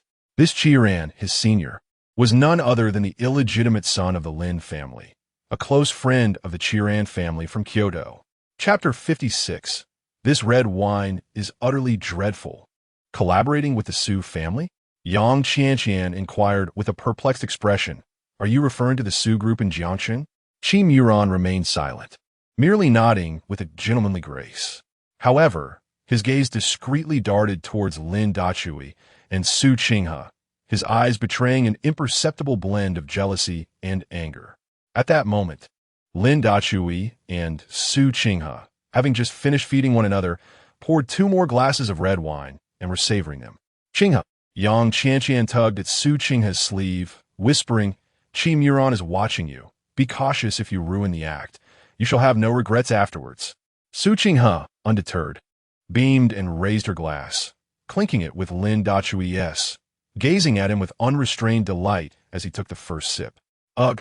Lin Dachui, having barely tasted it, abruptly spat it out to the side, exclaiming, This wine is truly abominable. Change it. Immediately. Su Wanqing, eager to please, raised her hand towards the dedicated server in the private room. Waiter, quickly bring us the finest red wine your establishment offers. The waiter appeared flustered, uncertain whether to heed the request. He cast a pleading glance towards the ever-verbose Yang Qianqian. As expected, Yang Qianqian sprang into action, hastily pulling at Su Qinghe, her expression animated with urgency. What is the matter? Su Qinghe furuit herburais. My husband says this wine is terrible. Isn't it reasonable to ask for something better? As her words hung in the air, she suddenly realized that the once lively room had fallen into an oppressive silence. What is happening? Su Qinghe exclaimed, bewildered. Is there a problem with the wine? I thought. Her sentence was abruptly interrupted by Yang Qianqian. Su Qinghe, Yang Qianqian said with a serious demeanor, fixing her gaze on Su Qinghe. Do you not think that you two are being rather excessive tonight? This gathering was organized by Qi Muran. Bringing a shield is one thing, but flaunting your affection is another. Don't you realize he arranged this for you? Your actions cast a shadow over Qi Muran's reputation. At this juncture, Yang Qianqian turned her gaze towards Lin Dachui. Your name is Lin Dachui, is it not? Do you have any idea how much the wine you just consumed costs per bottle? Lin Dachui smirked, about to respond, when Yang Qianqian cut in, 50,000 per bottle. The wine you just drank is a premium vintage worth 50,000. She scrutinized him further. And look at you dressed so poorly. Surely, you have never tasted such expensive wine before? How dare you express disdain for it? As if you were deserving of better. Other classmates chimed in, Truly a country bumpkin who has never seen the world. To say such an expensive wine is bad. Indeed, Qinghe, you have never been married. Why must you bring a shield to ruin the mood? You're the campus belle. Surely you could find a wealthy heir to serve as a shield rather than someone so unimpressive? Qinghe, allow me to offer you a piece of advice. Swiftly dismiss this unsophisticated fellow so we can enjoy our gathering. Indeed, Mu Ran, with his youth, charm, and wealth, harbors a genuine affection for you. Do not create unnecessary turmoil. The crowd urged Su Qinghe, while simultaneously belittling Lin Dachui. Listening to their remarks, Qi Mu Ran's lips curled into a barely perceptible smile. Ah, Su Qinghe, they remain oblivious to your true identity as the daughter of the Su family. But I am well aware, this wine may not be of the finest quality, yet it is beyond the means of an ordinary person. And you, Lin Dachui, do you think that by merely changing your name, young Master Lin cannot trace your whereabouts? Do you believe that becoming a son-in-law to the Su family will shield you from all worries? How mistaken you are. With just a flick of his finger, young Master Lin could obliterate you. He is merely toying with you. My mission in Jiangsheng, collaborating with the Su group, is to dismantle the Su family. Once your protection is stripped away, young Master Lin will savor your demise slowly, allowing you to perish in despair, for therein lies the thrill of life. Oh, by the way, young Master Lin declared that all matters in Jiangsheng shall be under my command. Your ex-wife, Su Wanqing, possesses a certain allure that surpasses that of Su Qinghe. I have a particular fondness for mature women. On the day the Su group faces bankruptcy, I shall ensure that these two sisters from Jiangsheng kneel before me in submission. The mere thought of it is exhilarating. Suddenly, amidst Qi Mu Ran's musings, the sound of a glass bottle crashing to the ground echoed through the air. The decanter, once filled with red wine, lay shattered, its contents splattered across the floor, staining the hem of Qi Mu Ran's pristine white trousers crimson. The onlookers gasped in astonishment, while Qi Mu Ran's expression shifted from one of calm composure to a terrifying scowl. Just as he was about to speak, Lin Dachue interjected, "Oh no, how tragic. 50,000 for that bottle, and now it's shattered all over the floor." He then feigned surprise as he turned to Qi Mu Ran. "Oh dear Mu Ran, what happened to you?" "Oh no, your tailored white trousers are stained with red wine. What a pity if it doesn't come out. By the way, Mu Ran, why does your complexion seem so dreadful? Are you unwell? If it weren't for Qing He and me, we would take you to the hospital." Qi Mu Ran's lips twitched in frustration as he silently cursed Lin Dachue. "You did this on purpose, didn't you? You knocked over the decanter, splattering me with wine while pretending to be innocent? And aren't you 30 years old? Am I not younger than you? Why call me senior?" Qi Mu Ran wished to annihilate Lin Dachue, but now was not the time to sever ties. He could only maintain a forced smile. While he remained calm, others were less forgiving. "Lin Dachue, look at the mess you've caused. Quickly apologize to Mu Ran and compensate him for his losses." "Yes, apologize immediately. This is too much. Just a mere unsophisticated fool acting as a shield, and he truly thinks himself significant. A verbal apology is far too lenient. He must show sincerity and kneel in contrition." The crowd exchanged heated words, their faces etched with fury, akin to red wine shattered by Lin Daju's hand, staining their own garments. Su Qinghe narrowed her eyes, slowly rolling up her sleeves, preparing for confrontation. It was merely a designer suit. It was of no consequence. Upon witnessing Su Qinghe stand up for Lin Daju, Qi Muran struggled to suppress her jealousy and fury, offering a faint smile as she remarked, "It's just over $1 million for a set, hardly extravagant. I shall simply procure another." She was certain that Qinghe's husband could not have acted with malice. Could he? Qi Muran deliberately emphasized the word husband, aiming to expose the fade that the two maintained. She was well aware of their true relationship. Lin Daju's wife. Oh no, rather his ex-wife. Lin Daju's former spouse was Su Wanqing, and Su Qinghe was, in fact, his former sister-in-law. It was unexpected that Su Qinghe would choose to let such a useless man serve as her shield. How intriguing. As if on cue, the others chimed in. "Linju, while Muran is magnanimous enough to overlook your transgressions, that does not absolve you from the need to apologize. Indeed, you cannot afford to compensate for a designer suit worth over $1 million. I advise you to kneel and apologize to the senior." I believe kneeling might be inappropriate. Why not have Qinghe accompany you instead? Yes, indeed. Let Qinghe assist you in making amends. What I meant was, let Qinghe spend some quality time with the senior. Their marital status is clearly a charade. Exactly.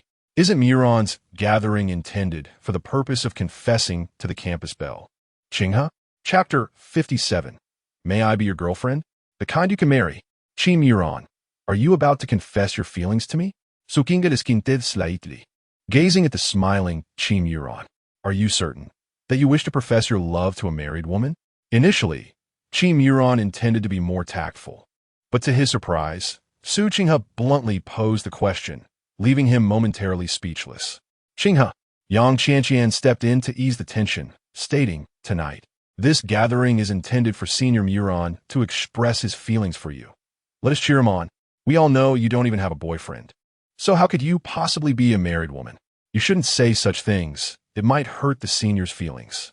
At this point, Yang Chanqian continued earnestly. During our high school days, everyone knew that the senior had a crush on you.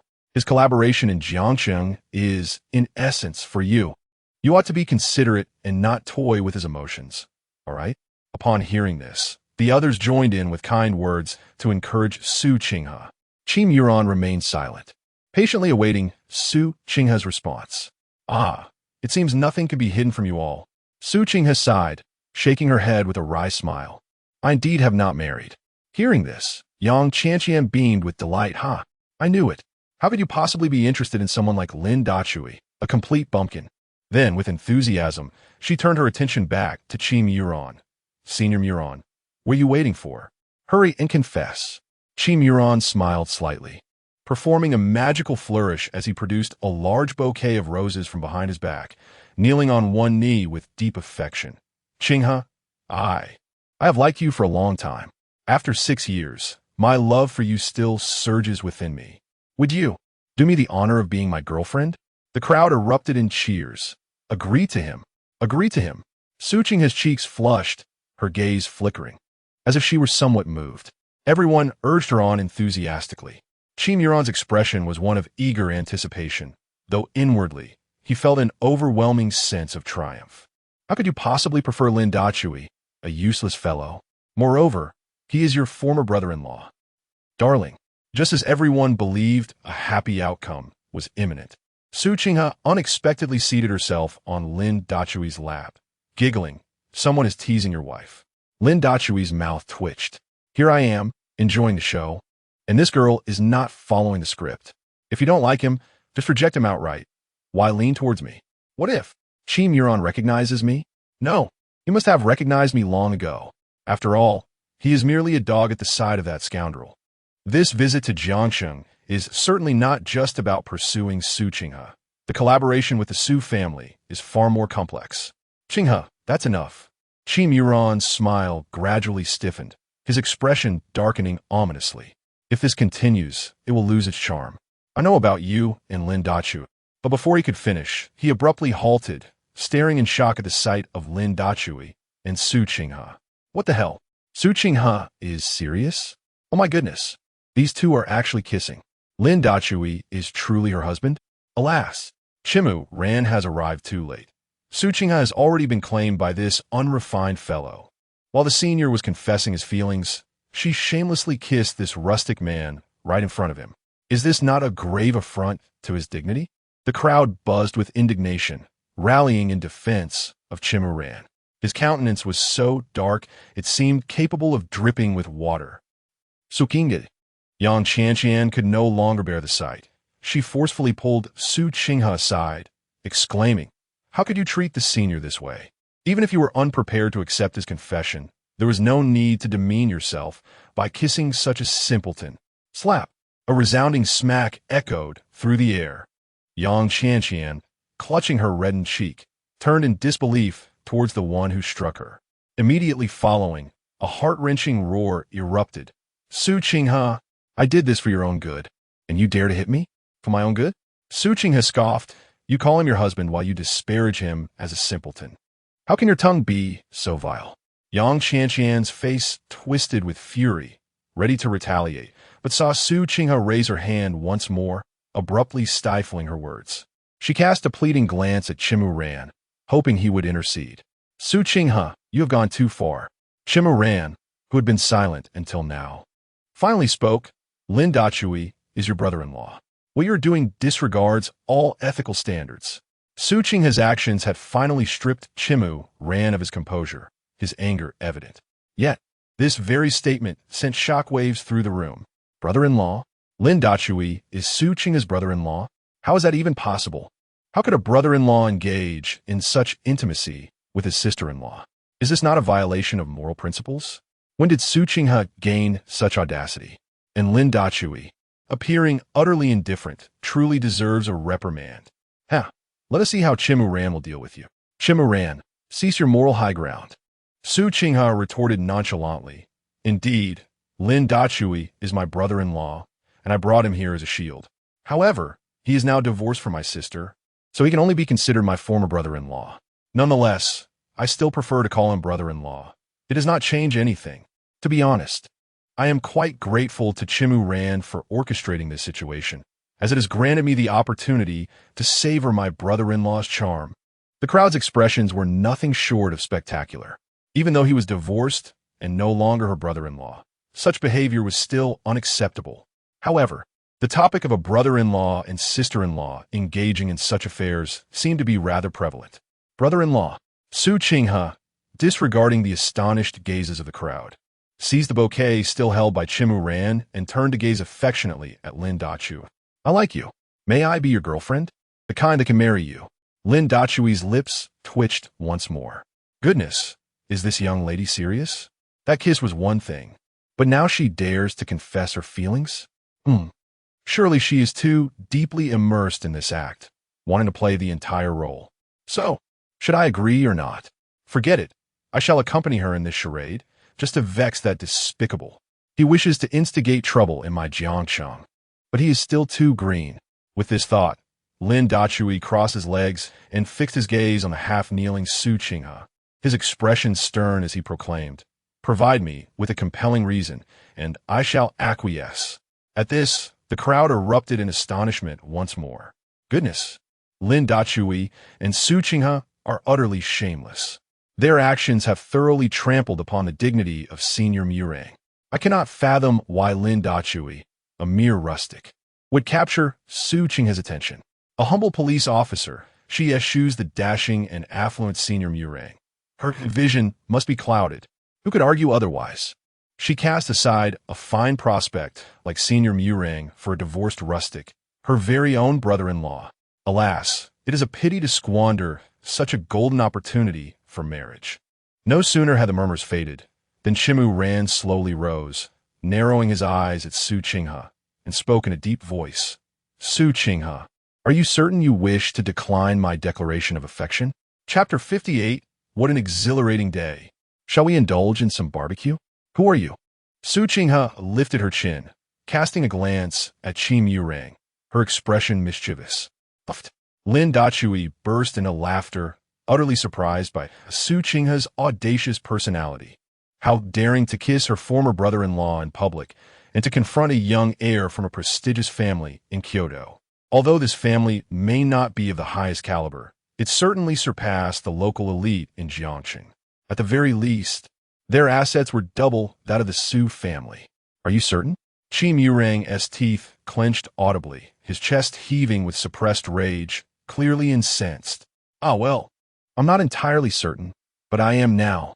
Su Qinghe wore a playful expression, and suddenly, she tightly embraced Lin Dachui, pressing her fragrant lips against his in a fervent kiss. The onlookers were left in shock. Lin Dachui was taken aback. This little girl was overacting. He would need to have a serious talk with her later. However, her lips did carry a delightful scent. Perhaps he should indulge just a little, lest he miss out on this rare opportunity. Now that he had finally allowed himself to be free-spirited, he could always make it up to Ruyan later. Very well. Qi Murang's face darkened, unable to contain his fury. Since you have made your choice, I shall terminate any collaboration with the Su family. Lin Dachui wrapped his arm around Su Qinghe's slender waist, casting a mocking glance at Qi Murang. Qi Murang, with your meager resources, do you think you can threaten Qinghe? Spare us the theatrics. You should leave before you embarrass yourself further. You. Qi Murang trembled with rage, turning to Su Qinghe. Su Qinghe, do you share the sentiment? Is the Su family no longer interested in collaboration? The crowd was bewildered. After a few seconds of silence, they erupted in conversation. What does this mean? What connection does Senior Murang's collaboration with the Su family have with Su Qinghe? If I recall correctly, the head of the Su family is named Su Wanqing, right? Su Wanqing? I remember now. I just saw a video of Su Wanqing begging her husband for forgiveness. Really? Show it to me. Huh. The one Su Wanqing is kneeling to is Lin Dachui, isn't it? Indeed. So Su Qinghe calls Lin Dachui brother-in-law. Could it be that Su Qinghe is Su Wanqing's sister? The sisters of Jiangcheng are indeed Su Wanqing and Su Qinghe. No wonder she found that 50,000 a bottle wine unpalatable. Qinghe has the means to be discerning. But wait, while you all praise Qinghe, don't you think Lin Dachui is quite impressive? One Su sister kneels, while the other chases after him. Lin Dachui must possess some remarkable qualities. It seems we underestimated him. Isn't your wife working at the Su group? You should quickly get to know Su Qinghe better. Yes, indeed, it's time to make amends. I will go apologize to her. I was too rude earlier.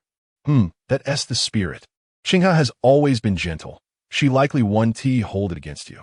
The crowd exchanged words of admiration for Su Qinghe, while they left Qi Murang sidelined, surrounding Lin Dachui and Su Qinghe with warmth and camaraderie. Some feigned reproach towards Su Qinghe for concealing her identity, while others encouraged her to speak kindly to Su Wanqing and urged the Su group to offer more support. Their attitude towards her was markedly more favorable than their previous stance towards Qi Murang. After all, distant relatives are not as valuable as close neighbors. No matter how wealthy Qi Murang is, he is still a resident of the capital, whereas the Su family holds local influence. Witnessing the shift in the crowd's demeanor, Qi Murang could no longer remain and, with a cold snort, turned to leave. Wait! Lin Dachui extended his hand, blocking Qi Murang's path. Have you forgotten something? Fury welled in Qi Murang's eyes. What else is there? With a subtle smile, Lin Dachui replied, Today is your gathering. Aren't you going to settle the bill? Qi Murang's expression darkened. In his earlier rage, he had indeed neglected to settle the account. Although he begrudged it, he did not wish to lose face before the others. This paltry sum was hardly something he would default on. He retrieved his card and summoned a server to settle the bill. Lin Dachui observed him with a smirk, clearly amused by the wealth of the young master from the capital. Qi Murang shot him a glare before hastily paying and departing. However, the scowl on his face and the venomous glint in his eyes indicated that he was not one to be trifled with. As Qi Murang left, the others hastily took their leave, urging Su Qinghe to gather with them more frequently to foster relationships. Yet, they all tacitly avoided mentioning Lin Dachui's connection to Su Qinghe or her actions that day. Everyone understood the complex web of relationships within the elite families. Nonetheless, some harbored envy and jealousy towards Lin Dachui, who had managed to win over the Jiangqing sisters. The mere thought of him being both brother-in-law and brother-in-law was tantalizing. Brother-in-law. Su Qinghe linked her arm with Lin Dachui's, her eyes sparkling. Today was such a thrill. Let us go have some barbecue. Are you truly addicted to playing around? Lin Dachui gently tapped her forehead. You, my dear, have a knack for getting me into trouble. However, Qi Murang, having been made a fool of today, is unlikely to let the Su group off the hook. You must be cautious. Lin Dachui squinted slightly, gazing into the distance. Qi Murang's arrival in Jiangsheng was undoubtedly orchestrated by that scoundrel Lin Shun from the Lin family. Coming here to target the Su family was clearly aimed at me. In light of this, let us engage in a little game to ascertain your true capabilities. After 6 years of restraint and preparation, the time for retribution has finally arrived. Su Qinghe continued to link her arm with Lin Dachui, watching him as he pondered with a furrowed brow. Her eyes filled with curiosity. I can't shake the feeling that ever since you and my sister divorced, you've changed. Once, she perceived him as weak. Now, he exuded a sense of stability. Previously, he seemed ineffectual, yet now he shone with brilliance at every turn. Once, she thought him devoted, but now he embraced such flirtation. Moreover, exceptional women like Lu Ruyin, Qin Mingyao, and Lu Ma surrounded him. Furthermore, he had discerned Qi Murang's intention for revenge at a glance, and had cautioned her to be wary. Such a mysterious brother-in-law is hard not to like. By the way, grandfather holds him in high regard. Perhaps he knows something.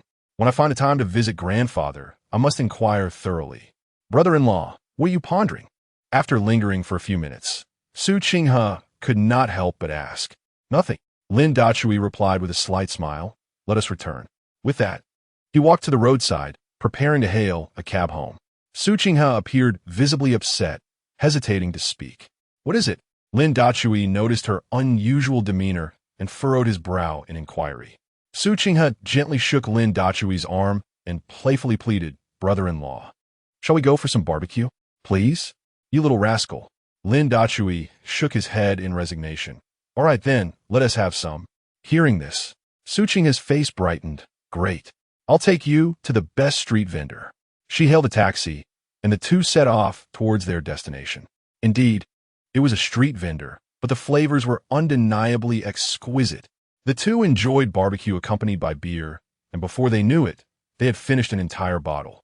They chatted about many things, with Hmph primarily asking Lin Dachui how he had spent the last 6 years. She subtly inquired whether there was any possibility of reconciliation between Lin Dachui and her sister. No way, Lin Dachui replied with conviction. I, Lin Dachui, do not favor what has been touched by others. If it weren't for Nan Nan needing her, I would not allow her to disturb us again. Upon receiving Lin Dachui's answer, Hmph felt elated and quietly took out her phone to send a message. Quickly help me book a hotel room and prepare everything. Chapter 59. After sipping this cup of sobering tea, shall I escort you back? Why haven't you replied? 10 minutes elapsed without a response, prompting Hmph to murmur softly to herself. What happened? Lin Dachui's capacity for liquor was evidently inferior to Hmph's, and he began to stutter slightly. It's nothing at all. Hmph looked up at Lin Dachui, her charming smile illuminating her face, and said, Brother-in-law, let us continue to drink. Lin Dachui shook his head. No, I can't drink anymore. I am already intoxicated. Even in his inebriated state, he was acutely aware that he must return to accompany Lu Ruyan tonight. After all, they had just shared an intimate moment. Tomorrow, Lu Ruyan would depart, and it was only fitting that he should return to review his studies, ensuring that their next encounter would not feel awkward. With this thought in mind, Lin Dachui unsteadily rose, preparing to leave. Hmph glanced at her phone, still devoid of any notification, and a sense of urgency began to swell within her. No, after much effort to intoxicate my brother-in-law, I must secure him tonight, come what may. As the saying goes, why let good fortune flow to others? I am merely fulfilling my grandfather's wish by keeping Lin Dachui within the Su family, aren't I? It is as simple as that. Once I have turned raw rice into cooked rice, I doubt Lu Ruyan and Qin Mingyao will dare to contest with me. Just wait a little longer. Hmph, her face a mask of anxiety, helped Lin Dachui back to his seat. If you won't drink, I shall consume these 2 bottles, and then we can return. All right? Her tone and gestures resembled that of a caregiver soothing a child, provoking envy among the nearby men enjoying their barbecue. Sigh, I have seen men intoxicate women, but never a woman intoxicate a man. Ahem, indeed, especially such a beautiful lady. It is rare to encounter a woman of this caliber at a roadside barbecue stall. This fellow isn't even handsome, yet he has such a stunning girl eager to accompany him. The surrounding men, having imbibed copiously, spoke loudly. However, Hmph paid them no mind. Her gaze fixed intently on her phone. Time ticked by second. Ding! At last, Hmph phone emitted a notification sound. Eagerly, she opened it to find a response from the earlier sender. It read, The hotel has made the necessary arrangements, and everything is in order. Now, we await your arrival with your beloved, and muster the courage to confess your feelings. Additionally, I have instructed the front desk to place the special medication in the drawer for you, wishing you great success and a delightful experience. Upon reading this, Hmph heart raced even more fervently. Although the person she was to face was her former brother-in-law, she was aware that her sister and Lin Dachui had long since parted ways, each pursuing their own paths. Furthermore, Hmph understood that she harbored an indescribable affection for Lin Dachui. From initially feeling exasperated at his lack of ambition to now being consumed by thoughts of him, this transformation had occurred in just a matter of days. Perhaps, over the course of these 6 years, my feelings for him have become too intricate to articulate. Yet, it is irrefutable that I do not harbor any aversion towards Lin Dachui. On the contrary, I find myself genuinely concerned for him. Whenever he faces adversity, my heart aches. Witnessing his lack of resistance incites me to chide him for his lack of ambition. I must have fallen for him long ago. Right from the moment I first laid eyes on him, captivated by his melancholic aura, perhaps this is what one might call love at first sight. However, due to the fact that he is my brother-in-law, I have refrained from expressing my true feelings. Given this rare opportunity, I am determined to seize it with both hands. At this moment, Lin Dachui, having consumed considerable amounts of alcohol, was in a somewhat dazed state. I hailed a taxi and assisted him to the entrance of the hotel room we had reserved in advance. As the door was gently pushed open, an unusual sensation surged within me. The floor was adorned with heart-shaped candles, and in the center lay a bouquet of red roses. Instinctively, Lin Dachui sensed that something was amiss. Yet, before he could react and attempt to exit the room, I swiftly pressed against the door, trapping him inside. In that instant, an atmosphere of intimacy enveloped us, as if the entire space was saturated with a blush-inducing ambience. "Hmph, what are you doing?" Lin Dachui managed to lift his head, gazing at me with a quivering voice. It was not fear, but rather embarrassment. "Brother-in-law." I took a deep breath, summoning my courage to speak. "In truth, I have always held deep feelings for you. From the very first moment I saw you, I was profoundly captivated. Alas, you're my brother-in-law, and I've kept my feelings concealed. Today, having this rare opportunity, I do not wish to let it slip away. I want to convey my genuine emotions to you before I could finish." My shy countenance was already flushed. Meanwhile, Lin Dachui, under the influence of alcohol, felt his head spinning, making it difficult for him to concentrate. Faced with my unexpected confession, he felt utterly powerless, wanting to resist, yet unable to muster the strength. "Hmph, we cannot proceed in this manner." He shook his head, attempting to rouse his senses. Upon hearing this, tears welled in my eyes. "Brother-in-law, do you truly feel nothing for me? Not even a little?" Lin Dachui, upon hearing my words, began to regain his clarity. "How could I not be aware of the special feelings you, my little sister-in-law, have for me? Yet, back then, you were still in your final year of high school. Having graduated from the police academy nearly 2 years ago, I often spoke harshly to you, only to later soothe you with gifts and tokens of affection. A sharp tongue concealing a tender heart, far more considerate than your sister." With a sigh, Lin Dachui's tone softened considerably. "Hmph, you are remarkable, and I do not deserve your devotion. Moreover, I am unable to accept then, can't you? Try to accept me?" Su Qinghe bit her lip, still unwilling to give up. Lin Dachui shook his head slowly and said, "Although Su Wonking and I have parted ways, our relationship has always been somewhat awkward. At the previous dinner, I merely played along with your charade of lingering affection. Moreover, my connection with Liu Ruoyan—" "All right, no more," Su Qinghe interjected, interrupting him mid-sentence. "I understand your thoughts. It's merely a burden of conscience, isn't it?" As she spoke, she picked up a cup of tea and handed it to Lin Dachui, her eyes glistening with tears, exuding an air of vulnerability. "Brother-in-law, I should not press you further. Drink this cup of sobering tea, and I will escort you home." Lin Dachui opened his mouth as if to explain, but sensing the mood, he wisely remained silent. Accepting the cup, he drank it down in one go. Meanwhile, Su Qinghe wiped her tears while casting furtive glances at Lin Dachui. "Oh look, you finished it all. Hee. Chapter 60. My damn masculine charm. Qinghe, what have you done?" Lin Dachui felt an overwhelming sense of unease. The sobering tea seemed to intensify his inebriation. Moreover, an unbearable heat coursed through his body. He had fallen victim. This audacious young woman, as a police officer, a former police officer, engaging in such antics is utterly beyond comprehension. "Sister-in-law." Su Qinghe's enchanting eyes shimmered as she leaned forward, her delicate hand caressing Lin Dachui's chest. The somewhat oversized sweatshirt could no longer withstand her seductive touch, gradually being lifted. "It's over." Lin Dachui sighed inwardly. Losing all semblance of control, he turned and pinned Su Qinghe beneath him, gasping, "Sister-in-law, you're playing with fire." A flush of crimson adorned Su Qinghe's cheeks, her nervousness palpable. Unable to meet Lin Dachui's gaze, she closed her eyes and turned her head aside, surrendering to his advances. "No, please don't." Su Qinghe, he murmured softly, a tantalizing mixture of resistance and invitation. Lin Dachui, now completely devoid of reason, leaned in to kiss her. "Sister-in-law." Su Qinghe, he called out softly, willingly reciprocating, her face radiant with happiness. "Finally, I shall become your woman. Soon, my brother-in-law will become my sister-in-law."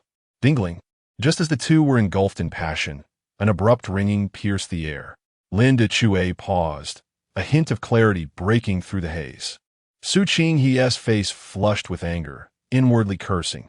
Who, at such a moment, dares to call? Sister. Sister? Su Qing, he freed a hand to pick up the phone on the bedside table, discovering it was a call from Su Wanqing. Furthermore, there were numerous unread messages. She glanced at the gradually awakening Lin Dachue, gritted her teeth, and switched off the phone, murmuring to herself, "Tonight, no matter what, I shall claim my brother-in-law." With that, she rolled over, shifting from passive to assertive. She was no longer a girl and would no longer celebrate the goddess festival. From this day forth, every March 8th, she would receive a heartfelt, Happy Women's Day. Lin Dachue, still dazed, felt his body gradually return to normal, his mind clearing. Yet, his eyes were filled with unease and remorse. The unease stemmed from having established a relationship with Lu Ruyin. The guilt arose from the knowledge that he had wronged both Lu Ruyin and Su Qinghe. Lu Ruyin should be easy to appease. After all, she did not mind his history of divorce and simply cherished him for who he was. However, in the presence of Su Qinghe, he was uncertain of how to navigate their future interactions. Alas, my damn masculine charm. Though it was high time to liberate myself, it had only been a few days since I did so, and already 2 calamities had befallen me. I cannot fathom how Su Wanqing could be so blind as to overlook this. I understand now. Perhaps she has never genuinely appreciated my allure. An hour later, Brother Dajua, Su Qinghe lay upon Lin Dajua's arm, her cheeks flushed with a rosy hue, playfully inquiring, "Are you satisfied with my service? Oh dear, have we crossed the threshold of familiarity to the point that you no longer refer to me as sister-in-law?" Lin Dajua remained silent, taking a deep drag from his cigarette and exhaling a ring of smoke. After a lengthy pause, he turned to Su Qinghe, his expression grave, and remarked, "There are certain matters we must clarify." Upon hearing this, Su Qinghe's face momentarily fell. "Brother Dajua, you need not speak. I'm already aware. Are you about to tell me that I am your little sister-in-law and that we ought not to behave in this manner? Or perhaps you wish to convey that you are already with Lu Ruyin, and thus we should refrain from this?" Lin Dajua nodded in tacit agreement. So this little one knows everything. Yet, why does she persist in this conduct? Brother Dajua. Su Qinghe shifted to straddle Lin Dajua, ensuring their gazes met directly. "There are certain things I cannot divulge at this moment. But please believe me when I say that I truly, deeply love you. I do not desire marriage. I only ask that you do not abandon me." Now, it was Lin Dajua's turn to be bewildered, his expression one of astonishment. "That is not fair to you. Sukinga Ismail Yentli, edaptinga nonchalant diminer. What era are we in? Why concern ourselves with such matters? Status is inconsequential. We must strive to contribute to the nation's population, and that is what truly matters." Faced with Su Qinghe's illogical reasoning, Lin Dajua felt utterly defeated. Regarding her affection for him, he had no doubts. However, he could not believe that Su Qinghe would be so magnanimous and understanding. Surely, there must be something she was concealing. Perhaps it relates to old Master Su. The following day, before dawn had broken, they arose early to bathe and prepare to return home. Su Qinghe meticulously severed the bedsheet in half, preserving a small piece, which she carefully folded and placed into her handbag. Lin Dajua grimaced inwardly, reflecting on how, regardless of the world, girls seem to treasure their first time. Yet, in his previous life, it was exceedingly rare to find a girl who could retain her innocence. Encountering one would be akin to winning a $5 million lottery. "Let us go." Once Su Qinghe had finished her preparations, she linked her arm with Lin Dajua's as they exited the hotel. They hailed a cab, making their way directly to the villa.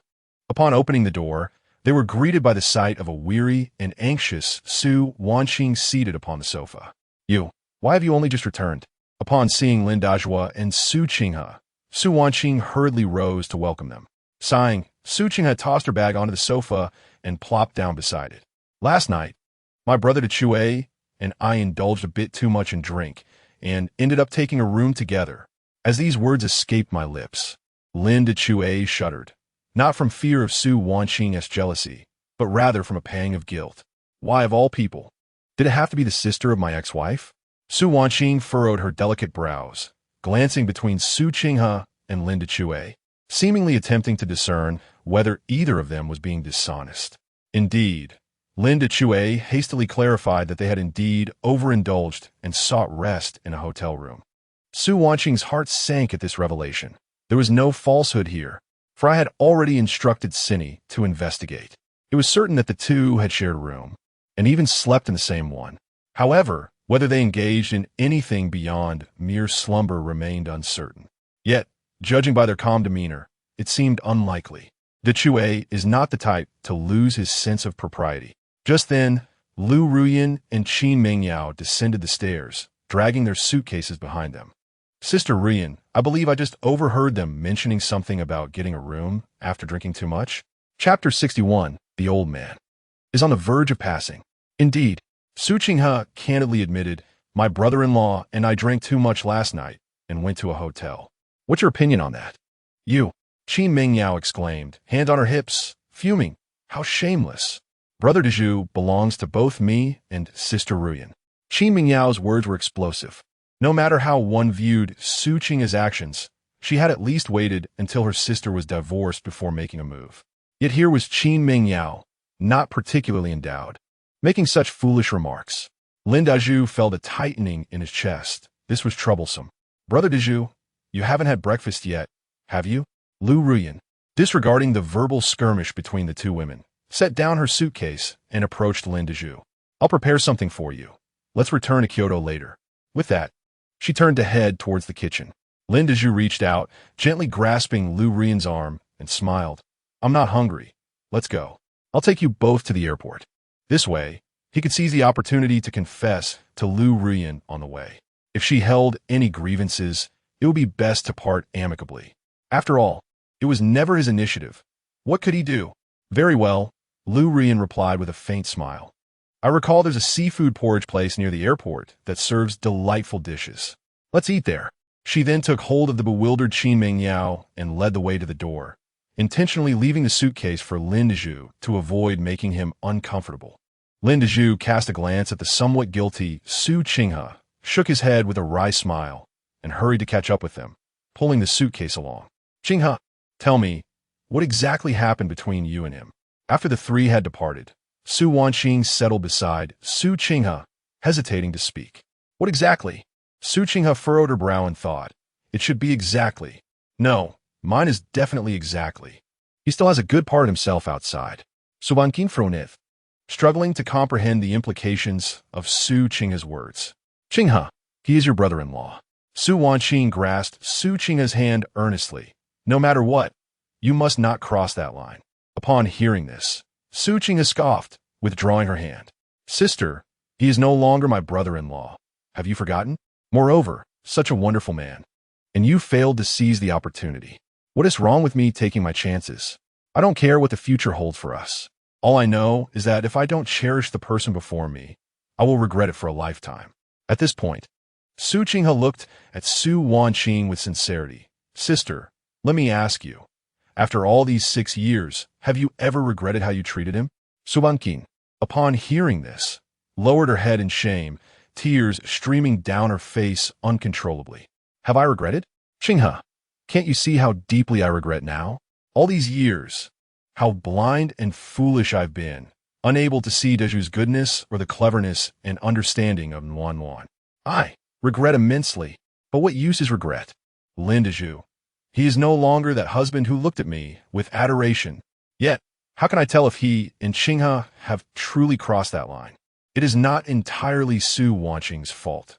Su Qinghe, having once been a police officer, possesses a physique far superior to that of Lu Ruyan. Moreover, with ample time to rest, any minor discomfort would hardly impede her mobility.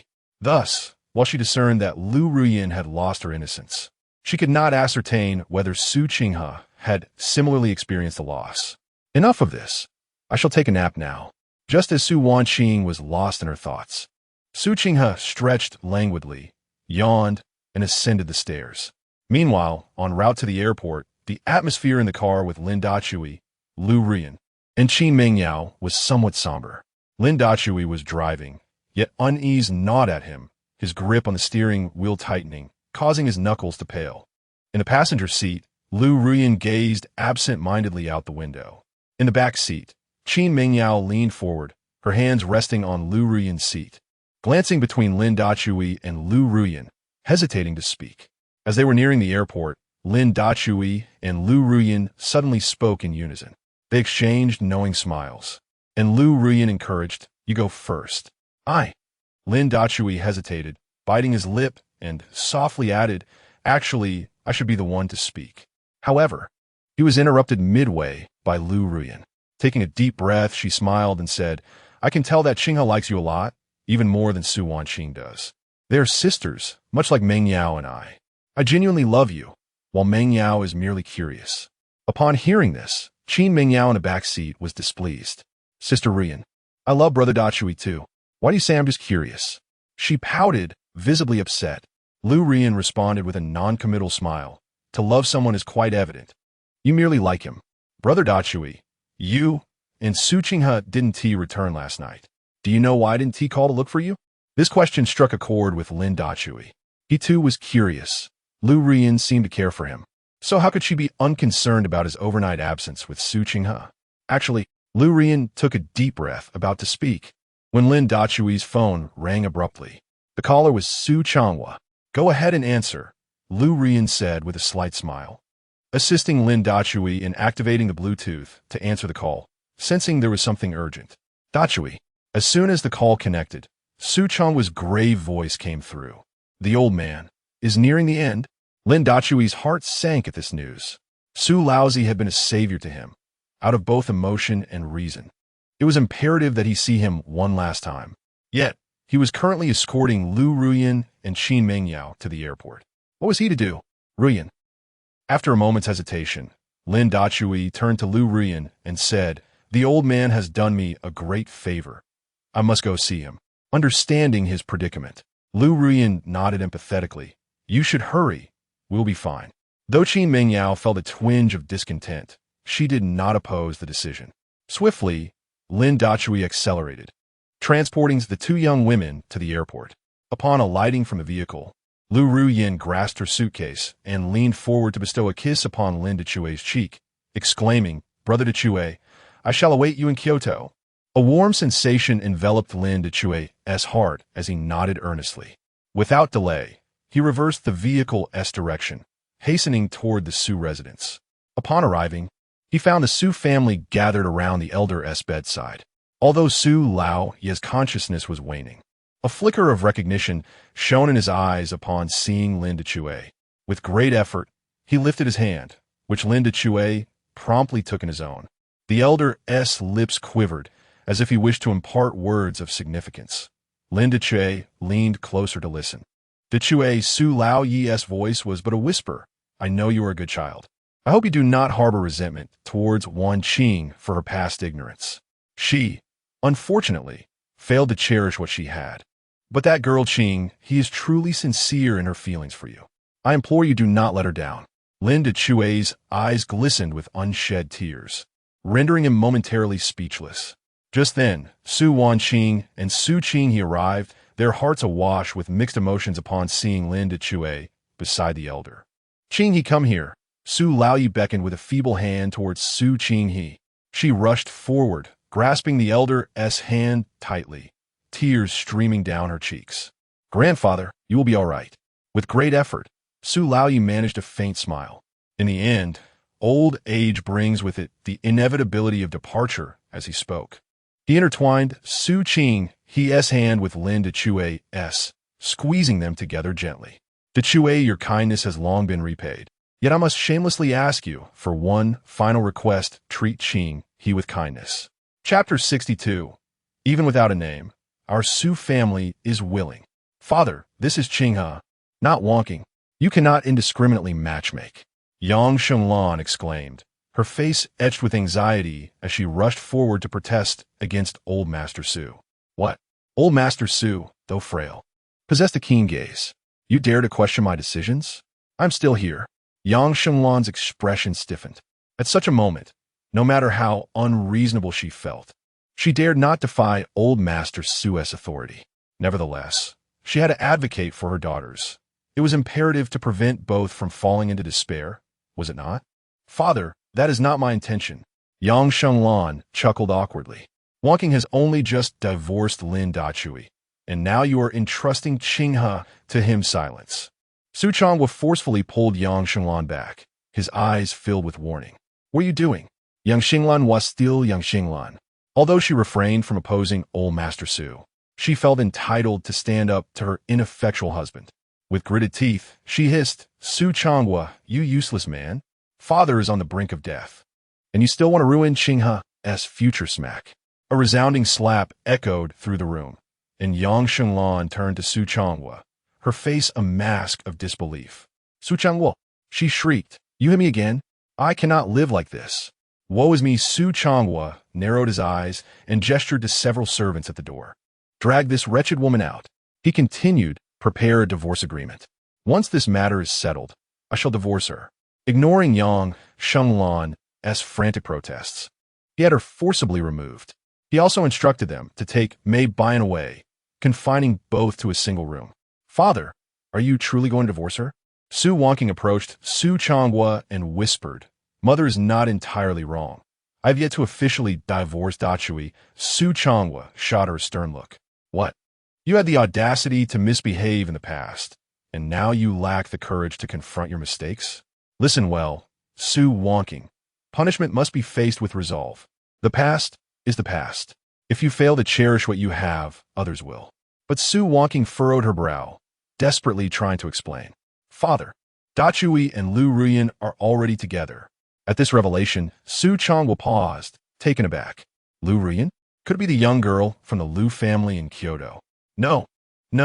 He needed to ensure that Dachui and Hmph's relationship was secured without delay.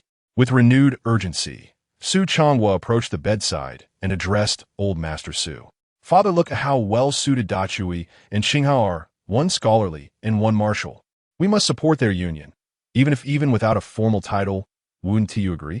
Father Lin Dachui's lips twitched. What was happening? True, he was a songwriter, which could be considered literary, and Su Hmph had once been a police officer, thus possessing martial qualities. But what did that have to do with their relationship? Moreover, he had been with Hmph just the previous night. Exactly. Old Master Su's eyes brightened as he tightened his grip on Lin Dachui's hand. Dachui, my only regret is that I wish for you to take care of Hmph. Even without a formal relationship, the Su family is willing. Would you like to hear what you both have to say? Dachui, Uncle Su. Lin Dachui, feeling awkward, forced himself to speak. I naturally wish to care for Hmph, but it ultimately depends on her feelings. Upon hearing this, Su Wanqing stumbled, nearly falling. How can Dachui choose Hmph? What about me? What am I to do? I had resolved to spend my life accompanying you both, and even without a formal relationship, I was willing. Yet now, you have chosen Hmph and abandoned me. Dachui, what must I do for you to reconsider? I certainly wish to. Su Hmph interlaced her fingers with Lin Dachui's, her eyes brimming with happiness. Big brother Dachui, I entrust my future to you. Even without a formal bond, I am willing. Upon hearing this, old Master Su and Su Chang was secretly exhaled in relief. Well, old Master Su exchanged a glance with Su Changwa. I should be nearing my end. Changwa and Dachui, you stay. The rest should withdraw. Grandpa, Su Banqin, Su Hmph, and Su Jingwa cried out in unison. Father, Su Changsheng and his wife wept, their cries echoing with despair. Ultimately, they were ushered out of old Master Su's chamber by the servants. Feeling exhausted, old Master Su, who had appeared to be on the brink of death, suddenly sat up in bed after everyone had left. Grasping a damp cloth, he began to wipe his face vigorously. Within a minute, the pallor of his face gradually regained some color. Grandpa, are you all right? Lin Dachui gaped in disbelief at the seemingly resurrected old Master Su. Sighing, old Master Su shook his head with a wry smile. Indeed, my days are numbered. However, before I depart, there are matters that must be settled so that I can leave with peace of mind. Su Changwa patted Lin Dachui's shoulder, offering gentle reassurance. Dachui, your grandfather's actions are out of necessity. There are things you must understand. Lin Dachui furrowed his brow, his mind racing with speculation. Old Master Su was indeed nearing the end. But why announce his critical condition so suddenly? Su father was also playing along with the charade for everyone. What was his true intention in hastily entrusting Su Qinghe to me? Old Master Su had long known my true identity as the grandson of the Song family from the capital. Moreover, I was now under the watchful eye of the Lin family, and the future in Jiangcheng did not bode well. Those connected to me would surely face retribution. At the forefront of this predicament are undoubtedly the Su family and the Lei family. However, after the arduous process of finally obtaining a divorce from Su Wanqing, severing all ties, the unexpected involvement of Su Qinghe threatens to plunge the Su family back into turmoil. I refuse to believe that such a shrewd individual as Old Master Su would be oblivious to the challenges I am about to face. Big hammer. Old Master Su gently placed the cloth, stained with remnants of cosmetics, aside and fixated his piercing gaze on Lin Daze. There are matters I have withheld from you, not because I intend to deceive, but simply because the time has not yet come.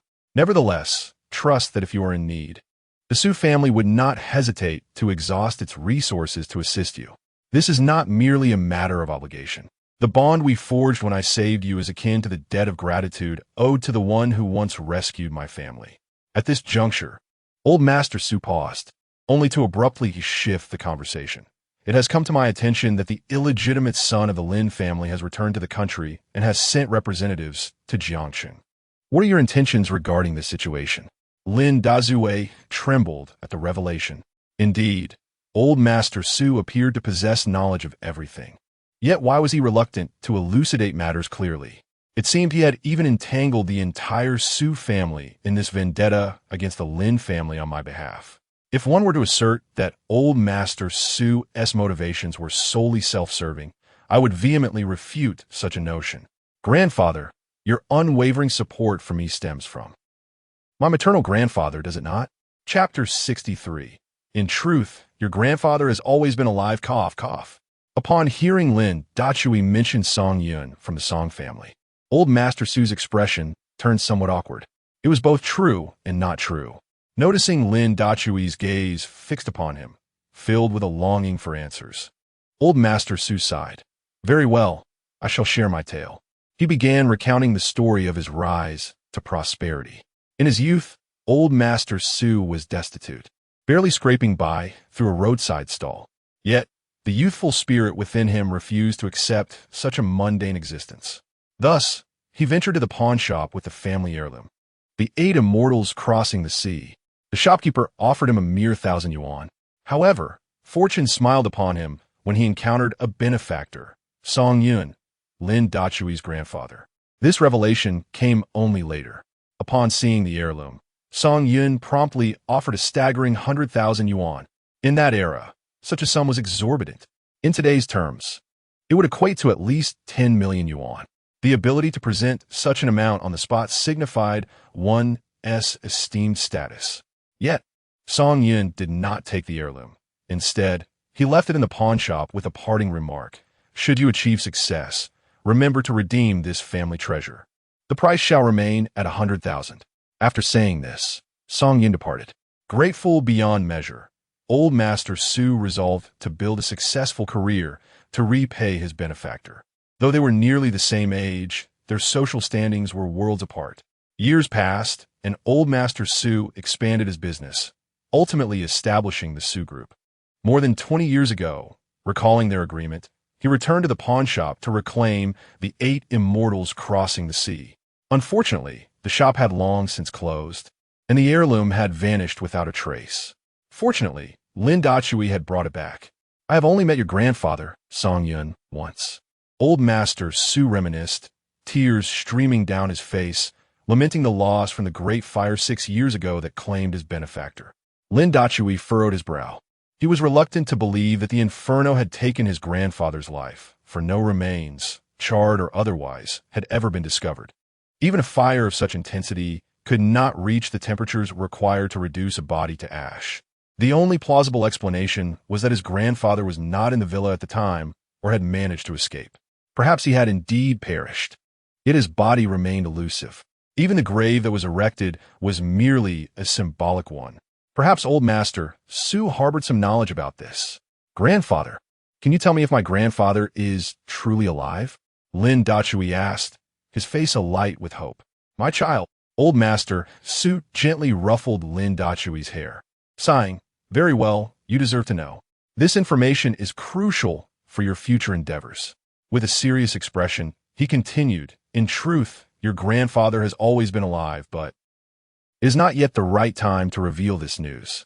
Therefore, he has been recuperating abroad and has not returned home.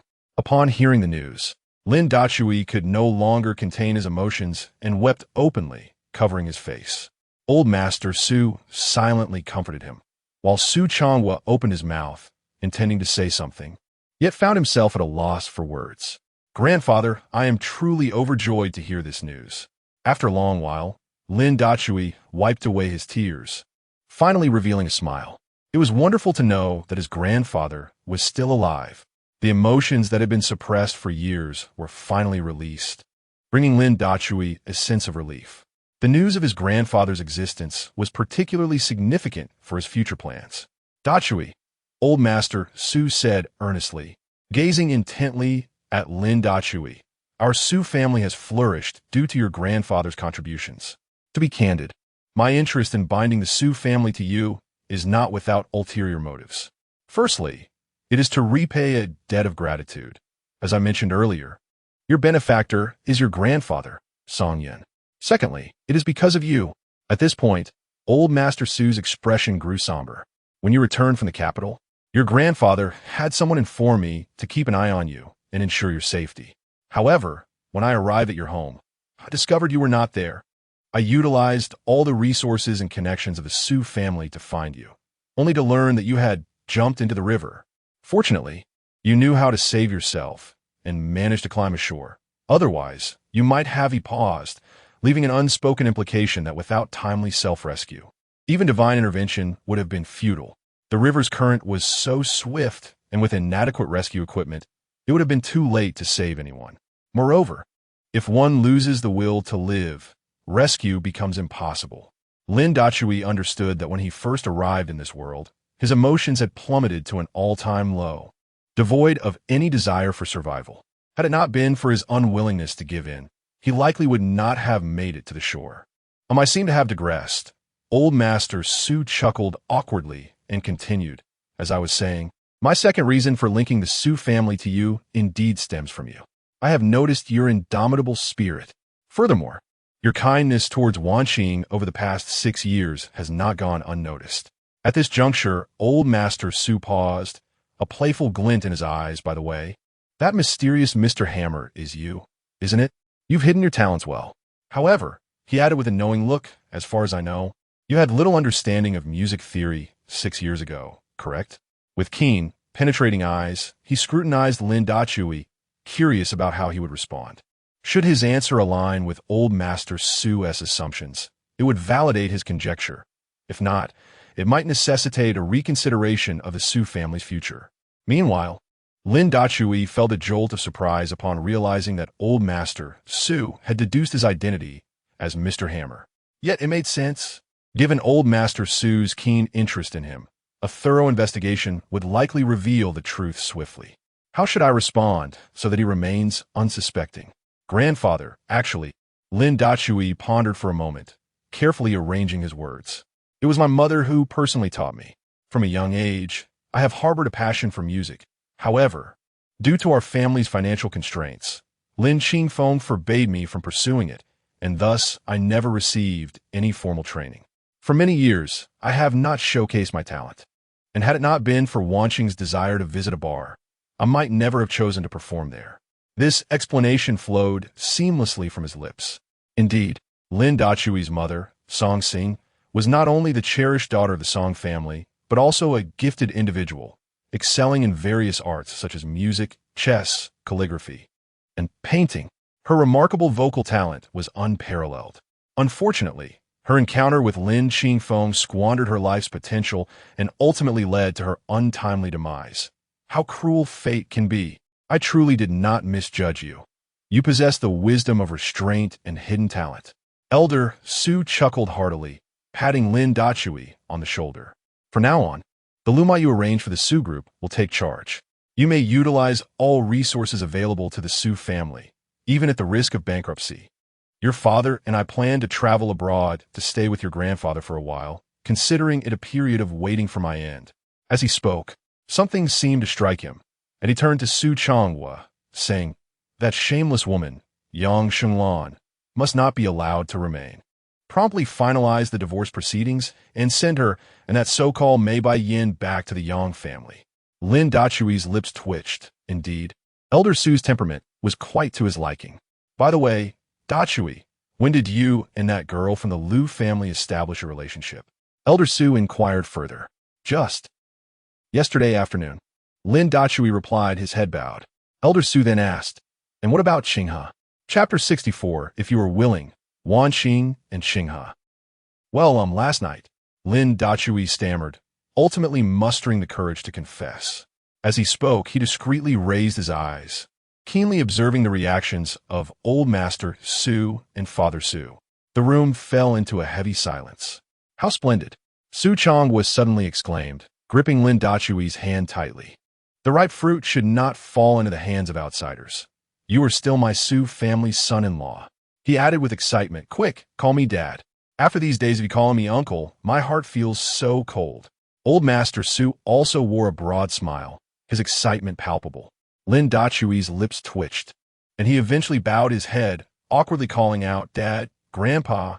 The old master and Su Changhua instantly beamed with joy. Lin Dachui felt a bit dazed. After all the twists and turns, he found himself back in the Su family, albeit with his former cousin, now his wife. "Dachui." Just as Lin Dachui was reflecting on this, Old Master Su patted his shoulder. "There are certain matters regarding Wan Qing that we must discuss. During this period, I have thoroughly investigated the events between her and Mei Jingjing." Upon mentioning this, Old Master Su's face darkened with anger. It was indeed as she had said. The two had not engaged in any substantial relationship. However, the old man was not here to act as her advocate. If she erred, she must bravely accept the consequences. "Now that you two have registered your divorce, I shall not say more, but I do hope you allow her to make amends to Nan Nan. In truth, Wan Qing is a fine child, aside from her stubbornness." "Perhaps." Lin Dachui listened earnestly, yet he felt somewhat unconvinced. "Grandpa, I no longer have any ties with her." Without a hint of hesitation, Lin Dachui rejected the notion. "Though I may not be a paragon of virtue, as my wife, she should not be fickle. Moreover, over these past 6 years, you have seen her actions, have you not? You chose neither to intervene nor to educate her, allowing it to unfold unchecked. Ultimately, deep down, you believe I, Lin Dachui, am unworthy of the Su family, do you not, Grandpa?" With just a few words, he left Old Master Su, and Su Chang was speechless. Indeed, over the years, they had tacitly accepted Su Wanqing's treatment of Lin Dachui, allowing Su Mu Yang Shenglan to mock and berate him. Was it not because Lin Dachui had been docile? Was it not because he had willingly taken on the role of a homemaker, harboring no thoughts of revenge? Yet, since Su Wanqing went to pick him up at the airport, Lin Dachui remained calm and silent, prompting Old Master Su to seriously investigate what Lin Dachui was truly up to. He was well aware of Su Wanqing's infidelity, yet why did he remain so composed? In fact, during the time Su Wanqing was absent, he frequently moved the belongings of the father and daughter to that villa number 2. This investigation yielded no trivial matter. Upon delving deeper, it became evident that Lin Dachui had not been idle over the years, but rather had been quietly amassing strength. The accomplishment of songwriting is merely a minor source of income, yet this modest revenue amounts to several hundred million. Moreover, royalties are perpetual, and the profits will continue to rise. To his astonishment, the elder Su uncovered a clandestine piece of information. Lin Dachui serves as a special advisor to a certain enigmatic business association. This association is shrouded in mystery, and even the affluent Su family, worth billions, has been repeatedly denied access. "Dachui, you've misunderstood," the elder Su said with a wry smile, shaking his head. "I never intended to orchestrate a union between you and Wan Qing. Of course, if you're inclined, Wan Qing and Qinghe, well, you understand.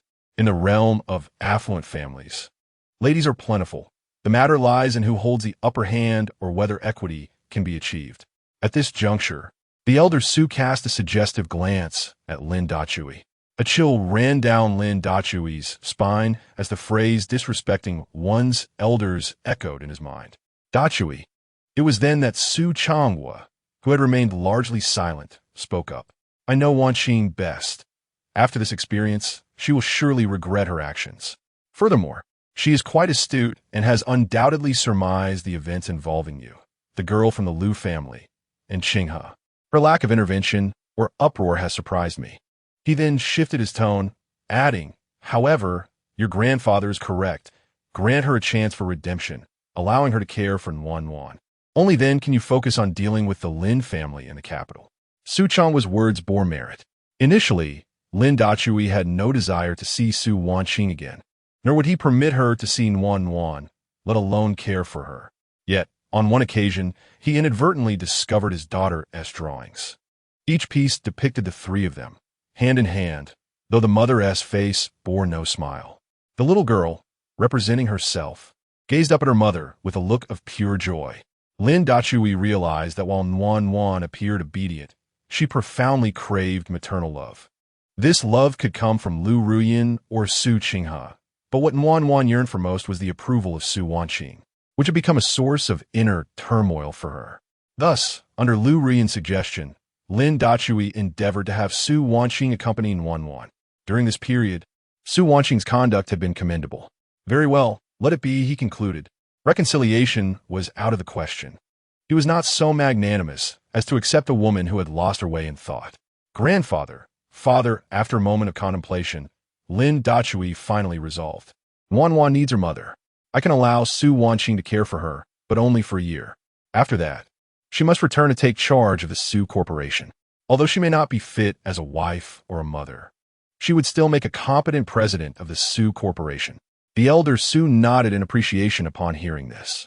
Subsequently, the conversation shifted subtly. Chue, that Lin Shun sent someone to Jiangsheng, and they immediately approached the Su family, claiming they wished to collaborate on a new energy project. What do you think about this matter? Upon hearing this, Lin Dachui frowned inwardly.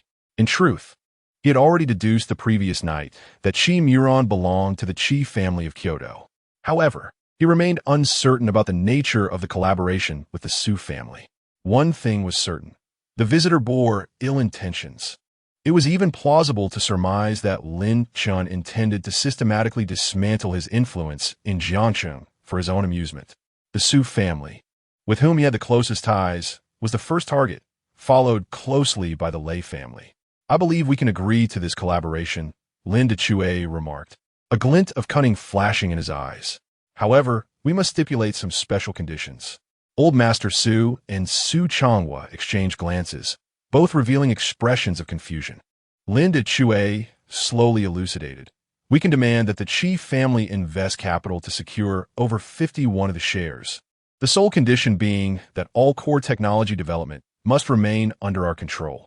Old Master Su appeared somewhat apprehensive. Will the Qi family agree? They are here to suppress us. They will certainly agree, Lin Dachui replied with a confident smile. As he was eager to establish his foothold in Jiangsheng and gain favor with Lin Shun, the Qi family situation in Kyoto was dire. Without the support of the Lin family, they would face bankruptcy. Upon hearing this, Old Master Su quickly nodded. Dachui, then I entrust this matter entirely to you. No, I shall not be the face of this. Lin Dachui shook his head, assigning the responsibility to the newly appointed professional manager of the Su Group. Old Master Su was taken aback. Are you certain? Chapter 65. Enemies, morning and evening, no mercy. With a chuckle, Lin Dachui expressed his newfound certainty. Earlier, he had harbored doubts, but now he felt assured. Just moments ago, Elder Su had mentioned that his grandfather, Song Yun, had not perished in the fire. This prompted Lin Dachui to recall the enigmatic origins of Liu Ma. Even someone as capable as Qin Shihe could not possibly find a woman of such high academic standing to serve as a nanny. Additionally, the way Liu Ma looked at him recently felt as if they had known each other for years, as if he were a man.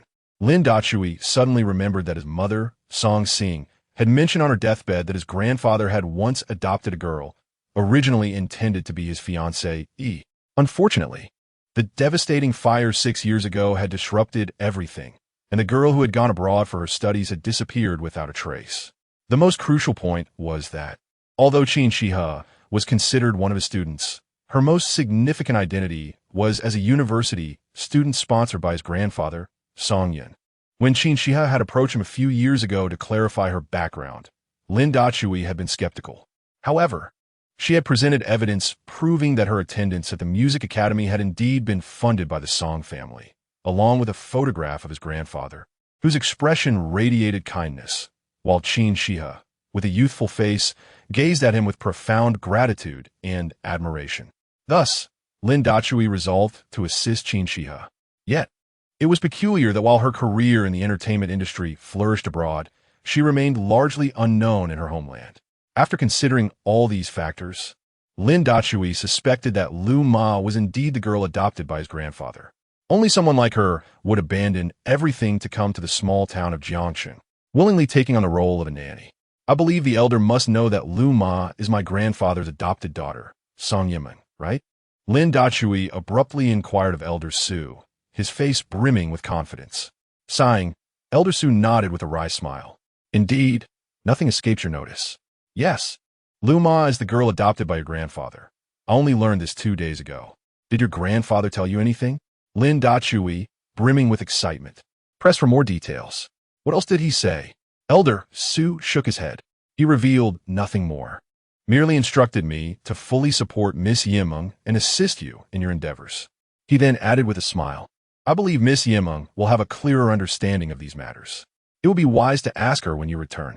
Upon hearing this, Lin Dachui felt a tinge of disappointment, but ultimately nodded in resignation. Since his grandfather had spoken, it was clear that now was not the time to disclose everything, and he would not divulge too much to the Su family. Once back, he intended to have a conversation with Lu Ma, no, with Song Yimeng. Dachui, elder su interjective. Breaking Lin Dachui's reverie. There is something that has troubled me for quite some time.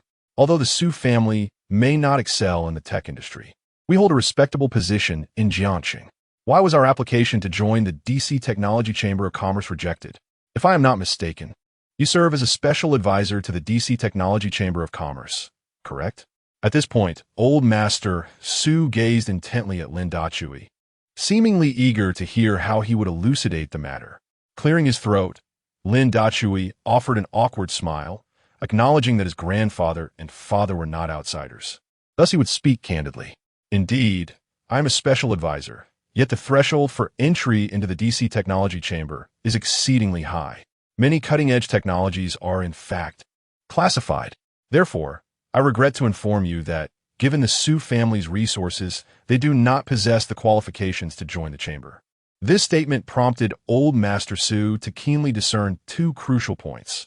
First, the Su family is not considered outsiders. Second, the DC Technology Chamber is centered around advanced technology, and its classified nature pertains to national security or significant strategic interests.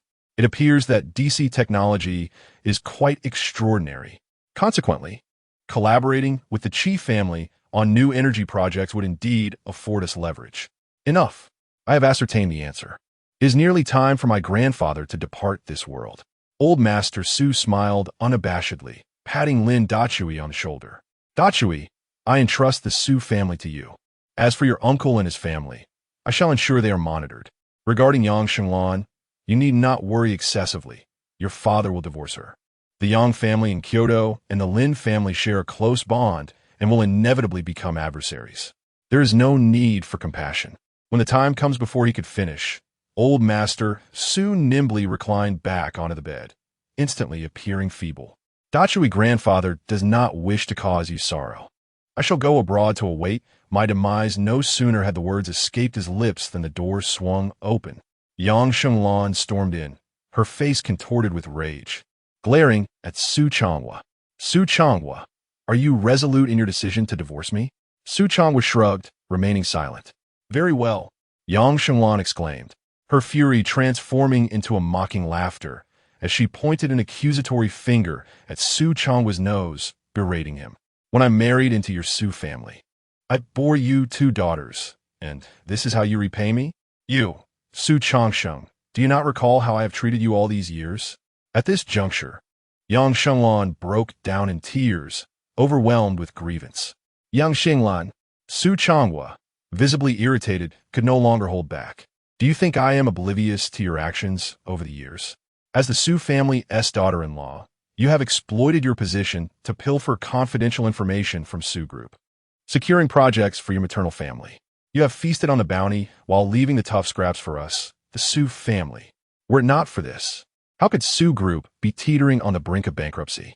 If not for Wan Qing's efforts to avert disaster, the Su family would have long since ceased to exist.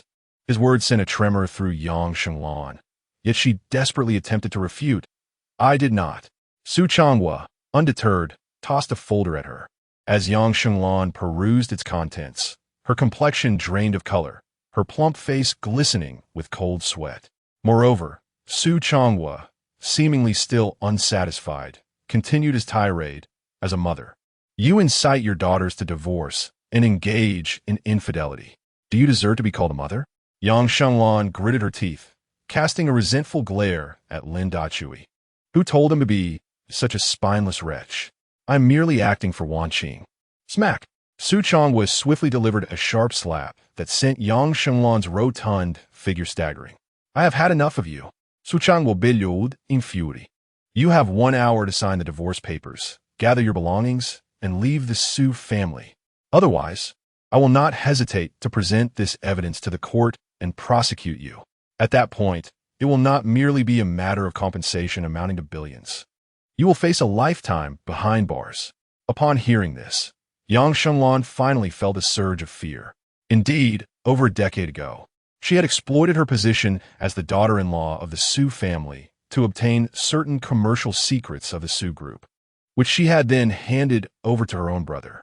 Whenever both families competed for the same project, the Yang family always managed to secure it by a narrow margin, while the Su family encountered repeated failures, suffering losses amounting to billions and nearly facing bankruptcy. It was impossible to claim that there were no insiders involved in this debacle. Fine, I will sign. Yang Shenglan shouted, attempting to mask her terror. Su Changhua, do not come begging to me when the time comes. She then turned to Lin Dachui.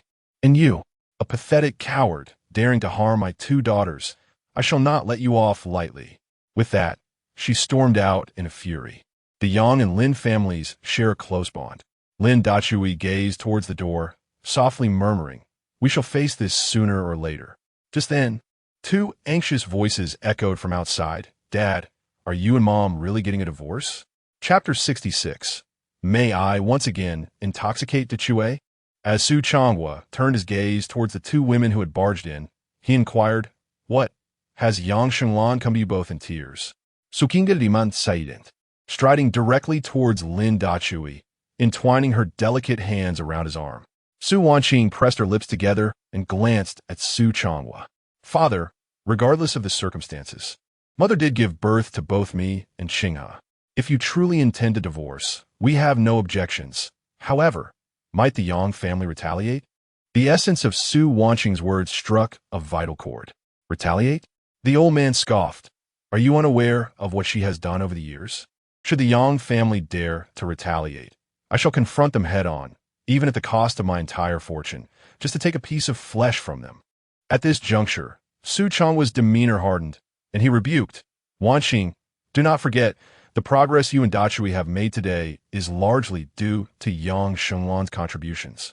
Upon hearing this, Su Wanqing lowered her head, choosing silence. All right, I understand that you wish to prevent a rift between the Su and Yang families, Su Changhua continued, his face taut as he regarded Su Wanqing and Su Qinghe. But remember, although Yang Shenglan is your mother, she is first and foremost a member of the Yang family. Her intentions are not to live harmoniously with the Su family, but rather to bolster the Yang family's power. Pausing for a moment, he turned his attention to Lin Dachui.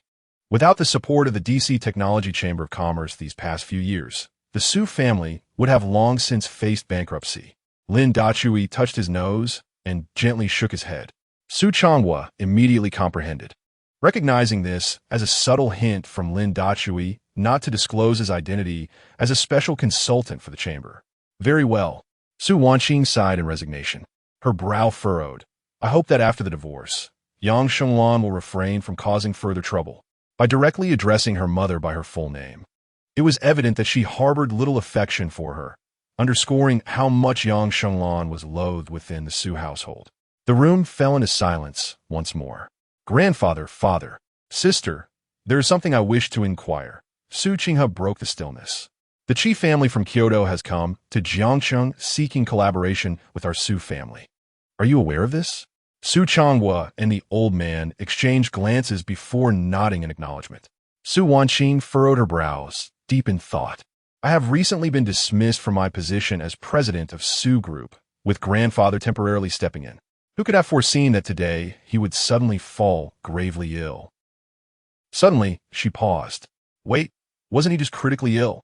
Yet he seems not to be. With everyone present, she decided to speak candidly. After a moment of contemplation, the old man slowly began. The Su Group will be managed entirely by Lu Ma, who is empowered to make any decisions. The negotiations with the Qi family will be handled by her. We need not concern ourselves. But Su Qinghe glanced at Lin Dachui, summoning her courage. Last night, I met with a member of the Qi family. He stated that the condition for collaborating with the Su family is for me to agree to become his woman. I declined. He may seek revenge on the Su family. Right, Dachui? With that, he posed a question to Lin Dachui. Ahem. Lin Dachui's lips twitched, and with a sheepish smile, he admitted, last night, I indeed encountered someone from the Qi family and inadvertently offended him. Old Master Su and Su Changhua exchanged glances, each reflecting the other's helplessness. Previously, Lin Dachui had only mentioned how to collaborate with the Qi family, but he had not uttered a word about offending them. Dachui, why don't you elaborate on how we should proceed with the Qi family? Old Master Su inquired, his expression a blend of amusement and incredulity as he gazed at Lin Dachui. Well, Lin Dachui scratched his nose. I trust that Lu Ma will handle it. After all, given Qi Murian's nature, he cannot withstand the allure of beautiful women. Su Qing had gently punched Lin Dachui's chest, her face flushed with shyness. Su Wanqing averted her gaze, unwilling to witness the shameless display of affection between the two. Yet, her heart ached. Had she treated Lin Dachui a bit better in the past, it would have been her small fists playfully thumping his chest. All right, old master. Su patted Lin Dachui on the shoulder, his demeanor turning solemn. The Su family will rest in your and Lu Ma's hands. Then, he turned to Su Changhua. Changhua, arrange for someone to take me abroad to await my end. After saying that, he collapsed back against the headboard, appearing as though he were a seasoned actor in a tragic drama. Su Wanqing and Su Qinghe widened their eyes, filled with a mix of joy and resignation. They were relieved that grandfather was not in critical condition, but felt exasperated that he had summoned them back urgently under the pretense of being gravely ill, likely just to see Lin Dachui and ensure everything was in order for the Su family. Meanwhile, he planned to simply depart abroad for recuperation. Oh, and old Master Su turned his head to Su Wanqing and Su Qinghe. You two sisters, treat Dachui well, understand? Su Qinghe nodded vigorously like a chick pecking at rice. Of course, I am Dachui's woman. Grandfather, I understand. Su Wanqing responded with a complicated expression, also nodding, but silently adding, I am but Dachui's former woman. Enough, you may leave now. Everything revolves around Dachui. Old Master Su waved his hand, ushering Lin Dachui and the two sisters of the Su family out. All instructions had been given. The survival of the Su family now rested on Lin Dachui's actions. Dachui, what did grandfather just say to you? On the way back to the villa, Su Qinghe asked this question 3 times. Grandfather said to take good care of you, Lin Dachui replied, echoing his word for the 3rd time. Su Wanqing sat silently in the back seat, her heart a tumult of emotions. Sigh, although the past is the past, I cannot bear the thought of it. By the way, could I perhaps get Dachui drunk once more? And then, the moment this thought crossed her mind, Su Wanqing felt a surge of excitement. In an effort to win back Lin Dachui, I am willing to try anything, for after all, I may only have this one chance in my lifetime, and I have yet to truly savor it. finding an opportune moment to intoxicate him and masquerade as Su Qinghe should pose no problem, I believe. Su Wanqing's excitement grew as she resolved to enlist Su Qinghe's assistance in this endeavor. Mr. Lin, you have returned? Not long after, several individuals arrived at the villa, and Lu Ma was the first to greet them. Lin Dachui scrutinized the alluring Lu Ma with great intensity, striving to conceal his exhilaration. She is Song Yimeng, the childhood bride my grandfather arranged for me. Her figure, appearance, and intellect surpass those of Su Wanqing in every regard. Compared to Lu Ruyan, she is equally impressive, even exuding a more mature and sophisticated aura. Those black stockings, that apron, this maid's outfit. What am I even thinking? Mr. Lin? Lu Ma furrowed her brows, waving her hand in front of Lin Dachui, causing her bosom to sway. This is truly perilous. Lin Dachui, are you still staring? Su Qinghe could no longer contain her frustration and glared at him. Huh? Lin Dachui snapped back to reality, hastily wiping the drool from the corner of his mouth. What dish are you preparing? It smells divine. Hee. Mr. Lin certainly has a sense of humor. Lu Ma stifled a laugh. It's not even time to cook yet, so where could the food be coming from? Lin Dachui, feeling embarrassed and poised to offer a rebuttal, was interrupted by the ringing of his phone. This call has come at a most opportune moment. Dachui, Shiren has made her move. A grave voice resonated as soon as the call connected. Chapter 67. Take your time. I shall wait for you in the study as Lin Dachui answered the phone. He strolled toward the balcony. The several women exchanged glances, silently returning to their respective tasks. Su Wanqing ascended the stairs to play with Yuan, while Su Qinghe assisted Lu Ma in organizing the vegetables in the kitchen, preparing for dinner. How is it? Has the other party taken the bait? Lin Dachui inquired, his expression grave. I encountered him last night, and he proved to be more troublesome than I had anticipated. After a brief silence, the voice on the other end responded. He has canceled the collaboration, citing the refusal of the second young lady of the Su family as his reason. Upon hearing this, Lin Dachui furrowed his brow and absently touched the tip of his nose, a habitual gesture when deep in thought. So he did not execute Lin Chen's plan? He asked solemnly after a moment. Indeed, the other party confirmed. This is precisely the point that troubles us. He does not follow the conventional patterns. Lin Dachui felt an involuntary sigh of relief. Last night, he had sensed some cunning in this individual, yet he had unexpectedly fallen into the snares of a woman. That simplifies matters. Old 3, I need you to do me a favor, Lin Dachui whispered, glancing back while covering the mouthpiece. Find a young model, one of the type. You know what I mean. Understood, came the chuckling reply. There are those who are hard to come by, as well as those with certain conditions, right? Lin Dachui chuckled in return, clever indeed. Let's arrange a chance encounter starting today. The other party acknowledged and ended the call. Lin Dachui fished a cigarette from his pocket, lighting it and taking a puff as he gazed into the distance, lost in thought. Daddy! Just as Lin Dachui pondered how to counter the Qi family schemes, he heard Lin Wanwan's voice behind him. He quickly discarded the cigarette, but onto the ground, extinguishing it with his foot. Wow, Daddy, your way of putting out the cigarette is so cool. Just like Uncle Yang Xiaoquan, Lin Wanwan exclaimed, mimicking Lin Dachui's earlier gesture and chirping, it doesn't matter who will love whom. Lin Dachui's lips twitched in exasperation as he replied, Wanwan, of all people to imitate, why choose your Uncle Yang Xiaoquan? He then lifted Lin Wanwan into his arms. Duh. Dachui, Su Wanqing said, her expression complex. When did you start smoking? Lin Dachui paused, responding nonchalantly, since the day you picked me up from the airport. Why? Do you have an issue with that? A single phrase from him made Su Wanqing's body tremble involuntarily. She looked at Lin Dachui, her eyes filled with guilt and remorse. It turned out that my actions had hurt him so deeply. To force a man with virtually no vices into smoking. I'm so sorry. Su Wanqing lowered her head, her hands nervously clutching her skirt, appearing somewhat flustered.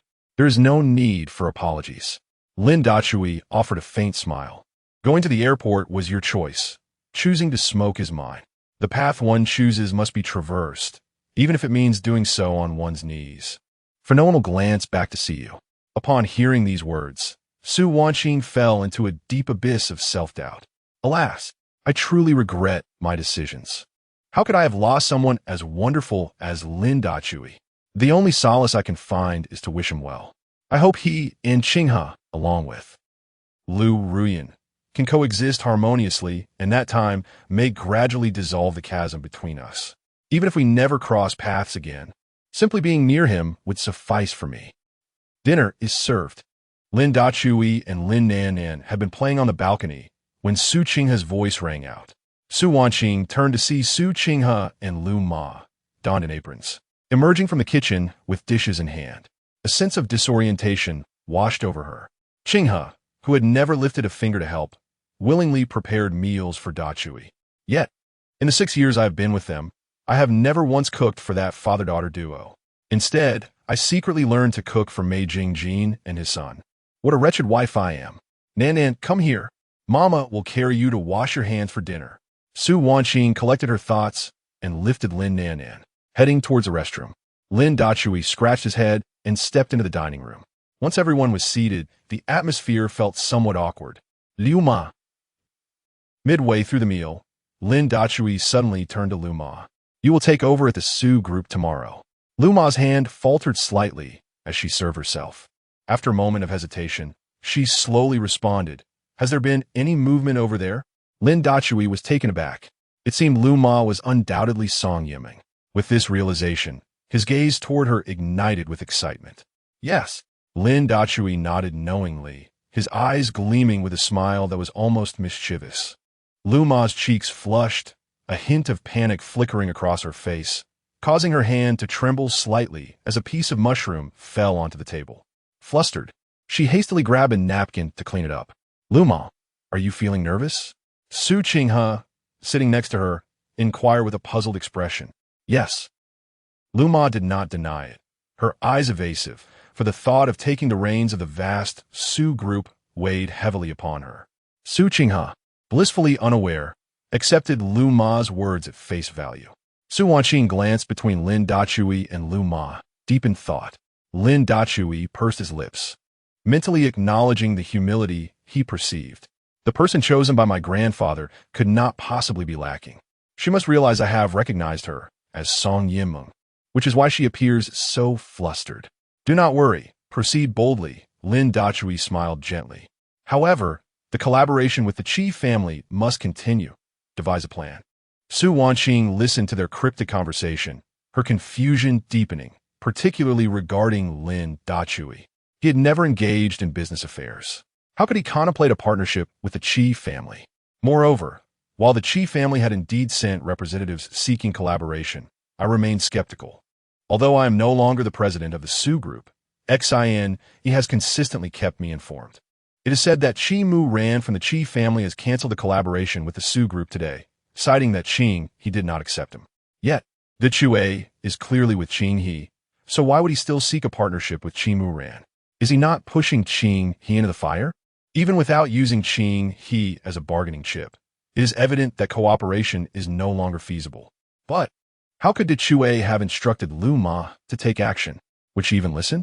At that moment, as Su Wanqing pondered this, Lu Ma smiled and nodded, stating, I will speak with the representative of the Qi family. With that, Lu Ma set down her chopsticks and turned to Lin Dachui with a serious expression, saying, Mr. Lin, I have finished my meal. Please take your time. I will await you in the study. Lin Dachui nodded and continued eating. Su Wanqing and Su Qing, he exchanged glances, both reflecting the same look of confusion in their eyes. Dachui, what exactly is the nature of your relationship with Lu Ma? Chapter 68 having concluded the serious matters, shall we now discuss our impending nuptials?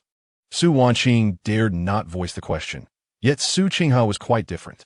After all, she had already become one of Lin Dachui's women, a former acquaintance. Lin Dachui offered a faint smile, casting his gaze upon Su Qinghe, a long-lost friend. Su Wanqing's expression was one of complexity. From the very first moment she laid eyes on Lu Ma, she sensed that Lu Ma's gaze towards Lin Dachui was not that of a servant to her master, but rather one imbued with the warmth of kinship and affection. Although Lu Ma concealed her feelings adeptly, Su Wanqing still discerned the truth. Su Qinghe smirked slightly, realizing, so that is why she would willingly come to a small place like Jiangsheng to be a nanny. Annie Lu is exceptionally kind in Wan, interjected Lin Wan. Yes, I know, Suqing has said with a mischievous nod. How about Annie Lu also becoming your mother? Yes. Lin Wan clapped her small hands. Now I have another mother. With her large eyes, Suqing discreetly observed Lin Dachui's expression. Lin Dachui's lips twitched slightly. I've finished eating. I'll go speak with Luma about business. As he said this, he pinched Lin Wan's cheek lightly and rose from the dining table. Su Wanqing lowered her head, a look of disheartenment on her face. Sister, don't misunderstand. Suinavit Kharlip, Stemaring. I'm already Wan's aunt. It is said that when a husband dies, the wife marries the brother. Since you and Dachui are to be divorced, I naturally wish to keep the good fortune within the family. ISNT that right? How ridiculous. Su Wanqing's face turned cold as she tossed her chopsticks aside and began clearing the table. Hey, Su Qinghe looked on in confusion. Sister, I'm still hungry. In the study, Lu Ma was brewing tea while Lin Dachui sat opposite her. You. They both spoke in unison, the atmosphere slightly awkward. I shall speak first. Lu Ma decided to take the initiative. You must have guessed it. Indeed, I am Song Yimeng, your betrothed. Lin Dachui bore an expression of confirmation, but remained silent, patiently awaiting Song Yimeng's words. Your grandfather did not perish in that fire, Song Yimeng continued, a flicker of anger crossing her features, but he was indeed gravely injured. It has been determined that the fire was set deliberately, though the perpetrator remains unknown. At this juncture, Song Yimeng paused before continuing, thus we cannot disclose that your grandfather is alive. Do you understand? Lin Dachui nodded in response. Excellent. A smirk graced Song Yimeng's lips as she regarded Lin Dachui with playful mockery. You've grown, it seems, surrounded by so many beautiful women. You dare to forget your fiancé? Lin Dachui appeared rather awkward. He took a sip of tea, offering a sheepish smile, I thought. You had perished in the flames. Song Yimeng rolled her eyes, remarking, I was pursuing my doctorate abroad that year. The incident of the fire at the Song family villa was something Lin Dachui had only heard of. The specifics remained unclear to him. It was only after Song Yimeng shared several details that he began to comprehend the situation. As Lin Dachui gazed at Song Yimeng, his mind was occupied with the newly acquired information. It turned out that the devastating fire had been set intentionally, and their grandfather had narrowly escaped disaster. Furthermore, this child bride had been raised by him. It was only when my mother fell gravely ill and implored our grandfather to take care of me that he forgave her stubbornness from years past. He even assured her that he would come to Jiangsheng in a few days to bring us back to Kyoto, at which point he intended for me to marry Song Yimeng. Unfortunately, the day before our grandfather was to arrive, the villa caught fire. Upon hearing this news, my mother's condition worsened, ultimately leading to her demise. At that time, our grandfather suffered severe burns and, after initial treatment, was secretly sent abroad for further care by the housekeeper.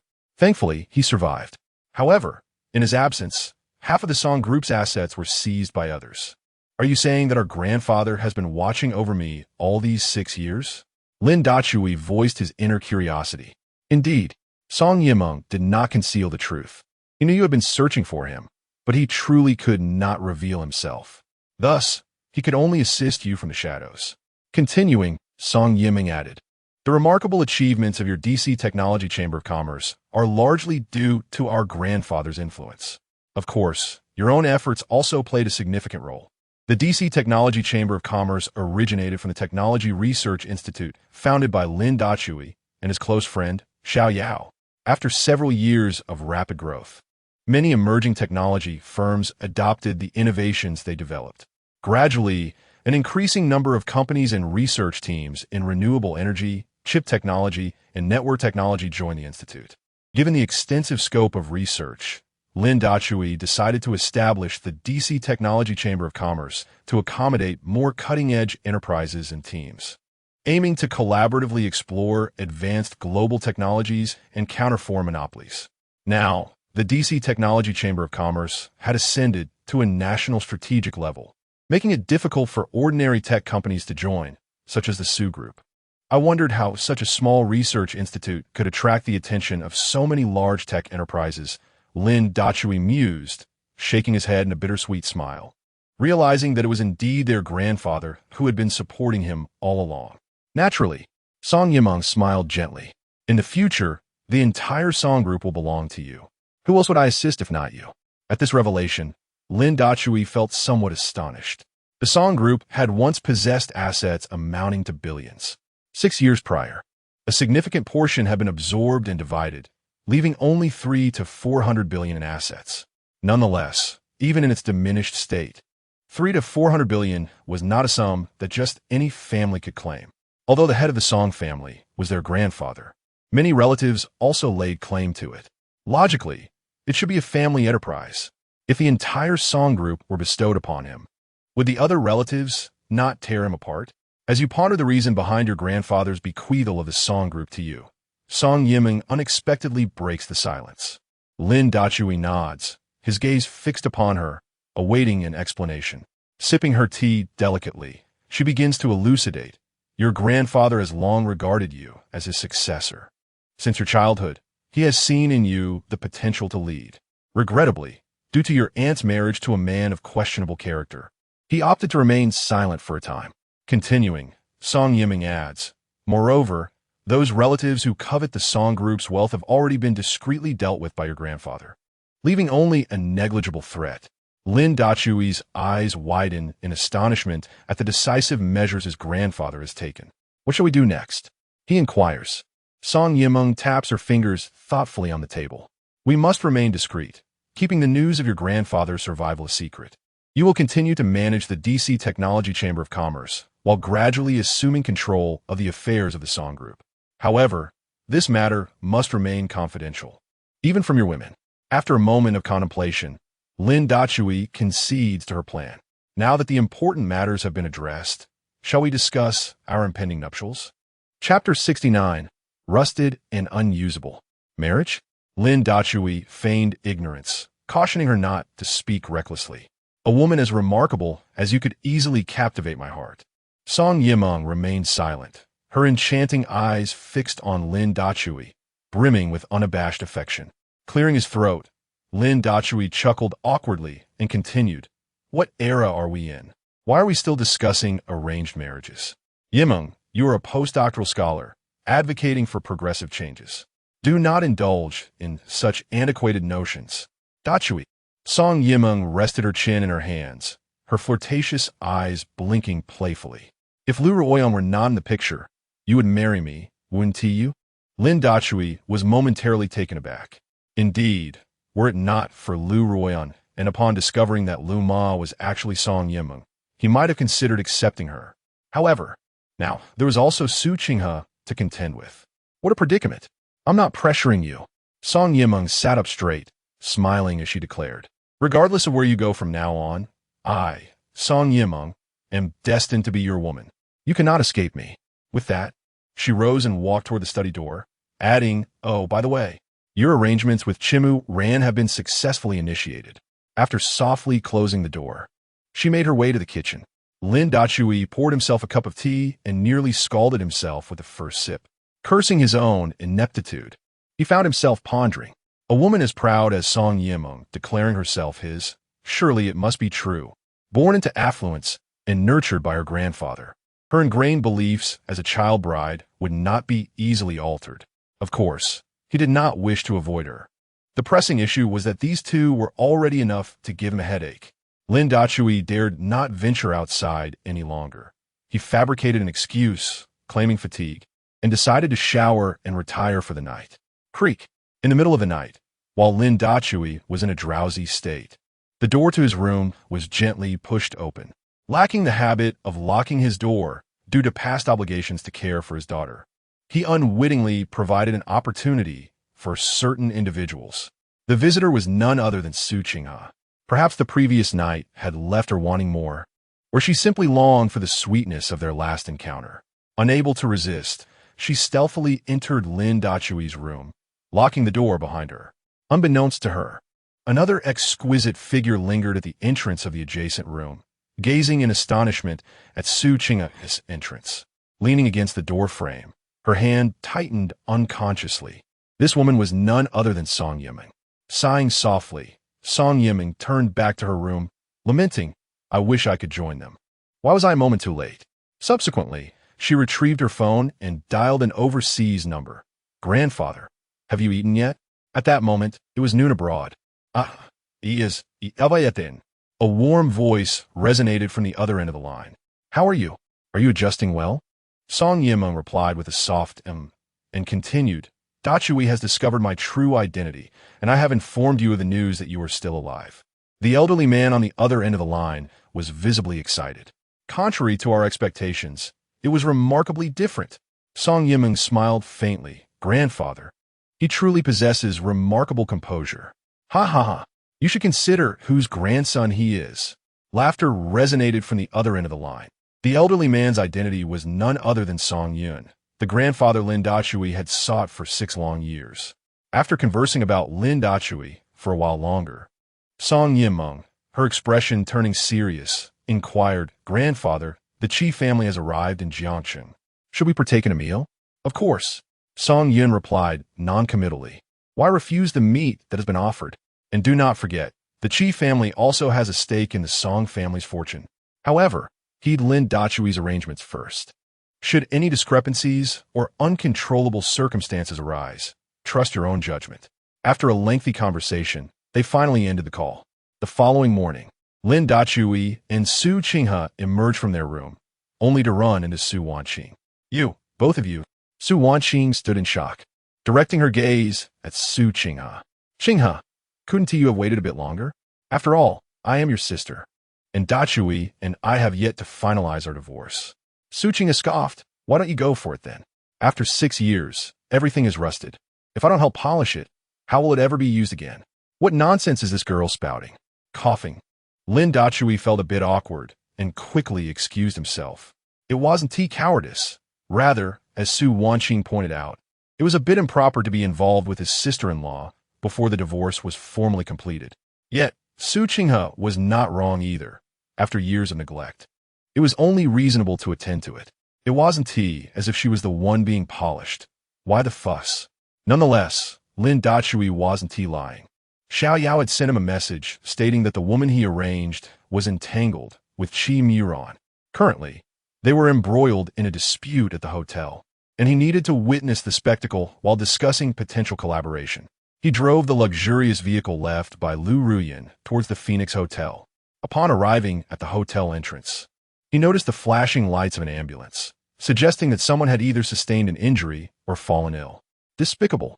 Just as Lin Dachui intended to enter the hotel, he saw 2 medical personnel carrying a stretcher, upon which lay a young man, cursing incessantly, still pretending to be high and mighty. You're a mess, disgusting, truly disgusting. How dare you harm Qi Muran? I will make you wish for death. Observing this scene, Lin Dachui couldn't help but smirk derisively. He then rushed forward, feigning concern. Brother Qi, what has happened? Why have you called for an ambulance? What are you doing here? Qi Muran's face turned ashen, clearly displeased with Lin Dachui.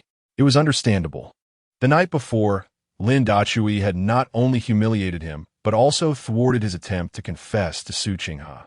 The previous evening, while at the Nightshade Bar, he had spotted an exquisite beauty and, driven by desire, approached her. To his surprise, she remained aloof, refusing to entertain any offer. Consequently, he resorted to his usual tactics. Administering a drug, he successfully brought the girl back to the hotel, eager to relieve her of the effects. But to his dismay, once she regained consciousness, she wanted nothing but to weep. In a moment of desperation, Qi Muran transferred 10 million to the girl, explicitly labeling it as a gift. As she departed, she tossed aside her medical report, leaving without a backward glance. The HIV section boldly indicated a positive result. All of this was conveyed to Xiao Yao by Lin Dachui. At this juncture, Qi Muran was undoubtedly hesitant to involve the authorities. After all, the girl had clearly rejected any advances at the bar. Who could be blamed for the infection if it was a result of your own drugging? Moreover, administering drugs without consent is a criminal offense. Lin Dachui secretly chuckled, yet feigned concern as he remarked, Brother Qi, this HIV affliction is quite difficult to treat. Have you started on the prophylactic medication? Qi Muran glared at him, suspicion evident in his eyes. Is this your doing? Lin Dachui shrugged nonchalantly. Brother Qi, You mustn't slander me. I possess no such capabilities. However, it is truly unfortunate that the prophylactic medication in Jiangcheng has run out. In a sudden burst of fury, Qi Yuan leaped from the stretcher and seized Lin Dazhuai by the collar. You did this. It must have been you. I will report this. Chapter 70, a bet perhaps? Call the police? Lin Dachui chuckled softly, leaning into mock. You drugged her, attempting to harm a pure university student. He did not elaborate, yet Qiran understood. If she reported it to the authorities, there would be no evidence implicating Lin Dachui. Conversely, her own act of drugging could very likely lead to a lawsuit from that wretched woman, resulting in imprisonment for certain. Furthermore, she was now inclined to believe that Lin Dachui was not as cowardly as Lin Chun had portrayed.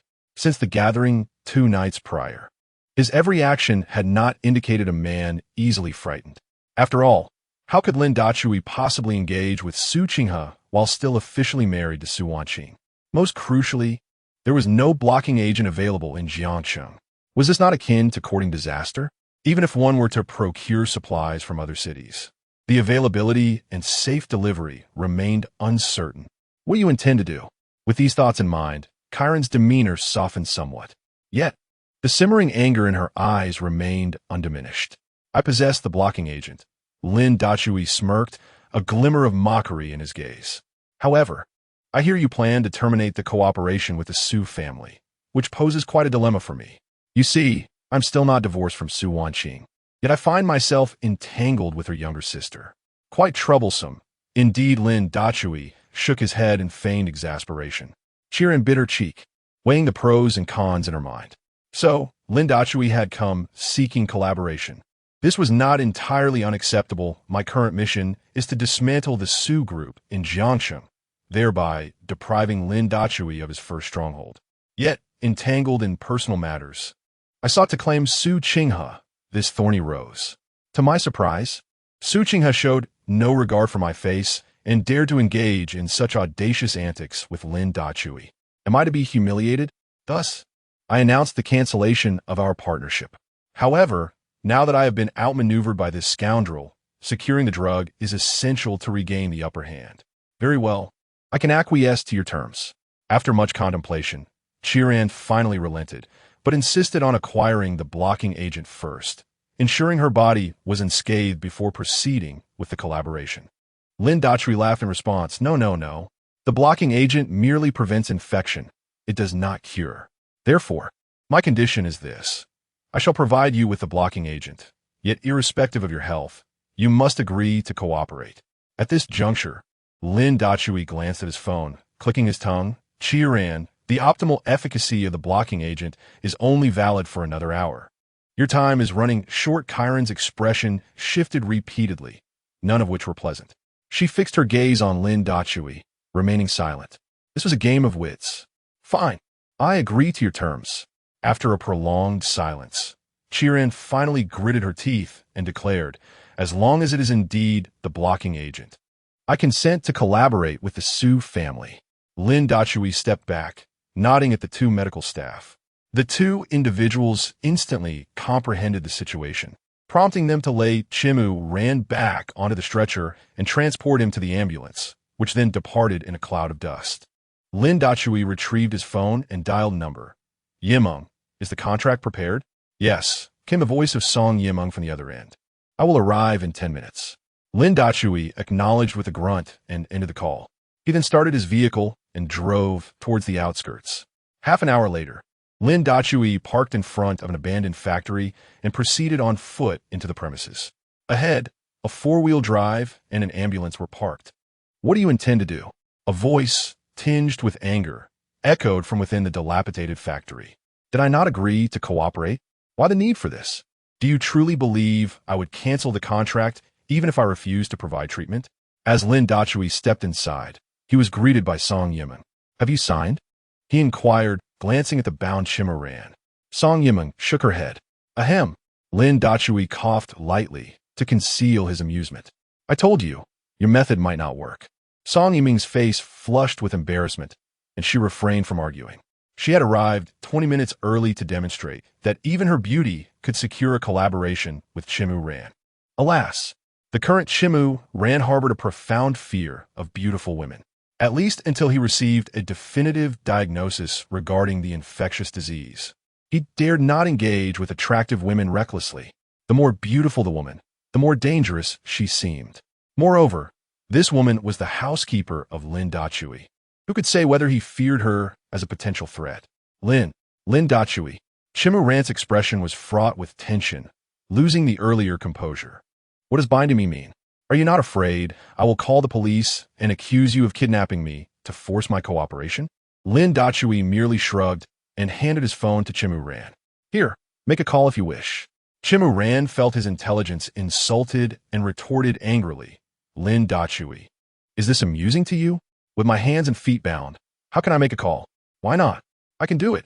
Lin Dachui replied, a teasing smirk on his face. Huh. Hmph Ran laughed in anger. You think you're so clever. Why don't you try binding yourself? How about a wager? Lin Dachui's lips curled into a slight smile as he regarded Hmph Ran. If I can make a call while bound, you will cooperate willingly. If not, I will immediately administer a drug to you, a 100 effective blocker that is unavailable on the market. What do you say? As he spoke, Lin Dachui had 2 medical personnel assist in binding him, or rather 2 bodyguards. Their binding method was identical to that of Hmph Ran. Lin Dachui was confident that Hmph Ran would acquiesce. The earlier threats were insufficient. He intended to systematically dismantle Hmph Ran's psychological defenses. Especially with the prospect of a complete blocker, hope for avoiding illness was rekindled in Hmph Ran. As expected, as Hmph looked upon the scene before her, a newfound confidence surged within her. Lin Dachui's fingers were completely bound by tape, leaving him no chance for escape. Earlier, she had already agreed to collaborate. Now, with the opportunity to acquire 100% effective blocking medication, she was undoubtedly willing to take the gamble. Very well. I accept your wager. Hmph feigned contemplation for a moment before gritting her teeth in agreement. If you fail, you must grant me the complete blocking medication. Lin Dachui nodded affirmatively. I keep my promises. Keep your promises? How dare you? Were you not the one who took me to the hospital just moments ago? Why have you bound me here? So, do you need to examine anything? Lin Dachui struggled against his restraints, which were securely fastened. Hmph shook her head. I'll be watching if you dare to cheat. You shall lose. Lin Dachui chuckled softly, refraining from responding, and instead, he began to hop towards the phone. With a thud, he fell straight to the ground, then began to wriggle his body inch by inch towards the phone. The ensuing spectacle left everyone dumbfounded. I can't believe it. How incredible is this? Chapter 71. How can one lick so smoothly? How did you manage that? Hmph eyes widened in astonishment. Damn it, I was careless. How could I not have thought to use my tongue? I believe I could do it too, but not as swiftly or skillfully as he does. Brother Dazhu. At this moment, Hmph found himself unexpectedly admiring Lin Dazhu. Could you perhaps teach me how to lick with such speed and precision? Lin Dazhu chuckled. Practice makes perfect. Upon hearing this, Song Yiming's face flushed, and she silently cursed under her breath. Clearly, with Su Wanqing, Su Qinghe, and Lu Rian, the occurrences have been few. How could one become adept so quickly? Brother Dazhu, did you not say that you had only been with Su Wanqing once? Hmph was utterly perplexed. How could you lick so smoothly? Oh, Lin Dazhu narrowed his eyes slightly. How did you come to know about my intimate matters with Su Wanqing? Cough. Hmph averted his gaze and awkwardly smiled. I guessed. He then promptly shut his mouth, fearing to speak further. Lin Dazhu understood that Hmph must be aware of some of his circumstances, but he could not possibly know the private details regarding his relationship with Su Wanqing. Aside from that one night of drunkenness, they had not shared a room in 6 years, yet outsiders would never believe it. Just as Su Wanqing had spent a month with Mei Jingjin, yet nothing had transpired. Who would believe that? But the truth remained. He had indeed not shared a room with Su Wanqing again. As for whether Su Wanqing and Mei Jingjin had, that was of no concern to him. However, now that this was spoken by Hmph, it warranted reflection. The only individuals privy to this matter were Lin Dazhu and Su Wanqing. If one were to add a suspect, it would be Mei Jingjin. Could it be that Mei Jingjin is involved with them? The more Lin Dazhu pondered, the more plausible it seemed. The timing of Mei Jingjin's approach to Su Wanqing was far too coincidental. For 6 years, Su Wanqing had sent 10,000 each month to Mei Jingjin's grandmother, and he had never utilized it. Lin Zhu later verified this. The money remained untouched in Mei Jingjin's grandmother's account. Moreover, in these 6 years, Mei Jingjin had never once sought out Su Wanqing. His sudden return was indeed suspicious. With this thought, Lin Dazhu instructed 2 bodyguards to untie him and then turned to Qi Muron. Do you wish to learn? Qi Muron nodded fervently. Brother Dazhu, as long as you teach me, I will surely cooperate with you. The current impression Qi Muron gave was one of admiration upon witnessing Lin Dazhu's earlier display. No, rather, it was the recent demonstration that left him in awe. He had even cast aside the matter of urgently needing an antidote. Oh, Lin Dazhu remarked playfully. Are you certain you will cooperate well? Of course. Qi Muron's eyes flickered.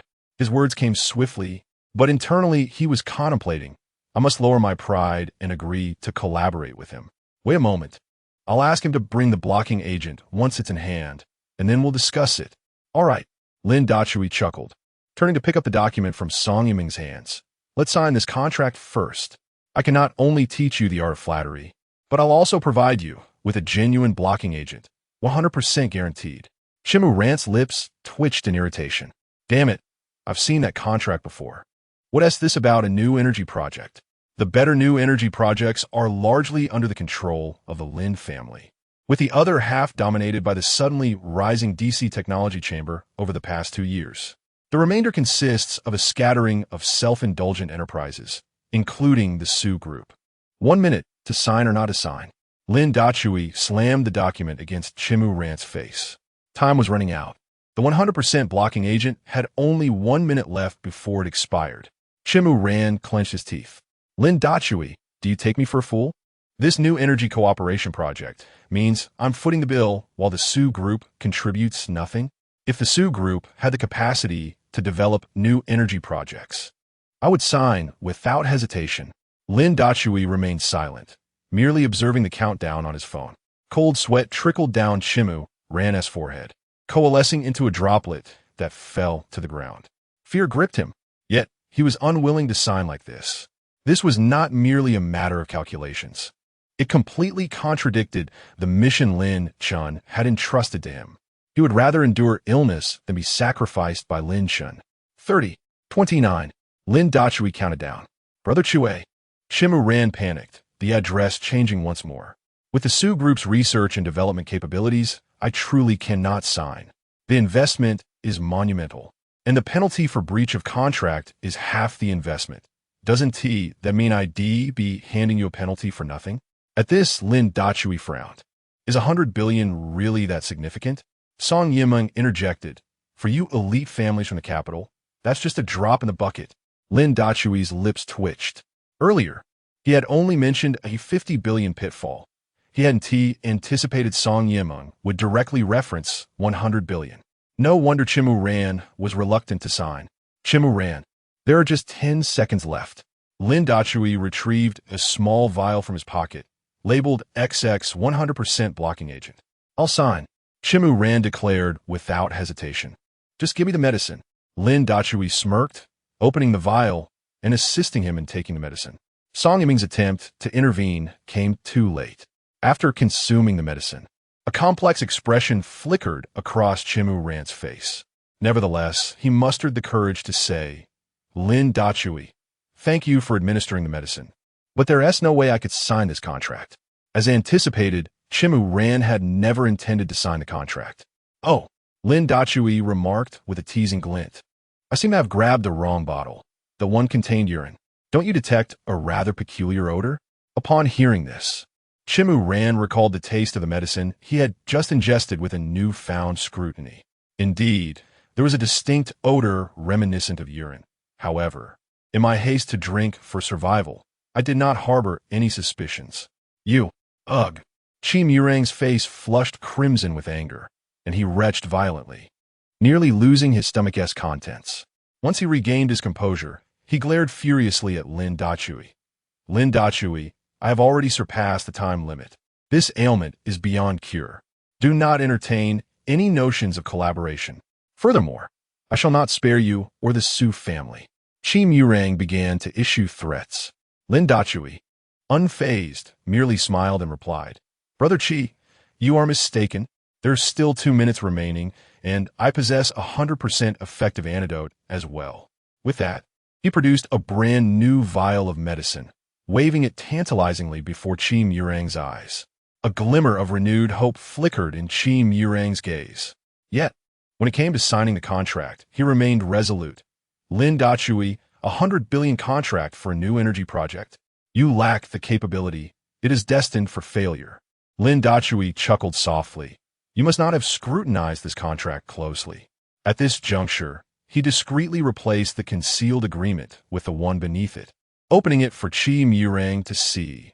The Qi family invests 100 billion, holding a 51 stake, while the Su Group is responsible for subsequent operations, holding 19.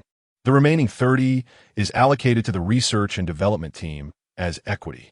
As for the technological expertise for this project, is provided by the DC Technology Chamber of Commerce. The choice is clear, is it not? Chapter 72. Hidden agendas. Are you certain that the DC Technology Chamber of Commerce intends to participate in this project? Qi Murang's brow furrowed, clearly skeptical of Lin Dachui's assertions. Lin Dachui chuckled softly, revealing the final page of the contract, prominently stamped with the seal of the DC Technology Chamber of Commerce, accompanied by the signature of Hu Chun, the legally recognized representative of the chamber. Qi Murang's gaze flickered with contemplation, and after a moment of deliberation, he gritted his teeth and declared, Very well, I shall sign. Lin Dachui beckoned 2 bodyguards to assist in loosening his restraints. As Qi Murang flexed his wrists, he grasped the pen and inscribed his name. This venture would surely not result in loss. After all, Lin Shin also desired the collaboration between me and the Su family, thereby seizing their assets. Thus, this renewable energy project presented an invaluable opportunity, an avenue for the Qi family to amass significant wealth. In due course, I shall devise a strategy to acquire operational shares in the Su Corporation, or perhaps even to contest this contract, leading to the downfall of the Su family. As for the DC Technology Chamber of Commerce, the Qi family could not afford to offend them. However, Yichen would undoubtedly find a way to counter the DC technology. Having resolved these thoughts, Qi Murang finally pressed his seal onto the document. Excellent. Lin Dachui beamed, handing the file to Song Yiman. Let us toast to a fruitful collaboration. He extended his hand to shake Qi Murang's. Qi Murang turned to Lin Dachui, his expression fraught with urgency. You have yet to provide me with the 100 blocking agent. Lin Dachui smacked his forehead, exclaiming, How could I forget? I got carried away with excitement. Haha. He promptly handed over a small vial of medicine. Lin Dachui understood the principle of giving a reward after delivering a hard bargain, without ensuring Qi Murang's confidence. The promised investment of 100 billion would never materialize. How then could he scheme? This medication guarantees complete blockage, he assured as Qi Murang meticulously inspected the vial. Upon hearing this, Qi Murang felt no hesitation and quickly ingested it. Brother Qi, we are now partners. Lin Dachui patted Qi Murang's shoulder. From this moment forward, we are family, and family does not speak as strangers. Su Qinghe is now my wife, so please refrain from harboring any intentions. Qi Murang's lips twitched. Yet internally he mused, I know Su Qinghe far better than you do. She would never align herself with someone like you, a man who has been married before. The previous night was merely a performance for my benefit. Although you shared a kiss, I remain steadfast in my belief that Su Qinghe's virtue is intact, far superior to those unworthy women, especially that little harlot from last night. I shall ensure she faces consequences. Nevertheless, that maid Lin Dachui employs is undeniably alluring. Should I ever win her over, it would surely be a delightful conquest. Rest assured, since Qinghe is your woman, I shall not intrude further. Qi Murang replied earnestly, restoring his facade of decorum. Very good, Lin Dachui chuckled. Future collaborations will be coordinated by Lu Ma with you. As she spoke, Song Yiming stepped forward with a gentle smile, requesting, in the future, I hope you will take good care of me, Mr. Qi. Qim Yurang momentarily found himself lost in thought. This Lu Ma was truly relentless. Lin Dachui, you are precisely to my liking. It seems that whatever I desire comes to fruition. I can hardly contain my eagerness to properly attend to your caretaker. Let us communicate more often. This project will undoubtedly be a success. Both parties harbored their own intentions, yet they ultimately signed the agreement. 100 billion. It all hinges on when the project will commence. Brother Qi, you didn't drive here, did you? You may borrow my car to return. To demonstrate his sincerity, Lin Dachui offered his vehicle to Qim Yurang. A twitch of Qi's lips betrayed his frustration. Damn it, you brought me here. How could I have driven? Though he thought this, he dared not voice it aloud. Thank you, Brother Dachui. He accepted the car keys and drove away. Let's also depart. Once everyone had left, Lin Dachui turned to Song Yimeng with a smile. She nodded, starting the SUV and heading towards the city. Dachui, did you and Qinghe rekindle something last night? On the road, Song Yimeng suddenly interjected. Lin Dachui's lips twitched, not shying away from the topic. That girl is rather impatient. I find myself helpless in the matter. I see. Song Yimeng's lips curled into a slight smile. When do you plan to seek me out? I, too, am rather impatient. Coughing, Lin Dachui nearly choked on his own words. What has happened to this Song Yimeng? When she first arrived, she claimed to be so professional, insisting that no special relationship would develop between master and servant. Yet now she speaks so freely. It dawned on him. She was the child bride his grandfather had arranged for him. Yimeng, there are certain matters I believe we ought to clarify. Lin Dachui pondered for a moment, his expression serious. My affections are not solely reserved for Su Qinghe. There is also Lu Ruyan. I am currently at a loss regarding how to navigate my relationships with them. I wish for you to refrain from complicating matters. But Song Yimeng's expression dimmed slightly. I am your child bride. I am your fiancé. Lin Dachui awkwardly laughed. What era are we in? Such notions are outdated. Song Yimeng pouted, choosing to remain silent. Dachui's mindset was still too conservative. Abroad, many affluent men take multiple wives. Even domestically, there are plenty. At worst, one could simply marry and choose one among them. I do not seek any title. Of course, if I could have a title, that would be ideal. If not, it matters little, for I am still your child bride. Dachui. As they neared the city, Song Yimeng spoke up again. I do not wish to go home. Could you accompany me for a meal? Lin Dachui paused, glancing at Song Yimeng. She appeared rather dejected. It seemed his earlier words had indeed hurt her feelings. Very well. Let us indulge in a delightful meal together and, in the process, address any misunderstandings to avoid any emotional chasms. With this thought, Lin Dachui accepted the invitation. A faint smile graced Song Yimeng's lips as she deftly maneuvered the steering wheel onto a narrow path. Where we headed? Lin Dachui sensed an unusual turn of events and inquired hastily. There's a charming farmhouse nearby, renowned for its delectable dishes. Song Yimeng replied casually, adding that the scenery is splendid and the atmosphere tranquil, making it an ideal place to unwind. Lin Dachui nodded, refraining from further questions, though a subtle unease lingered in his mind. What was Song Yimeng truly up to? Surely, dining in the city would suffice. Why seek out a farmhouse? Moreover, this road appeared to stretch endlessly, devoid of any signs of civilization. After half an hour, they finally arrived at a picturesque farmhouse.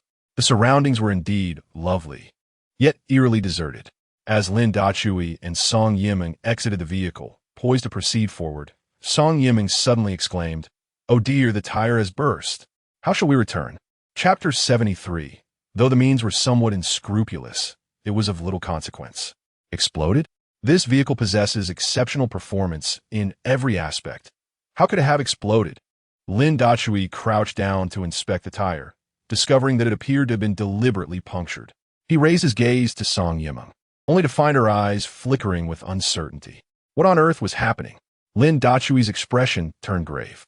Song Yimeng bit her lip and confessed, "Dachui, I merely wish for your company. Here we are undisturbed, just the two of us."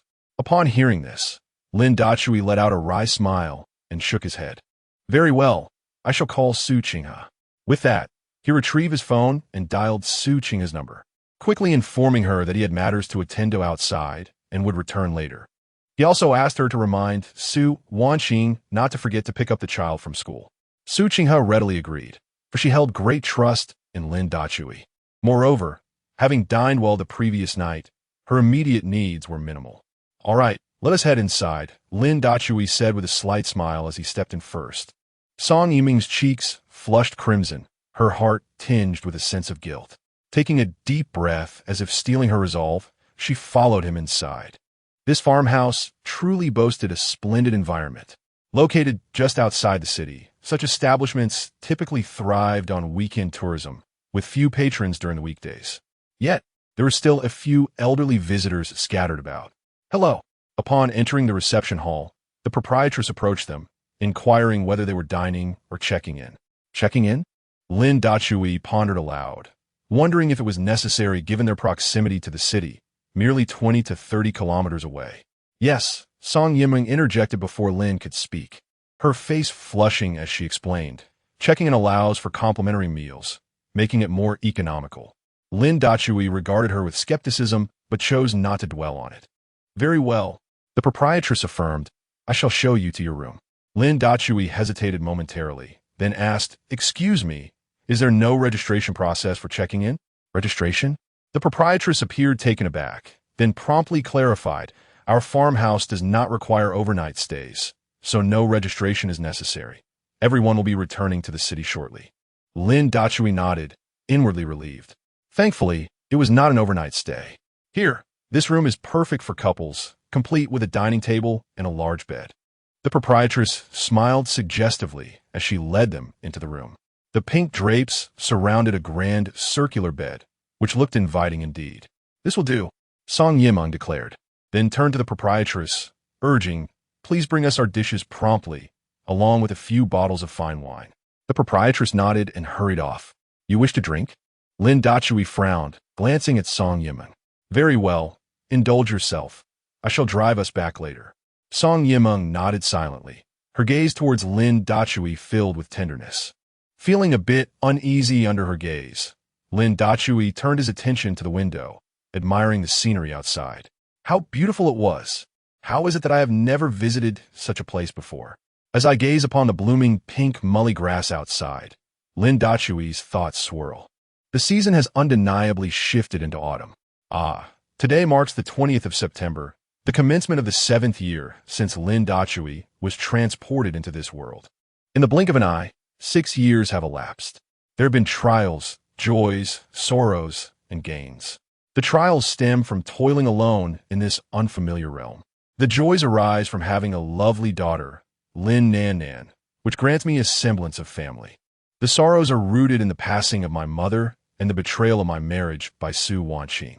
The gains include utilizing the advantages of my transmigration to amass considerable wealth and establishing DC technology, successfully garnering national attention. Furthermore, the affections of Lu Ruyan and Su Qinghe for me are genuine. By all accounts, Lin Dachui should feel content. Yet, certain matters are etched into the very marrow of my being. The vendetta against my former partner must be avenged. The Lin family shall fall. Your food and drinks are ready.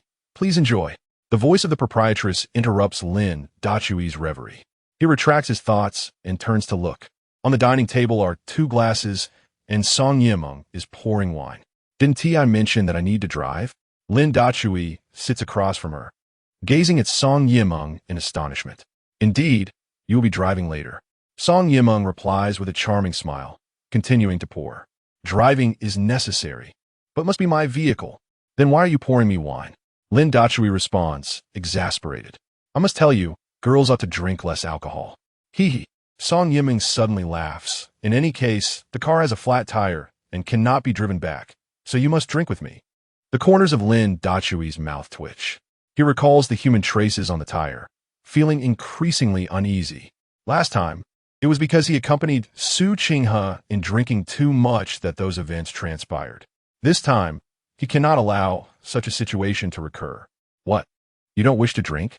Just as Lin Dachui is about to decline, Song Yiming suddenly interjects, "If you do not drink, I shall inform my grandfather that you are bullying me." Sigh. Lin Dachui exhales. "All right, I shall accompany you for a drink. However, let us agree on boundaries. Do not entertain any improper thoughts. Song Yiming's face brightens, and she eagerly replies, of course not. I would never impose without your consent. Speaking such shameless words, Song Yiming remains unfazed, as if she has experienced this numerous times before. After all, having studied abroad for so many years, she has likely adopted a more liberal mindset. Perhaps Song Yiming is no different. Let's raise a glass. After a few bites of food, Song Yiming lifts her wine glass to clink with Lin Dachui's, celebrating our reunion. Cheers! Lin Dachui smiles gently and drinks deeply. Song Yiming leans forward, earnestly supervising. This first glass must be finished. No dawdling. To raise goldfish refers to those who drink alcohol, leaving a little at the bottom of their cups, never finishing their drink. Lin Dachui initially intended to dismiss the comment, but upon hearing it, he steeled himself and downed a full glass of red wine. He possessed a modest tolerance for alcohol, after all. Well, I've finished mine. It's your turn now. Lin Dachui placed his glass on the table, a smile gracing his face as he turned to Song Yiming. Yay! Song Yiming exclaimed with a smile, rising from her seat. You finished it all? How embarrassing, haha. Observing the triumphant expression on Song Yiming's face, Lin Dachui sensed that something was amiss. A wave of heat surged through him, and his head began to feel heavy. Was Song Yiming trying to harm him? Why? Had she betrayed her grandfather and sought his life? Just as the thought crossed his mind, Lin Dachui's body could no longer withstand strain, and he collapsed onto the table. Although her methods were somewhat underhanded, it was ultimately inconsequential. Song Yiming gazed at Lin Dachui, murmuring to herself. Chapter 74. May we indulge in a drink? 2 hours later, Lin Dachui sat at the edge of the bed, smoking a cigarette, his eyes brimming with tears. Was there truly such a sense of grievance? Song Yiming, who was trimming the bed sheets, rolled her eyes dramatically. Both of them had engaged in similar antics. She was merely imitating. Lin Dachui's lips moved, yet no words escaped. Indeed, Liu Rian had taken advantage of his inebriation, and Su Qinghe had also succumbed to drunkenness. The audacity of Song Yiming was even more pronounced. She had resorted to using drugs. Who knew what other tricks might follow? It was utterly indefensible. Enough, enough. Song Yiming folded the small piece of red fabric and urged him, hurry and take a shower. I've ordered a feast to properly nourish you. Lin Dachui pouted slightly, but rose to take a shower. During dinner, Lin Dachui hesitated, his words caught in his throat. Just speak your mind. Song Yiming, emboldened since she had won him over, exhibited none of the submissiveness expected of a caretaker. Lin Dachui's expression was one of earnest grievance. If we are to engage, let it be done openly. I haven't even had a proper experience yet. At his words, Song Yiming's face flushed suddenly. She then sensually licked her lips and, with sultry eyes, urged, eat quickly. We still have some time. Lin Dachui's lips twitched, yet he did not refuse. After all, he was also curious to discover just how skilled a woman of such maturity could be. The atmosphere thickened with unspoken understanding as they finished their meal swiftly and stepped outside for a stroll. Such matters could not be pursued immediately after eating, could they? That would surely lead to complications. Dachui. As they walked, Song Yiming linked her arm with his, her expression earnest. There are several small businesses here in Jiangsheng that my grandfather wishes to entrust to you. Lin Dachui gazed into the distance, his thoughts wandering. Currently, DC Technology had secured half of the vast territory of the Xia dynasty.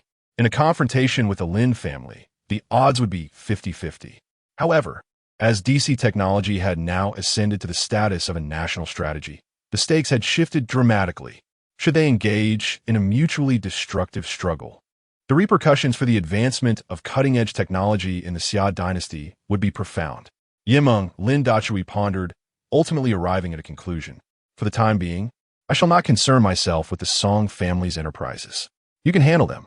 I trust you completely. He continued to clarify, my focus will be on fortifying DC Technology. We have new projects in the pipeline that, once developed, are certain to elevate to a national strategic level.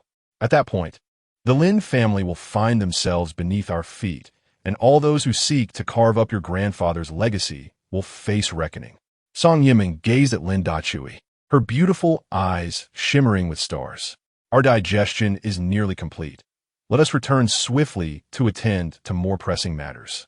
With a coy expression, she pulled Lin Dachui back, eager to ensure he felt her affection before the farmhouse closed for the evening. This was not merely a dalliance, but rather a fulfillment of her duties as a child bride.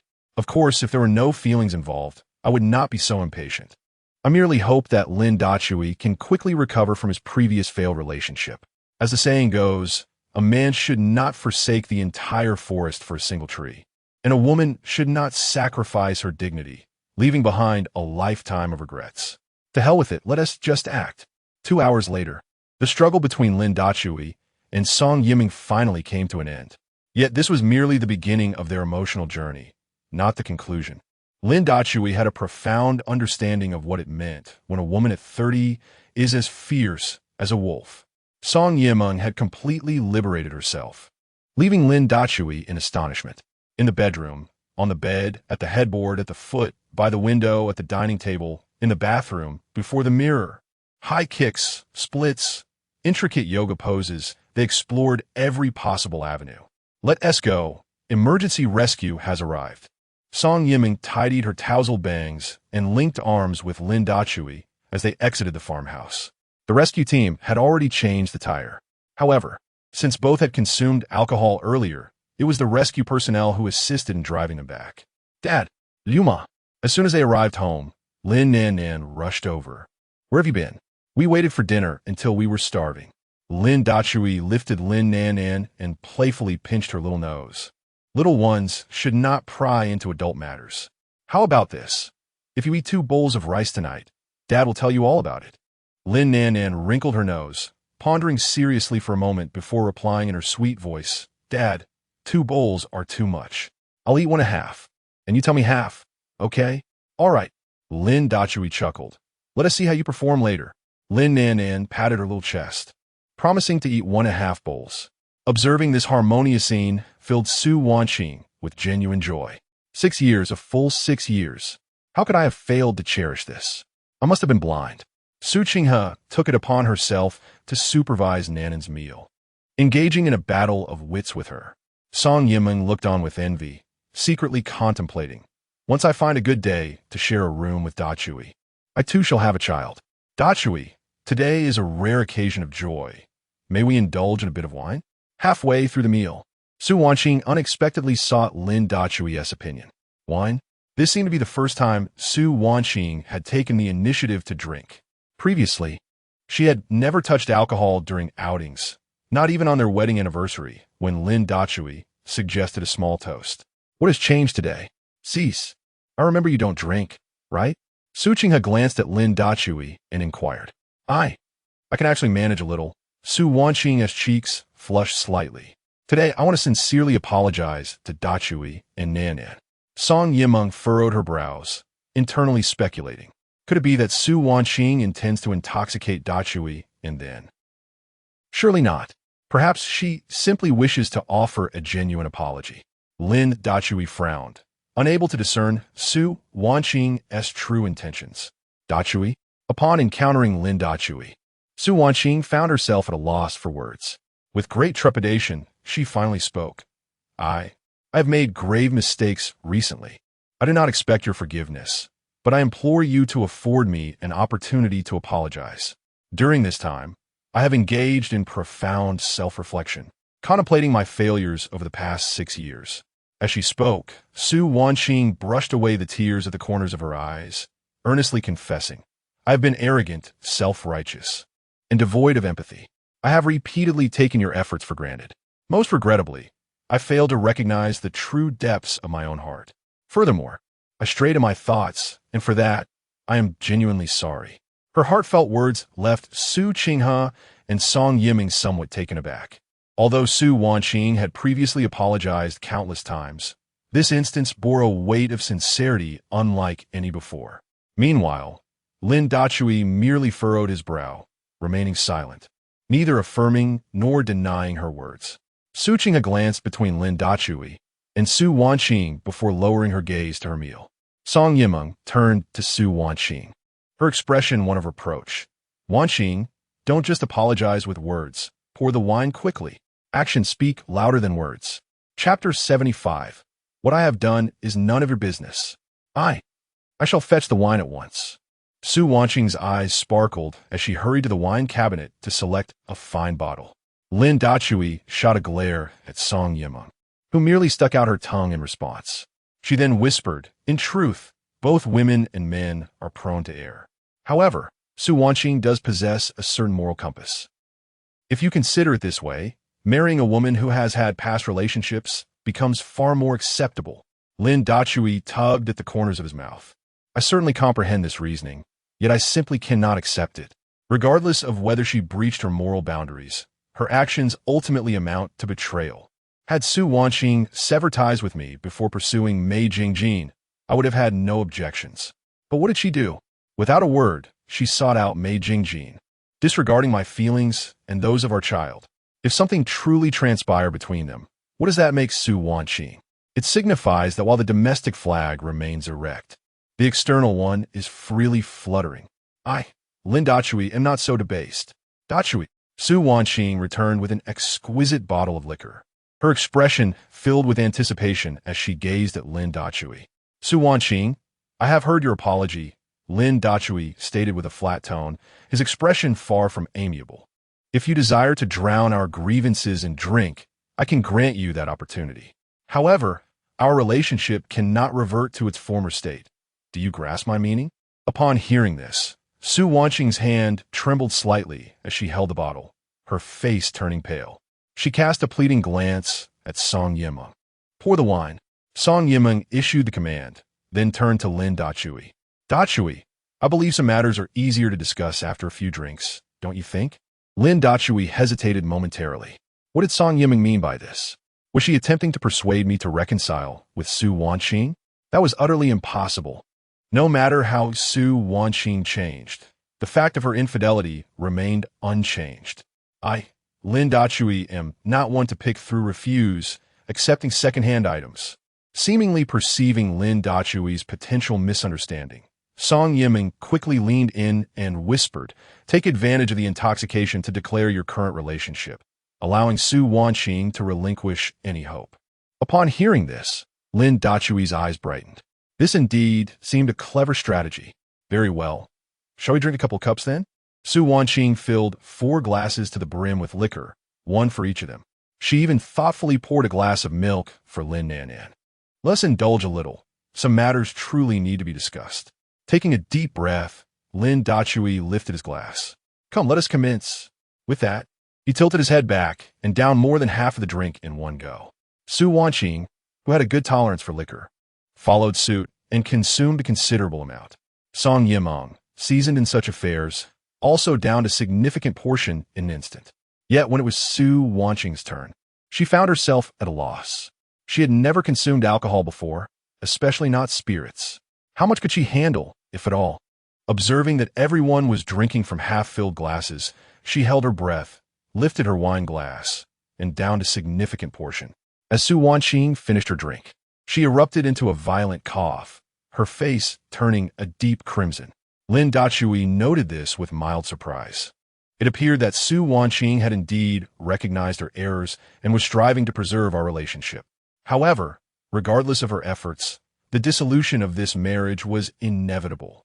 Not for any other reason, but for Lu Ruyan, Su Qinghe, and Song Yimeng.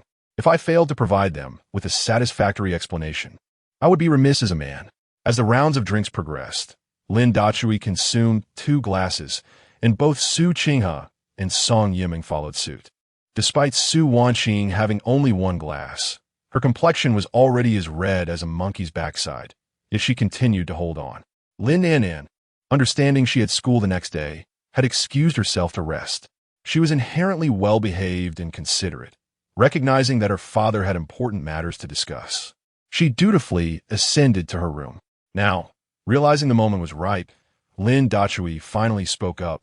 "I have a few matters to address with everyone while the opportunity presents itself." The 3 women turned their gazes toward Lin Dachui in unison.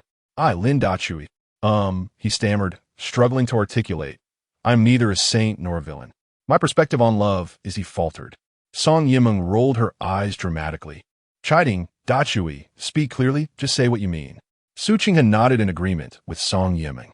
Meanwhile, Su Wanqing's brow furrowed, a sense of foreboding creeping into her heart. Very well, I shall speak plainly. Lin Dachui straightened his posture, gathering his thoughts. I, Lin Dachui, currently have 3 girlfriends at this proclamation. Su Qinghe and Song Yimeng buried their heads in their food. Su Wanqing's face, which had been flushed, turned as pale as a ghost. He is truly changed. Is it my infidelity that has led him to this transformation? Dachui, I am sorry. Su Wanqing's tears spilled forth. I should not have engaged in actions that hurt you, leading to the person you are today. Stop. Lin Dachui raised his hand to silence her and continued. What I have done is none of your concern. Firstly, I met Rian a year ago. After we registered our divorce, she sought me out, and that's when we officially acquainted ourselves. You all have seen how she has treated me and Nan during this time. The women, hearing this, remained silent but nodded in agreement. Thus, Lin Dachui, taking a sip of his drink, continued, I must clarify this matter. My first encounter with Lu Ruyan was after Lei Zhen's wedding.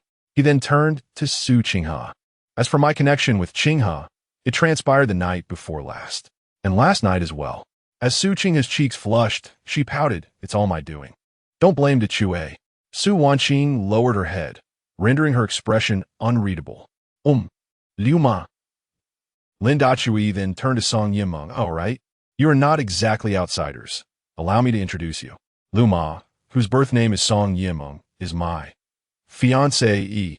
Upon hearing this, the Su sisters lifted their gazes toward Lin Dachui and Song Yimeng, their faces etched with disbelief. This afternoon, Lin Dachui did not finish his sentence, but the 3 women understood. The 2 had indeed reached a significant milestone. I, Lin Dachui, solemnly vow that I shall not let any of you down. With that, he raised his glass and downed its contents in one go. If you ever cease to love me, please inform me in advance, and I shall wish you happiness. Su Qinghe quickly interjected, in this lifetime, I am yours. I have no interest in other men. I am your child bride, and my purpose is to accompany you for eternity. Song Yimeng smiled gently at her words. Lin Dachui felt a surge of emotion at this declaration. However, as the effects of the alcohol began to take hold, he was escorted back to his room, leaving the 3 women to continue their drinking and conversation. Wanqing, Qinghe, some matters must be approached with an open mind, Song Yimeng remarked, observing Su Wanqing's intricate expression. She continued with a smile. Why is it that when men stray, 99% of women choose to forgive? Yet when women stray, 99% of men do not. At this point, Song Yimeng paused before elaborating. A woman's infidelity resembles a bowl of noodles that has been tasted by 10 pairs of chopsticks. In contrast, a man's infidelity is akin to a single pair of chopsticks that has sampled 10 bowls of noodles. Tell me, which is cleaner, the pair of chopsticks or the bowl of noodles? This poses a philosophical question. Upon hearing this, Su Wanqing experienced an enlightening moment. I'm still pure. May I accompany Dachui tonight? Chapter 76. Tonight, I shall atone for my debts to the hammer. Are you serious? Before Song Yimeng could utter a word, Su Qinghe interjected, Sister, what nonsense are you speaking? You've been with Mei Jingjin for a month now, and you claim to still be pure? Who would believe that? Upon hearing this, Su Wanqing's expression turned ashen. Su Qinghe, we are sisters. You know what kind of person I am. Suking get scoffed, making. Oh, I certainly know what kind of person you are. It is precisely because I understand your nature that I cannot fathom why you would choose to accompany Mei Jingjin. Once you've jumped into the mud, it's impossible to emerge untainted. Just as the tension between the 2 sisters escalated, Song Yimeng spoke up. There are certain matters that I believe require clarification. With that, she motioned for both women to take a seat on the sofa and took the initiative to brew them some tea to sober them up. The mistakes Wanqing has made cannot be erased. Song Yimeng offered a measured observation, but I know that she is indeed innocent. This statement left the Su sisters utterly astonished. Yes, exactly. I have never crossed any boundaries with Mei Jingjin, Su Wanqing exclaimed, visibly agitated and eager for answers. But, Yimeng, how do you know this? Song Yimeng, being somewhat older than the Su sisters, chuckled softly. Well, because it was I who arranged for Mei Jingjin to return to you. At this point, her demeanor shifted abruptly. Termin grave. However, I truly did not anticipate your lack of affection for the hammer. Shock and guilt washed over Su Wanqing's face. I'm so sorry. I was too arrogant, too self-righteous. I have wronged the hammer and Nan Nan. Without responding, Song Yiming poured tea for both women. There are certain truths that you both must come to understand. After a moment of silence, she began to speak slowly. The hammer is the heir of the Song family in Kyoto. His mother is named Song Xing, and his grandfather is Song Yun. Song Yun. Su Qinghe was unfamiliar with the name, but Su Wanqing's eyes widened in disbelief. Song Yun. ISNT that the benefactor of our grandfather? With that, she cast a wary glance at Song Yimeng, cautiously inquiring, but ISNT Mr. Song already? Her question hung in the air, unspoken, but Song Yimeng understood her implication. She was questioning the assumption that Mr. Song had perished in the fire 6 years ago. Yes, you are correct, Song Yimeng nodded, fabricating a lie. Mr. Song has indeed passed away, which is why a significant portion of the family fortune has been seized by the Lin family. The Lin family? Suban Kinggast. Are you referring to the Lin family of Kyoto? Song Yimeng nodded again. Indeed, I mean the hammer's biological father, Lin Qingfeng. Both Su's sisters were left utterly speechless, their jaws dropping in shock. The revelations were simply too staggering. Initially, I believed that Lin Dachui was merely a destitute young man with a talent for singing, lacking any significant background. To my astonishment, I discovered that his biological mother is none other than a prominent member of the illustrious Song family from Kyoto. Moreover, his father is Lin Qingfeng, the esteemed head of the newly affluent Lin family. Should these two families merge, it would undoubtedly revive the former glory of the Song lineage, perhaps even elevating it further. However, according to Song Yimeng, the Lin family allegedly seized a substantial portion of the Song family's assets. What could be the truth behind this? The specifics need not concern you. Song Yimeng earnestly addressed the Su sisters, conveying that Lin Dachui is the heir of the Song family, while the Lin family stands as his adversary, particularly Lin Qingfeng. Su Vanning Inyard de Furuit Herberoth. She recalled hearing rumors from her grandfather, suggesting that after the fragmentation of the Song family's enterprises, the Lin family had suddenly risen to prominence. Furthermore, her mother, Yang Shenglan, seemed to have a favorable relationship with the Lin family. She even encouraged me to divorce Lin Dachui to marry Lin Chun from the Lin family. At the time, I was still infatuated with Mei Jingjin, so I declined. Later, Yang Shenglan urged me to divorce and pursue a relationship with Mei Jingjin. I was aware that Yang Shenglan had always looked down upon Lin Dachui, yet I never imagined she would stoop so low. It seemed that Mei Jingjin had long been in contact with Yang Shenglan. To curry favor with her, he might resort to unsavory actions. Yet, Yimeng stated that Mei Jingjin was arranged to return by her, which perplexed me. Mei Jingjin was a pawn I had set in motion later on. Song Yimeng did not deny this and continued to elaborate. He is driven solely by profit, having remained in Jiangcheng for these past years.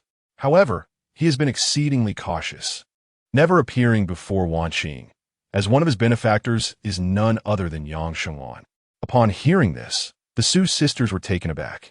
Was Yang Shenglan truly so despicable? The man she was sponsoring was also orchestrating her own daughter's divorce to marry him, way to serve together as mother and daughter. Su Wanqing's face turned a shade of fury. Earlier, she had felt some sympathy for Yang Shenglan regarding her father's impending divorce. Now, it seemed her father had likely known everything all along. All the money you earned has gone to Yang Shenglan, hasn't it? Song Yimeng remarked to Su Wanqing with a mocking expression. Do you know what she has been using it for? Su Wanqing's expression shifted, anxiety washing over her. To fund Mei Jingjin's venture. Song Yimeng answered herself. However, it all failed, for the partner was I.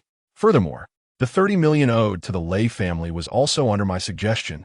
Only in this way would his reunion with you seem inevitable. At this point, Song Yimeng sipped her tea and continued. Only through your divorce with Dachui would the Lin family perceive him as less of a threat. Moreover, only by separating would the Su family be safeguarded. Yet, I did not expect your grandfather to be so astute, willing to fully support Dachui Lin's quest for vengeance. Upon hearing this, Su Wanqing finally grasped the situation. Everything is but a game, yet this game is exceedingly intricate. One misstep could lead to irretrievable consequences. It turns out, I am merely a pawn in the fierce struggle between the Song and Lin families. But why, in my naivety, did I ever place my trust in Mei Jingjin? I'm sorry. Su Wanqing's face was resolute. Tonight, I shall rectify the debt I owe to Dichui. Regardless of whether he accepts it, I shall harbor no regrets, even if it means being cast out from his home. With that, she disregarded Su Qinghe's threatening gaze and swiftly ascended the stairs. Yimeng, aren't you going to stop her? Su Qinghe asked, her face etched with dissatisfaction. My sister has indeed strayed mentally. I am aware. Song Yimeng chuckled softly, her eyes narrowing slightly. But your sister is also one of the women Lin Chen desires to possess. If she does not fully embrace her love for Dichui, how could Lin Chen possibly return? Su Qinghe seemed to grasp the implication. Are you suggesting you orchestrated Mei Jingjin's interaction with my sister, only for her to realize he is a scoundrel, thus allowing her to let go of her obsession? And subsequently, upon recognizing Dichui's virtues, she would feel regret and guilt, ultimately falling deeply in love with him? Song Yimeng raised an eyebrow. You're quite perceptive. Just as she finished speaking, a furious roar echoed from upstairs. Su Wanqing, what are you doing? Chapter 77. Rise and Stir. Alas, what has Su Wanqing done to provoke such fury from Lin Dachui? Song Yiming's expression shifted dramatically as she hastily ascended the stairs, followed closely by Su Qinghe. Upon reaching the door, they overheard Su Wanqing's voice, laced with grievance. I truly apologize. We only had that one encounter, and I was intoxicated, lacking any experience. Immediately, Lin Dachui's exasperated voice echoed back. Now that Mei Jingjing is gone, you suddenly remember me? I have no need for this. Just leave. The two women exchanged glances, torn between exasperation and amusement. Dachui. Su Wanqing's plaintive voice persisted. Nothing truly happened between us. You know how it was. I assure you. There are no issues. Suppressing a laugh, Song Yimeng pushed the door open and teased. Dachui, why the fury? Look at how distressed Wanqing is. Su Qinghe chimed in with a smile. Indeed, let us discuss this calmly. Upon seeing them, Lin Dachui hastily drew up his cup to cover himself, exasperatedly running a hand through his hair. What is this all about? Su Wanqing came to me at your behest, didn't she? With a blush staining her cheeks. Su Wanqing boldly held her ground, refusing to flee the scene. Dachui, they did not instigate me. I sought their help for a chance to make amends with you. I swear, nothing untoward occurred between Mei Jingjing and me, and Yimeng can vouch for that. However, I acknowledge my mistakes and do not wish to continue down that path. These past days have been unbearable without you and Nan Nan. I feel I cannot endure this any longer. Why must this be? Lin Dachui turned his gaze away. Avoiding her, Su Wanqing's eyes brimmed with tears as she stood helplessly by the bed, casting a pleading glance towards Song Yimeng. Dachui, temper your anger. Song Yimeng stepped forward, taking Lin Dachui's hand, gently explaining, Mei Jingjing was indeed arranged by me. You cannot blame her. Yet, he would not dare to harm Wanqing, even if he wished to. With earnestness, she continued, Wanqing harbors an obsession that must be resolved. And what of you? Are you not similarly entangled with Su Wanqing? Lin Dachui lowered his gaze, remaining silent. The ache of unrequited love must be profound. No? Song Yimeng smiled softly before adding, in these times, who among us does not feel restless? During moments of discontent, one often recalls their past loves. Surely you too have experienced this. Only with a clear heart can one challenge the Lin family. I hope you comprehend this. Song Yimeng, in her earnest efforts to persuade Lin Dachui to accept Su Wanqing, found herself in a difficult position. In truth, she did not wish for it to be this way. However, Su Wanqing was the most effective means to contend with Lin Shun. Thus, it was imperative for Su Wanqing to fall deeply in love with Lin Dachui, ensuring she would not err again, nor cause Lin Dachui to crumble under the weight of despair. When that time comes, facing the Lin family, let alone Lin Shun, would prove exceedingly challenging. Lin Dachui remained silent for a prolonged moment before finally speaking. Even so, I am at a loss as to how to face her. Upon hearing this, Su Wanqing's tears cascaded down her cheeks. Dachui, I acknowledge my mistakes. Please grant me an opportunity to make amends. Brother-in-law, Su Qinghe chimed in from the side. Sister truly realizes her errors. Please forgive her just this once. In that case, if forgiveness is too much to ask, let her serve you instead. How does that sound? Noticing that Lin Dachui still did not agree, Su Qinghe gritted her teeth and declared, at worst, we sisters shall share the burden. On the surface, Lin Dachui appeared indifferent, yet inwardly he was elated. Sisters, you say? How delightful that sounds. A true man can yield and endure. Yes, yield and endure. Two of them should be quite satisfactory. Let us observe her future conduct. After a lengthy silence, Lin Dachui finally uttered these words. Su Wanqing, upon hearing this, was overwhelmed with joy. Dachui, thank you. I shall certainly strive to perform well. Lin Dachui stifled a chuckle within. Su Wanqing harbored an obsession, and so did I. When I first traversed into this realm, old master Su had saved my life, and I owed him a debt of gratitude. Just yesterday, old master Su recounted the tale of my rescue entirely, also as a means to repay my grandfather's kindness. In truth, I had long been aware of this. On the day Mei Jingjing returned to the country, Su Wanqing had gone to meet him at the airport. I was privy to all of this. I did not intervene. It was to allow Su Wanqing to fulfill her obsession. I was well acquainted with every move of Mei Jingjing and Su Wanqing. In fact, I had them under surveillance 24 hours a day. I wished for Su Wanqing to sever her fixation, just as I sought to sever mine. Should there be any excessive behavior, I would completely sever ties with her. Fortunately, aside from her fleeting thoughts, Su Wanqing had not exhibited any other improprieties. Yet, I had not anticipated that Mei Jingjing's appearance was orchestrated by Song Yimeng. Could it be that my grandfather and Song Yimeng had long laid out a scheme for me? If so, I realize I've been rather naive. Very well, let's take our leave. Song Yimeng glanced at the two and took Su Qinghe by the hand, leading her out of the room.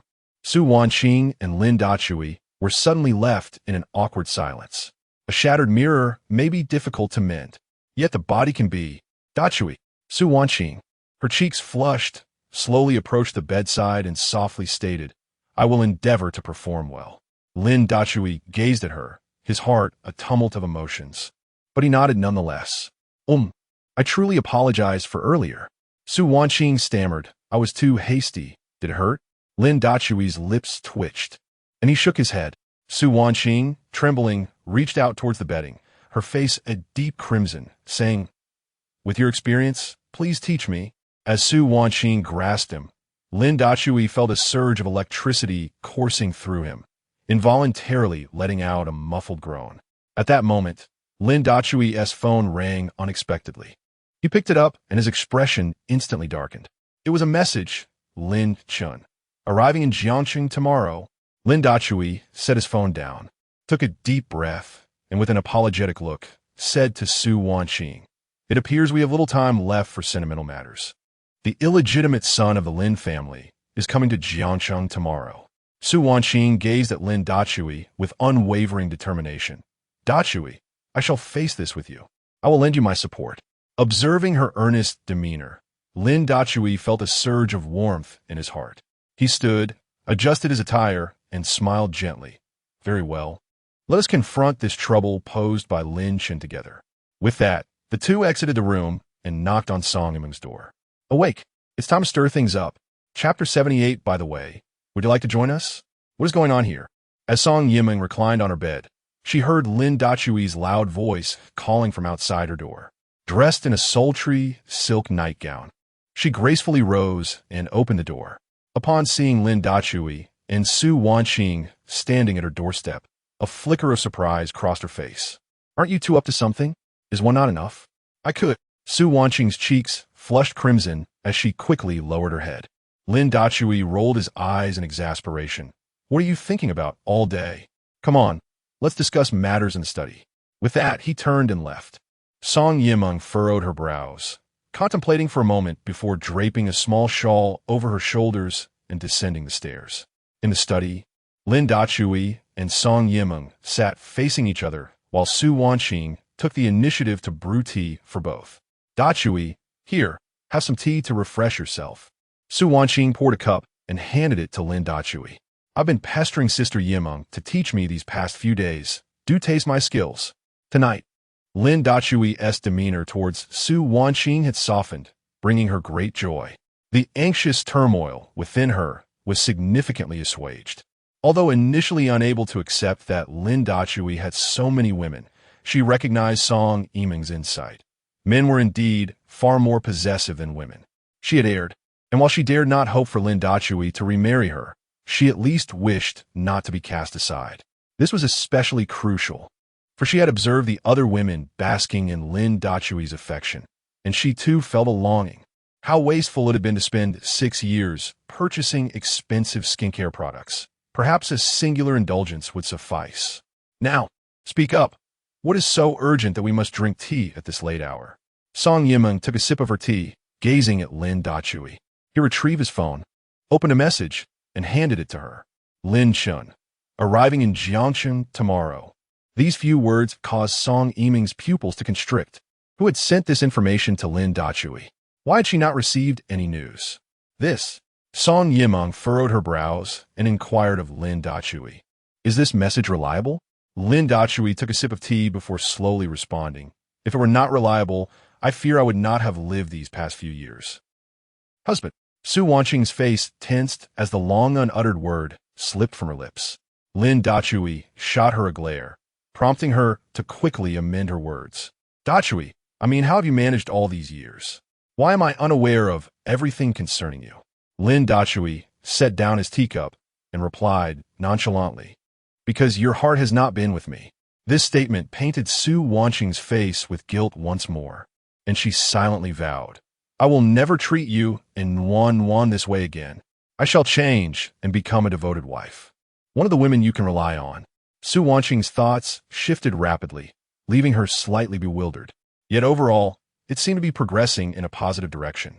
As for whether Lin Dachui could have a change of heart, accepting her once more and opting against divorce, she dared not entertain such thoughts.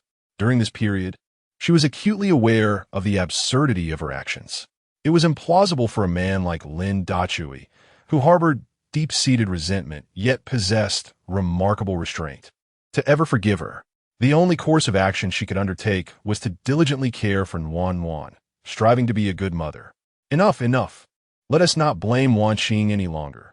Let us get to the crux of the matter, Song Yimeng interjected, breaking the awkward tension in the room as she turned her gaze toward Lin Dachui. What do you intend to do? Lin Dachui shook his head. To be honest, I truly did not anticipate that Lin Chun, this illegitimate child, would dare to come to Jiangcheng. I remain uncertain of his true intentions, making it challenging to arrive at a sound decision. However, I am certain he harbors malevolent intentions. He might even wish to eliminate me. Upon hearing this, Song Yimeng frowned in contemplation. Lin Chen's sudden arrival in Jiangcheng could not simply be attributed to Lin Dachui's presence.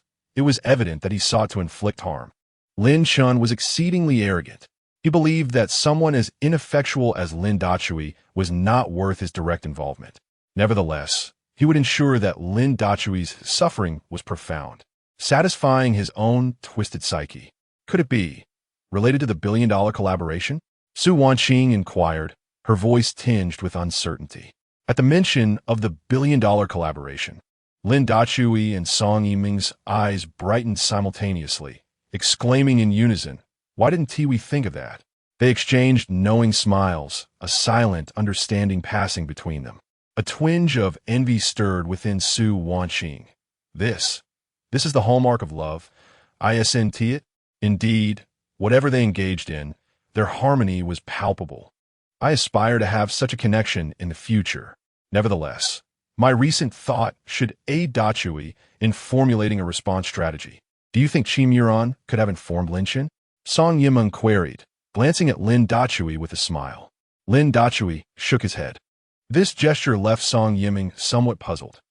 Isn't Qi one of Lin Chen's lackeys? How can you be so certain he wouldn't? Every move of Chim Yuran's is under my surveillance, Lin Dachui replied, a hint of a smirk gracing his lips. This includes his mobile communications and all means of contacting the outside world. I have not had any contact with Lin Shun, so the leak of information should not have originated from him. Lin Dachui continued. Hence, I initially found it perplexing to discern his motives for coming to Jiangqing. So, why don't you inquire about the individual who sent the message? Song Yimeng pressed further. That is out of the question. Lin Dachui resolutely shook his head. Any action could potentially expose his identity. I cannot afford to take that risk. Song Yimeng nodded in understanding.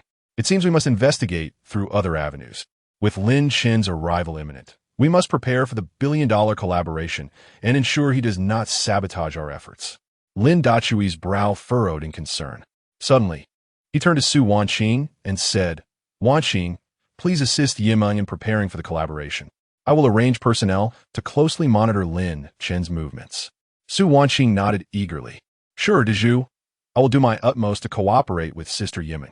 Lin Dezhu stood up, a glint of cold light flashing in his eyes. Lin Shun, since you dare to come to Jiangsheng, let it be known that you shall return empty-handed. He then retrieved his phone and dialed a number. Ah, Dezhu, my brother. A hearty laugh resonated from the other end, mingled with the clamor of wagers being placed. Monkey. Lin Dezhu smiled slightly, still enjoying the night at this hour. The person on the other end was none other than Lei Ho. Well, the nightlife has only just begun. The sky isn't even bright yet. Lin Dezhu had no time for banter. I need to trouble you with something. Wait a moment. Lei Ho interjected. Once the noise faded, he continued. It's quite crowded here. You may speak now. A few minutes later, Lin Dezhu hung up the phone with satisfaction and turned to Su Wanqing. You go upstairs first and turn on the air conditioning. Su Wanqing paused, slightly perplexed. Although it was late September, the weather was still warm. Why turn on the air conditioning? It's to turn on the cool air conditioning, so you won't be drenched in sweat later. Song Yimeng teased. Hearing this, Su Wanqing's face flushed, and she hurriedly fled the study to turn on the air conditioning. What's this? Have you let go of your worries? Once Su Wanqing departed, Song Yimeng playfully teased Lin Dezhu. Lin Dezhu rolled his eyes right now. I maintain a tranquil mindset, going with the flow, not forcing anything. He then inquired, by the way, would you like to join me? Chapter 79. I'll just go up. I'll let it go. Song Yimeng's face flushed as she hastily shifted the topic. Now that no one was around, let us discuss our plans. Lin Dachui lit a cigarette, deep in contemplation. After a considerable pause, he finally spoke. I intend to ensure that Lin Chun does not return. Song Yimeng furrowed her brow, inwardly reflecting. It seems we share the same thought, albeit for different reasons. I must inquire further. Is it for revenge on Aunt? Her captivating eyes fixated intently on Lin Dachui. Yes, Lin Dachui affirmed without hesitation, his voice grave. I must avenge my mother. I suspect he has come this time because Ruyun refused the marriage proposal, and he seeks retribution against me. The most effective way to retaliate would be to engage with Su Wanqing or Su Qinghe upon hearing this. A glimmer of admiration crossed Song Yimeng's face. As far as I know, the moment Lu Ruyun returned to Kyoto, she proposed to annul the engagement with the Lin family. Lin Chun must be seething with resentment. Yet, the Lin family, wary of the Lu family's might, dared not confront them openly, though they have been scheming in the shadows. Lu Ruyun's Tianyu Group is devoid of any artists now. Conventionally, it ought to declare bankruptcy. However, Lu Ruyun has not given up. The Lu family is pouring resources into maintaining the basic operations of Tianyu Group. By the way, the Qin family has also intervened. Of course, at present, there are greater matters in Kyoto that demand attention. We should first solidify our stronghold in Jiangqing. Dachui, Lin Chun's arrival is undoubtedly related to the Su sisters. Song Yimeng snapped back to reality, asking what will you do? Release bait. Lin Dachui's expression turned icy. Regardless, Su Wanqing is betrayed once. I cannot trust her so easily again. Song Yimeng nodded thoughtfully. This opportunity is apt to test her sincerity. However, are you not afraid that upon discovering the truth, she might despise you? Lin Dachui felt a pang in his heart. He had indeed loved Su Wanqing once, having been her devoted admirer for 6 years. Since the day she went to the airport to meet me, my affection has waned. The only reason I have not completely severed ties is because of that little one. Nan Nan. Moreover, with my current strength, coupled with the support from my grandfather's side, waging war against the Lin family would be a 50-50 chance. What I desire is not a mere 50% probability, but a 100% certainty. Yet, to enhance my odds, the secret research project must connect with the highest echelon. As for Su Wanqing, you need not disclose anything to her. After a prolonged silence, Lin Dachui turned to Song Yimeng and whispered, devise a method to create a chance encounter between her and Lin Shun.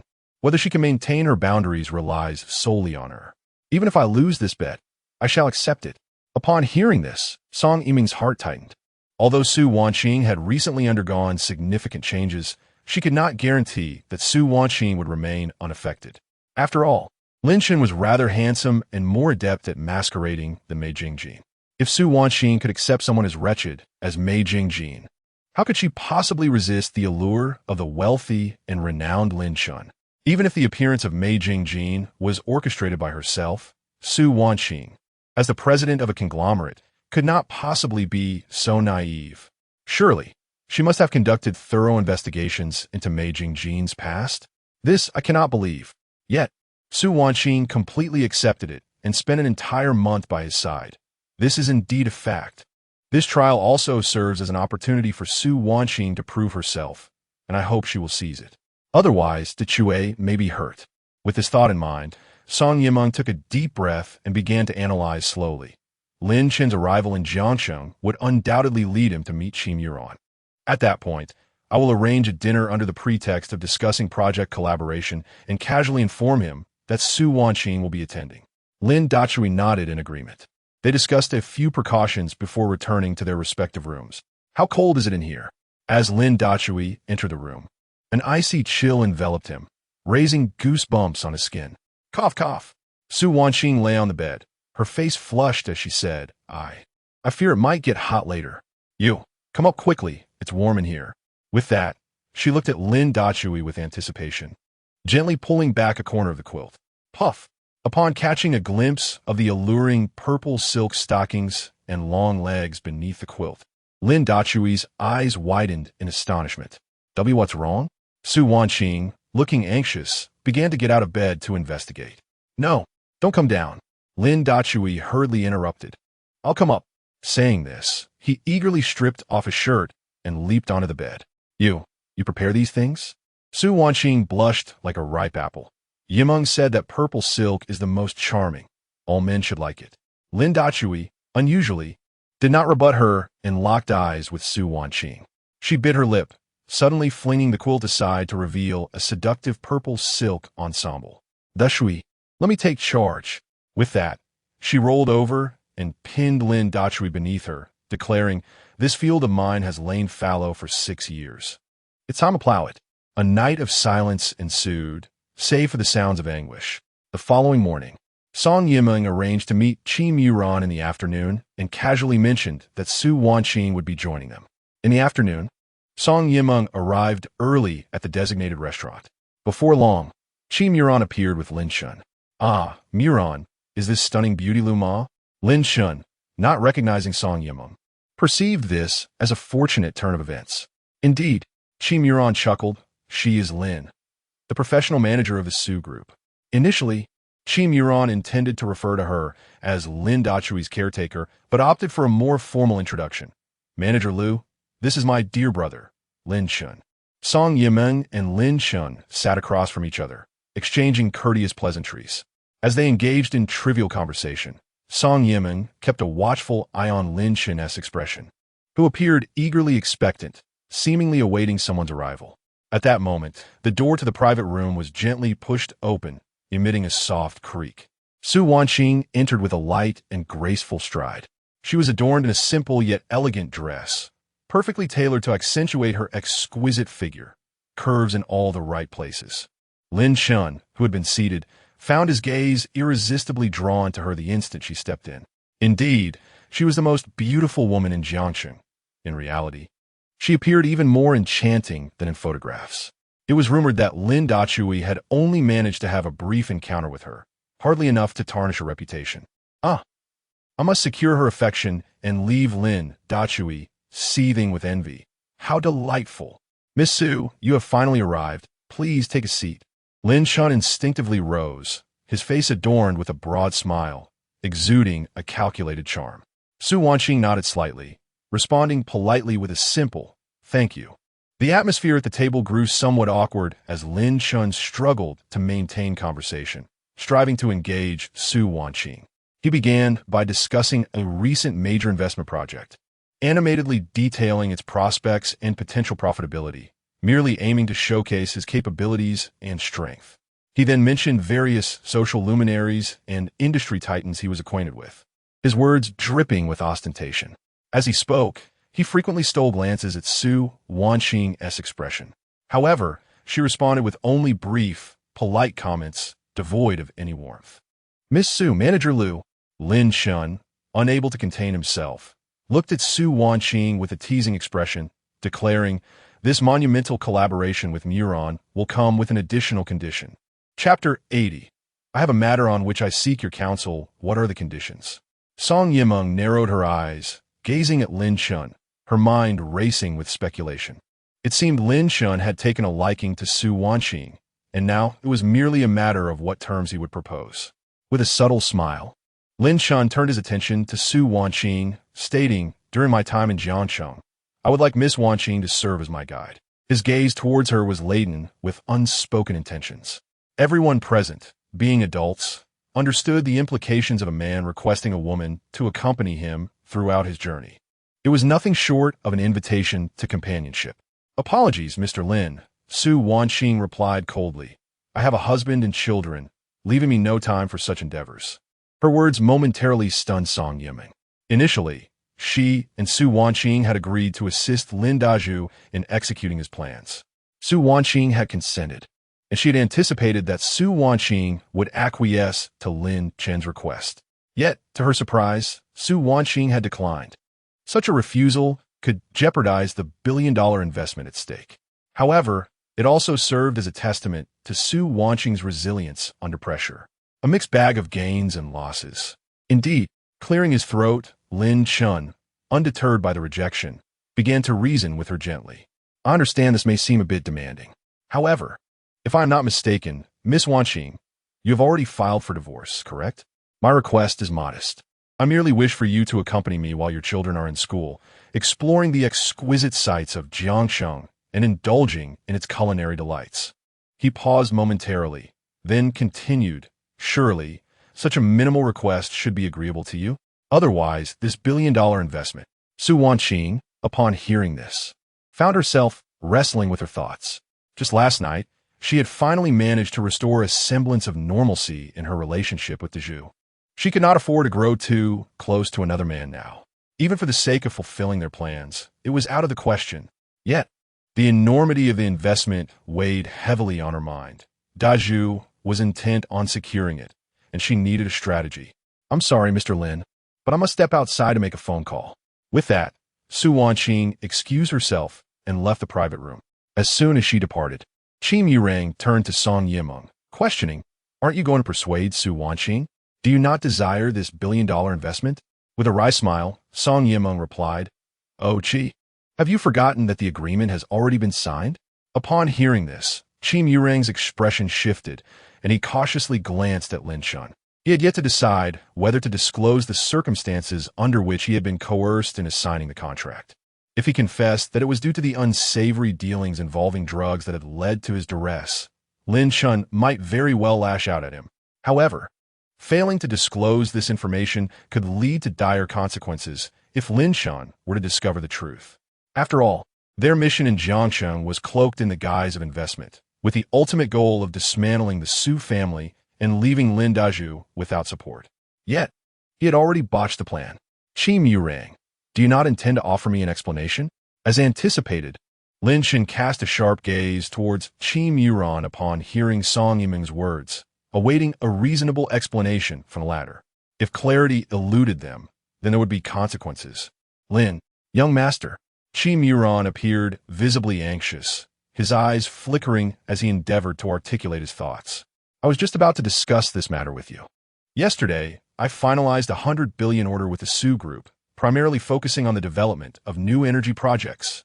Rest assured, this venture is bound to be profitable. He then leaned in and whispered a few more details, mentioning the involvement of the DC Technology Chamber of Commerce and his intentions to secure the marketing shares of the Su Group in the future, among other points.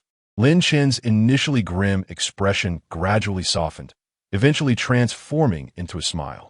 He clapped Qi Muran on the shoulder, exclaiming with delight, "Such good fortune should have been secured sooner. Well done." Turning his attention to Song Yimeng, he inquired, "However, has Manager Liu confirmed the participation of the DC Technology Chamber in the development?" "Indeed." Song Yimeng nodded affirmatively. "We have established a connection. The contract is signed, and by the day after tomorrow at the latest, all technical personnel will be in place."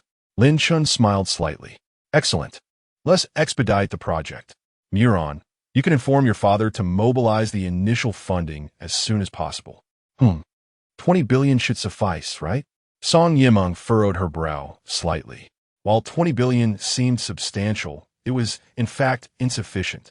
After all, the initial amount was merely a means to facilitate further dealings. The real focus lay on the subsequent 80 billion, which was what truly mattered. However, one must not act in haste. Patience is essential for a grander catch. Reflecting on this, Song Yimeng delicately remarked, "Though 20 billion is still somewhat lacking, it should suffice for the preliminary phase."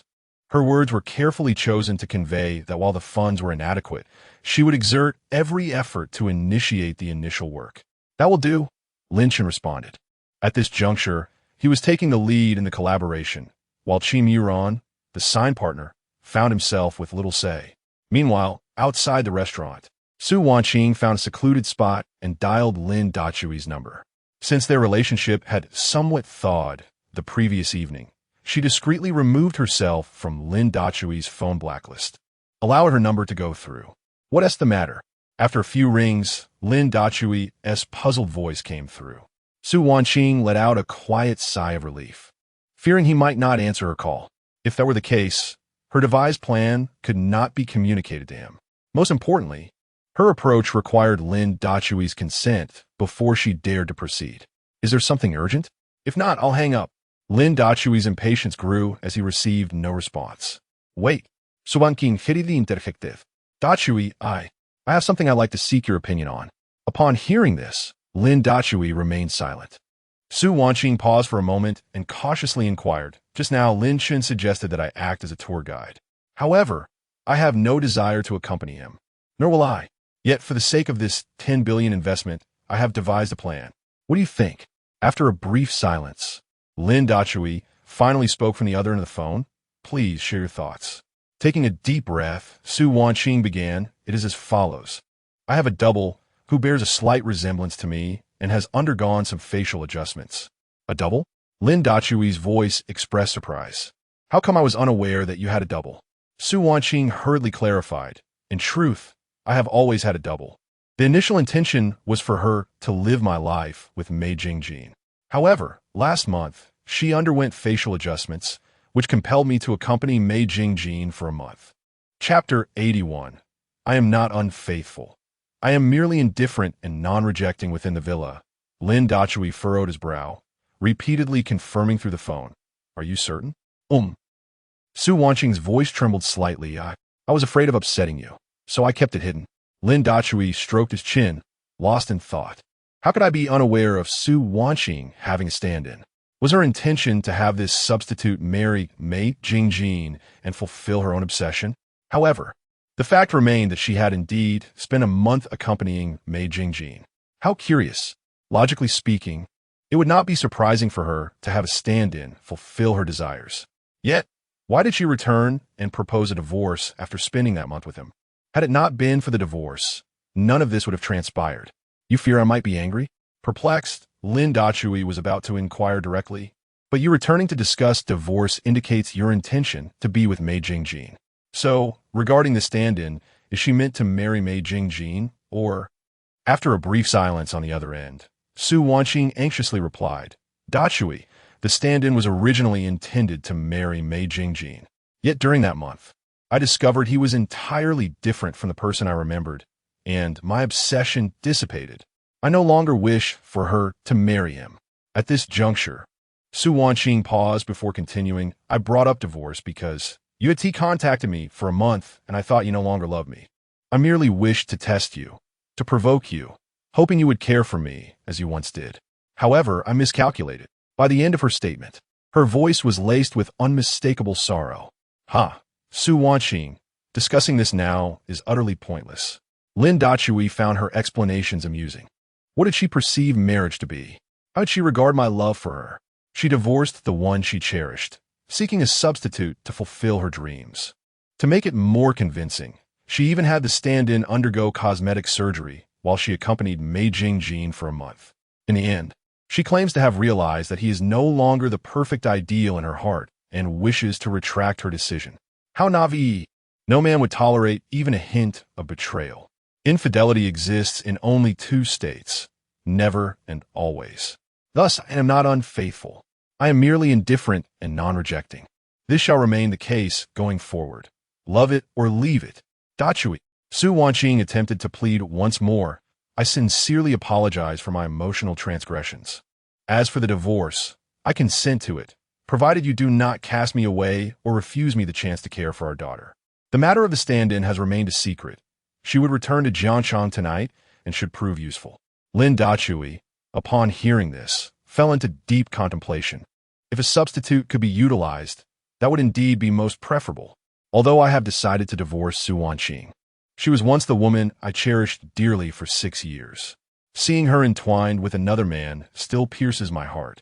Contemplating this, Lin Dachui took a deep breath and spoke slowly. Very well, as long as the substitute can manage the situation effectively, I shall allow you to remain. But this is solely for the sake of Yuan. Do not entertain any other notions.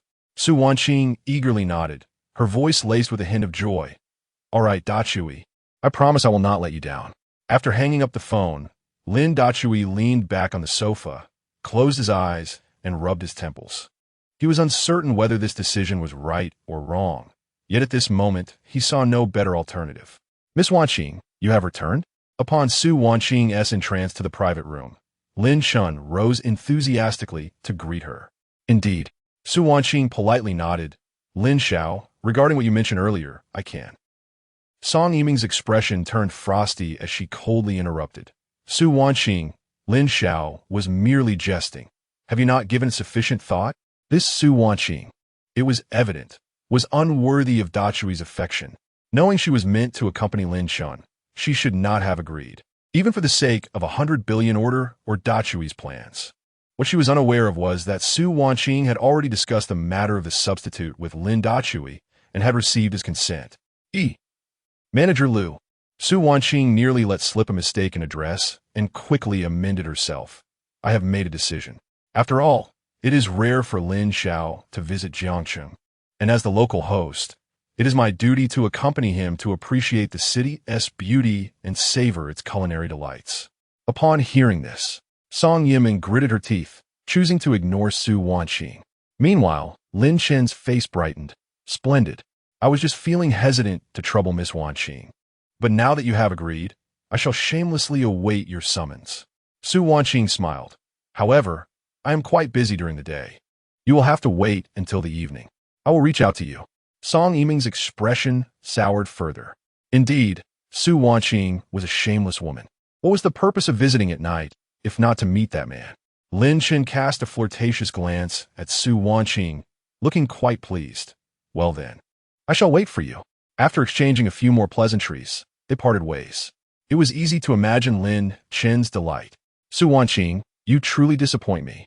On the way back, Song Yimeng wore a stern expression and, unable to contain her frustration, scolded. Did you not promise to treat Dachui and Yuan well?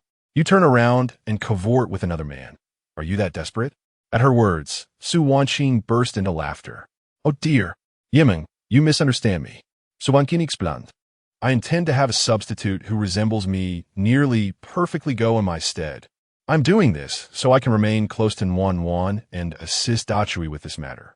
Moreover, I have already spoken to Dachui about it, and he has agreed to let the substitute accompany Lin Shun. Song Yimeng was momentarily taken aback. unable to believe her ears. Really? You aren't deceiving me, are you? Of course it is true. Su Wanqing replied earnestly, nodding her head. How could I jest about something so serious? I acknowledge my previous mistakes and now wish to make amends. A sigh of relief escaped Song Yimeng, and the anger on her face began to dissipate. So that is the case. I misunderstood you, she exclaimed. However, you must not falter again in the future. Subanki nadi de affirmatively. I understand, Yimeng Jia. This time, I will handle everything properly and ensure that the Chue is not disappointed. As the two conversed, Su Wanqing's phone chimed with a new message. It was from her substitute, stating that she had boarded the plane and would arrive in Jiangcheng in 2 hours. A smile crept onto Su Wanqing's lips.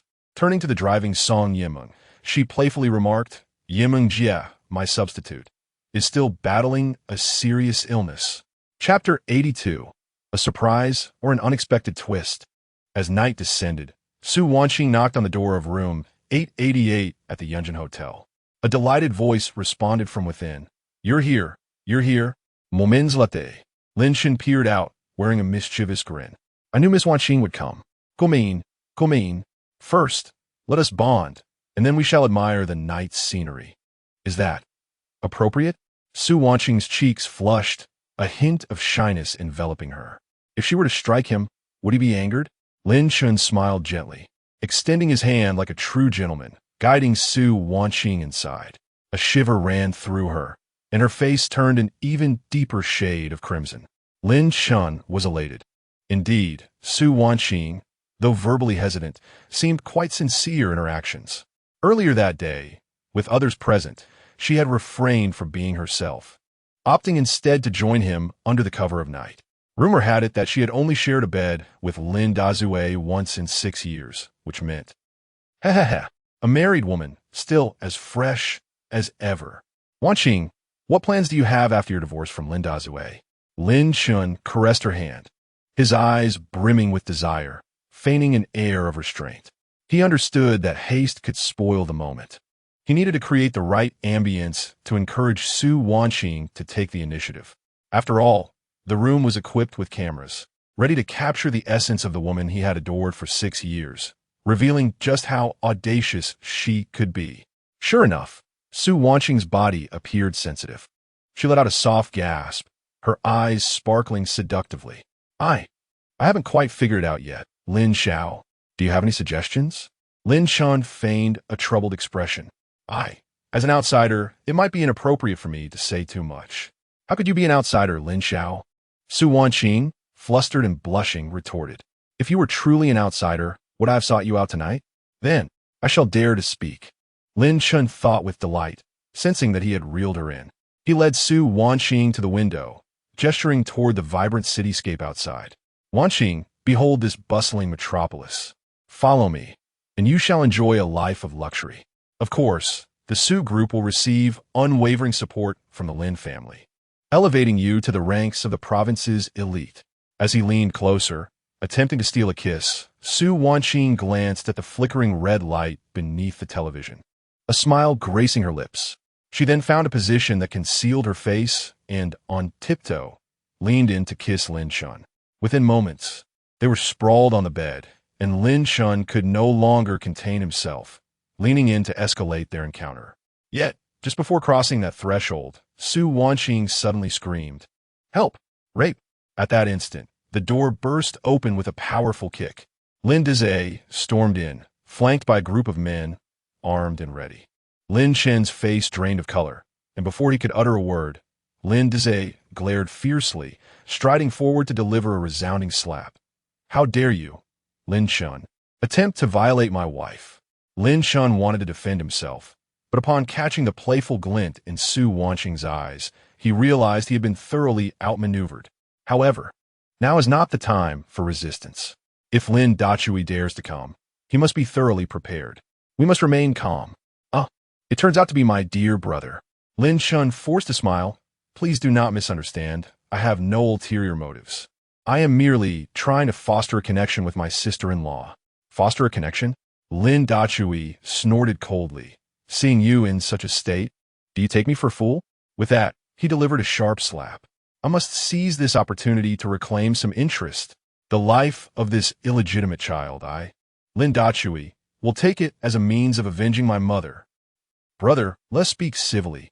Lin Chun, flustered, covered his reddened face. We are all part of the Lin family. Let's not escalate the situation. Lin Dachui scoffed. When you engage in such actions, did you ever contemplate the consequences? Now you fear the situation escalating? It is too late. At that moment, Su Wanqing tidied her clothing and approached Lin Dachui, leaning against him. Boss, how was my performance? Su Wanqing gently linked her arm with his. Boss. Lin Chun looked perplexed. Isn't your husband? Lin Dachui snorted derisively and ordered his men to seize Lin Chun. Mocking him, Lin Chun, open your eyes wide and take a good look. No sooner had he spoken than another Su Wanqing entered the room, followed by Song Yimlong. Lin Chun, are you surprised? Song Yimlong stepped forward, a playful expression on her face. Lin Chun's eyes widened in disbelief. What on earth is happening? How can there be two Su Wanqings? I remember that Su Wanqing has only one sister, and that is Su Qinghe. I am quite familiar with Su Qinghe.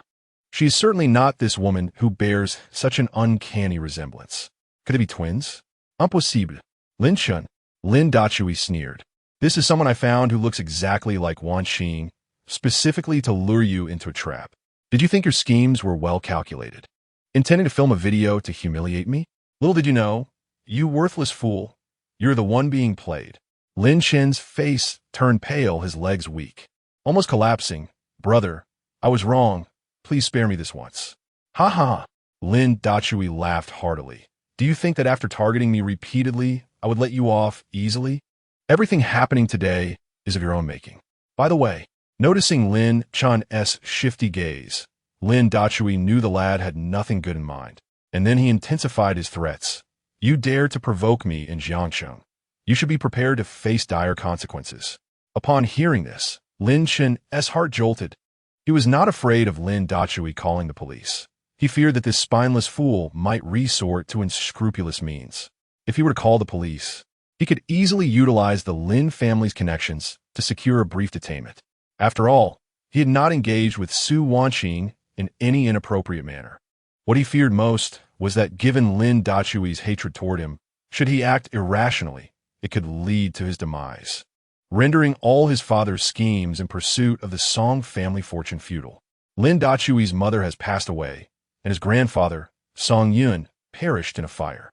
Half of the Song family's estate has fallen into his father's hands, while the remaining half remains inexplicably elusive. However, should it be confirmed that the elder Song has indeed died, Lin Dachui, as the sole direct descendant, would inherit that portion of the estate. The collateral relatives of the Song family would find themselves empty-handed. Thus, for many years, despite the knowledge of the elder Song's demise, no one has dared to acknowledge it, all to prevent that half of the fortune from being bequeathed to Lin Dachui. Of course, once Lin Dachui acquires the inheritance, his father could seize it as well. Yet, Lin Dachui harbors a profound hatred for his father, and upon obtaining the wealth, he would undoubtedly seek vengeance against the Lin family at any cost. Such a confrontation could lead to mutual destruction, a situation fraught with peril. Furthermore, I do not wish to see Lin Dachui meet his ends so easily. I still intend to claim his fortune and to indulge in his women openly. Brother, contemplating these matters, Lin Chun suddenly softened, admitting, I have indeed erred. I am willing to confess and accept punishment, but I implore you to remain composed and not act recklessly on my behalf. Otherwise, the Song family's fortune could. Lin Chun did not complete his sentence, but it was evident that Lin Dachui would understand. Chapter 83. As a bastard, what right do you have to be my brother? The Song family fortune? Lin Dachui's lips curled into a derisive smile. Do you truly believe that threatening me with the Song family wealth holds any weight? Allowing you to surrender would be far too lenient. He gestured to the men behind him, and several burly figures advanced, seizing Lin Chun. What? What are you planning to do? Lin Chen's heart raced, his face a mask of terror. Lin Dachui approached the window, gazing out at the nightscape, and remarked coolly, Aren't you fond of the night view? Tonight, you shall relish it to the fullest. With that, he signaled for the thugs to drag Lin Chun to the window, suspending him perilously outside. Lin Chen's face drained of color, his legs flailing in panic. Brother, spare me. I swear I'll never do it again. It's too late. Lin Dachui sneered. 6 long years you have plotted against me, and today the score must be settled. Moreover, Lin Xingfeng and your wretched mother caused my mother's death. I must avenge that grievance. Since you sought your own demise, I shall not be blamed. At that moment, Lin Shun was engulfed in regret. What had compelled him to come to Jiangsheng? Lin Dachui harbored an intense hatred for their family, and yet he had dared to provoke him further. But what had this coward become so audacious? He could scarcely believe that Lin Dachui would truly take his life. Lin Dachui, as his pleas fell on deaf ears, Lin Shen resorted to threats. If I die, my father will never let you go. Not only will you perish, but the Su family shall be annihilated as well. And her daughter, Lin Nannan. Oh, Lin Dachui's expression was one of mockery. You are so certain that Lin Qingfeng will seek vengeance for you? I am his son. Lin Shun retorted with a cold smile. He will undoubtedly avenge me. Lin Dachui nodded non-committally before leaning in to whisper, Lin Shun, do not forget that I am also Lin Qingfeng's son. Do you think that if you were to die, Lin Qingfeng would not rush to acknowledge me? After all, I am the sole heir of the Song family fortune. What do you have to compare with that? At these words, Lin Chen's visage turned ashen, devoid of all color. He recognized the truth in Lin Dachui's assertion. Over the years, he had come to know his father, Lin Qingfeng, all too well. For the sake of money, he would resort to anything. Moreover, having coveted the Song family's wealth for years, he would not hesitate to force Lin Dachui to kneel before him if it meant gaining that fortune. And what did I possess? Aside from my mother's family, I had no foundation. Furthermore, her family paled in comparison to the Song family, which held only half the fortune. It was uncertain whether Lin Qingfeng would truly seek vengeance for me. Brother, Lin Shun was genuinely frightened now. I truly realize my mistakes. I beg you, spare my life. I swear I will never target you again. It was my father, not I, who caused Aunt Song's death. Why must we, as brothers, be at odds with one another? A heartfelt discourse that could move both heaven and earth brought tears streaming down Lin Shen's face. Brother? Lin Dachui scoffed. As a bastard child, what right do you have to call me brother? If I recall correctly, your mother has yet to attain the status of a legitimate wife. Upon hearing this, Lin Shen's countenance darkened considerably. Indeed, Lin Qingfeng had once taken the two of them to the hospital solely to provoke Song Seeing, only to later set fire to the villa in Kyoto, hastening Song Seeing's demise. Initially, it was believed that once Lin Qingfeng acquired the Song family's fortune, he would legitimize his mother. However, 6 years had passed, and they still remained unregistered, though outsiders dared not voice their opinions openly behind closed doors. They labeled his mother as a mistress and referred to him as a bastard, an illegitimate child. Brother, Lin Shun trembled, eyes filled with desperation. We share the blood of the Lin family. Surely, we are kin. Among family, no matter how grave the enmity, must it lead to death? I truly recognize my mistakes and sincerely apologize to you and your sister-in-law. Lin Dachui remained silent, merely gesturing to the two burly men. Just as Lin Shen thought he was about to plummet, one of the strong men yanked him back. Lin Dachui's lips curled into a mocking smile. Today, I shall spare your life, allowing you to witness the downfall of the Lin family. With that, he instructed the strong men to escort him out of the hotel. As for their destination, perhaps only Lei Jin knew, but it was certain that the outcome would not be favorable. Boss, at that moment, the counterfeit Su Wanqing approached. My sacrifices have been considerable. How will you compensate me? Lin Dachui was taken aback, looking at Su Wanqing. Wasn't she merely a stand-in for Su Wanqing? Why did she keep referring to him as her boss? Dachi, Su Wanqing blushed, speaking softly. I meant to say, I asked her to help my husband, which is why she agreed. However, she truly exerted herself this time, but she refuses to accept any payment. Oh, Lin Dachui's curiosity was piqued. What is it that you desire? Let me be clear, I do not barter my charm. Su Wanqing checked lightly, finding Lin Dachui rather amusing. With a smile, she extended her hand. Allow me to formally introduce myself. My name is Su Linger. Su Linger? Lin Dachui blinked in surprise. I did not recall knowing anyone by that name. Cough, cough. Suvaning kilirit hertrot, akardli eplaining. Linger is a distant relative of our Su family, essentially a younger sister. She graduated from the music program at Jiangxi University and recently performed at a bar where I happened to encounter her. Linda Chue nodded, beginning to comprehend the situation. Sister-in-law, Su Linger winkt playfully.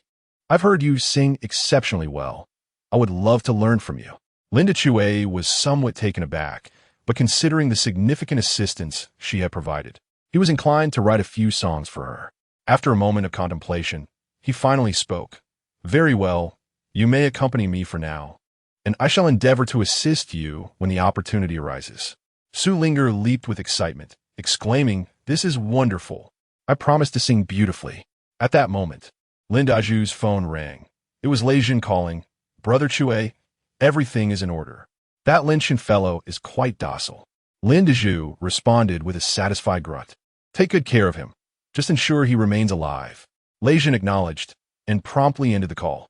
Lin Daju then turned to Su Wanqing and Song Yimeng, speaking in a solemn tone. "There are still many matters at hand. We must devise a meticulous plan to bring about the downfall of the Lin family." Su Linger's eyes sparkled with enthusiasm. "I can assist with strategies. My mind is quite sharp." Lin Daju smiled and led the group away. Shortly after they left the hotel, Su Wanqing received an unexpected phone call. "Su Wanqing, where is young Master Lin?" Chapter 84, 1 billion. Quite excessive. Lin Xiao? Su Wanqing's expression was laced with mockery. "Qi Xiao, I just sought out Lin Xiao, yet I was met with disappointment. What is this? Am I merely a plaything for you to toy with?" On the other end of the line, Qi Yuan was taken aback before responding, "That shouldn't be the case. Lin Xiao came specifically for you. There is no reason for him to avoid you. That is of no concern to me." Subankin ritortit angredi. Lin Chun stood me up and failed to provide a suitable explanation. Thus, this collaboration is terminated. Upon hearing this, Qi Yuan immediately assured her that he would apologize to Lin Chun at the earliest opportunity. After hanging up, he pondered Su Wanqing's words, growing increasingly perplexed. Lin Chen's urgency to meet was ostensibly to win over Su Wanqing and bring Lin Dachui to his knees. Yet if Su Wanqing had actively sought him out, there was no reason for him to decline her. Moreover, they had previously agreed that he would act as her tour guide, and Su Wanqing had consented to accompany him that evening. So why did she claim to have found Lin Chen absent? "Qi Xiao, how have you been?" As Qi Yuan was lost in thought, a mocking voice suddenly echoed behind him. He jolted and turned. "Lei Ho." Qi Yuan staggered slightly, his complexion pale. What brings you here?" Lei Ho, the underground king of Jiangcheng. Although Qi Yuan hailed from Kyoto, the saying goes, even a strong dragon cannot suppress a local snake, and he was well aware that Lei Ho was not someone he could provoke. "Ah, so you are Qi Yuan?"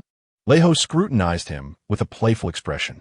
"I hear you have come to Jiangcheng to invest 100 billion. Do you not intend to inform me? Are you this arrogant? Do your parents know?" Qi Yuan feigned calmness, forcing a smile. "Master Lei, I truly apologize for the oversight. I have just arrived in Jiangcheng and have yet to make proper introductions. Once the project stabilizes, I shall certainly pay you a visit." Lei Ho scoffed. "It's not too late to inform me now. My territory in Jiangcheng is not a place where anyone can invest at will." Kimuran inwardly lamented, realizing that Lei Ho was evidently here to extort him. Just as he contemplated how to respond, Lei Ho's phone rang. Stepping aside, Lei Ho spoke softly, "Brother, how is it going?" "It's all set. Bring Qi Yuan over so they can meet," came a teasing voice from the other end. "All right." Lei Ho turned back to Qi Yuan, a barely perceptible smile playing at the corners of his mouth. "Qi Yuan, Lin Chun has been located. Come with me." Qi Yuan, not daring to delay, followed Lei Ho to an abandoned factory. This place was all too familiar to him. It was where he'd been tied up last time. Lin Xiao." Qi Yuan immediately spotted Lin Chun and gasped in astonishment.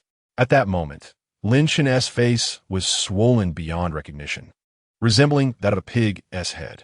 Were it not for the watch adorning his wrist, Qiran would have been utterly unrecognizable. Once meticulously dressed, he now stood bare-chested. Oh, but wait. He was draped in a makeshift outfit fashioned from a urea bag. His mouth was stuffed with something, rendering him completely voiceless. Monkey, Master Monkey.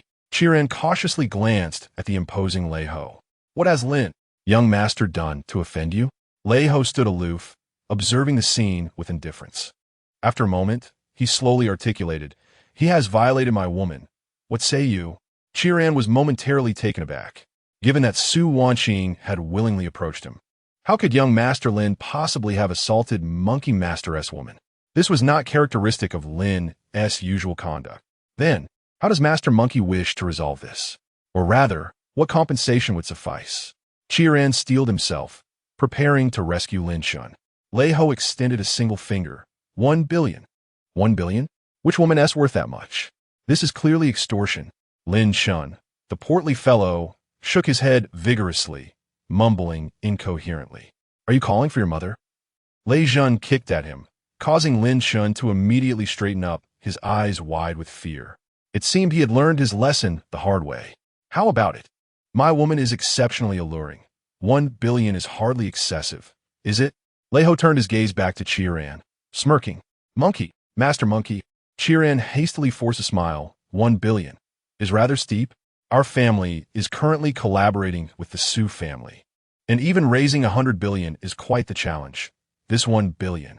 Lei Ho, now exasperated, chuckled in disbelief. Are you being unreasonable? With 100 billion in investment at stake, you cannot possibly procure 1 billion? Chiran's complexion turned ashen, yet he did not acquiesce. Lei Ho's eyes darted, and he released Chiran's collar, extending 2 fingers. I can offer you 2 choices. 1, pay the 1 billion, and this matter will be settled. The other, though somewhat more complicated, is not insurmountable. Chiran perked up, eager to hear the second option. Hmph! Lei Ho chuckled softly, continuing. The second choice is to expedite that 100 billion investment. I can negotiate with the Su family and secure an additional 10%. This way, you won't have to part with that 1 billion. How does that sound? Upon hearing this, Chiran's eyes brightened. Handing over 1 billion to Lei Ho was evidently out of the question. After all, she was merely a worthless woman, not worth such a sum. Moreover, I was already planning to invest that 100 billion, which young Master Lin had consented to. If the funds were secured, Lei Ho could approach the Su family himself, absolving me of any responsibility. It was a perfect plan. Chiran, just look at Lin Shun's current predicament. As Lei Ho observed Chi Murang's hesitation, his vexation grew. If you wish to spare him further torment, expedite that 10 billion investment. Otherwise, neither of you shall escape Jiangcheng. Chi Murang feigned a troubled expression and reluctantly acquiesced. Very well. I shall urge my family to secure the funds swiftly to finalize the investment, he declared through gritted teeth. However, I implore you, Lei Ho, to release Lin Xiao first. Do you take me for a fool? Lei Ho retorted, his eyes blazing with fury. If he departs, what shall I do about the investment? How will I procure funds from the Su family? The expression of distress returned to Chi Murang's face. Enough. Lei Ho recognized the necessity of not pressing too hard, for he needed to provide a sense of assurance. I can promise you that I shall take good care of him. In fact, I could even allow him to engage in unsavory activities with my associates, but he cannot leave my sight. With that, you should feel more at ease, yes? Ultimately, Chi Murang nodded in agreement. Lin Xiao, Lei Ho is a man of his word. You must endure a little longer once the investment arrives. I shall come to retrieve you. With that, he turned and departed, harboring no desire to linger. As he exited, 4 figures emerged from the shadows, 1 man and 3 women. Chapter 85. A scheme more forthright than devious. Brother Hammer, upon the arrival of the newcomer, Thunder Monkey hastened to greet him. How do you find me? Am I not quite clever? Lin Dachui smiled faintly, responding, Monkey Lord, you have done admirably. He then turned his gaze toward Lin Shun, still gagged with foul socks, and mockingly inquired, Lin Shun, do you regret coming to Jiangcheng? I assure you, not only will I secure this 10 billion investment, but I shall also personally bring ruin to the Lin family. With that, Lin Dachui stepped forward and delivered another slap to Lin Chen's pudgy face, chuckling, Ha! You may not die just yet, but I shall make your existence a living torment.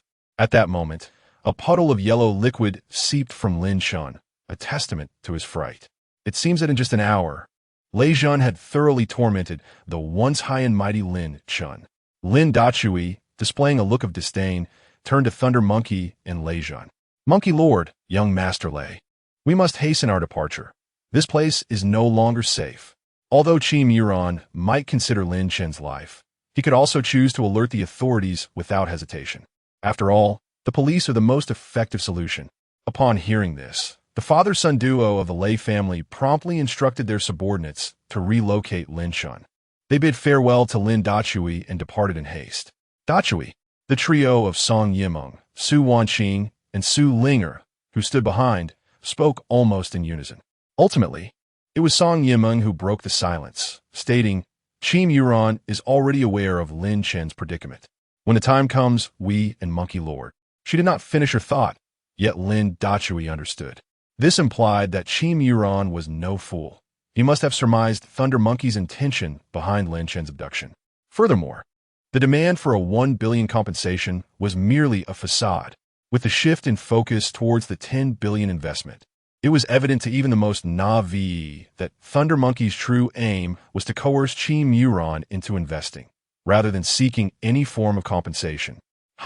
Lin Dachui chuckled, elucidating, I am well aware that Qi Muran is no simpleton. He is likely to notify the authorities.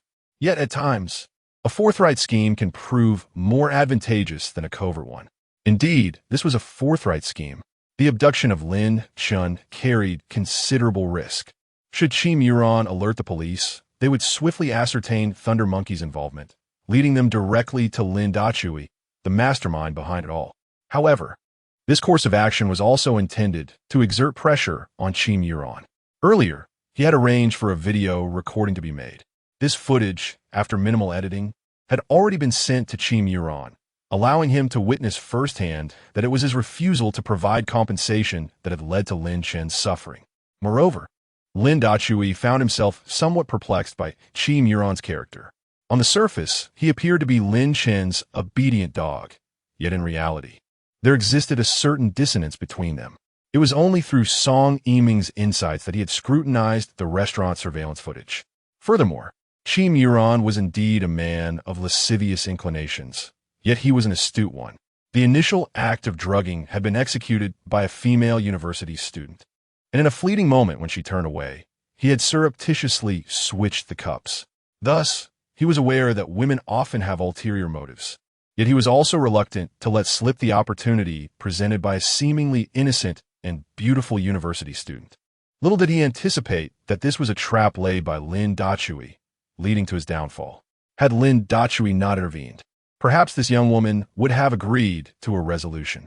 In short, Chimu Ran is quite astute, far more complex than he appears at first glance. Let's return, Lin Dachui remarked to the three women, leading the way toward a small opening at the rear of the abandoned factory. Shortly after their departure, several police cars arrived in a flurry, with officers swiftly entering the premises. Meanwhile, Chimu Ran sat in the police vehicle, observing the scene with a detached demeanor. Using Lin Chun to threaten me? I find myself at a disadvantage in Jiangsheng. Thus I had no choice but to alert the authorities. If I can save him, I shall be Lin Chen's benefactor, and the Lin family will not forsake the Chimu family. At the very least, we shall not be subjected to the current oppression. Should I fail to rescue him, then I must sincerely apologize to young Master Lin. This monumental investment of 100 billion, in the long run, will surely elevate the Chimu family to the true echelon of aristocracy in Kyoto.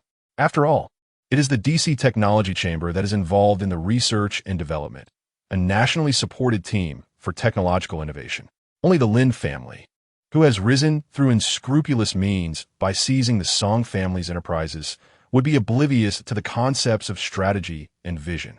The Chimu family, by aligning with DC Technology, is destined to go further. Mr. Chimu, are you certain Lin Chen has been kidnapped? As Chimu Ran pondered, a police officer approached, furrowing his brow in inquiry. Chimu Ran was taken aback and quickly responded, Officer, it is absolutely true. I distinctly saw them inside before I came out to report. After emerging, Chimu Ran did not immediately leave, but rather swiftly dialed the emergency number, remaining hidden nearby to observe the entrance. No one had exited. Strangely, however, the vehicles that had been parked at the entrance were nowhere to be seen. The officer surveyed the empty factory and then regarded Hmph Ran with skepticism. Mr. Hmph, there are no signs of a kidnapping here, nor any vehicles. Are you quite certain you did not misinterpret the situation? Beads of sweat formed on Hmph Ran's forehead as he insisted. I did not missee. They must have fled while I was calling for help. Upon hearing this, the police conducted another thorough search inside. Evidence of a cleanup was indeed present, along with an alternate exit. It seemed they had truly escaped. Do you know who the perpetrators are? The officer inquired, narrowing his eyes at Hmph Ran. Provide us with useful information, and we shall have a better chance of solving the case. Hmph Ran nearly revealed that it was Lei Ho behind the act, but with the assailants having vanished, he refrained from doing so. Lei Ho must have anticipated my call to the police, which prompted the retreat. What if he seeks retribution against me? Thankfully, I did not mention Lei Ho when I reported the incident. Otherwise, I fear it would have led to serious repercussions. After a moment of contemplation, I finally spoke, stating that it was somewhat dark at the time, and they wore masks, making it difficult for me to see clearly. The police officer appeared skeptical, but did not press further. Very well, you may return for now. He gestured. We will proceed to the hotel, where Lin Chun is staying to examine the surveillance footage. Naturally, we will also scrutinize all the cameras along the route. After concluding, he instructed someone to escort the unlicensed Hmph Ran back home. Meanwhile, on another front, the Lei father and son, having successfully relocated Lin Chun, were urgently contacting their clandestine associates. They demanded that every possible means be employed to swiftly erase the surveillance recordings. For the Lei family, who had long been entrenched in such dealings, this was rather routine. After all, how could former underground sovereigns operate without a network? As long as no one was killed, there would be no significant repercussions. At worst, they could let a subordinate take the fall. Brother Daju, one of my observing companions, reported Hmph Ran indeed contacted the authorities. Once matters were arranged, Lei Ho promptly informed Lin Daju. Chapter 86. Qiran, are you not merely Lin Xiao's lackey? Lin Dachui smiled ambiguously. Indeed, my instincts were correct. Qiran is no ordinary individual. Opting to report to the authorities serves a dual purpose. Should there be a chance of salvation, they would emerge as a benefactor. If not, Lin Chen's demise would be inconsequential. I surmise it will not be long before he reaches out to you willingly. Lin Dachui pondered. However, this time he gained a deeper insight into Qiran. The Qi family, having willingly played the role of a dog, has suffered severe exploitation at the hands of the Lin family. They surely wish to escape this fate.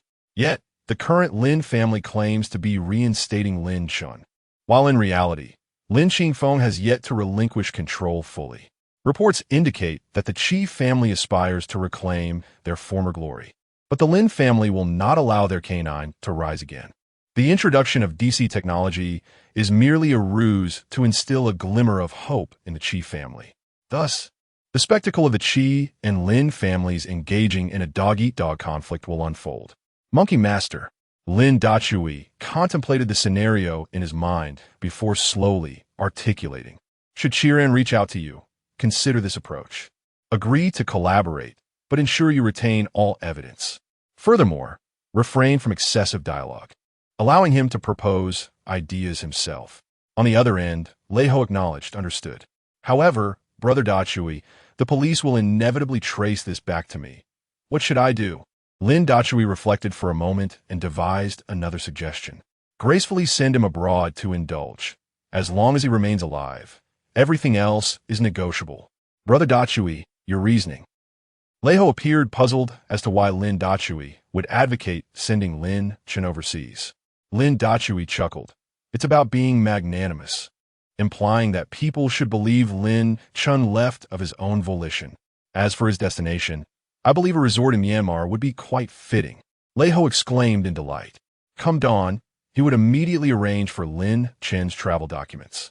Once the paperwork was in order, he would facilitate his departure for indulgence. Brother Dachui made it clear that the departure must be executed with flair, creating the illusion that Lin Chun chose to travel abroad. Should the police trace the matter back to me, I could simply claim it was a misunderstanding arising from romantic entanglements. Lin Chun has already left the country. If one doubts, I have the evidence.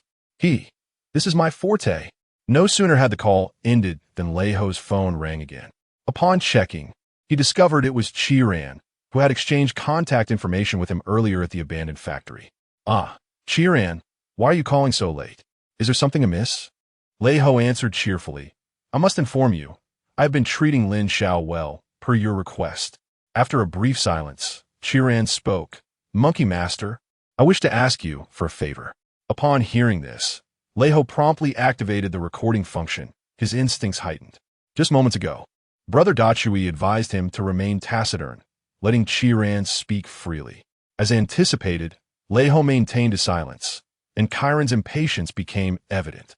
Monkey Master, as the evening deepened, Hmph spoke in a low voice. Lin Xiao. Oh no, Lin Shun, I would like to request Master Monkey to take good care of him. Of course, my notion of care is not merely ordinary. Lei Ho remained silent. Hmph presumed that he had not comprehended and continued to elaborate. Master Monkey, let me be frank.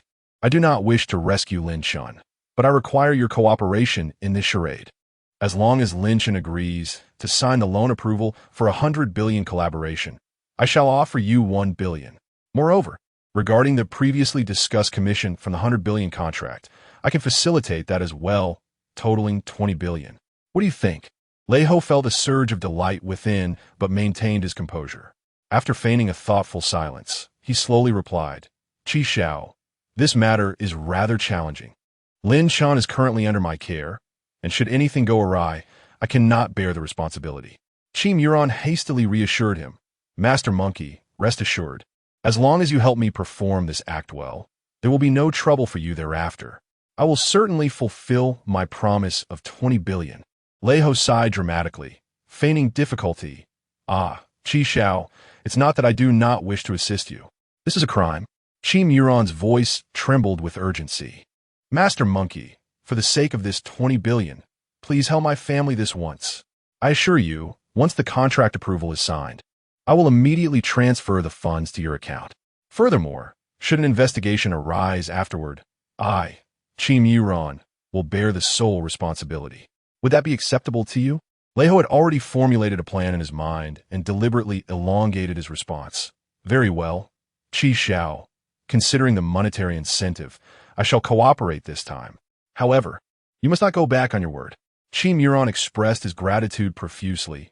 Rest assured, Master Monkey, I absolutely will not. After ending the call, a triumphant smile graced Lei Ho's face as he quickly sent the recording to Lin Dachui. After disconnecting, Hmph's lips curled into a sly smile. Lin Shun, once you sign the loan agreement, not just 20 billion, but 30 billion I shall provide. This is the only opportunity for my family to rise again. How dare I allow my family to serve a rustic clan? Hmph had resolved that as long as Lei Ho wished to secure 20 billion, he would undoubtedly pressure Lin Chun into signing.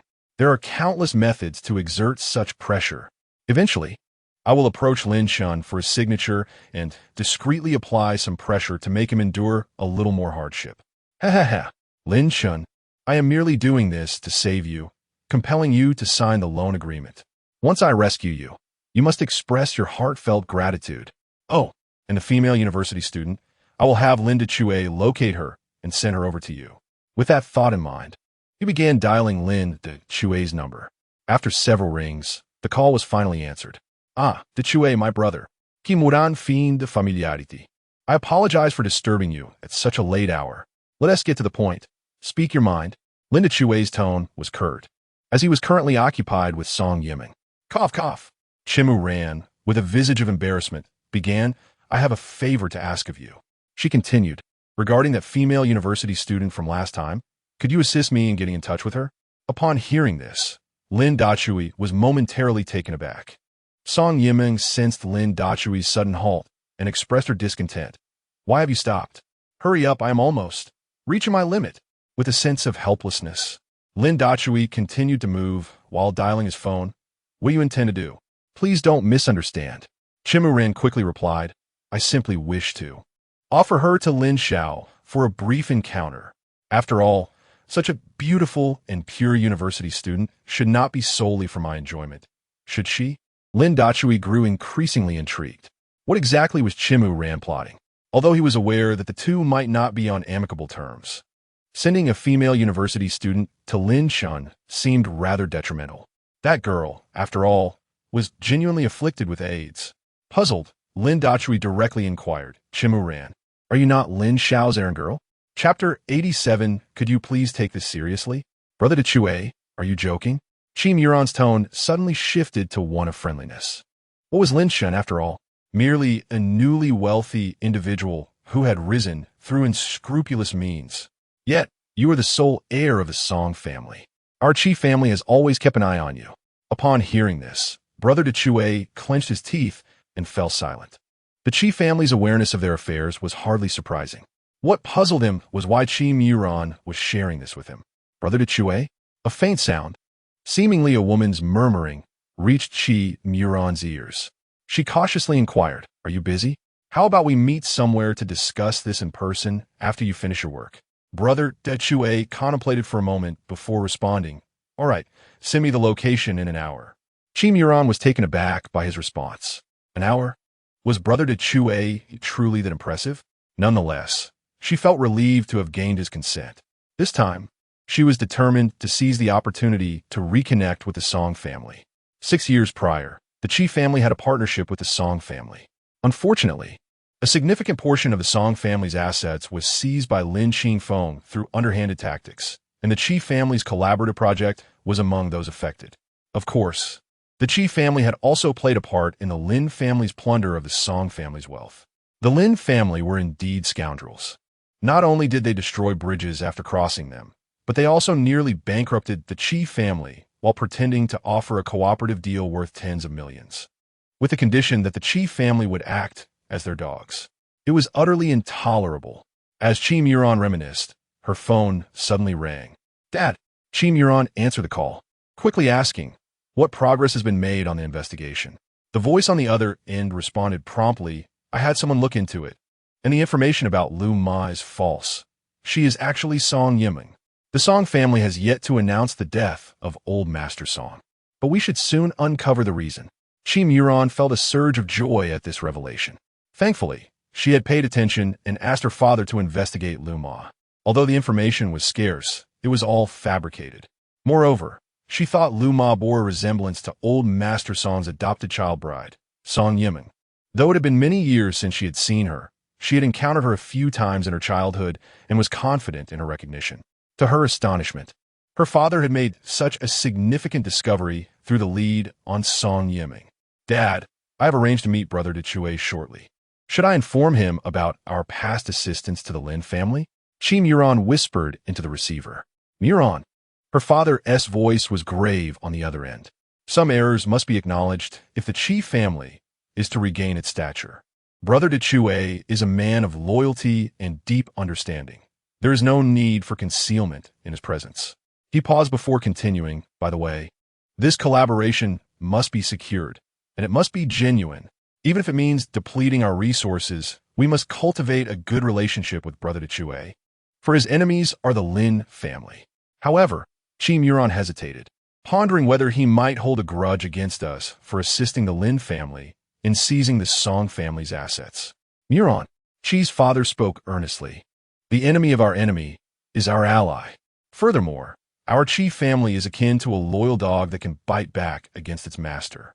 Thus, we need only to demonstrate our loyalty through tangible actions. By the way, what did Monkey Lord say regarding Lin Shun? Upon hearing this, Qi Muron promptly recounted the details of the partnership established with Lei Ho. Unbeknownst to them, Lin Dachui was somewhat distracted, lacking the energy to move, allowing Song Yimeng to take the lead and engage in serious contemplation. Why would the Qi family suddenly extend a hand of goodwill toward me? Is it truly because I am the sole heir of the Song family? Yet, the Song family has yet to announce my grandfather's passing, which means this inheritance would not fall to me. Could it be that they have already discerned something? I must reflect on when this change in attitude began. Ah, It seems to have shifted after the incident when Yimeng and I pressured him to sign the 100 billion contract. His gaze transformed then, particularly the way he looked at Yimeng, not with the eyes of infatuation, but with suspicion. Could it be that he has recognized Yimeng? It is quite possible. The Qi family had collaborated with the Song family before, and he must have seen Yimeng. Although many years have passed, recognition remains plausible. Yet, he feigned ignorance and did not expose her, which is rather intriguing. Moreover, he even assisted Lin Chun in luring Su Wanqing out. This person is not simple, two-faced and treacherous, smiling while harboring a dagger behind his back. He's splendid. Since he has willingly approached us, we shall utterly consume the Qi family, leaving no remnants. Dachui, can you be a bit more serious? Song Yiming's cheeks flushed as she brushed aside her damp bangs, slightly complaining. All right. Lin Dachui rolled his eyes, urging her to hurry, as they were to meet Qi Muran and discern his ulterior motives. With that, he turned and commenced his conquest. Brother Dachui, over here. 20 minutes later, Lin Dachui and Song Yimeng arrived at the Nightshade Bar, where Qi Muran promptly greeted them. He then ushered the pair into a private room, where Lei Ho and Lei Zhen awaited their arrival. Upon entering the room, Lin Dachui sensed an unusual atmosphere. Qi Muran wurde a broadsmile, yet his eyes betrayed a hint of anxiety. Lei Ho and Lei Zhen sat nearby, their expressions grave. Brother Dachui, after casting a glance at Song Yimeng, Qi Muran eagerly poured a glass of wine for Lin Dachui, saying, Come, let's drink a bit before discussing serious matters. Lin Dachui remained silent, quietly observing Qi Muran's performance. Ahem. Qi Muran, feeling somewhat awkward, stammered, Well, Brother Dachui, the purpose of this meeting is to discuss our potential collaboration in earnest. Certainly, when I refer to collaboration, I mean not only this monumental contract worth billions, but also the endeavor to bring down the Lin family. Such words left Lin Dachui perplexed regarding Chimu Ran's true intentions. With a cold smirk, Lin Dachui remarked, Does the Chai family not think it is too late to seek cooperation with me? How will you account for the past? When you aided the Lin family against the Song family, Chimu Ran's expression changed, and he earnestly replied, Brother Dachui, our family acknowledges our mistakes and is willing to take tangible actions to make amends. If you can set aside past grievances, we are prepared to invest our entire resources into this collaboration. Lin Dachui regarded him thoughtfully, contemplating Chimu Ran's words. At that moment, Song Yimeng gently tugged at his sleeve, and Lin Dachui formulated a decision. Very well. He exhaled deeply. I can grant you an opportunity, but I must witness your sincerity. Upon hearing this, Chimu Ran was overjoyed and nodded eagerly. By the way, Brother Dachui, allow me to introduce you to this esteemed individual, Lord Monkey. Chapter 88. What is the setup? What are you up to, Qi Muran? Lin Dachui exchanged a glance with Lei Ho, his brow furrowing slightly as he struggled to comprehend Qi Muran's intentions. It was evident that he and Lei Ho shared a close bond, a fact easily verifiable for anyone willing to investigate. Moreover, Lin Dachui had served as a witness at the wedding of Lei Zhen and Lu Xiang, and the uproar surrounding Su Wanqing's plea for forgiveness was well known and easily traceable. Yet, Qi Muran was now attempting to introduce Lei Ho to Lin Dachui, which seemed utterly absurd. Ahem. Qi Muran chuckled awkwardly. Dachui, I know you must be acquainted with both Monkey Master and Young Master Lei, but the reason I called him here today is that Yi Chan is currently with him, and I have no intention of rescuing him. He paused before adding, Furthermore, I sought your contact information for that female college student to ensure his downfall. After all, she is infected with AIDS, isn't she? Hee. In this way, my vendetta will be avenged, and yours will be too. Thus, I specifically invited Monkey Master and Young Master Lei to discuss how to deal with Lin Chun. Upon hearing this, Lin Dachui maintained a stoic expression, while inwardly he scoffed. Qi Muran's plan was indeed clever, but little did he know that Lin Dachui's scheme aimed not only at making Lin Chun and the Lin family pay a price, but also to bring down the Qi family, the accomplice in this affair. As this thought crossed his mind, a dual-purpose plan slowly took shape in Lin Dachui's mind. Brother Qi, your idea is commendable, but this matter requires careful deliberation. Lin Dachui feigned difficulty in his response. Qim Yuan, misinterpreting Lin Dachui's hesitation as persuasion, beamed with pride. I believe, Lin Dachui continued, using that female college student against Yi Chun would be too lenient. Instead, let us first have him engage with her, allowing him to lower his guard. Once he contracts the disease, we could deliver a fatal blow. What do you think, Dachui brother? Qim Yuan's eyes lit up as he eagerly asked, do you already have a brilliant idea? Lin Dachui smiled mysteriously and turned to Lei Ho.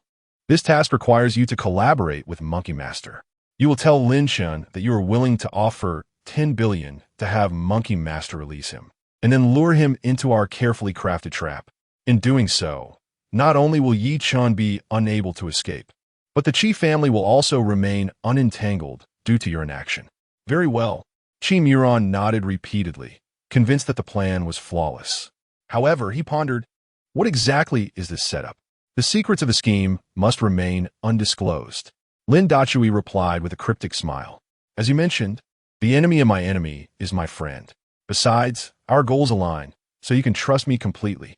Qim Yuan nodded again, thinking to himself, for now, I have no choice but to trust Lin Dachui. After all, my father has staked our family's fortune and destiny on this endeavor. Failure is not an option. Unbeknownst to him, Lin Dachui's true aim was to ensnare both the Lin and Qi families in an irreversible catastrophe. Those who have wronged my mother and grandfather, who have usurped the wealth of the Song family, shall pay a grievous price. Let us begin with Lin Chun and Qi Murray. Monkey Master, young Master Lei. Lin Dachui turned to the Lei family father and son, his expression grave. Regarding Lin Chun, I must request your cooperation with young Master Qi in this performance.